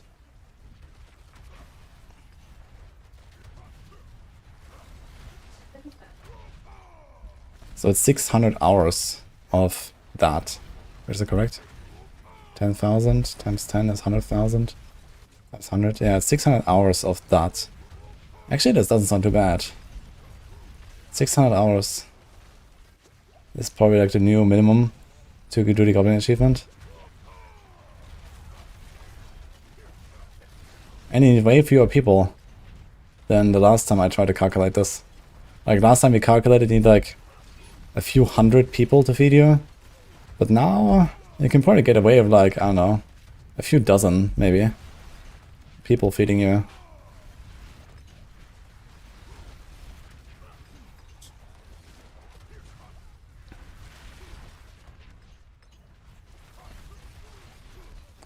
Like 20-30 people are probably enough to feed one guy for the goblin achievement.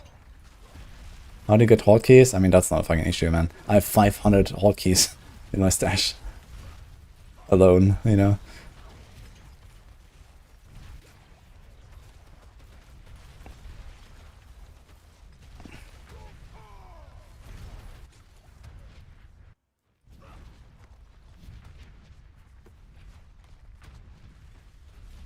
Easy for the editor. What?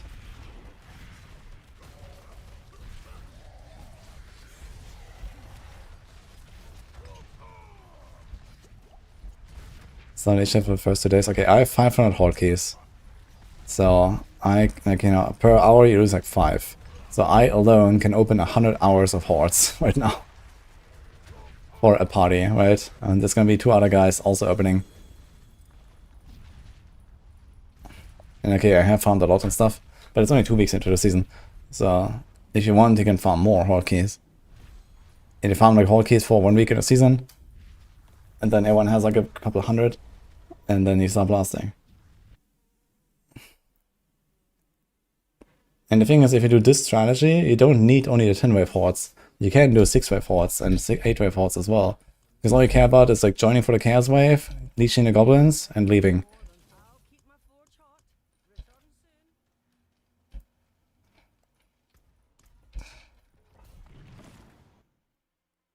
So 600 hours, let's say 100 hours per week.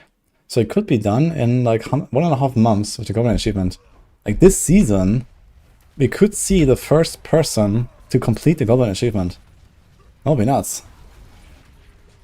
Before season 11 starts, it could be done.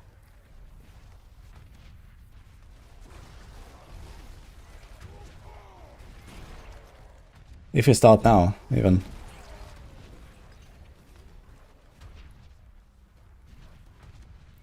Ah, true, we can do Eternal as well. Because you see Infernal Compasses from Eternal.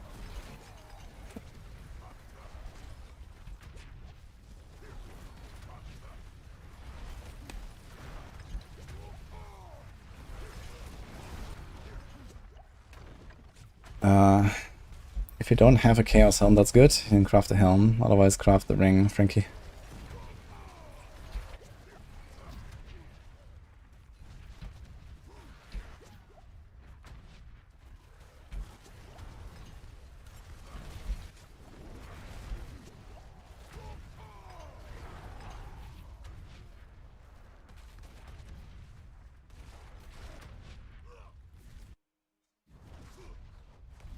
Expansion of Buildmaness, and I actually made a video about it yesterday.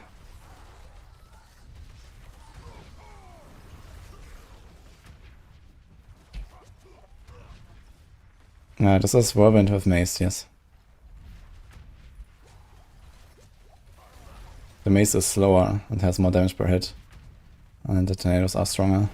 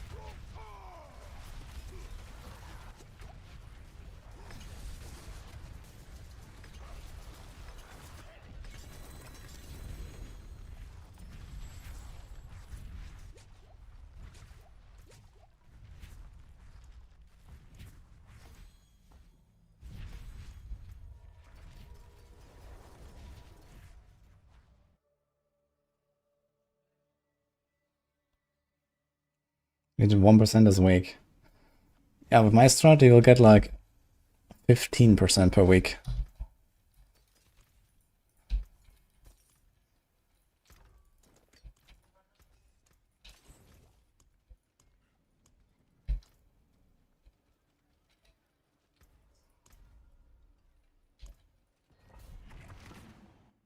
You meant pulse level.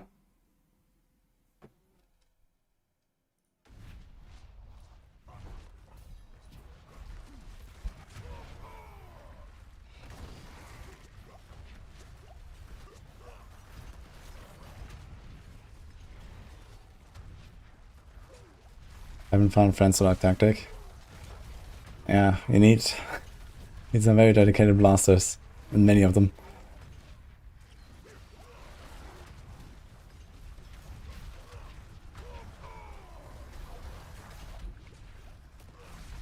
Like, you can join an Infernal Horde mid-run, right?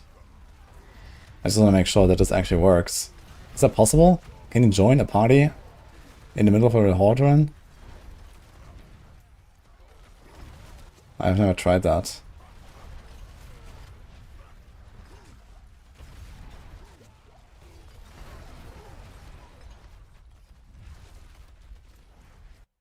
Yes, okay.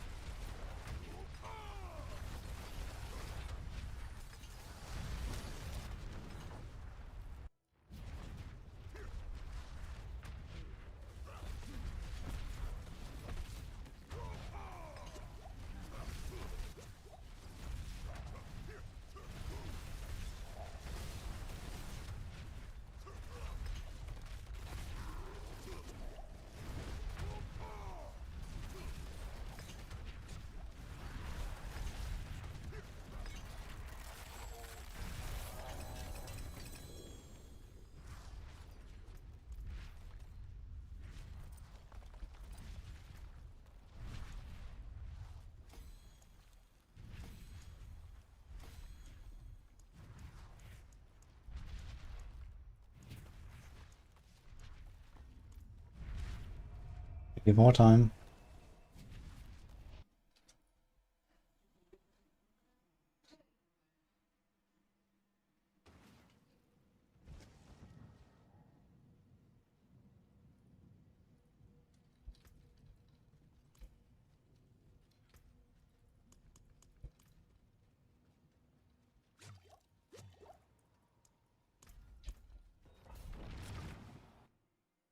This is the Velvet Shout Barb PM.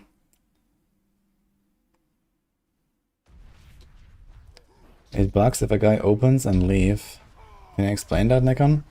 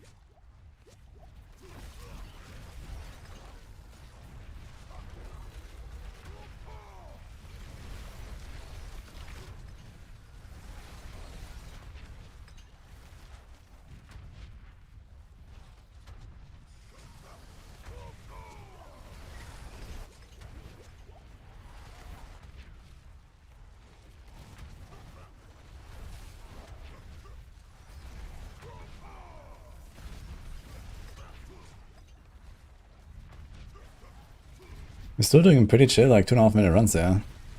Not terrible for mid 80s.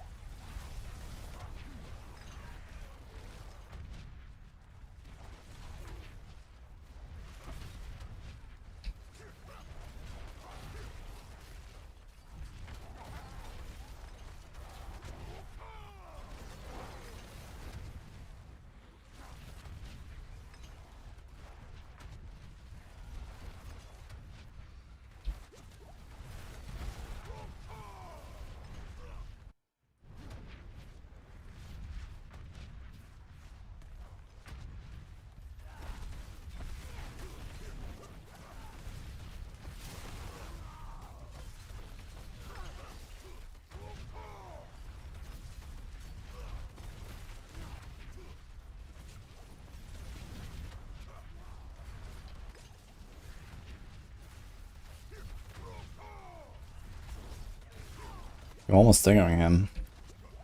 Funny.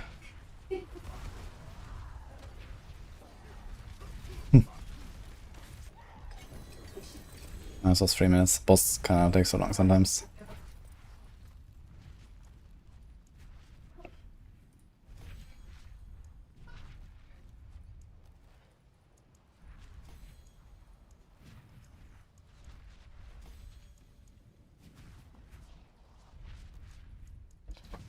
Another 84.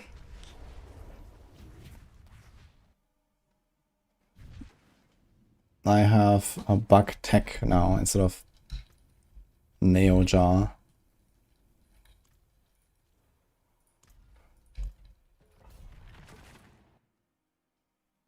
And I remove Grasping Whirlwind now and I put the Earthquake's aspect on the neck.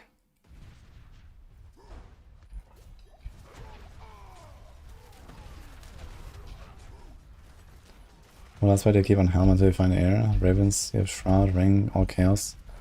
I can do a Spiritborn aspect.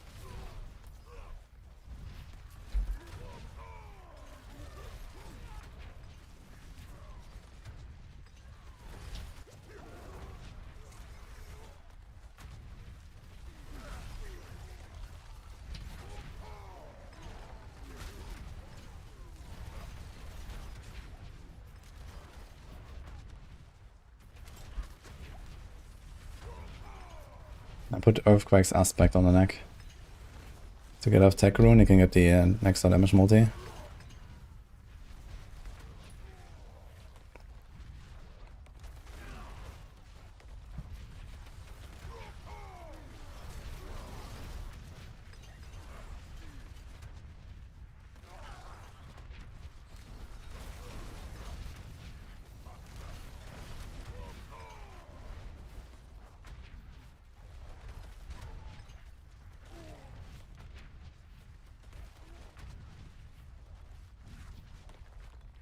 It's not about the companions can't die, it's about you take less damage on the Spirit Bond.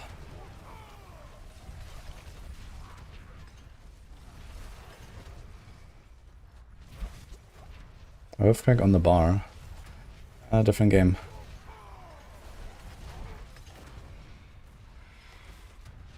I guess you're talking about Ground Stomp, huh? But for Ground Stomp you also need an aspect to trigger the Earthquakes. It's not just from the Ground Stomp itself, yeah. We don't have any slot for that, it's a defensive one, I think.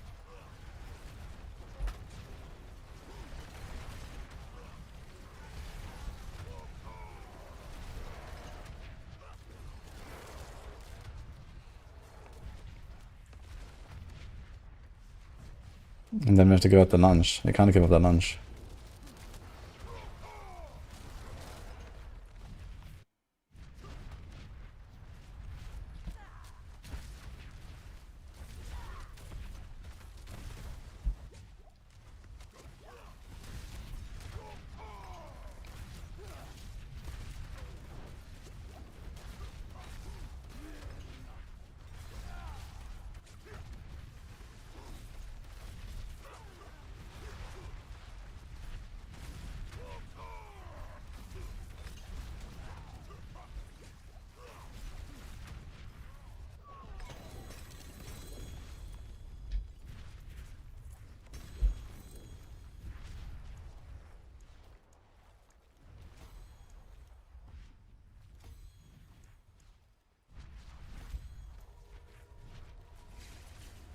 Okay. I think enough of Glittering. They're all 85 now. This is okay. I think I'm gonna go on the Spiritborn.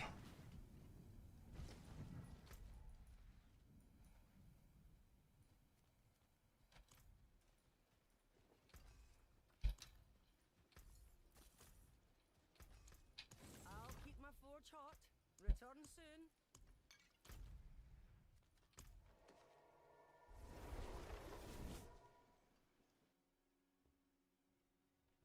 Did I change Grasping Whirlwind?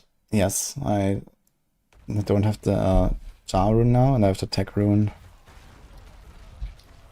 Somehow I managed to trigger the Tech rune while teleporting into the dungeon. Seems like it counts as moving. It's kind of funny.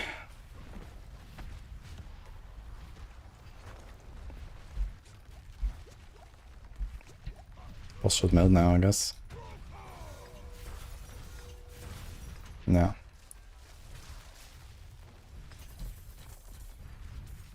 Yeah, I know strategic groundstorm, but we have no space or groundstorm. What are you gonna do? Unless I remove like Warcry or some shit.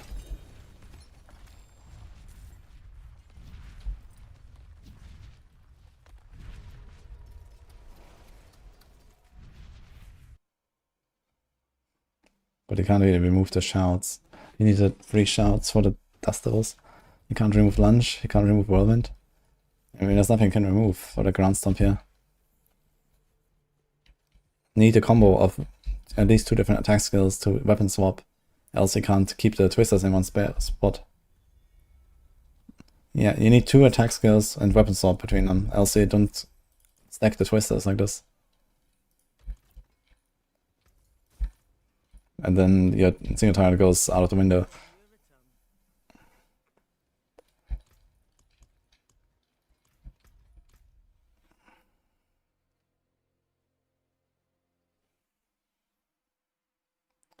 Is the difference in running boss solo as party for the bonus loot worth it? It's not really worth it anymore. It's still something, but you don't really care.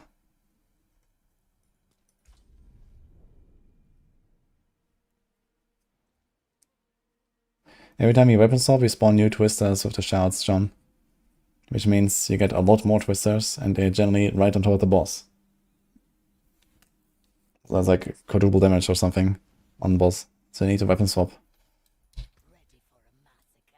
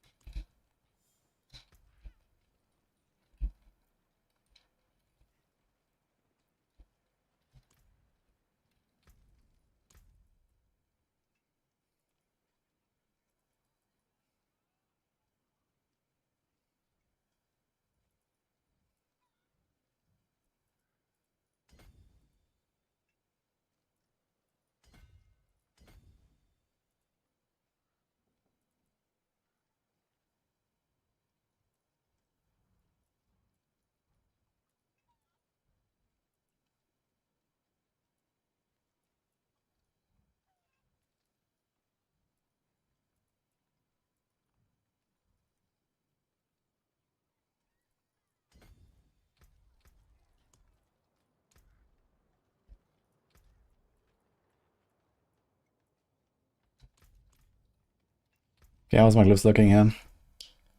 81, 81, 81. Oh god. We actually barely level our glyphs on this.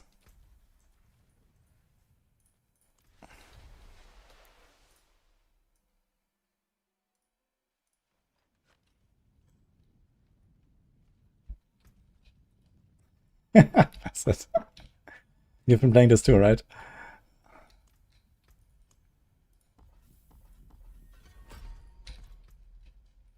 Liga Ultra. Okay. Actually, what about Petition? Harmony, Hesha, Sunstained, Locran. It is Locran. Wait a minute. We can use Petition finally on this thing.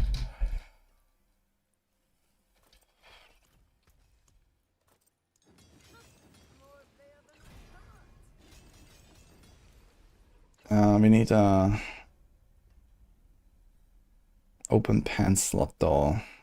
I need to check that first.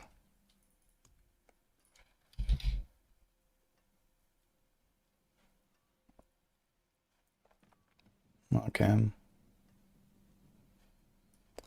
That is okay.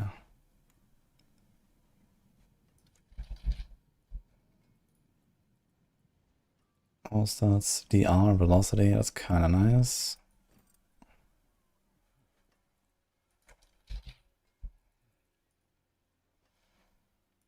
That is kinda nice. Yo, wait a minute, we do harmony, pants. Ah shit, no, we need to open pants. We need pants here, so Loken goes out. What, how many boots? Movement. Yeah, too bad these pants are nice. I can't be to that.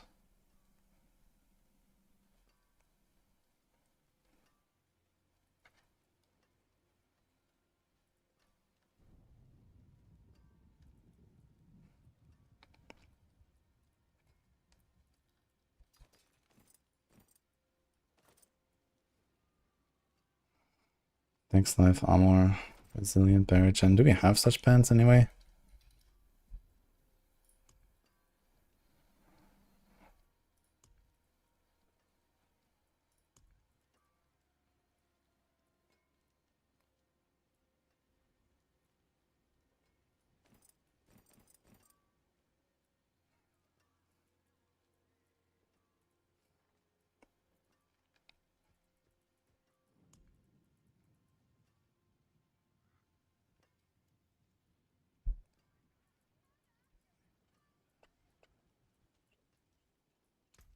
Might struggle a bit with resist now, I guess.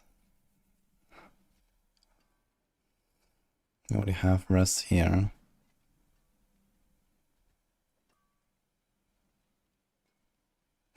That triple hit. Oh boy.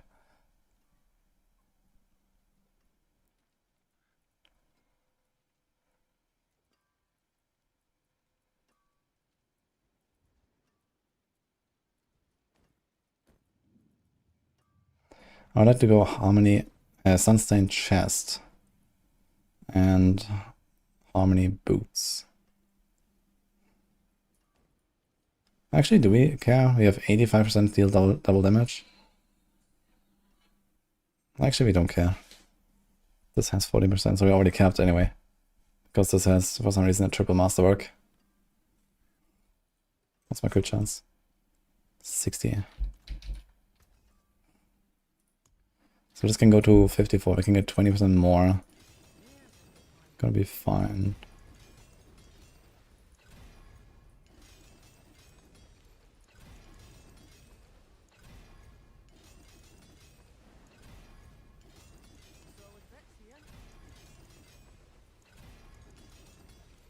F. Okay, so 76. Okay, with Garrune we are okay.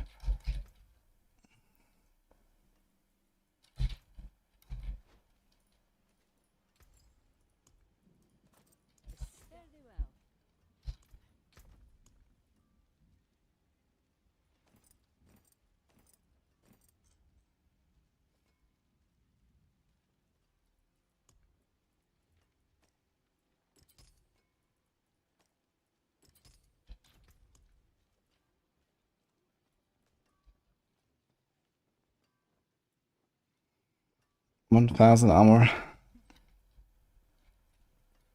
Oof. Oof, dude. So this can roll armor.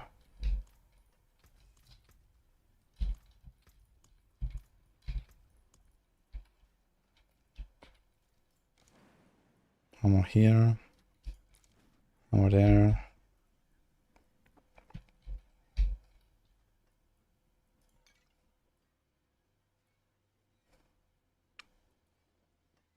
I guess we do two-handed undealing hits potentially.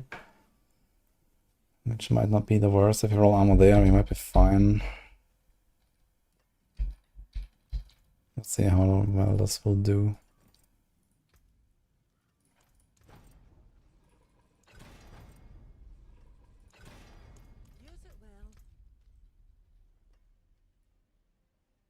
Still missing 8.2 fire and cold. Oof. It's rough without another rest slot. What do I have in a planner?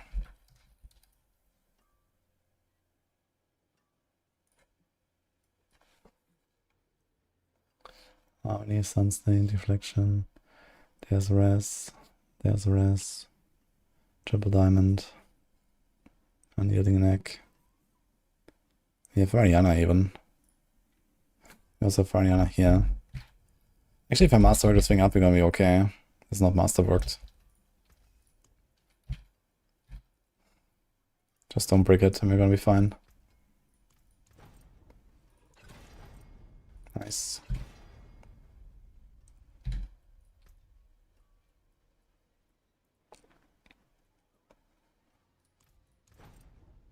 Nice.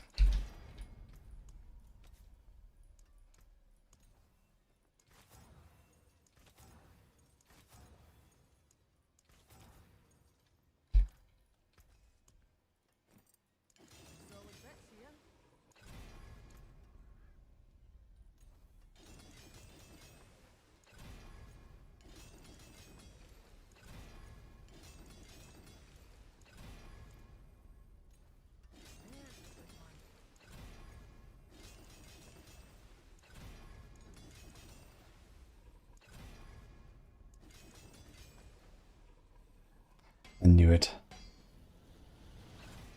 Now we all got by 3.8. Okay, two-handed unyielding. How may I help you? We go back to here.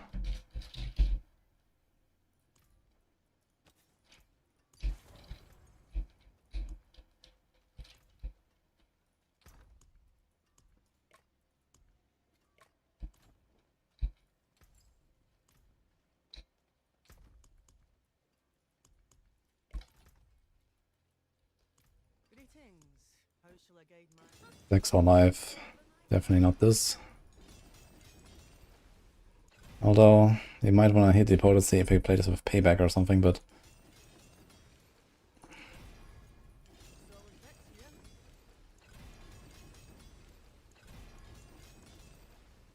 Nice. Let's get another hit on this thing.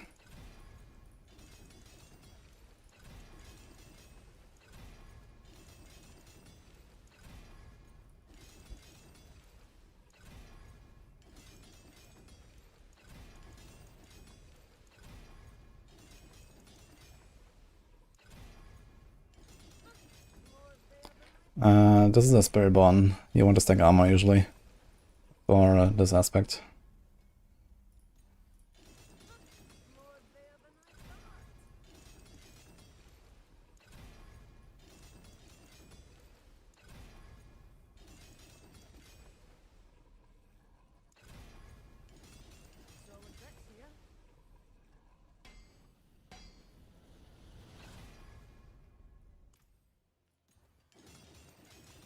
No Jin.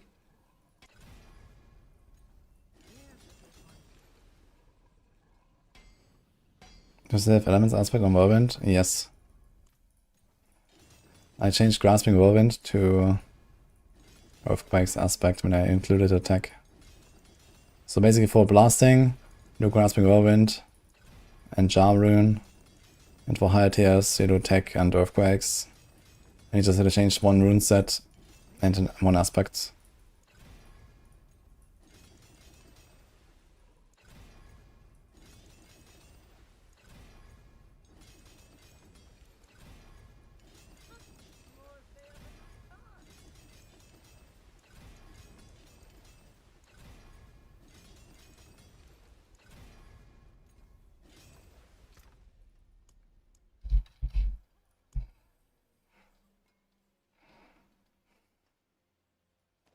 Should run this one anyway.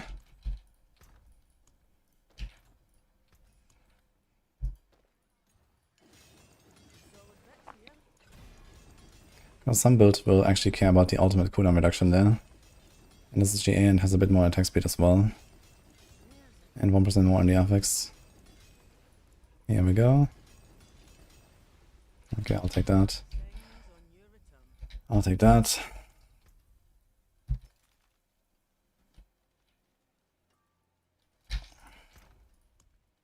Harmony.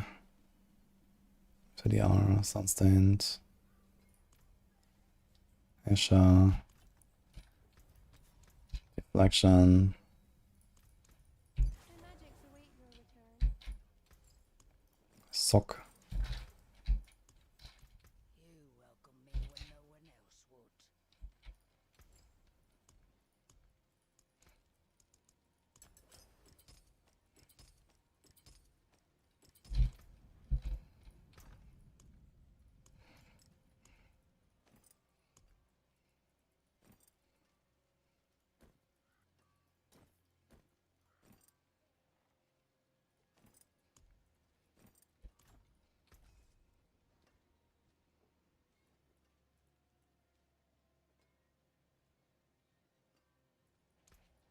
What's left, you ask?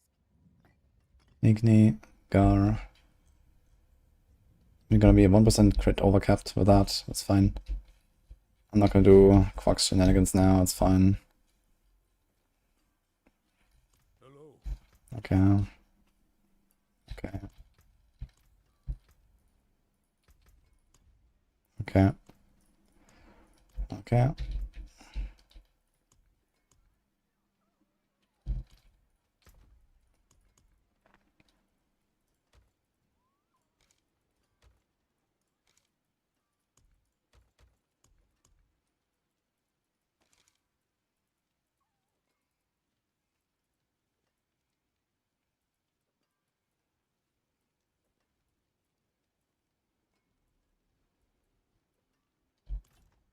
Magic is neither good nor evil. How may I help you?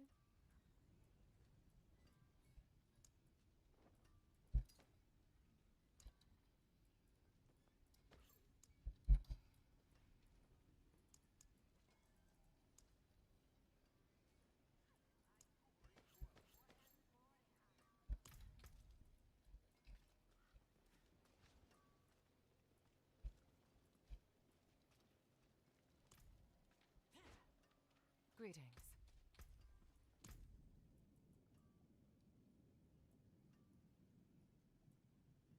This lasts 6.9 seconds. Okay. Okay. Okay. Okay. This all looks fine to me, actually.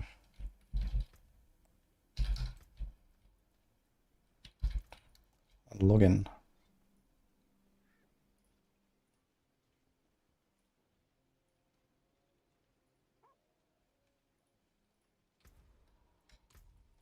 These glyphs are 81.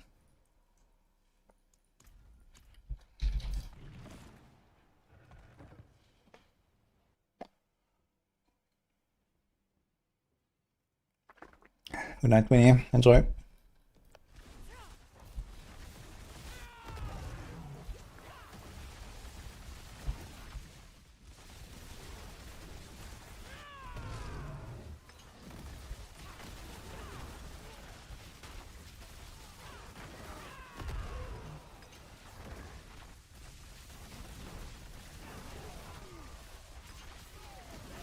Music, bug tech. Yeah, for the higher levels I switched Ahu to Zek. So it's Ahu, Zek, bug tech for the high tiers and Earthquake's aspect. I'm gonna add a variant for this. It's basically just the runes in one aspect. Ahu makes a bit more sense since you can't really benefit from Neo anymore at some point when you don't kill fast enough.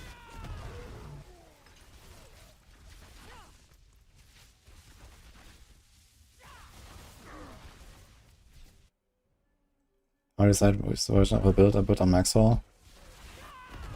Usually we have like, you know, one guy has their guide and they update it every season. Like we don't have multiple guys making the same build or something like that, you know. So, for example, Exile is like a rogue ranger main, so he has like a lot of these like ranged rogue guides. He has Barrage and Heartseeker and Penshot and whatever. Most of the time, you know. So we have like usually between 2 to 4 people per class, and we decide, okay, you do this guide, you do that guide. And there's a bit of a collaboration most of the time as well, of course. Like, you know, Theorycrafting and stuff, testing and stuff. When the PDR comes around, for example, we share our findings. And then, you know, when it comes to like actually writing the guides, like everyone goes and does their stuff.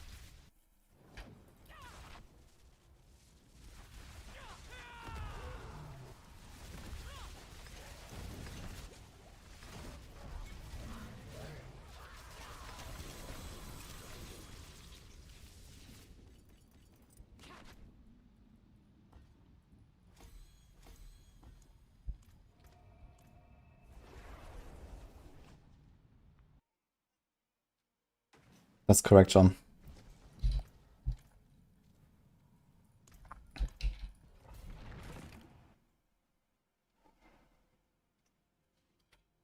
The reason why I have a Ravens Druid is because I cooked my own Ravens build. But I'm not a Druid guy, I'm not making the Druid guides on Maxroll. I just decided I want to have fun Theorycrafting Ravens, and so I made a Ravens planner. And I built it from scratch. You know, like sometimes I just make my builds from scratch, especially preseason. Before we actually put out any guides on Maxroll, I just like cook my own builds. You know, I just sit here and like do like 10 hours a day D4 planner, and you know, I make the builds that I want to play. And you know, sometimes they end up close to the Maxroll guide, sometimes they don't end up close to the Maxroll guide, or there's things I didn't know or whatever. Or I just like to build it differently because, you know, I usually make my builds very speedy and comfy. Other people make them, you know, more damage oriented, or more push oriented or something. We do have some guidelines on how we make our Maxroll guides. So generally we try to make like some kind of like, you know, all-rounder setups, and then we have like specialized like speed farm and pit push and so on. But I always like to infuse a little bit more like quality of life and toughness and speed into my builds wherever I can, basically. Well, I just, you know, I can't be bothered with certain things, like, you know, corpse tunnels on Necro, for example, is like a skill that I just don't want to use very much most of the time. Well, I just try not to.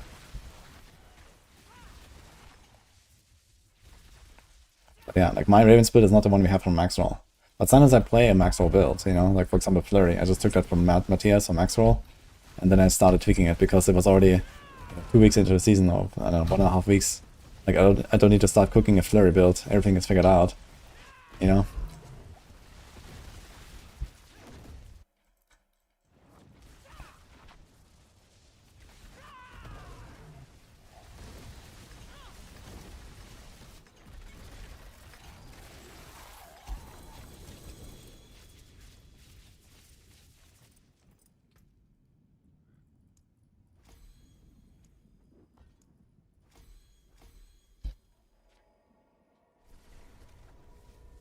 Yo, Califea, thank you for the 29 months.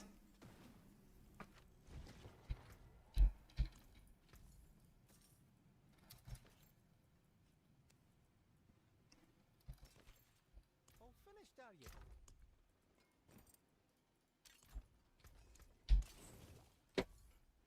Well, hello. Oh, that's not a bad pull, that.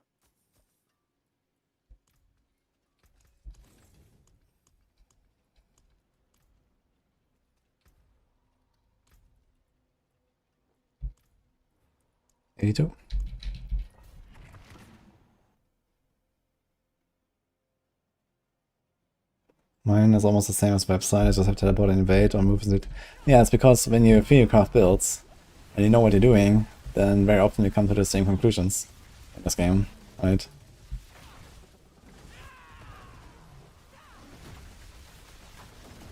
It's also like, you know, someone asked me, okay, like, you know, what is the difference between my Raven build and the Maxroll Raven build and Rob's Raven build and the Kuna's Raven build, and well, the answer is probably just about nothing.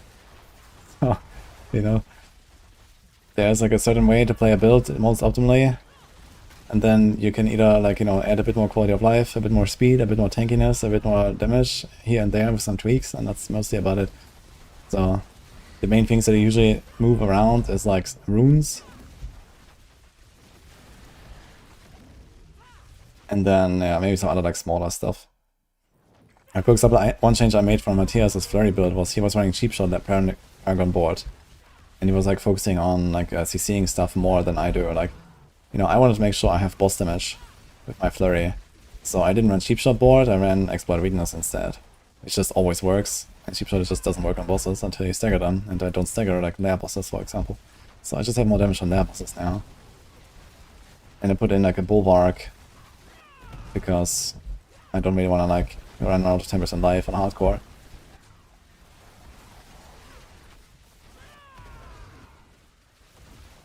But yeah, that was about the extent of the changes you can make to Flurry. If you don't want to like, scuff up the build.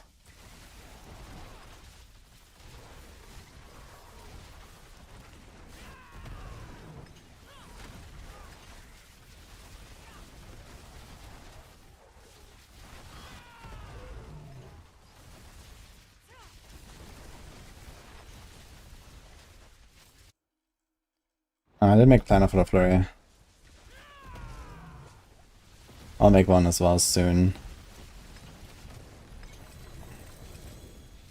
Maybe I'll do it later tonight when I feel like it. Otherwise just go for the Maxroll guide, it's very good.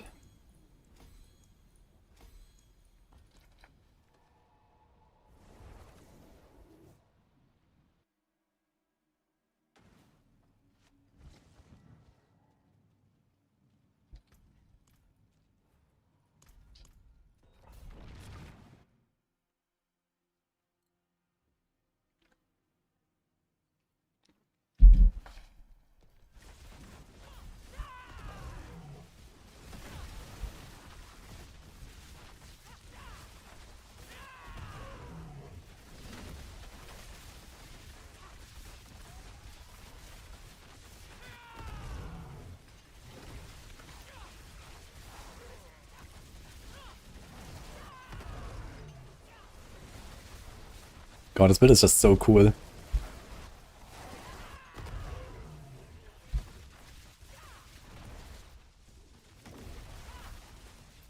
Yeah, well, that's pretty sick, that's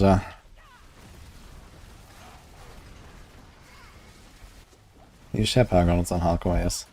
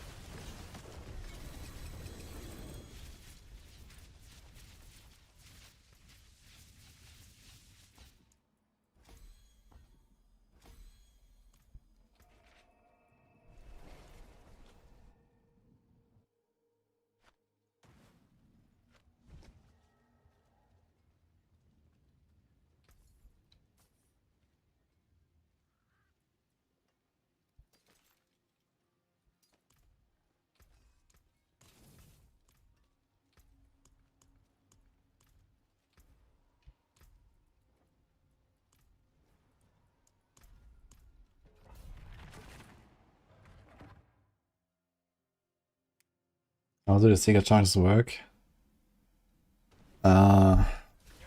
They reset when you hit elites of them, or bosses, I think. So usually it's cast Seeker into nowhere, but if you see an elite pack, you cast it into elite pack. And yeah, then a bunch of cooldown reduction. Usually go for a shackle later anyway. And that helps a lot to get them back faster. There's also like the Seeker charge temper. So that helps us kind of like, you know, have like a larger stack So that, you know, like most runs when you farm with evade are really short, right? So if you start with like 8 Seekers instead of 3, you don't necessarily need to refill them all, because you refill them in town and then go next.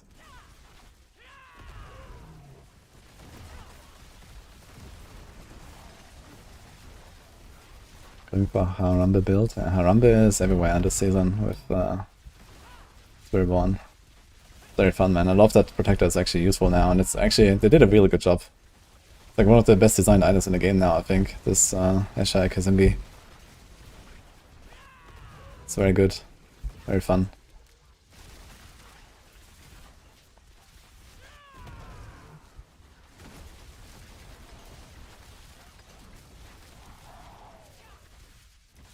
Brew. Thank you. 90 seconds.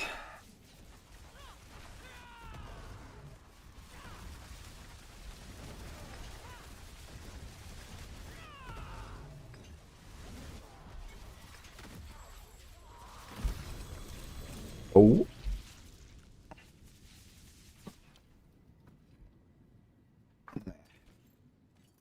Sure about that. I think we will need a lot of movement speed anymore on my next.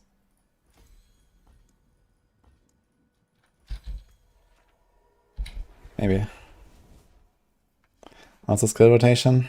The most important thing is you need to cast a Razor Wing as the last skill before you ult. Other than that, counterattack roughly every 3 seconds. Armored Height roughly every 6 seconds. Teleport whenever you can.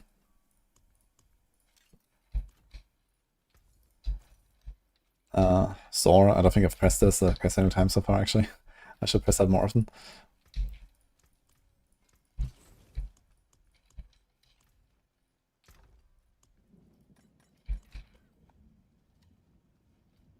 Song is No Shame, thus Myrtle.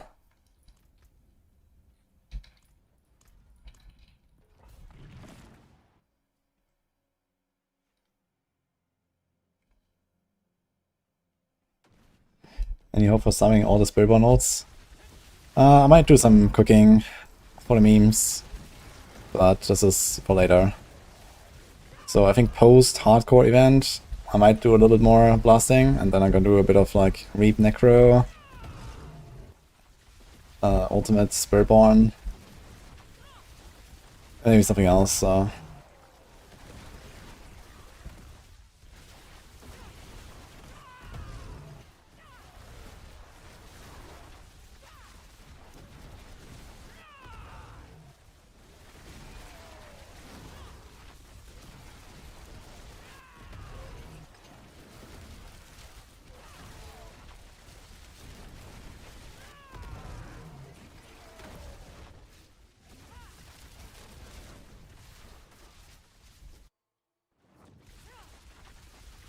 One change I didn't like the season with legendary changes. What did I change about legendaries? Not sure what you mean.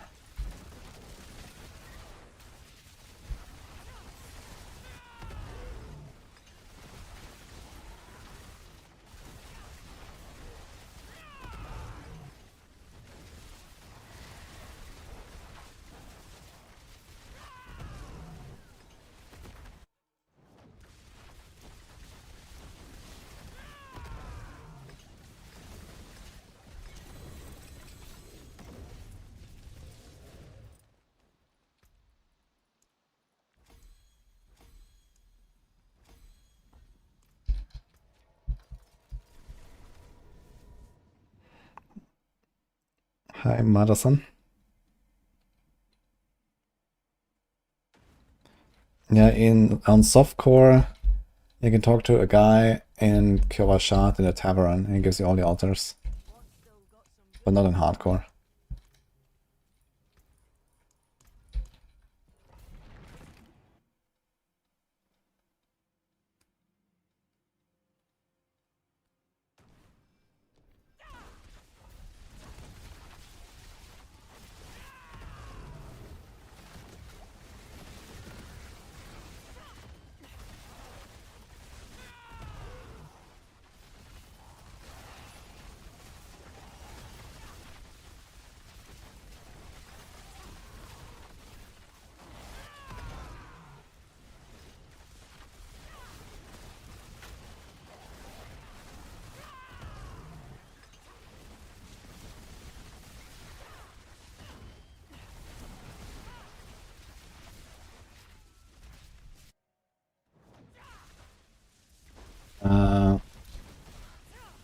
I'm not sure if you can open caches at the level 1 rogue and not get whatever you crafted it from. I've never tried that actually. I always craft the cache with a rogue and open it with a rogue. Maybe you can do it on level 1 rogue and not get grandfather and so on. Has anyone ever tried that? I guess I can do it for science. I have 19 sparks. That is not a terrible sample size.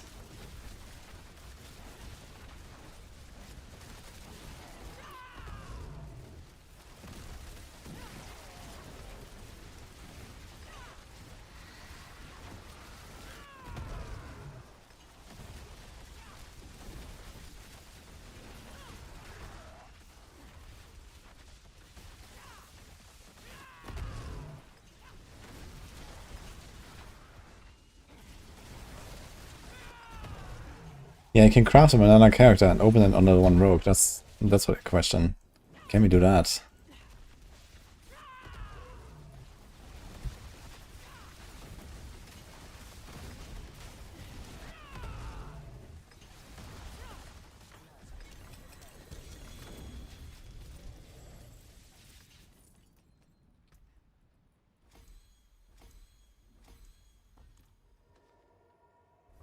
Alright, magic coffee.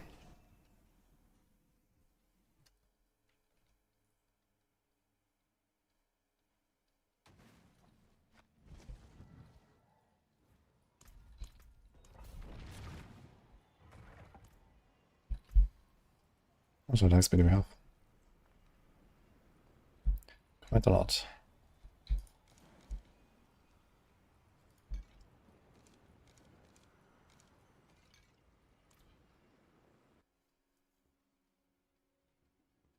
Some items and caches. Oh, so I can't open the cache until level 60? If you can't open it, then it doesn't matter, I guess.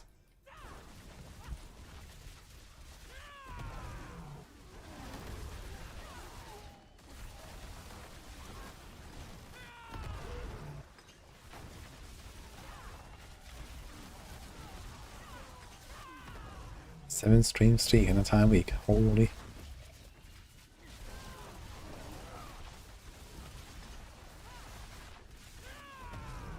Weeks are 35, okay. I mean, leveling a rogue to 35 or leveling a rogue to 60 is quite a difference. It's 4 caches versus 27 caches. So if you don't want to play a rogue, but you want to get less mythics in the pool, so it's like open 4 whisper caches on a rogue, and then you can open the caches there. Could be interesting. I'm gonna try it after this run. I just popped new potions. Let's do it later. AI says you can't. Oof.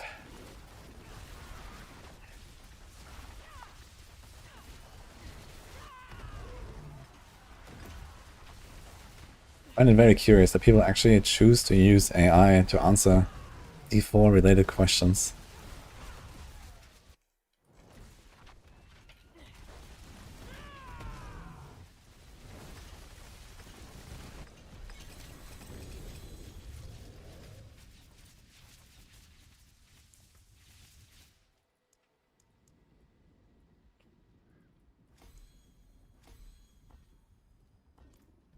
Let's try then.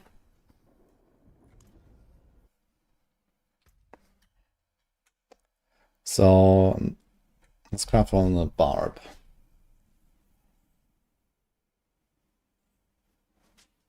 Ava GPT. Okay, that one I accept.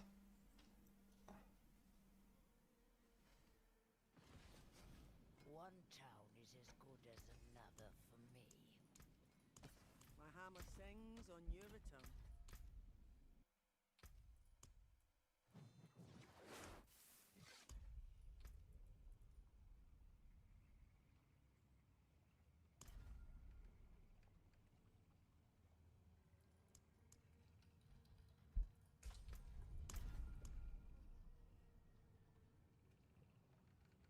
They use it for big decisions in their lives, so why not D4?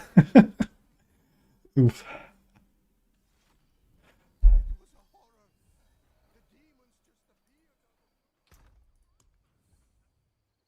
They Requires Torment difficulty or above. Okay, there you go.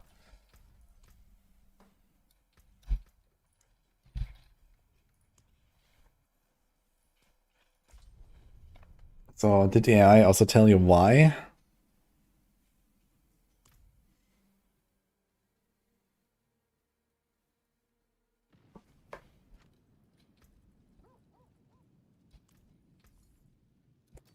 That's quite a neck.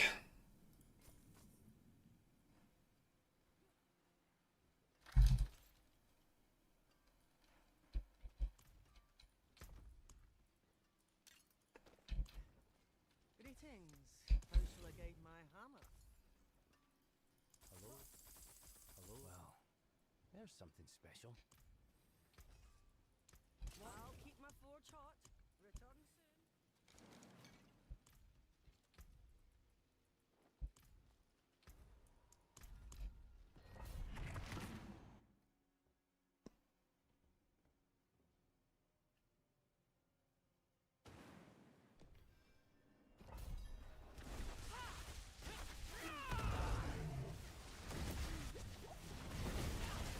And I guess the requirement is not strictly you have to be level 60. You have to be in Torment. So Torment requires 60, but I can be 60 and not be in Torment. So if I go to normal now, I wonder if I can open it.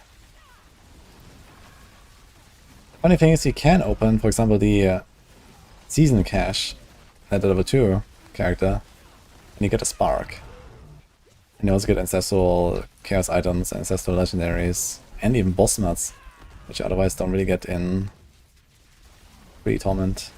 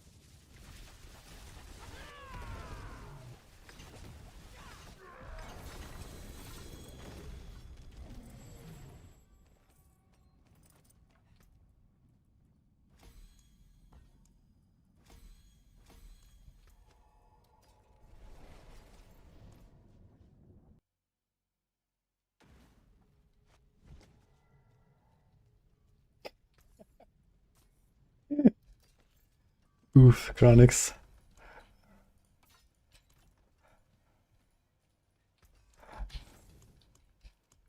That's actually a disparage angle when I think about it.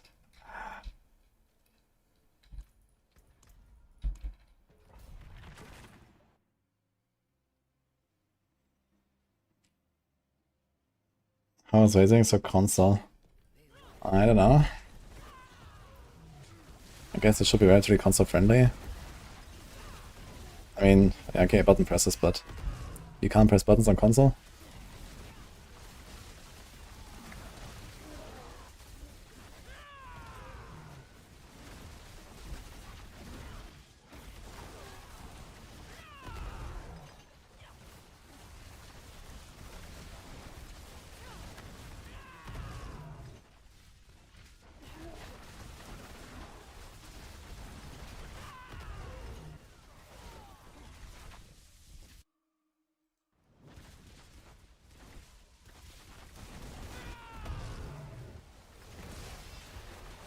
People will argue with you. I mean, they might not argue, but they will definitely ask. Hey, why are you not using this? ChatGPT told me this is good.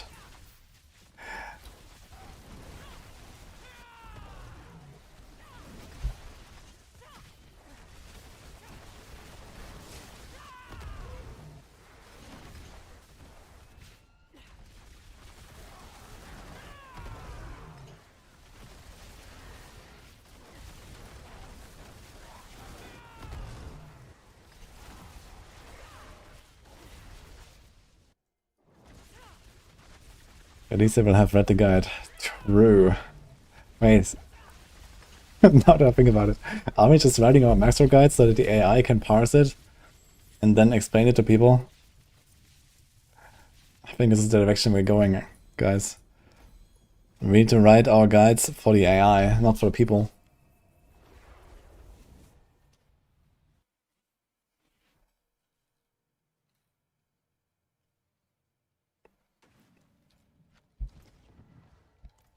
The optimal speedrun path. I mean, we don't really have anything like that in this game though.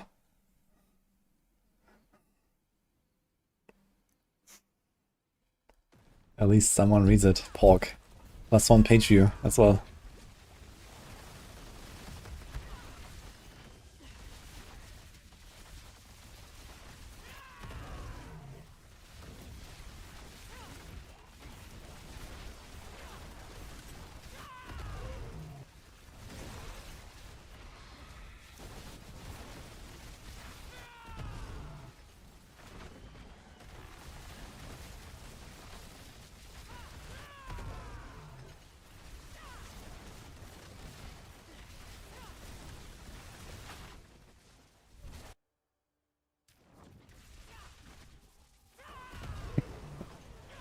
Paint drawings of the gauntlet. Holy. Oh, something, man.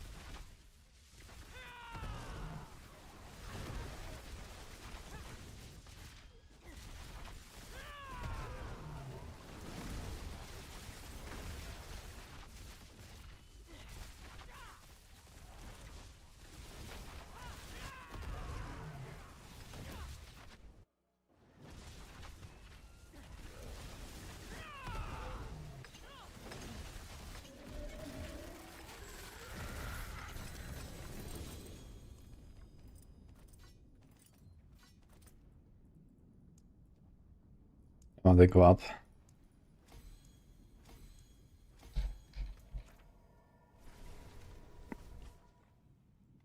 Welcome back, Manchka.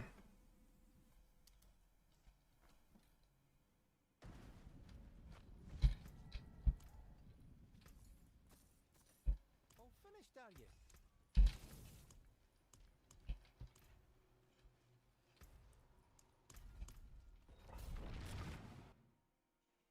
Okay, thank you. I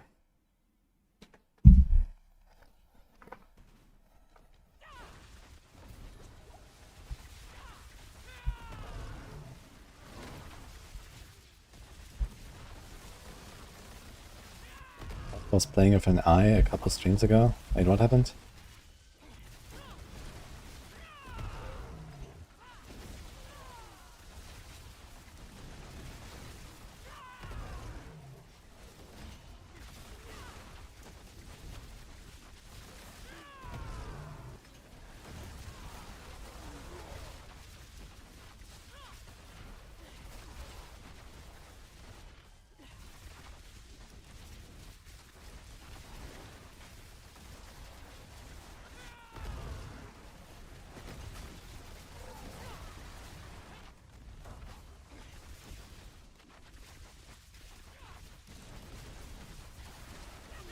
I was playing with Elon or what?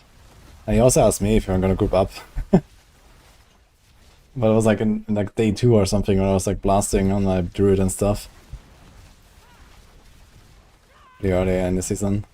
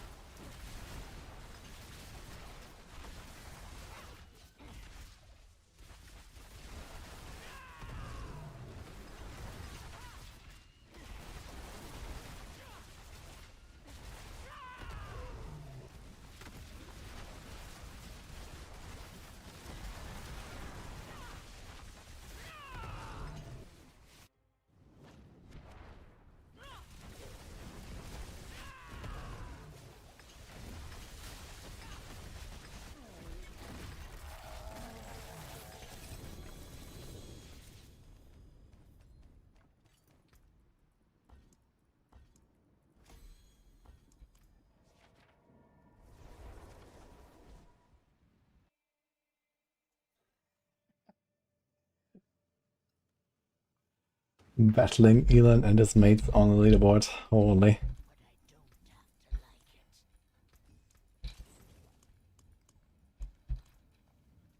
Yeah, last season was funny, yeah. I think he had like the rank 1 Spiritborn, I had the rank 2 Spiritborn on hardcore. And I had the rank 1 Druid and he had the rank 2 Druid. Or something like that. For like, well, half the season. I think at the end a few people overtook it, but it was funny.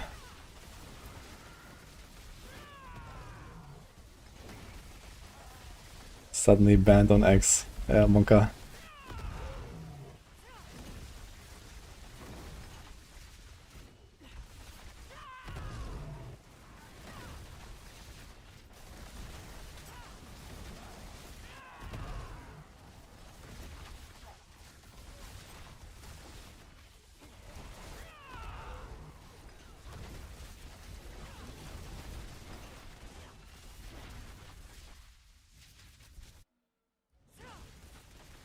Yeah, this was an AOZ when I played with Elon in Season 2. That was 2 years ago. Huh?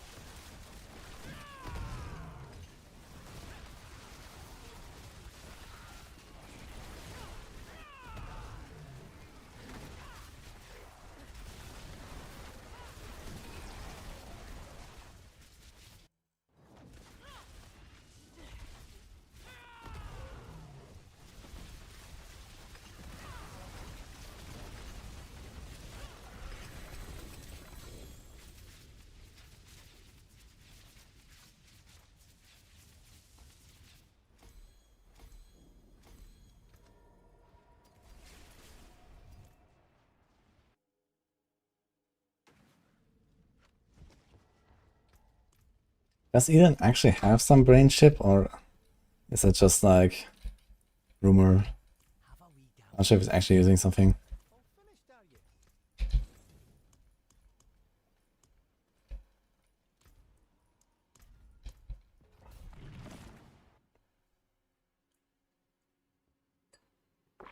What are you asking, Tim?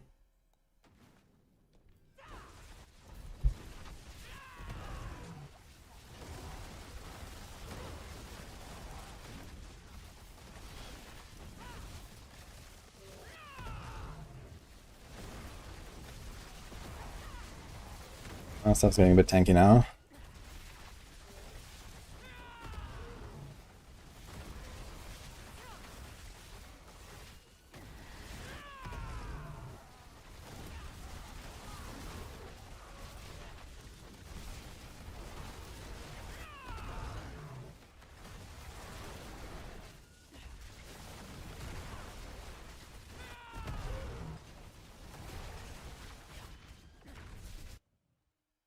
This is Spiritborn.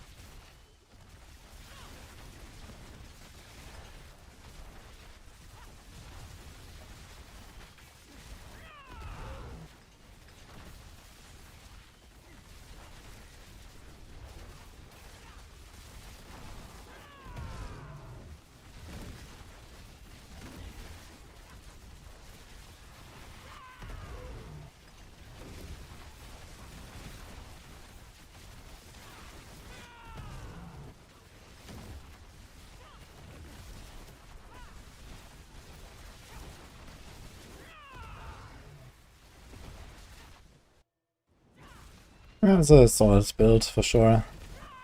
I mean, you can speedrun 90s easily. You can make like a even stronger version out of this, and we go like 2.5 minutes. 90, 95, I guess.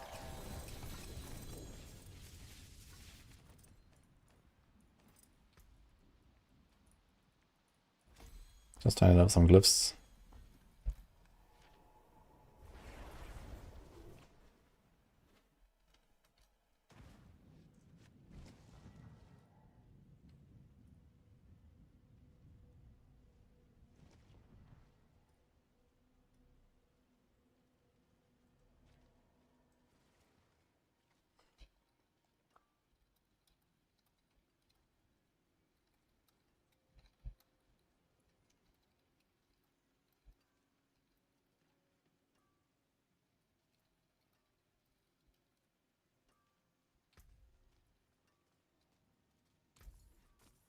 All finished, are you?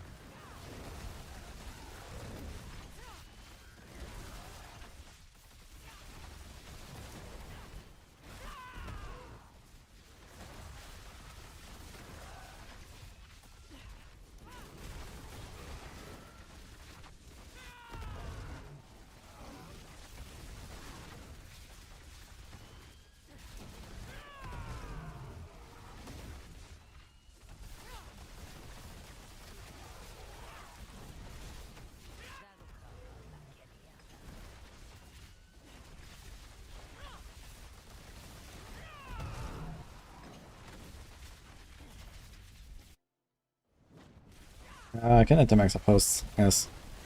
Also, seems like we got a nice tweet announcement graphic from Fuxia, Hog.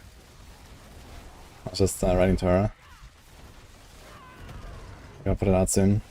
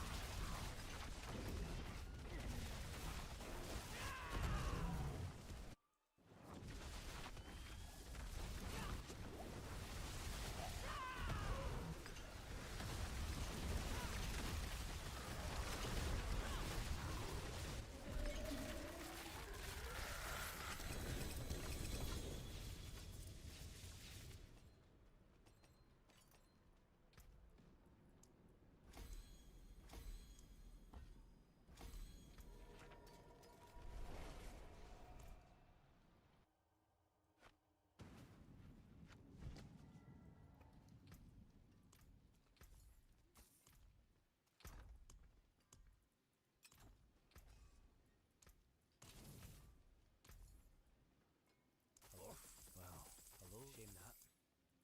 Go one more?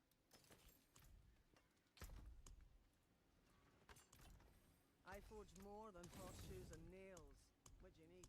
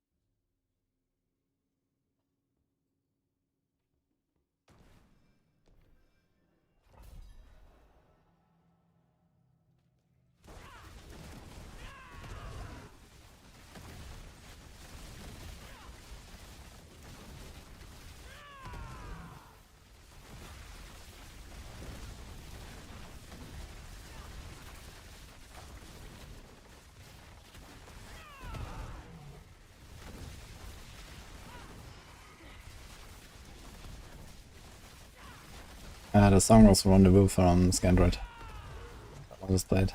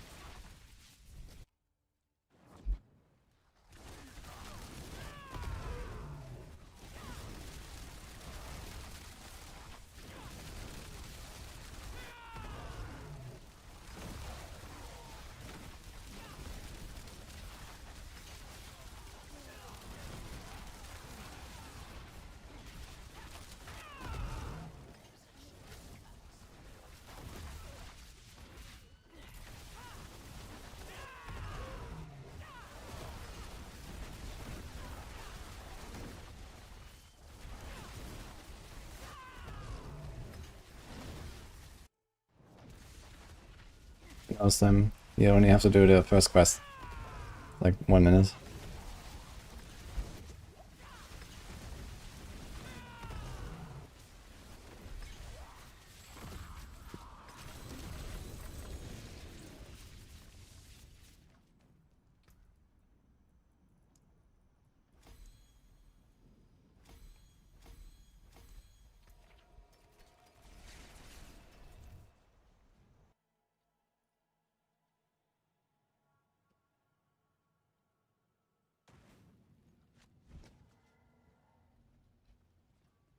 That's the spirit. All finished, are you?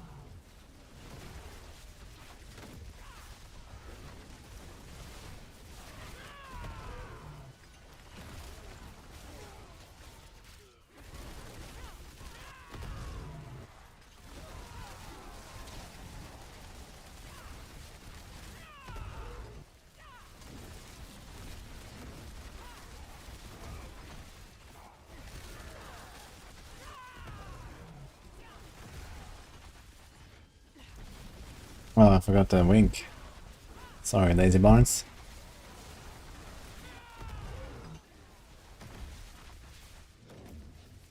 Which are the most fun, versatile? Rake, Evade, Spiritborn, or Raven? Rich. Yeah, honestly, I don't find these like Evade builds too interesting. I think they are relatively bland. They're very powerful, but that's about it. Raven is, I mean, Raven is also like a one-button build and stuff, but it feels really fun to play it, I think.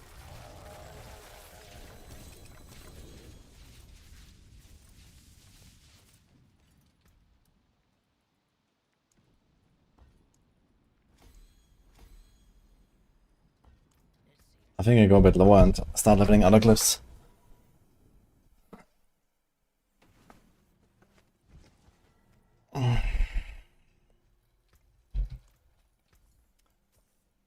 But you know, games start, everyone gotta sleep sometime, right?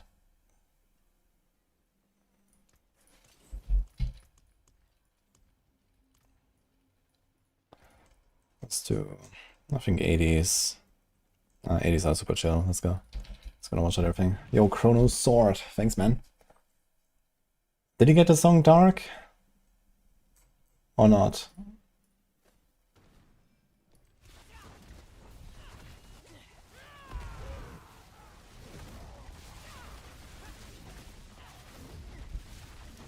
Was it set up, not Shark ult? Yeah, that's just, I just changed the 3 points for the ult to Protector. It's also in the planner, by the way.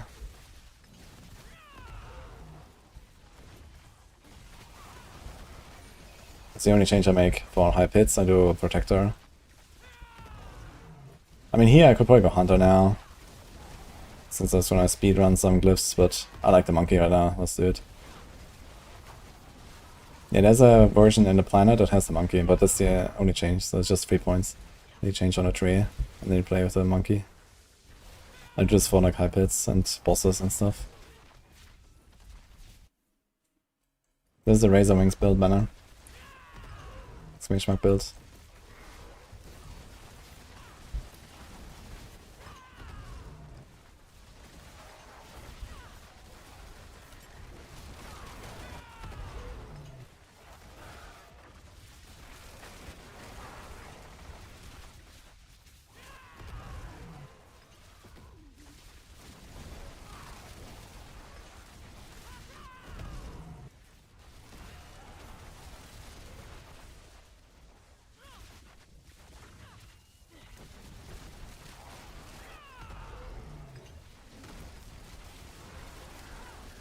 Flashwinder, zoomy. Yeah, Flashwinder is a very zoomy one-button build, but you have to deal with the fact that Shred teleports you around all the time, which is not the easiest to accept.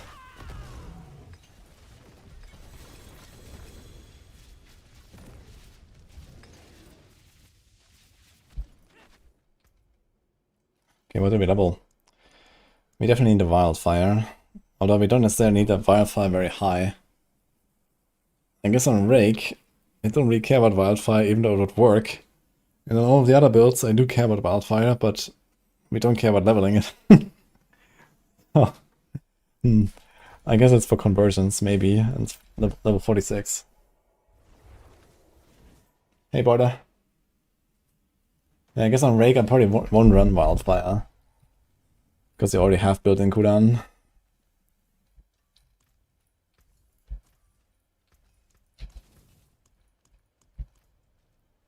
That's 285. It's also chill.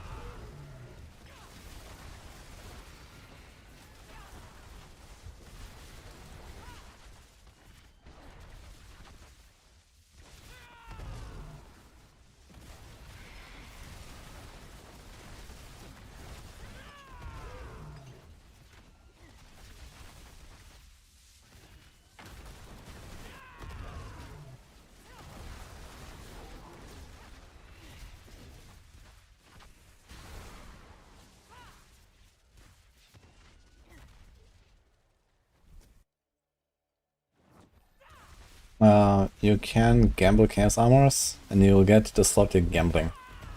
So glove, nets, glove, chaos. But realistically, you're not really expecting much there. There's like, you know, over 20 or 25 items in a pool. And you get like one item, I don't know, every 10,000 obols or something. So you're not gonna see shit for gambling, to be honest. But yeah, if you farm pit, and this is like a thing you need, and I guess, yeah, you can try to gamble it.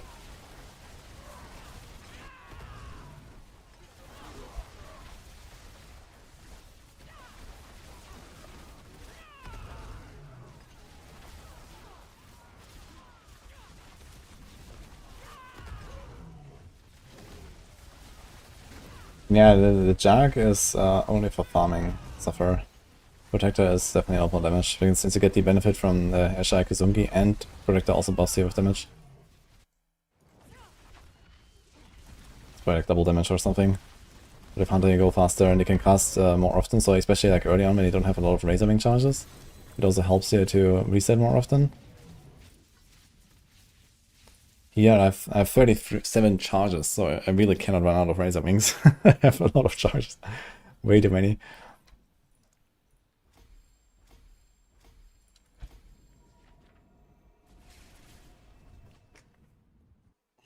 So how did I go? Damn, Raxus.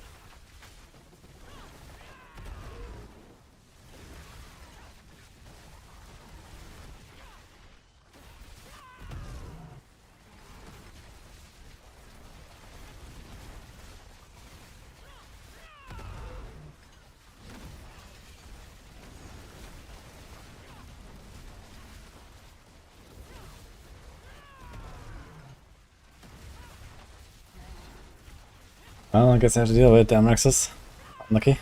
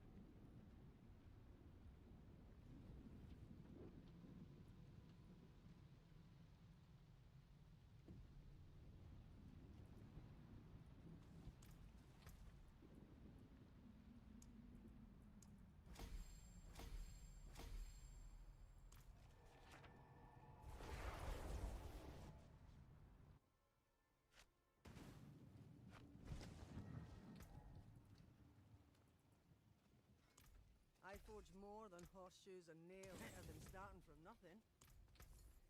Hello, hello, shining beauty.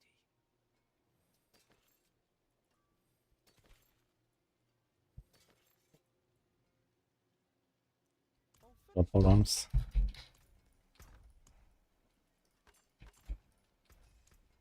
What's still got some good in it?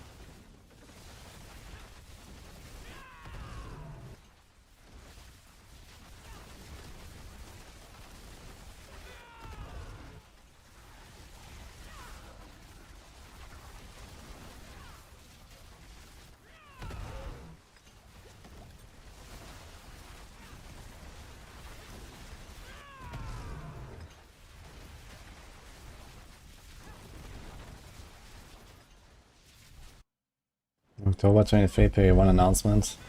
Okay, so it's gonna be 31 starter, I guess. Okay. Plenty of time, actually. Hope it won't overlap too much with PTR.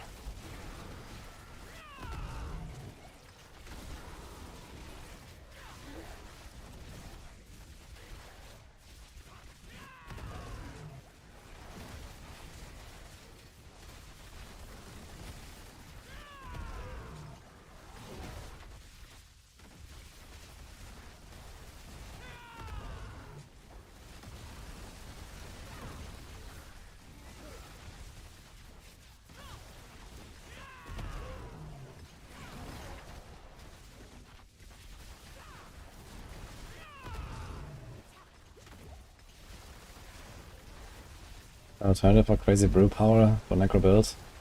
Yeah, you can leave it empty if you want.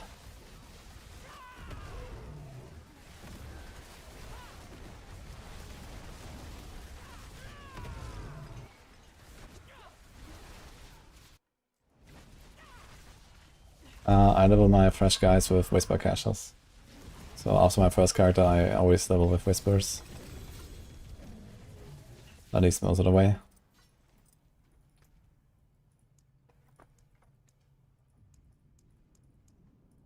Okay, Colossal is something you probably need.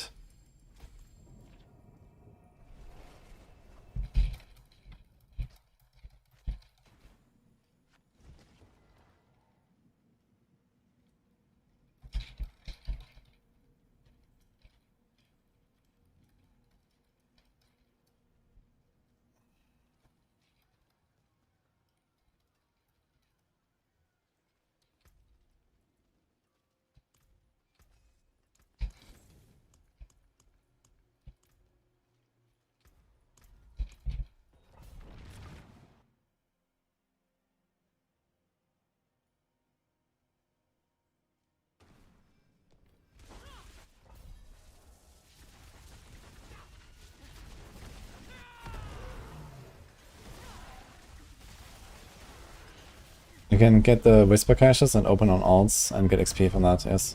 They drop XP globes.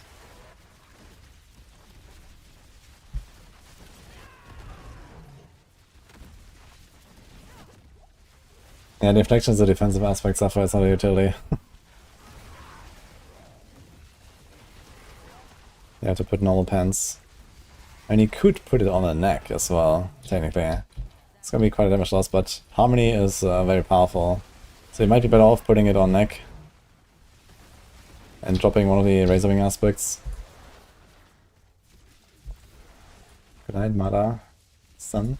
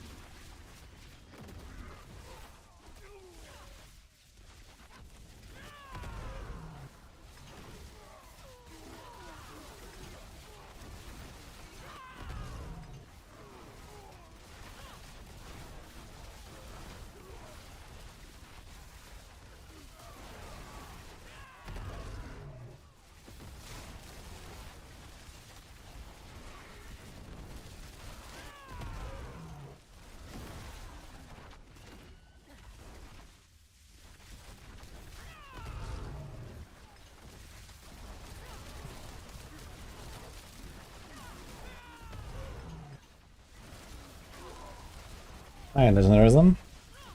I'm good, yeah. How are you?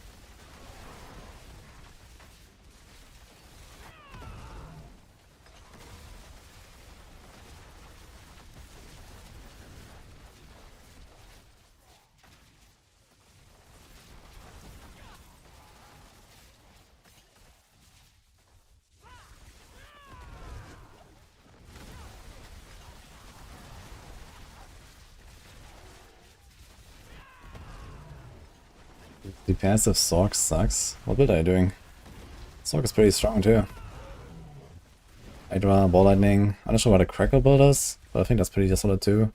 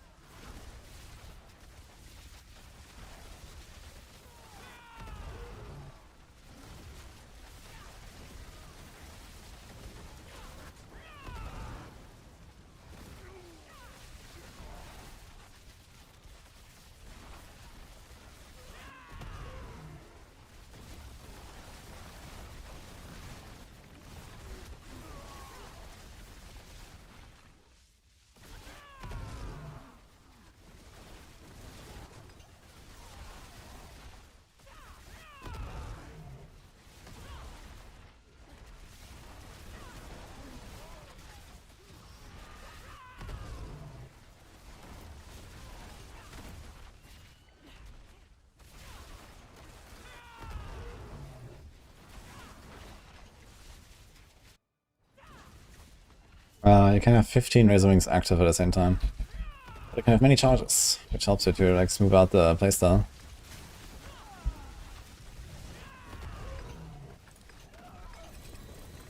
After 15 they start despawning when you cast them.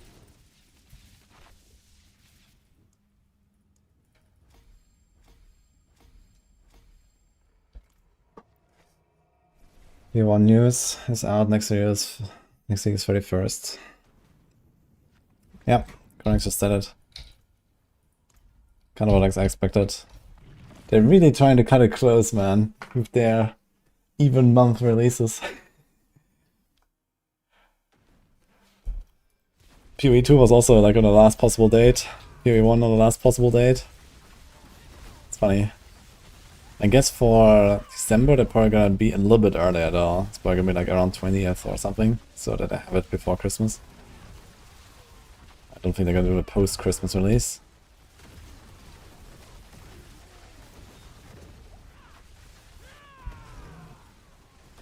$288, we are around the corner. If I blast like 2 days non-stop pit, we're gonna be there. But event starts tomorrow. And then pushing. I mean, after pushing, maybe I don't push that much, to be honest. I might not enjoy the pushes too much and then just kind of like not play the builds for too long.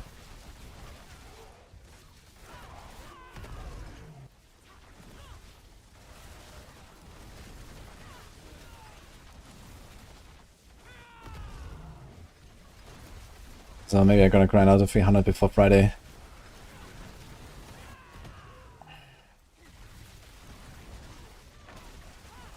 We have a few more hours now, we could get 290 in tonight.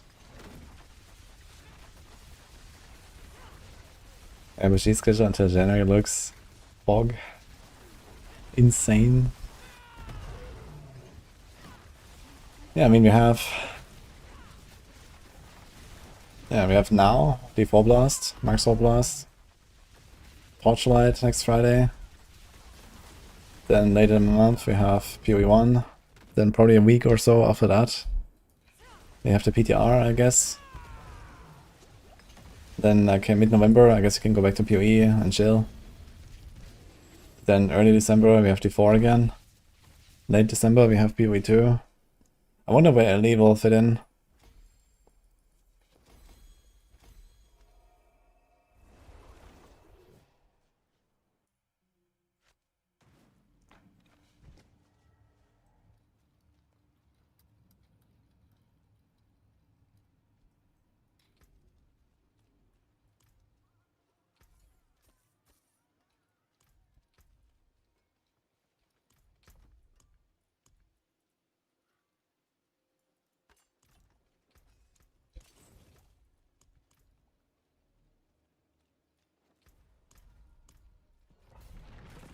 LE November Copium. When was the previous LE release? At Gamescom, so end of August. Yeah, okay, LE November is definitely Cope. So LE December. 5 head. It's gonna go well. Trust.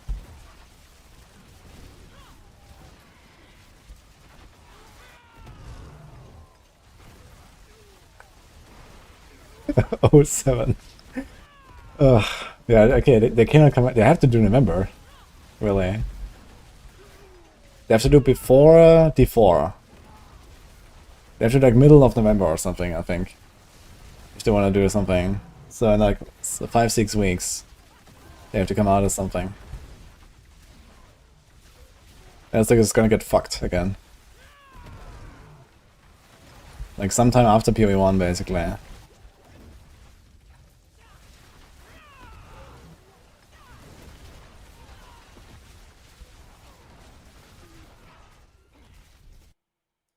Enjoy, Disciple.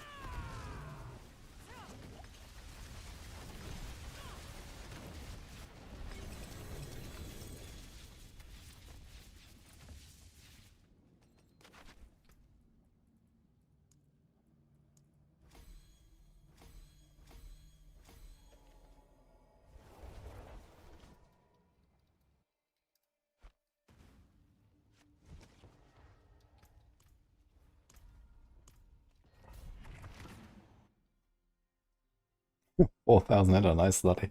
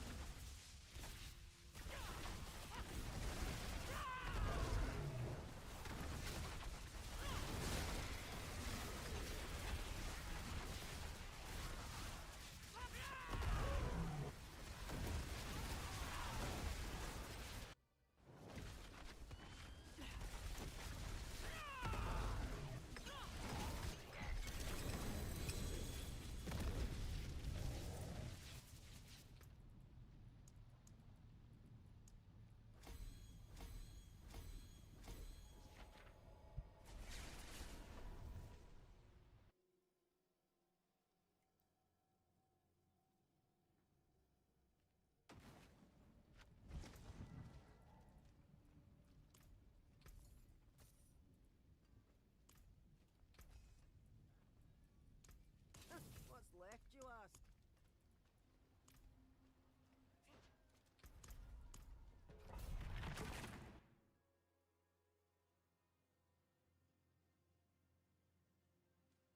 The Hyder Paragon bot has many life points. Are you missing something? Should probably revisit that. Wait, am I running Mana Shield there? I think I was running Mana Shield there, right? Yeah, with Mana Shield you don't need life points. I should check that out again.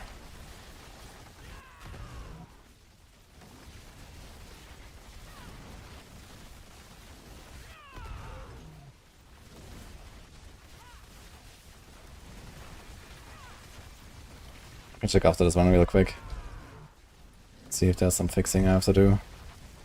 Also need to like update some of the planners on my Discord, I think. There's like some stuff not there.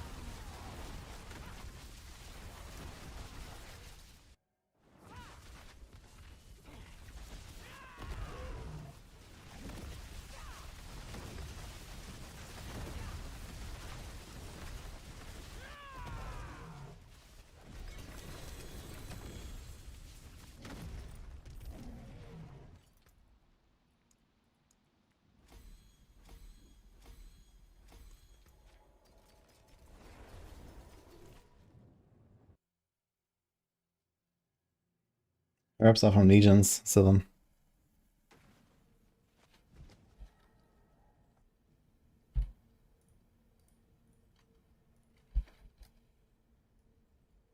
Okay, let's check real quick. I one mana shield.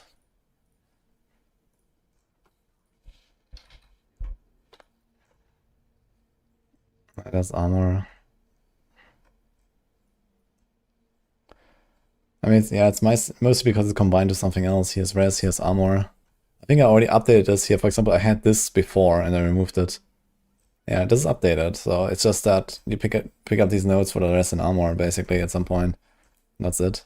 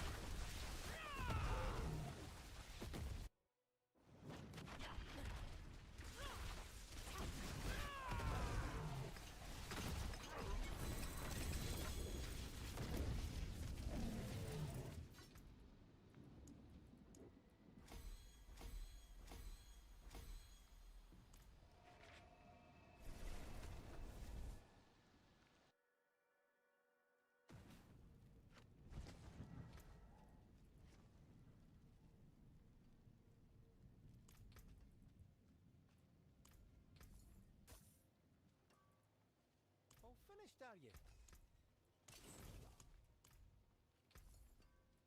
A shame that bastard. Hello, shining beauty. Well, hello, shining beauty. All finished, are you?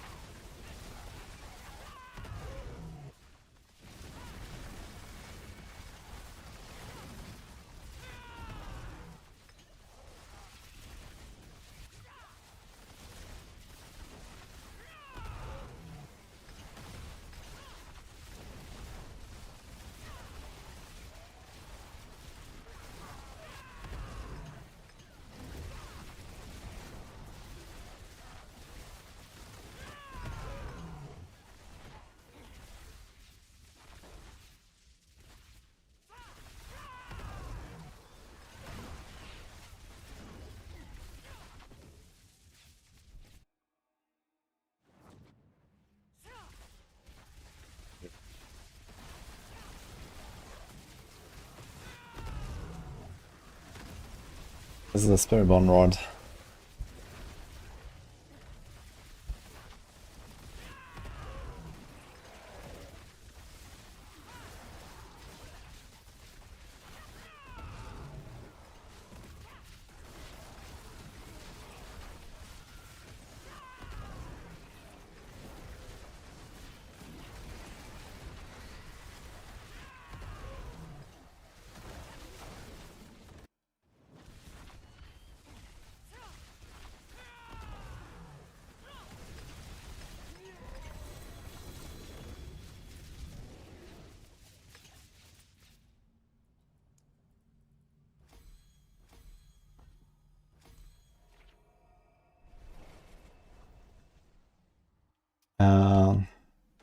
I can farm around 10 chaos items per hour and almost a mythic per hour using this strat with chaos rifts.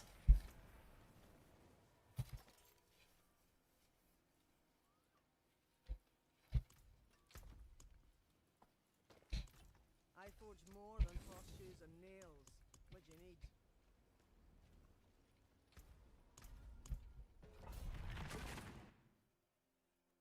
Yo, Frankie, how much did you get?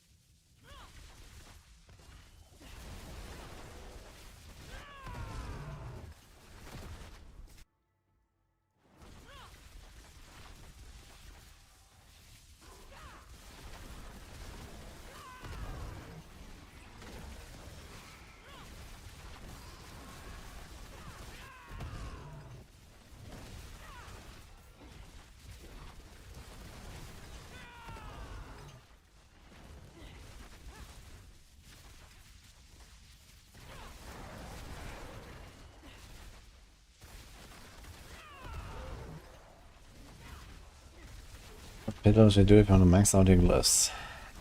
It depends on how strong your build is, basically. And also how many paragons you want to farm. Ideally, you just kind of like speed farm, you know, 1 or 1.5 minute runs. Just slowly level your glyphs to 100. But if you want to push them and you're strong enough, then you can just like, you know, do 100% upgrades, 200% upgrades, 60% upgrades. 70 actually. All the way to tier 99, for example. Depends which pit tier you are doing compared to which glyph level you have. So at the same tier that is equivalent to your glyph, you get a 70% chance. If you're 10 tiers above, you get 100% chance. If you're 20 tiers above, you get 200%. And if you're below the glyph, then you get a lower chance. It goes all the way down to 1% chance to upgrade, I think. If you're like very low tier compared to your glyph.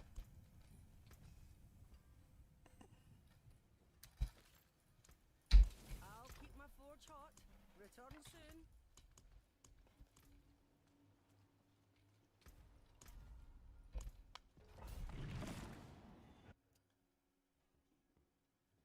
Well, time to log in, Gabriel.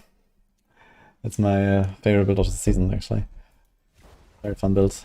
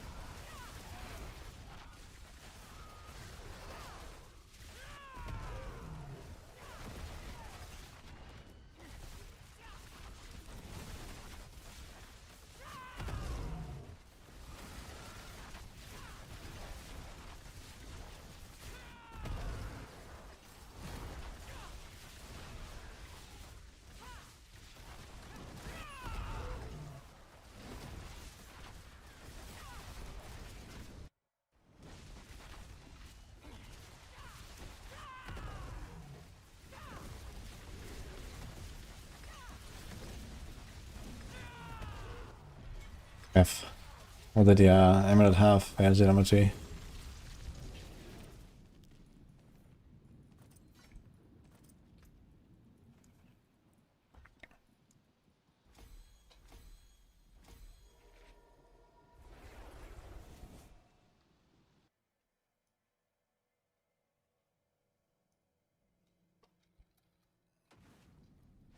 stay for your sake, but I don't have to like it.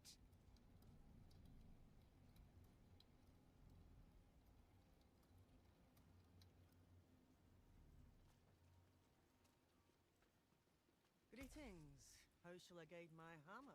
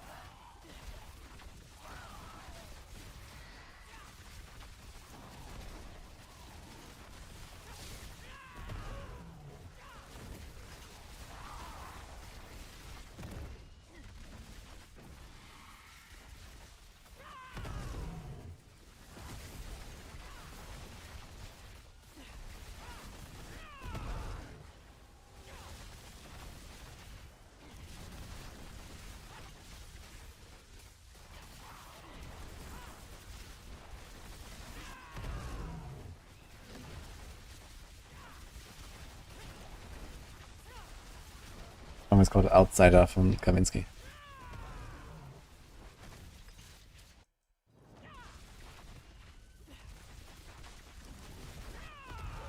Sure, Chronix. What are you doing?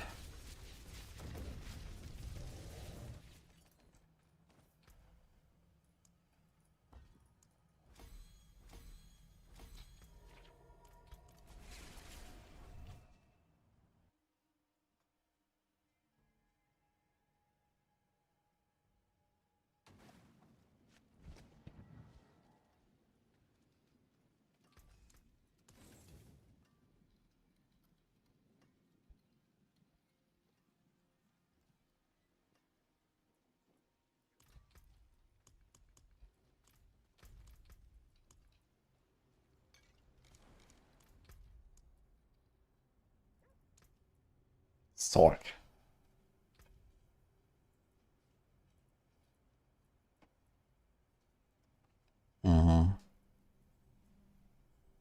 This guy is gaming, actually. Okay.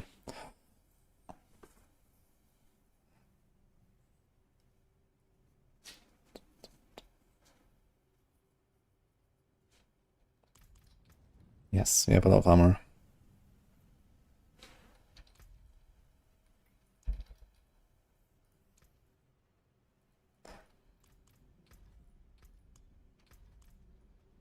Ugh.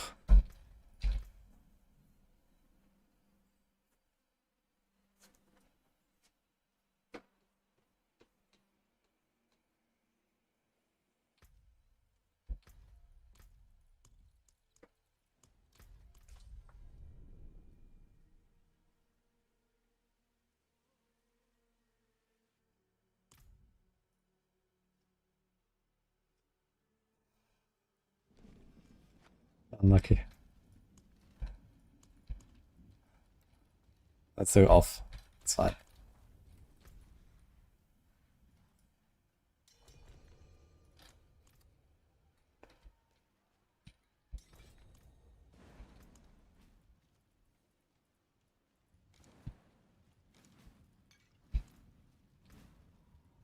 $83 or what?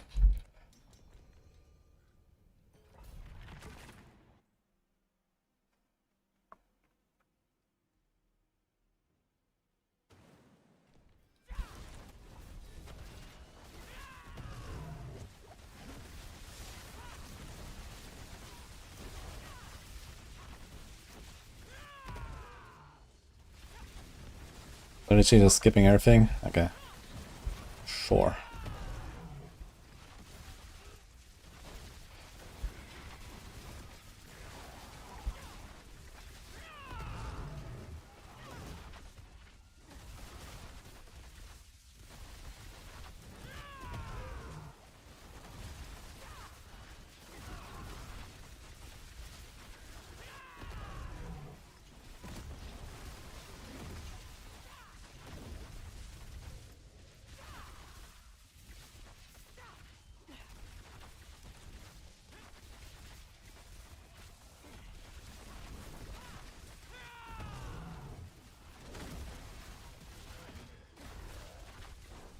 Not enough here for me to do.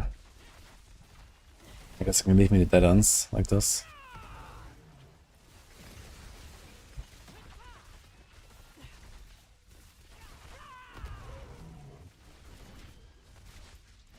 Why enough doesn't seem faster. It just opens at 80%, I guess. Oh, make it all.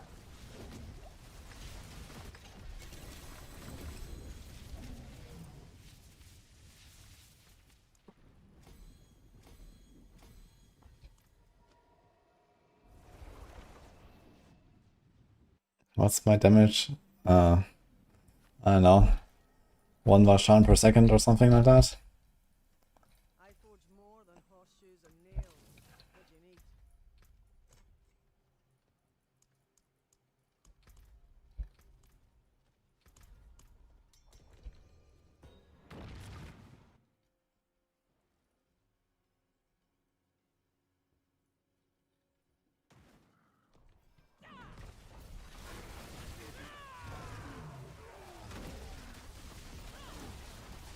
These are a couple dozen billion. Actually, it will go up. We don't have the stacks yet. Like 100 billion plus, I guess.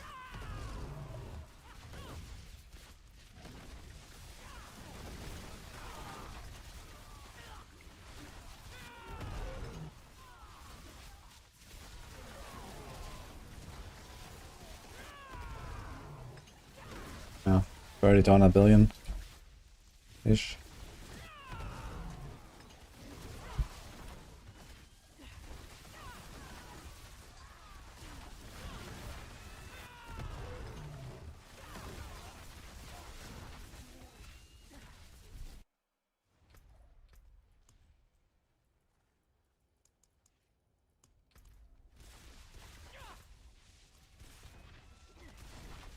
Yeah, in these maps it doesn't seem like such an advantage. I can almost catch up here.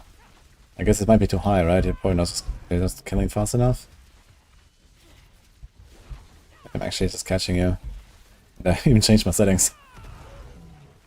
I guess I had to go lower then.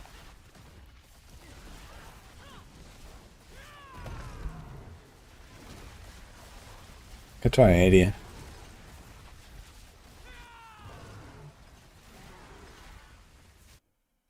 Oh, Xena.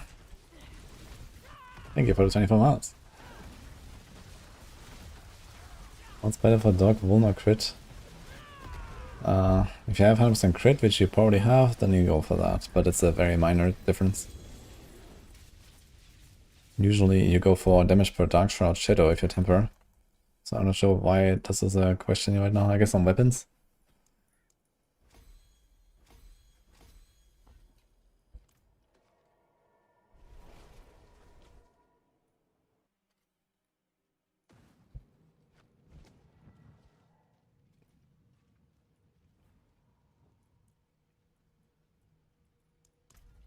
Okay, 83 again, I guess.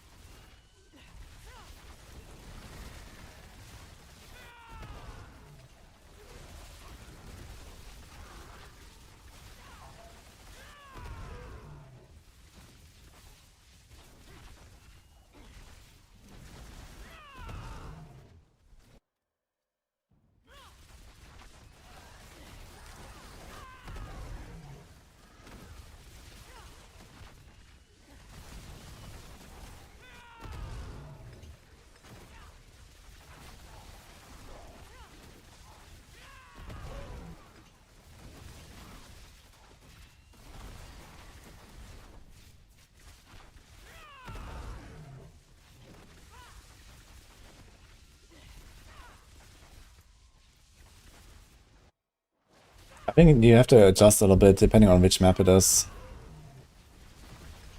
Like here you could have definitely started clearing in floor 2 and I just go one way and you go another way or something like that. Because it's like an open map. And also depending on what you get on floor 1, I guess. If you get a desert map, you can probably do something like that.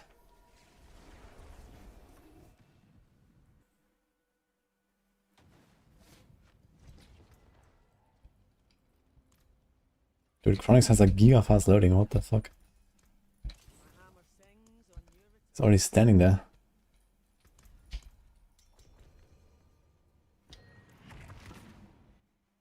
Yeah, maybe it's just too high. We probably have to go down a few tiers so that's like smooth solo kills.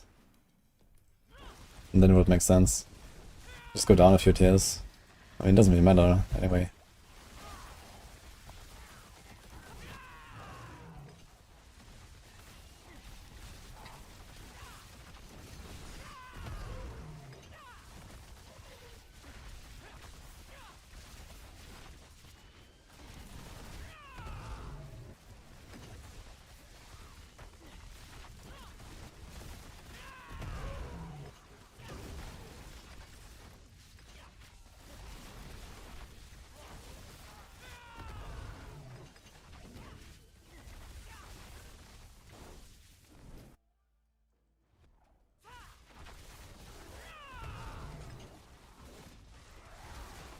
here, I think going all the way to the end is too far. You don't have to go all the way. You just need to go like far enough so I don't catch up to where you started killing. I think.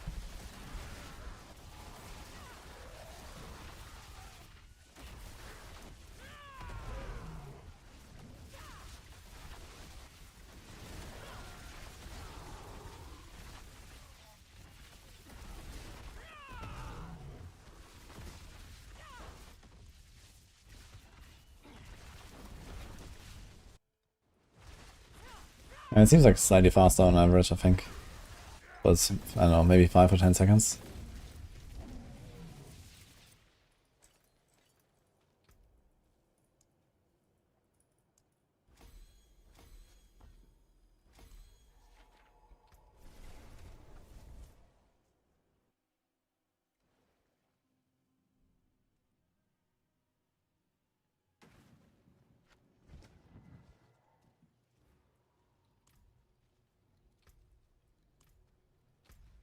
World boss alert.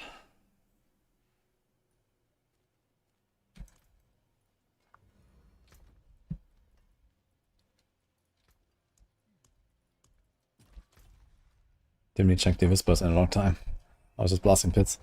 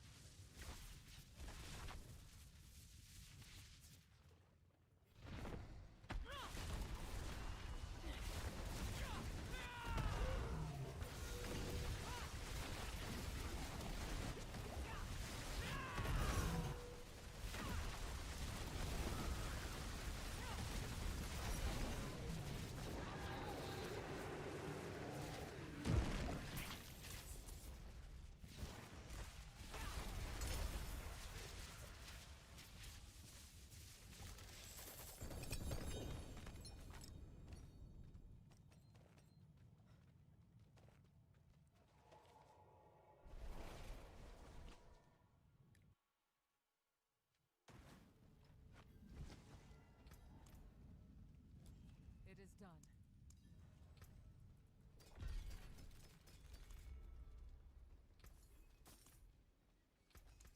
Use it well.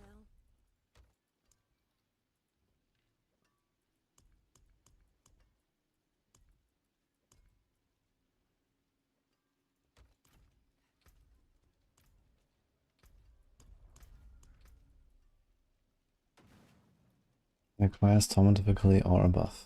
Interesting. So even on the high level character I cannot open it.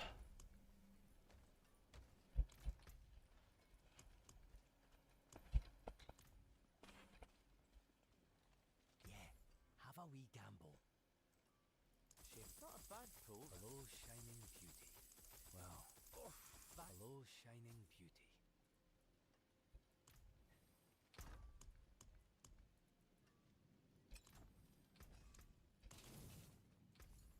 Hello, shame that. That's hello. Not a bad pull, that. All finished, are you?